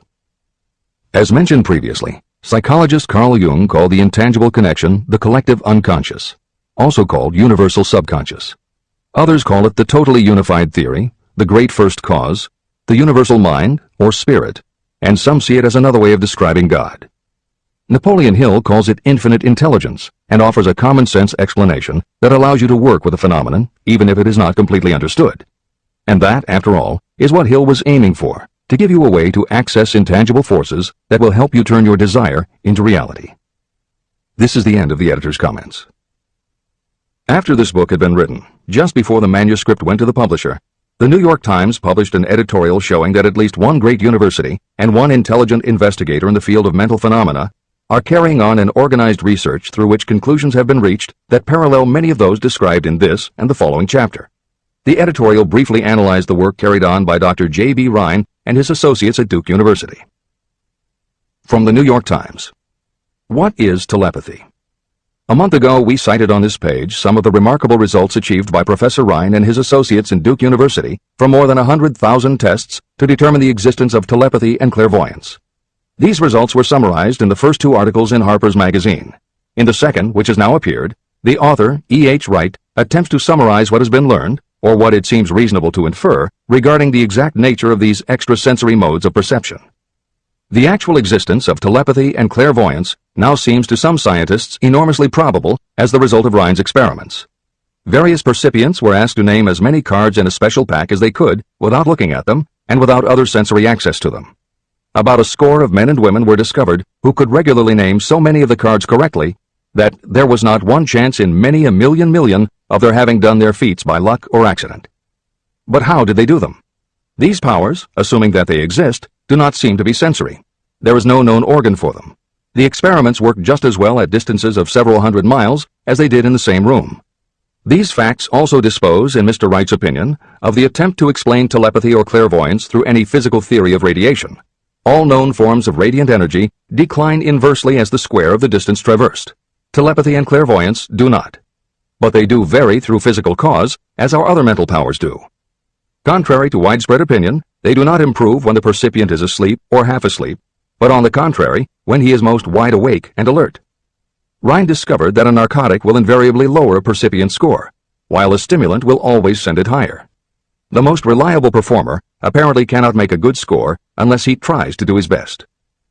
One conclusion that Wright draws with some confidence is that telepathy and clairvoyance are really one and the same gift. That is, the faculty that sees a card face down on a table seems to be exactly the same one that reads a thought residing only in another mind. There are several grounds for believing this. So far, the 2 gifts have been found in every person who has either of them. If you have the abilities, both seem to be of equal strength. Screens, walls, distances have no effect at all on either. Wright expresses his hunch that other extrasensory experiences, such as prophetic dreams, premonitions of disaster and the like, may also prove to be part of the same faculty. The reader is not asked to accept any of these conclusions, but the evidence that Rhine has piled up must remain impressive. In 1927, Dr. J.B. Rhine and his wife, Dr. Louisa E. Rhine, joined Professor William McDougall, chairman of the psychology department at Duke University, to create a lab that would apply strict scientific procedures to the study of psychic phenomena. They developed scientific methodologies and procedures to study, identify, and test individuals who demonstrated unusual abilities.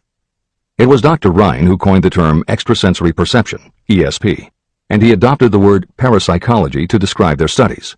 It is fair to say that the research done at the Rhine lab is some of the most advanced work on the entire subject. In 1962, they created the Foundation for Research into the Nature of Man in order to continue their studies independent of the university and to publish related works. In 1995, the name was changed to the Rhine Research Institute. This is the end of the editor's comments. How to join minds in teamwork. In view of Dr. Rhine's findings about the conditions under which the mind responds to what he terms extrasensory modes of perception, I would like to add my own observations. My associates and I have discovered what we believe to be the ideal conditions under which the mind can be stimulated so that this sixth sense can be made to function in a practical way. To begin with, I should explain that there is a close working alliance between myself and 2 members of my staff. Through experimentation and practice, we have discovered how to stimulate our minds so that we can, by a process of blending our 3 minds into one, find the solution to a great variety of problems that are submitted by my clients. The procedure is very simple. We sit down at a conference table, clearly state the nature of the problem we have under consideration, then begin discussing it. Each contributes whatever thoughts may occur by applying the principle used in connection with the invisible counselors described in the next chapter. The strange thing about this method of mind stimulation is that it places each participant in communication with unknown sources of knowledge definitely outside their own experience. If you understand the principle described in the chapter on the mastermind, you of course recognize the round table as being a practical application of the mastermind. This method of mind stimulation, through the discussion of definite subjects between 3 people, illustrates the simplest and most practical use of the mastermind. When you tap into the power of your mastermind group, you will find that the more you work together, the more each member will learn to anticipate the ideas of others and to connect immediately with their intense enthusiasm and inspiration. You cannot completely control this process, but the more you use it, the more it will come into play. By adopting and following a similar plan, you will be making use of the famous Carnegie formula described in Chapter 1. If it means nothing to you at this time, mark this page and read it again after you have finished the last chapter. Great achievement is usually born of great sacrifice and is never the result of selfishness. Chapter 15. The Sixth Sense, the Door to the Temple of Wisdom, the 13th Step Toward Riches. The 13th principle is known as the Sixth Sense, through which infinite intelligence may and will communicate voluntarily without any effort from or demands by the individual. This principle is the apex of the philosophy of success. It can be assimilated, understood, and applied only by first mastering the other 12 principles. The sixth sense is that portion of the subconscious mind that has been referred to as the creative imagination. It has also been referred to as the receiving set through which ideas, plans, and thoughts flash into the mind. The flashes are sometimes called hunches or inspirations. The sixth sense defies description. It cannot be described to a person who has not mastered the other principles of this philosophy, because such a person has no knowledge and no experience with which the sixth sense may be compared. After you have mastered the principles in this book, you will be prepared to accept as truth a statement that may otherwise be incredible to you. Through the sixth sense, you will be warned of impending dangers in time to avoid them and notified of opportunities in time to embrace them.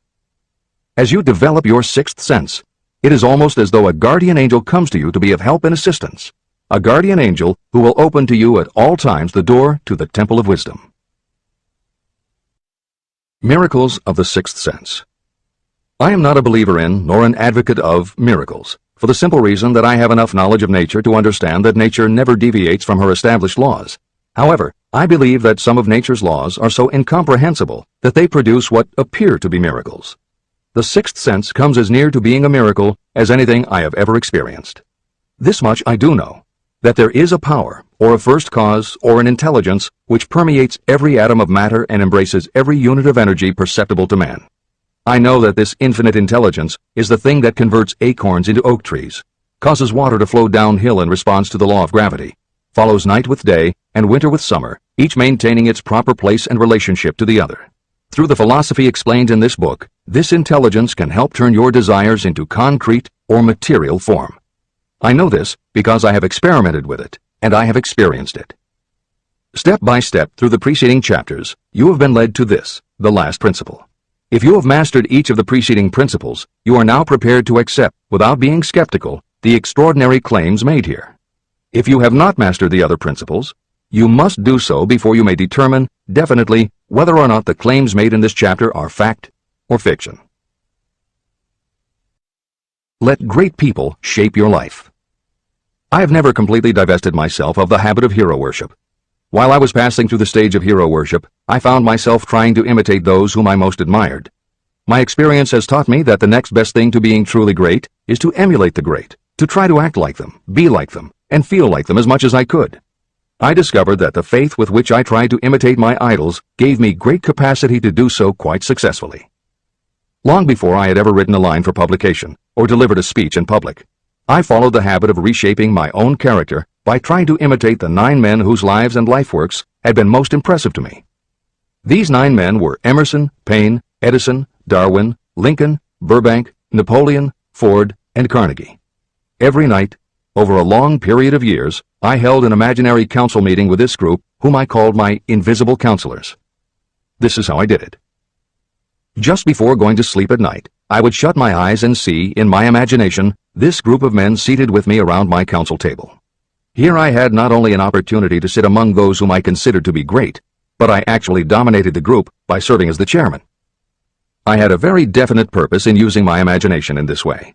My purpose was to rebuild my own character, so it would become a composite of the characters of my imaginary counselors.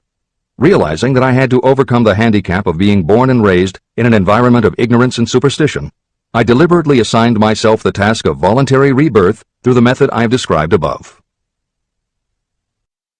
Building character through autosuggestion.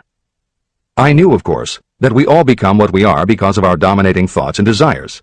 I knew that every deeply seated desire causes a person to find a way to turn that desire into reality. I knew that self-suggestion is a powerful factor in building character. In fact, it is the sole principle through which character is built. With this knowledge of how the mind works, I was fairly well armed with the equipment needed to rebuild my character. In these imaginary council meetings, I called on my cabinet members for the knowledge I wished each to contribute. I would even speak out loud to each of them, as follows. Mr. Emerson, I desire to acquire from you the marvelous understanding of nature which distinguished your life. I ask that you impress upon my subconscious mind those qualities you possessed that enabled you to understand and adapt yourself to the laws of nature. Mr. Burbank, I request that you pass on to me the knowledge that enabled you to so harmonize the laws of nature that you caused the cactus to shed its thorns and become an edible food. Give me access to the knowledge that enabled you to make 2 blades of grass grow where but 1 grew before. Napoleon, I desire to acquire from you the marvelous ability you possess to inspire men and will rouse them to greater and more determined spirit of action. I desire also to acquire the spirit of enduring faith, which enabled you to turn defeat into victory and to surmount staggering obstacles. Mr. Paine, I desire to acquire from you the freedom of thought and the courage and clarity with which to express convictions which so distinguished you. Mr. Darwin, I wish to acquire from you the marvelous patience and ability to study cause and effect without bias or prejudice, so exemplified by you in the field of natural science. Mr. Lincoln, I desire to build into my own character the keen sense of justice, the untiring spirit of patience, the sense of humor, the human understanding, and the tolerance that were your distinguishing characteristics.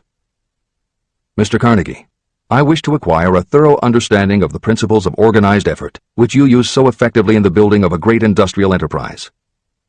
Mr. Ford, I wish to acquire your spirit of persistence, the determination, poise, and self-confidence that have enabled you to master poverty and to organize, unify, and simplify human effort so I may help others to follow in your footsteps. Mr. Edison, I wish to acquire from you the marvelous spirit of faith with which you have uncovered so many of nature's secrets, the spirit of unremitting toil with which you have so often wrested victory from defeat. The startling power of imagination. My method of addressing the members of my imaginary cabinet would vary according to the traits of character I was most interested in acquiring. I studied the records of their lives with painstaking care. After some months of this nightly procedure, I was astounded as each time my imaginary counselors started to become more and more real to me. Each of these 9 men developed individual characteristics that surprised me. For example, Lincoln developed the habit of always being late, then walking around in solemn parade. He always wore an expression of seriousness on his face. Rarely did I see him smile. This was not true of the others. Burbank and Paine often indulged in witty repartee, which seemed at times to shock the other members of the cabinet. On one occasion, Burbank was late. When he came, he was excited with enthusiasm and explained that he had been late because of an experiment he was making, through which he hoped to be able to grow apples on any sort of tree. Paine chided him by reminding him that it was an apple that started all the trouble between man and woman. Darwin chuckled as he suggested that Paine should watch out for little serpents when he went into the forest to gather apples, as they had the habit of growing into big snakes. Emerson observed, "No serpents, no apples," and Napoleon remarked, no apples, no state. These meetings became so realistic that I became fearful of their consequences and discontinued them for several months. The experiences were so uncanny, I was afraid that if I continued them, I would lose sight of the fact that the meetings were purely experiences of my imagination. In writing this book, this is the first time that I've had the courage to mention this. I knew from my own attitude in connection with such matters that I would be misunderstood if I described my unusual experience. I now have the courage to put this on the printed page, because I am now less concerned about what they say than I was in the years that have passed. While the members of my cabinet may be purely fictional, and the meetings existed only in my own imagination, they have led me into glorious paths of adventure, rekindled my appreciation of true greatness, encouraged my creativity, and inspired me to be honest and bold in expressing my thoughts. Editor's comments. Napoleon Hill's experience with his imaginary counselors is not as uncommon as it may seem on first reading. In fact, it happens to novelists all the time. As an author proceeds with the writing of a book, there will come a point when the characters in the novel become so well defined in the author's mind that the personalities of the characters themselves begin to suggest plot points and dialogue that the author never planned. Often the thoughts that come to the author when he or she is in the character are completely original, and in real life would never have occurred to the author. Psychiatrists, therapists, and motivational experts also use this phenomenon when they work with role-playing. The usual procedure is to ask two people to act out a scenario as if they were in each other's shoes. If this is done in a situation where the participants do not feel embarrassed or self-conscious, and if the people will allow themselves to become submerged and seriously try to become the other person, the results can be stunning. Depending on the faith with which you approach it, you can get not just a general sense of what the other person is going through, but also have flashes of insight, actually feel what the other person feels, and gain a real understanding about the reactions or motivations of others. Why it works is just as much a mystery as why you get hunches.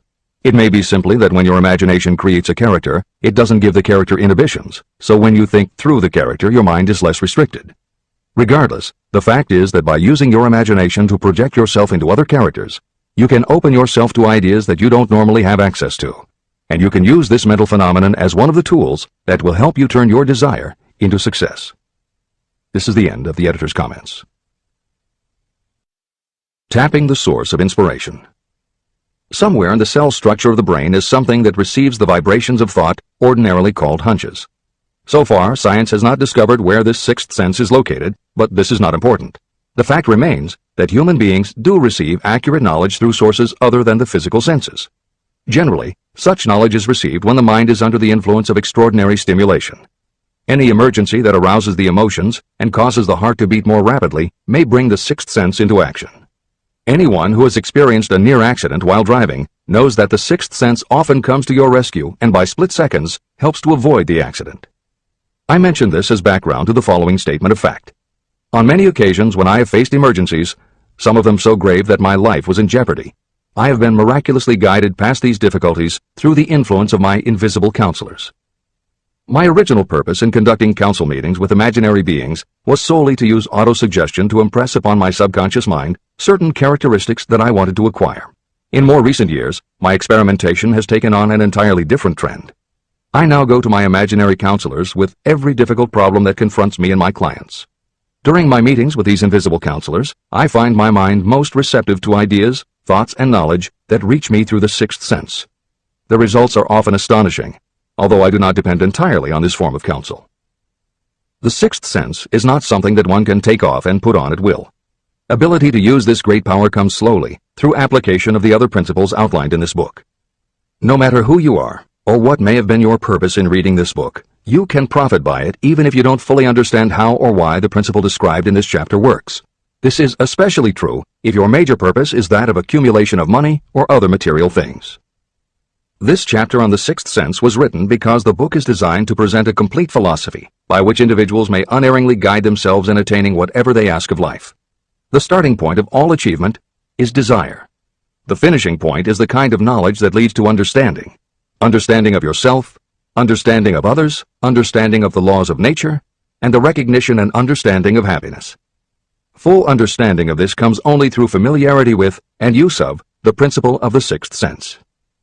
In reading this chapter, you may have found yourself lifted to a high level of mental stimulation. Splendid! Come back to this again a month from now, read it once more, and observe that your mind will soar to a still higher level of stimulation.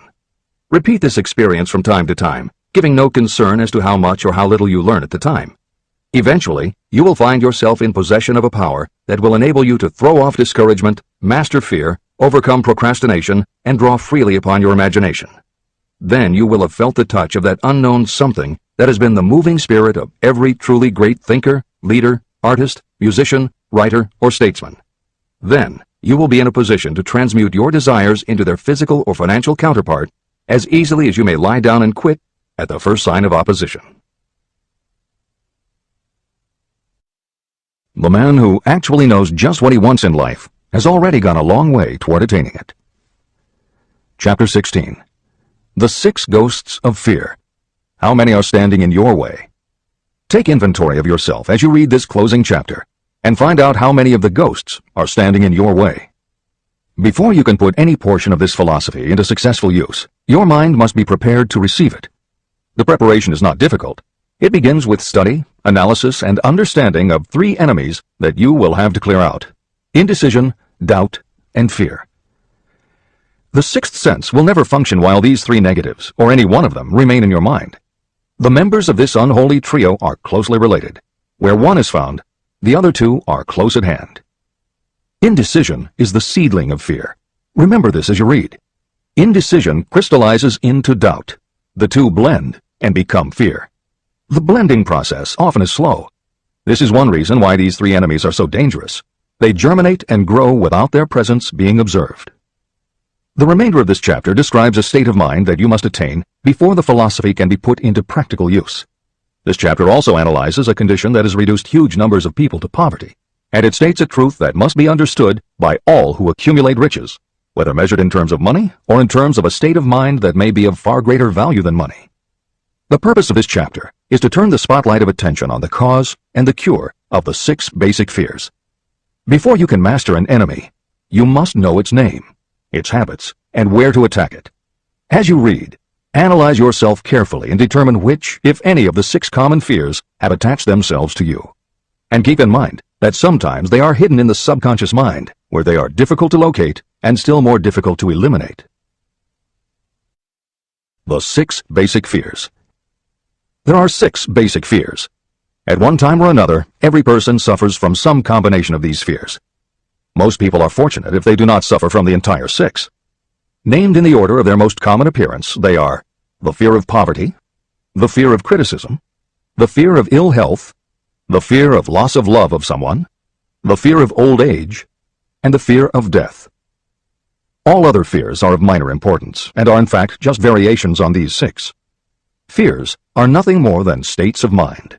Your state of mind is subject to your control and direction.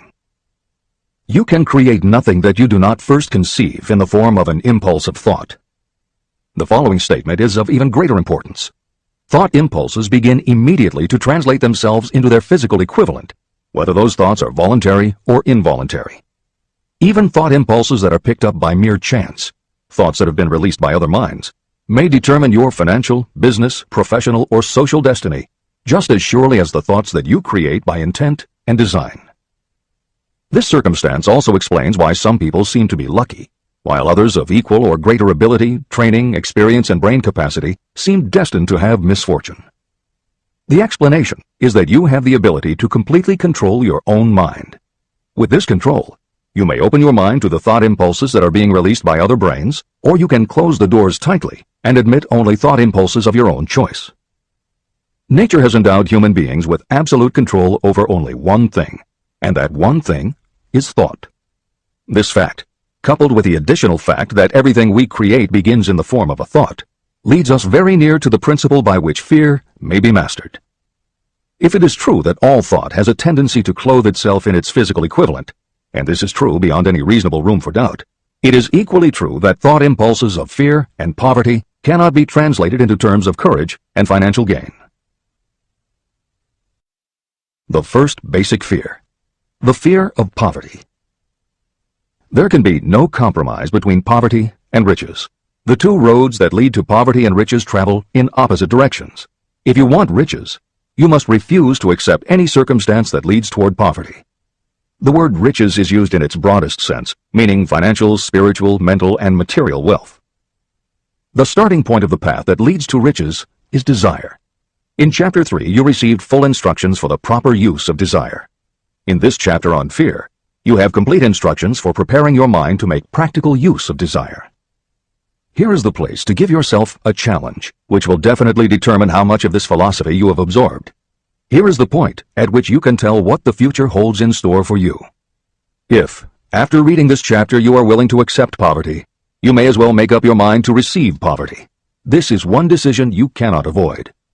But if you demand riches, determine what form and how much will be required to satisfy you. You know the road that leads to riches. You have been given a roadmap. If you follow it, it will keep you on that road. If you neglect to make the start, or stop before you arrive, no one will be to blame but you.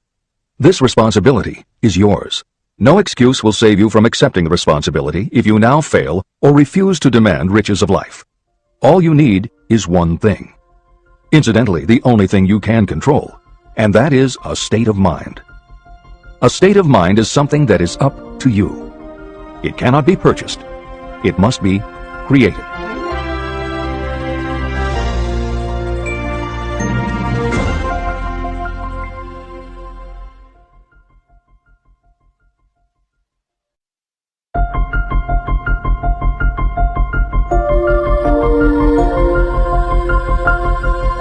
The most destructive fear. Fear of poverty is a state of mind, nothing else. But it is sufficient to destroy your chances of achievement in any undertaking.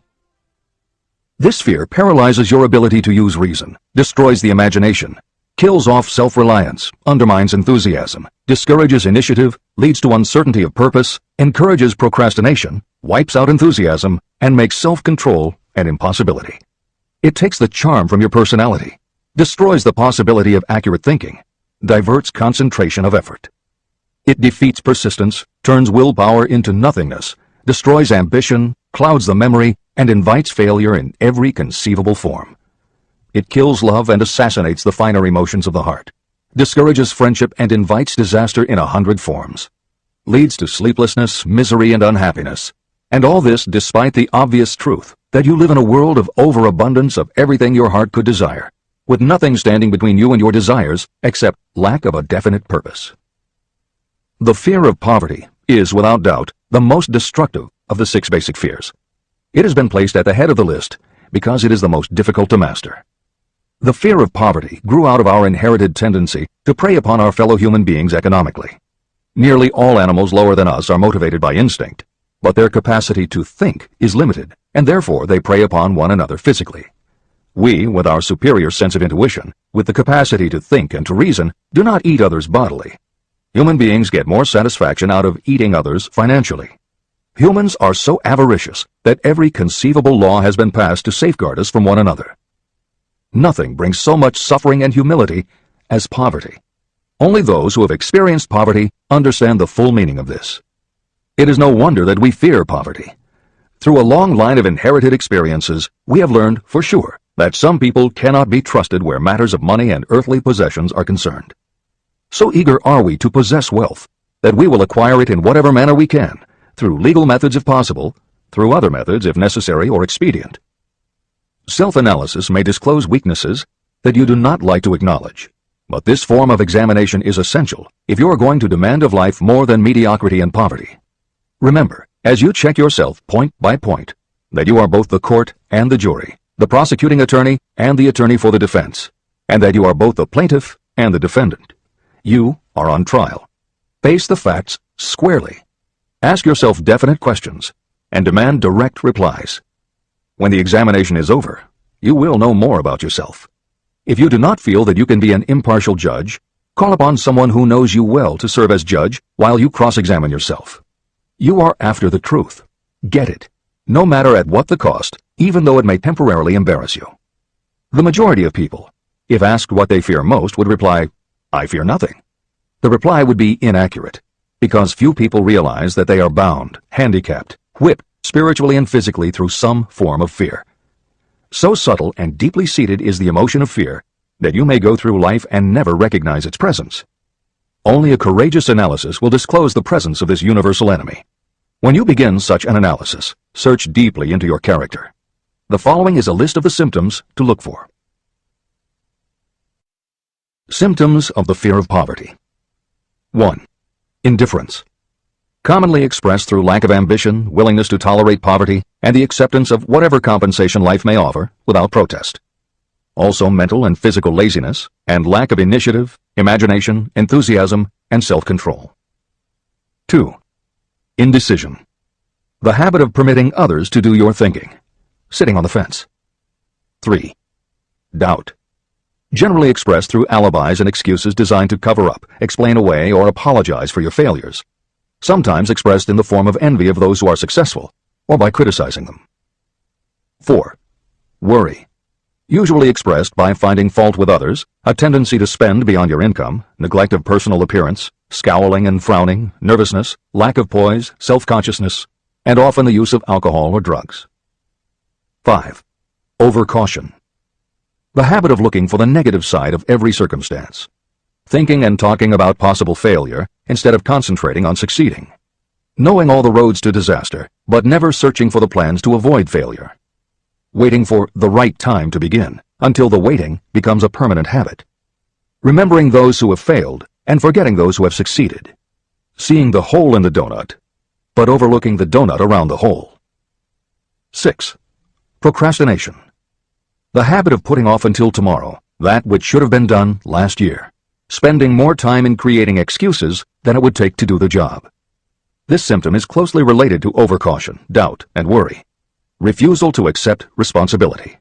Willingness to compromise rather than put up a fight. Compromising with difficulties instead of harnessing and using them as stepping stones to advancement. Bargaining with life for a penny instead of demanding prosperity, opulence, riches, contentment, and happiness. Planning what to do if you fail instead of burning all bridges and making retreat impossible. Weakness of, and often total lack of, self-confidence, definiteness of purpose, self-control, initiative, enthusiasm, ambition, thrift, and sound reasoning ability. Expecting poverty instead of demanding riches. Associating with those who accept poverty instead of seeking the company of those who demand and receive riches. Money talks. Some will ask, why did you write a book about money? Why measure riches in dollars alone? Some will believe, and rightly so, that there are other forms of riches more desirable than money. Yes, there are riches that cannot be measured in terms of dollars. But there are also millions of people who say, give me all the money I need, and I will find everything else I want. The major reason why I wrote this book on how to get money is that millions of men and women are paralyzed with the fear of poverty. What this sort of fear does to one was well described by Westbrook Pegler. Editor's comments. James Westbrook Pegler was a controversial newspaper columnist for the Chicago Daily News and the Washington Post. Although his career lasted into the 1960s, he was most widely read and quoted during the 1930s and 1940s. During that period, he went from being a public supporter of Franklin Roosevelt and the New Deal policies to the opposite end of the political spectrum, championing conservative points of view. Pegler was also the author of 3 books based on his columns, and in 1940 won the Pulitzer Prize for his expose of union racketeering. This is the end of the editor's comments. We continue with the article by Westbrook Pegler. Money is only clamshells or metal discs or scraps of paper, and there are treasures of the heart and soul which money cannot buy. But most people, being broke, are unable to keep this in mind and sustain their spirits. When a man is down and out and on the street, unable to get any job at all, something happens to his spirit, which can be observed in the droop of his shoulders, the set of his hat, his walk, and his gaze. He cannot escape a feeling of inferiority among people with regular employment, even though he knows they are definitely not his equals in character, intelligence, or ability. These people, even his friends, feel, on the other hand, a sense of superiority and regard him, perhaps unconsciously, as a casualty. He may borrow for a time, but not enough to carry on in his accustomed way, and he cannot continue to borrow very long. But borrowing in itself, when a man is borrowing merely to live, is a depressing experience, and the money lacks the power of earned money to revive his spirits. Of course, none of this applies to bums or habitual ne'er-do-wells, but only to men of normal ambitions and self-respect. Women in the same predicament must be different. We somehow do not think of women at all in considering the down-and-outers. They are scarce in the breadlines, they rarely are seen begging on the streets, and they are not recognizable in crowds by the same plain signs which identify busted men. Of course, I do not mean the shuffling hags of the city streets, who are the opposite number of the confirmed male bums. I mean reasonably young, decent, and intelligent women. There must be many of them, but their despair is not apparent. When a man is down and out, he has time on his hands for brooding. He may travel miles to see a man about a job and discover that the job is filled, or that it is one of those jobs with no base pay, but only a commission on the sale of some useless knickknack which nobody would buy except out of pity. Turning that down, he finds himself back on the street with nowhere to go, but just anywhere. So he walks and walks. He gazes into store windows at luxuries which are not for him, and feels inferior and gives way to people who stop to look with an active interest. He wanders into the railroad station, or puts himself down in the library to ease his legs and soak up a little heat, but that isn't looking for a job, so he gets going again. He may not know it, but his aimlessness would give him away even if the very lines of his figure did not. He may be well dressed in the clothes left over from the days when he had a steady job, but the clothes cannot disguise the droop. He sees thousands of other people, bookkeepers or clerks or chemists or wagon hands, busy at their work, and envies them from the bottom of his soul. They have their independence, their self-respect and manhood, and he simply cannot convince himself that he is a good man too, though he argue it out and arrive at a favorable verdict hour after hour. It is just money which makes this difference in him. With a little money, he would be himself again. This is the end of the article by Westbrook Pegler. The second basic fear, the fear of criticism. Just how we originally came by this fear, no one can say definitely, but one thing is certain, we have it in a highly developed form. I am inclined to attribute the basic fear of criticism to that part of our inherited nature that prompts us not only to take away other people's goods and wares, but also to justify our actions by criticism of the character of others. It is well known that a thief will criticize the man from whom he steals, that politicians seek office not by displaying their own virtues and qualifications, but by running negative campaigns against their opponents. Designers and clothing manufacturers have not been slow to take advantage of this basic fear of criticism. Every season, styles change. Who establishes the styles? Certainly not the purchaser. It is the designers and manufacturers. Why do they change the styles so often? The answer is obvious. They change the styles so they can sell more clothes. The fear of criticism robs people of their initiative, destroys their power of imagination, limits their individuality, takes away their self-reliance, and does them damage in 100 other ways. Parents often do their children irreparable injury by criticizing them. The mother of one of my friends used to punish him with a switch almost daily, always completing the job with a statement, "You'll land in the penitentiary before you are 20. He was sent to a reformatory at the age of 17. Editor's comments. Modern psychotherapy is well aware of the circumstance that Hill describes in the preceding paragraph. In the chapters on autosuggestion and hypnosis, reference was made to childhood traumas that result in phobias, compulsive behaviors, fixations, or complexes. However, there are instances in which the implanting of a suggestion is much more subtle. Hypnotherapists have found that common phrases such as, "Don't you ever say no to me again," "I'm afraid she'll never get over it," or "You're just like your father," can hamper a person's abilities later in life if such phrases were said often enough, or at a time when a child was particularly vulnerable. This is the end of the editor's comments. Criticism is the one form of service of which everyone has too much. Everyone has a stock of it, which is handed out gratis whether called for or not. Your nearest relatives are often the worst offenders. It should be recognized as a crime. In reality, it is a crime of the worst nature for any parent to build inferiority complexes in the mind of a child through unnecessary criticism. Employers who understand human nature get the best there is in people not by criticism, but by constructive suggestion. Parents may accomplish the same results with their children. Criticism will plant fear in the human heart, or resentment, but it will not build love or affection. Symptoms of the fear of criticism. This fear is almost as universal as the fear of poverty, and its effects are just as fatal to personal achievement, mainly because this fear destroys initiative and discourages the use of imagination. The major symptoms of the fear are: 1. Self-consciousness, generally expressed through nervousness, timidity in conversation and in meeting strangers, awkward movements, and shifting of the eyes. 2. Lack of poise, expressed through lack of voice control, nervousness in the presence of others, poor posture, poor memory. 3. Personality weaknesses, lacking in firmness of decision, personal charm, and ability to express opinions definitely, the habit of sidestepping issues instead of meeting them squarely, agreeing with others without careful examination of their opinions. 4. Inferiority complex, the habit of expressing your own self-approval as a means of covering up your feeling of inferiority. using big words to impress others, often without knowing the real meaning of the words. Imitating others in dress, speech, and manners, boasting of imaginary achievements, and acting superior to cover up the fact that you feel inferior. 5. Extravagance. The habit of trying to keep up with the Joneses and spending beyond your income. 6. Lack of initiative. Failure to embrace opportunities for self-advancement, fear to express opinions, lack of confidence in your own ideas, giving evasive answers to questions asked by superiors, hesitancy of manner and speech, deceit in both words and deeds. 7. Lack of ambition. Mental and physical laziness, lack of self-assertion, slowness in reaching decisions, being too easily influenced, the habit of accepting defeat without protest, or quitting an undertaking when opposed by others. Also the habit of criticizing others behind their backs and flattering them to their faces, suspicion of other people without cause, lack of tactfulness of manner and speech, and unwillingness to accept the blame for mistakes. The third basic fear. The fear of ill health. This fear may be traced to both physical and social heredity. It is closely associated with the causes of fear of old age and the fear of death. We fear ill health because of the terrible pictures that have been planted in our minds of what may happen if death should overtake us.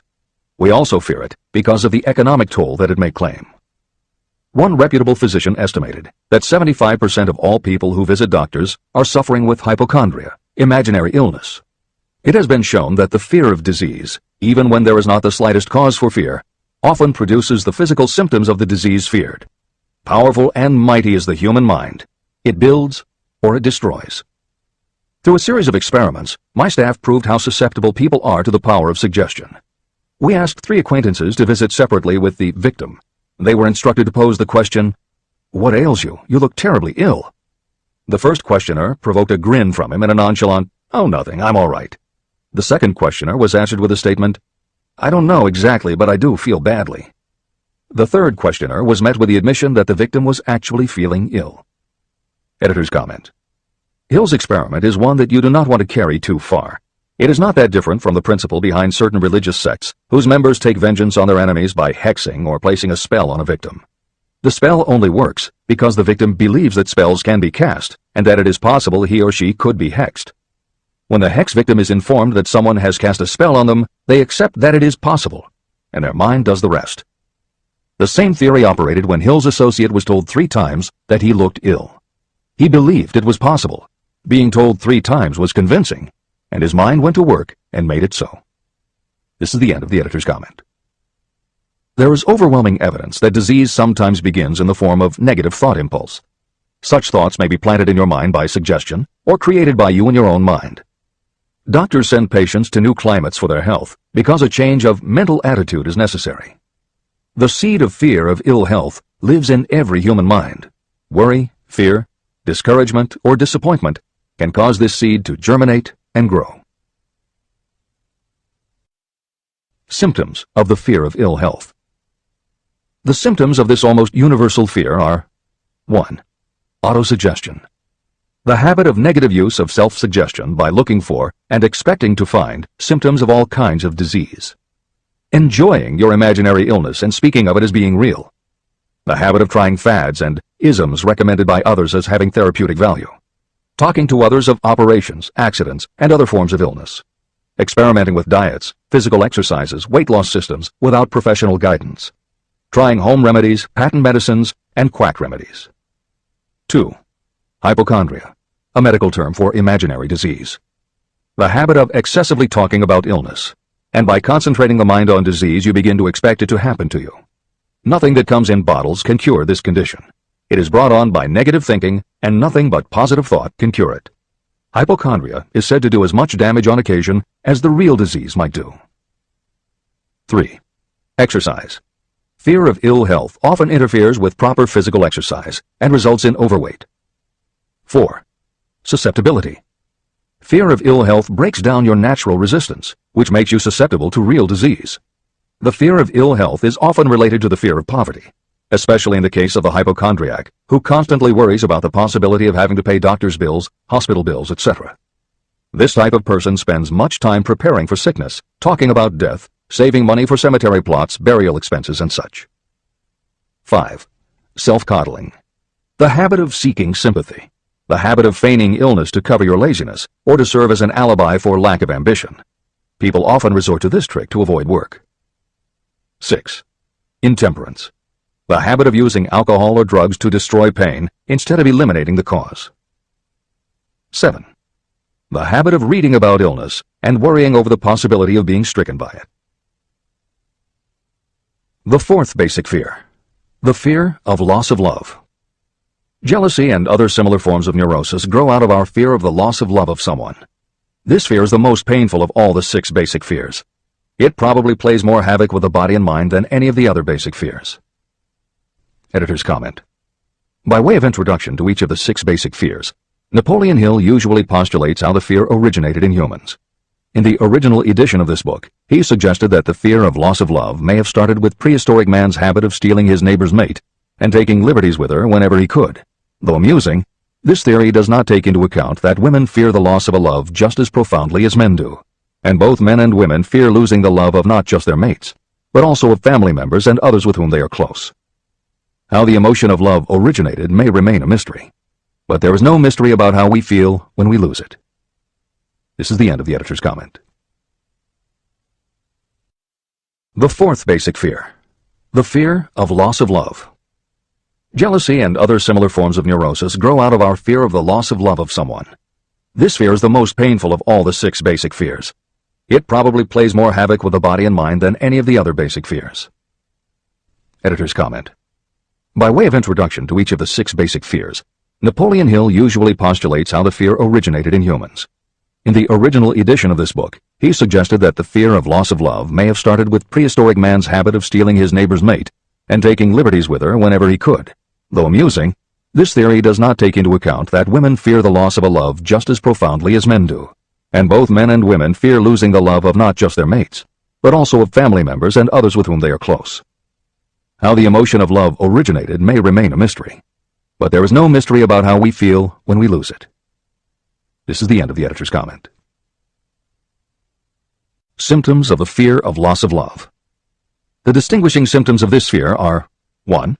Jealousy. The habit of being suspicious of friends and loved ones. The habit of accusing wife or husband of infidelity without grounds. General suspicion of everyone and absolute faith in no one. 2. Fault-finding. The habit of finding fault with friends, relatives, business associates, and loved ones upon the slightest provocation, or without any cause whatsoever. 3. Gambling. The habit of gambling, stealing, cheating, and otherwise taking hazardous chances to provide money for loved ones in the belief that love can be bought. The habit of spending beyond your means, or incurring debts to provide gifts for loved ones in order to make a good impression. Also insomnia, nervousness, lack of persistence, weakness of will, lack of self-control, lack of self-reliance, bad temper. The fifth basic fear. The fear of old age. In the main, this fear grows out of 2 sources. First, the thought that old age may bring with it poverty. Second is the concern that many have for what may await them in the world beyond. The most common cause of fear of old age is associated with the possibility of poverty. Poorhouse is not a pretty word. It throws a chill into the mind of every person who faces the possibility of having to spend declining years having to live on some form of charity. The possibility of ill health, which is more common as people grow older, is also a contributing cause of this common fear of old age, as is concern about diminishing sexuality. Another contributing cause of the fear of old age is the possibility of loss of freedom and independence, as old age may bring with it the loss of both physical and economic freedom. Symptoms of the fear of old age. The most common symptoms of this fear are 1. Lack of enthusiasm. The tendency to slow down and develop an inferiority complex, falsely believing you are slipping because of age. The habit of killing off initiative, imagination, and self-reliance by falsely believing you are too old to exercise these qualities. 2. Self-consciousness of speech. The habit of speaking apologetically of yourself as being old merely because you have reached the age of 40 or 50, instead of reversing the rule and expressing gratitude for having reached the age of wisdom and understanding. 3. Inappropriate dress and action. Trying to appear much younger than your age by going overboard in your attempt to keep up with the style and mannerisms of youth. The sixth basic fear. The fear of death. To some, This is the cruelest of all the basic fears. The reason is obvious. The terrible pangs of fear associated with the thought of death, in the majority of cases, may be charged to religious fanaticism. So-called heathens are less afraid of death than the more civilized. For hundreds of millions of years we have been asking the still unanswered questions, where did I come from, and where am I going? During the darker ages of the past, the more cunning and crafty were not slow to offer the answer to these questions for a price. Come into my tent, embrace my faith, accept my dogmas, and I will give you a ticket that will admit you straight into heaven when you die, says the religious leader. Remain out of my tent, says the same leader, and the devil will take you and burn you throughout eternity. The thought of eternal punishment destroys interest in life and makes happiness impossible. While the religious leader may not actually be able to provide safe conduct into heaven or send you to hell, the possibility of the latter seems terrible. The very thought of it takes hold of the imagination in such a realistic way that it paralyzes reason and sets up the fear of death. The fear of death is not as common now as it was during the age when there were no great colleges and universities. People of science have turned the spotlight of truth upon the world, and this truth is rapidly freeing men and women from this terrible fear of death. The young men and women who attend the colleges and universities are not easily impressed by fire and brimstone. Through knowledge, the fears of the dark ages that grip the mind have been dispelled. The entire world is made up of only four things: time, space, energy, and matter. In elementary physics, we learn that neither matter nor energy can be created or destroyed. Both matter and energy can be transformed, but neither can be destroyed. Life is energy, if it is anything.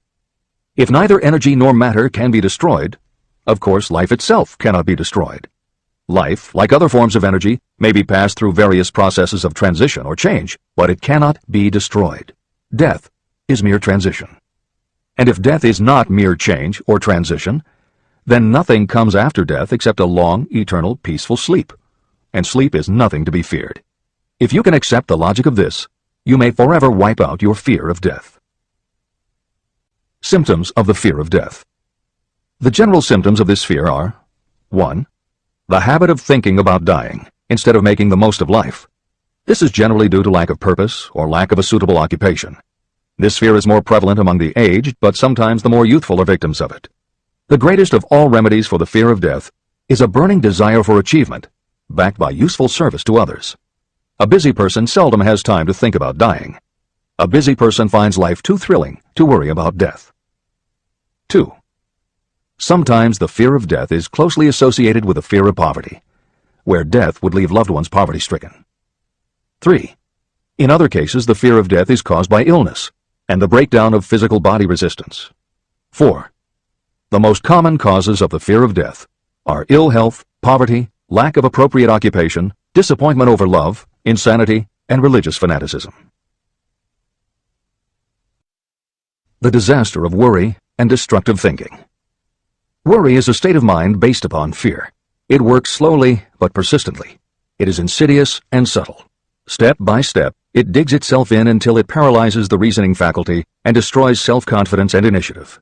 Worry is a form of sustained fear caused by indecision. Therefore, it is a state of mind that can be controlled. An unsettled mind is helpless. Indecision makes an unsettled mind. Most individuals lack the willpower to reach decisions promptly and to stand by them after they have been made.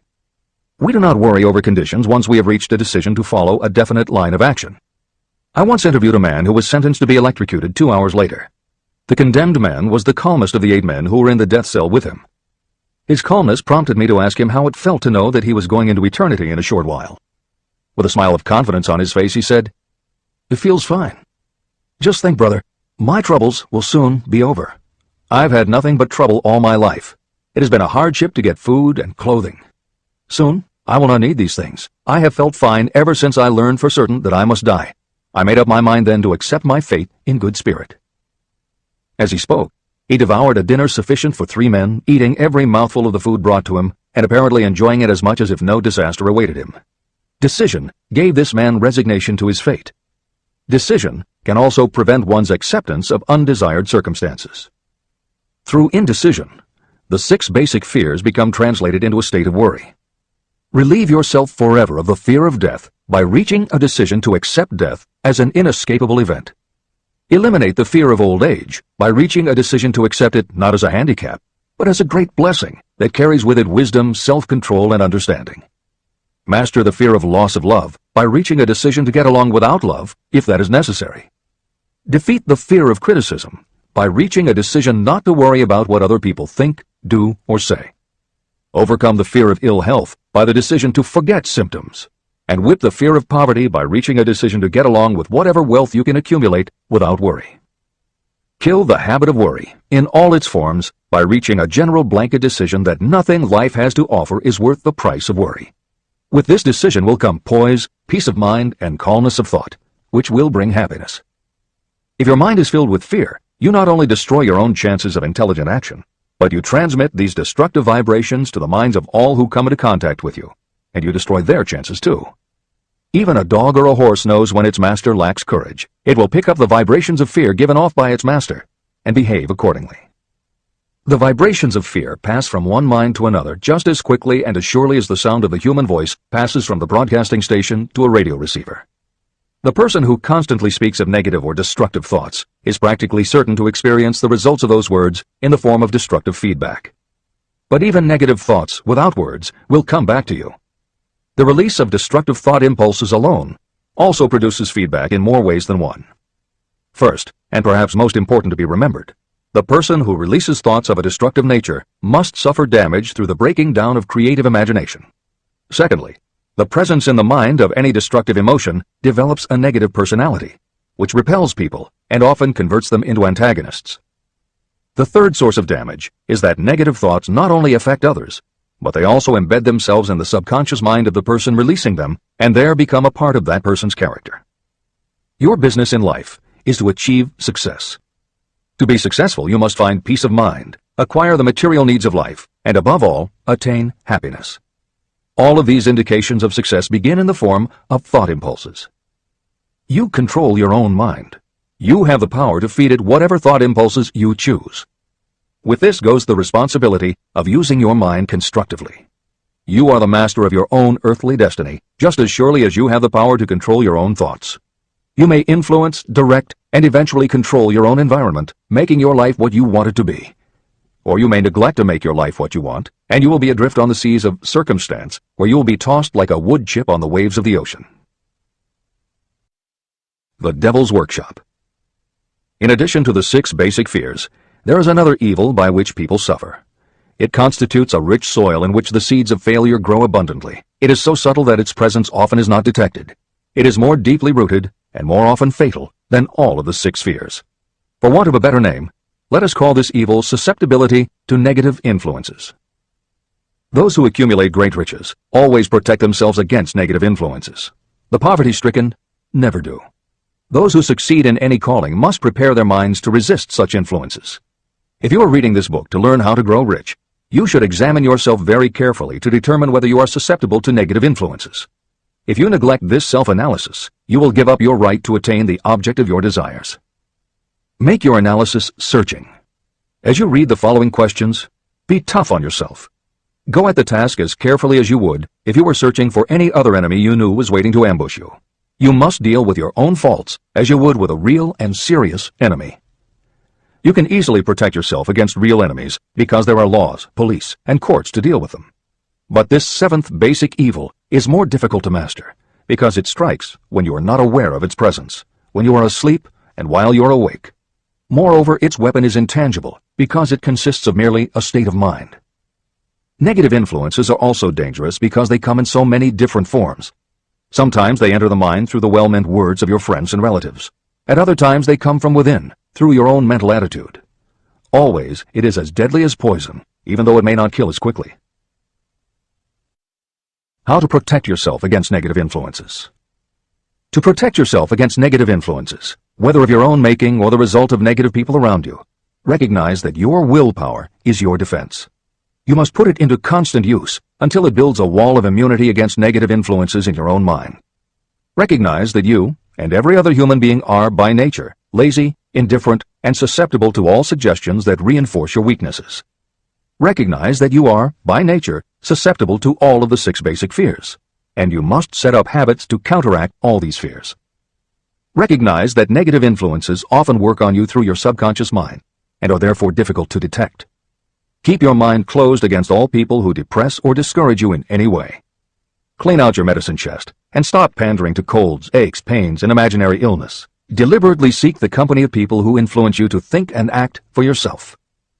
Do not expect troubles, as they have a tendency not to disappoint. Without doubt, the most common weakness of all human beings is the habit of leaving their minds open to the negative influences of other people. This weakness is all the more damaging because most people do not even know they do it. The following list of questions is designed to help you see yourself as you really are. You should read through the list now. Then set aside a day when you can give adequate time to go through the list again and thoroughly answer each question. When you do this, I advise that you read the questions and state your answers aloud so you can hear your own voice. This will make it easier for you to be truthful with yourself. Self-analysis questions. Do you complain often of feeling bad, and if so, what is the cause? Do you find fault with other people at the slightest provocation? Do you frequently make mistakes in your work, and if so, why? Are you sarcastic and offensive in your conversation? Do you deliberately avoid the association of anyone, and if so, why? Do you suffer frequently with indigestion? If so, what is the cause? Does life seem futile and the future hopeless to you? Do you like your occupation? If not, why? Do you often feel self-pity? And if so, why? Are you envious of those who excel you? To which do you devote most time, thinking of success or of failure? Are you gaining or losing self-confidence as you grow older? Do you learn something of value from all mistakes? Are you permitting some relative or acquaintance to worry you? If so, why?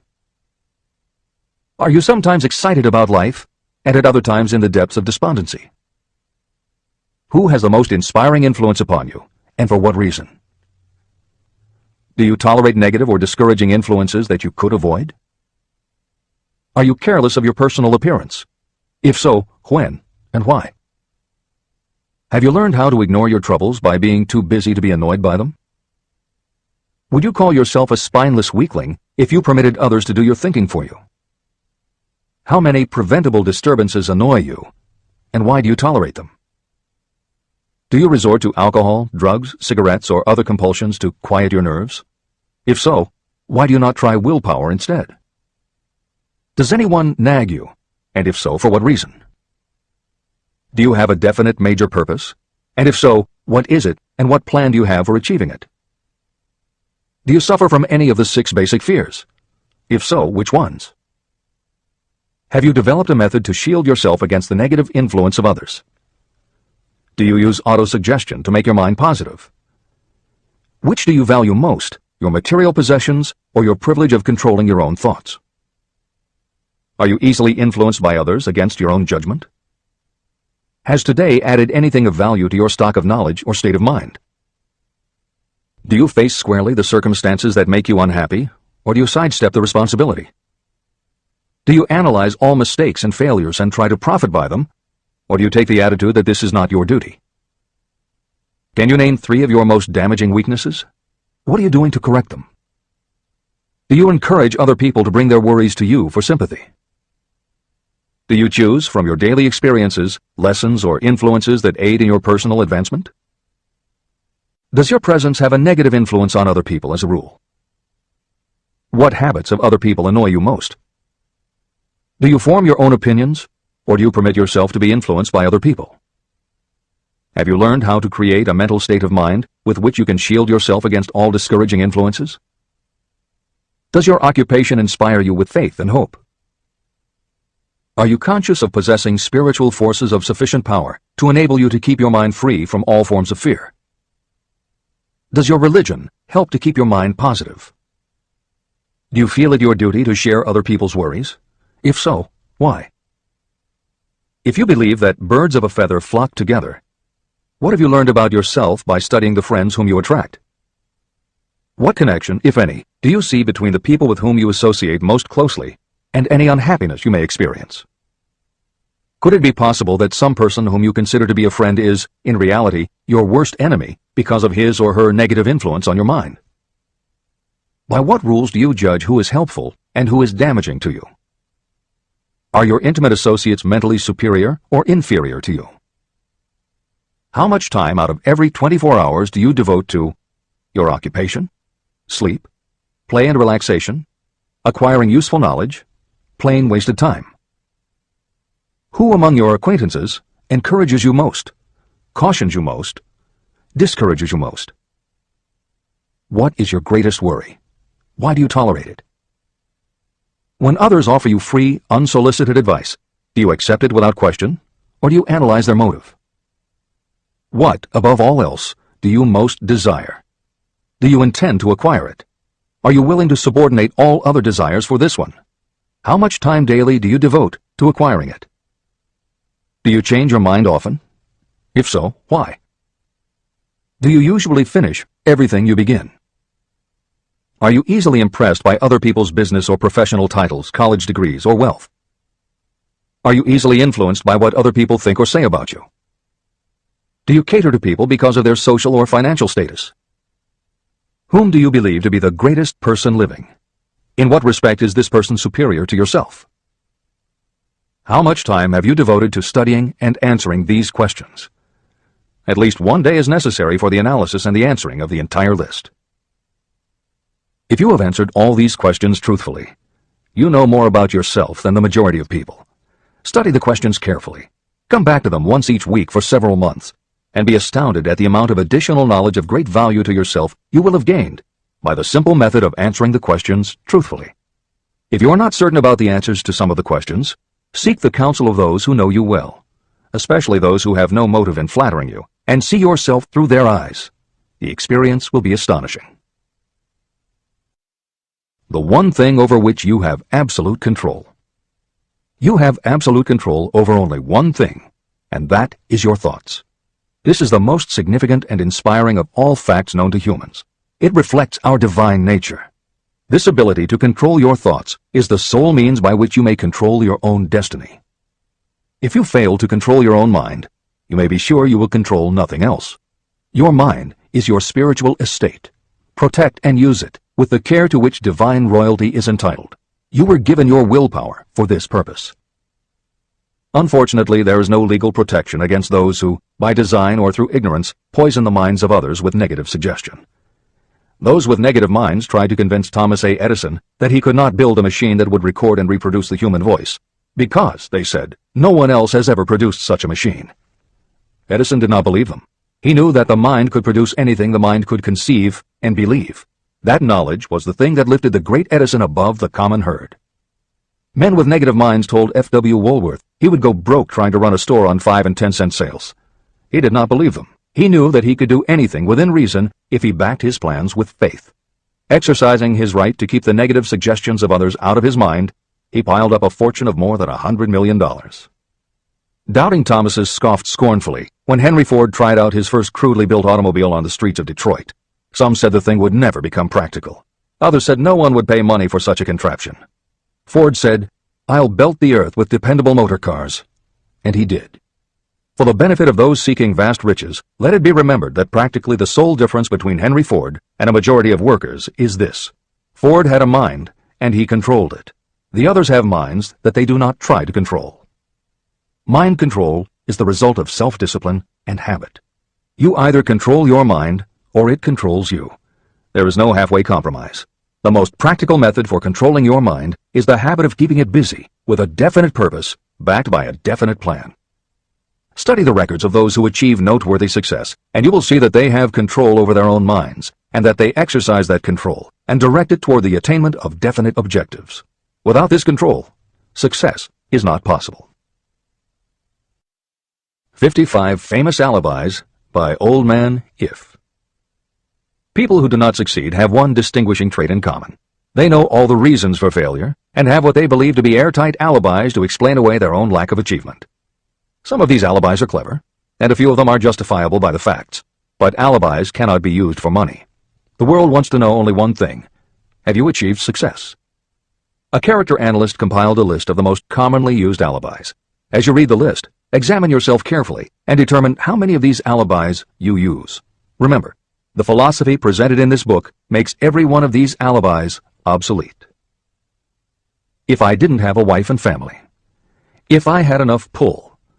If I had money. If I had a good education. If I could get a job. If I had good health. If I only had time. If times were better. If other people understood me. If conditions around me were only different. If I could live my life over again. If I did not fear what they would say. If I had been given a chance. If I now had a chance. If other people didn't have it in for me. If nothing happens to stop me. If only I were younger. If I only could do what I want. If I had been born rich. If I could meet the right people. If I had the talent that some people have.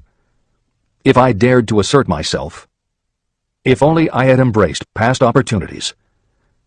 If people didn't get on my nerves. If I didn't have to keep house and look after the children. If I could save some money. If the boss only appreciated me. If I only had somebody to help me. If my family understood me. If I lived in a big city. If I could just get started. If I were only free. If I had the personality of some people. If I were not so fat. If my real talents were known. If I could just get a break. If I could only get out of debt.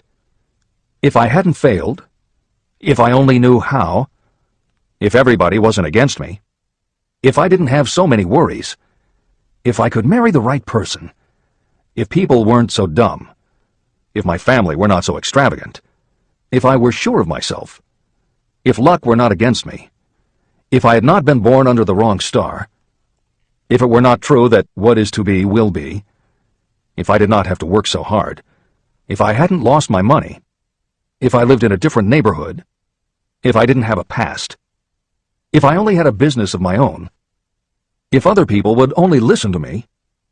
If, and this is the greatest of them all, if I had the courage to see myself as I really am, I would find out what is wrong with me and correct it. And I know that something must be wrong with the way I have done things, or I would already have the success that I desire. I recognize that something must be wrong with me, otherwise I would have spent more time analyzing my weaknesses and less time building alibis to cover them. Building alibis to explain away failure is a national pastime. The habit is as old as the human race and is fatal to success. Why do people cling to their pet alibis? The answer is obvious. They defend their alibis because they create them. Your alibi is the child of your own imagination.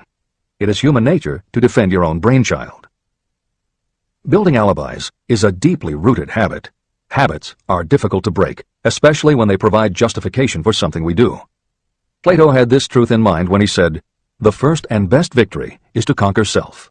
To be conquered by self is, of all things, the most shameful and vile." Another philosopher had the same thought in mind when he said, "It was a great surprise to me when I discovered that most of the ugliness I saw in others was but a reflection of my own nature." Elbert Hubbard, philosopher, author, publisher of the Fra magazine, and founder of the Roy Crofters Community of Artists, said, "It has always been a mystery to me why people spend so much time deliberately fooling themselves by creating alibis to cover their weaknesses. If used differently, this same time would be sufficient to cure the weakness. Then no alibis would be needed." In parting, I would remind you that life is a checkerboard, and the player opposite you is time. If you hesitate before moving, or neglect to move promptly, your men will be wiped off the board by time. You are playing against a partner who will not tolerate indecision. Previously, you may have had a logical excuse for not having forced life to come through with whatever you asked. That alibi is now obsolete, because you are in possession of the master key that unlocks the door to life's riches. The master key is intangible, but it is powerful. It is the privilege of creating, in your own mind, a burning desire for a definite form of riches. There is no penalty for the use of this key, but there is a price you must pay if you do not use it. The price is failure. There is a reward of stupendous proportions if you put the key to use. It is the satisfaction that will come to you when you conquer self and force life to pay whatever is asked. The reward is worthy of your effort. Will you make the start and be convinced? "If we are related," said the immortal Emerson, "we shall meet."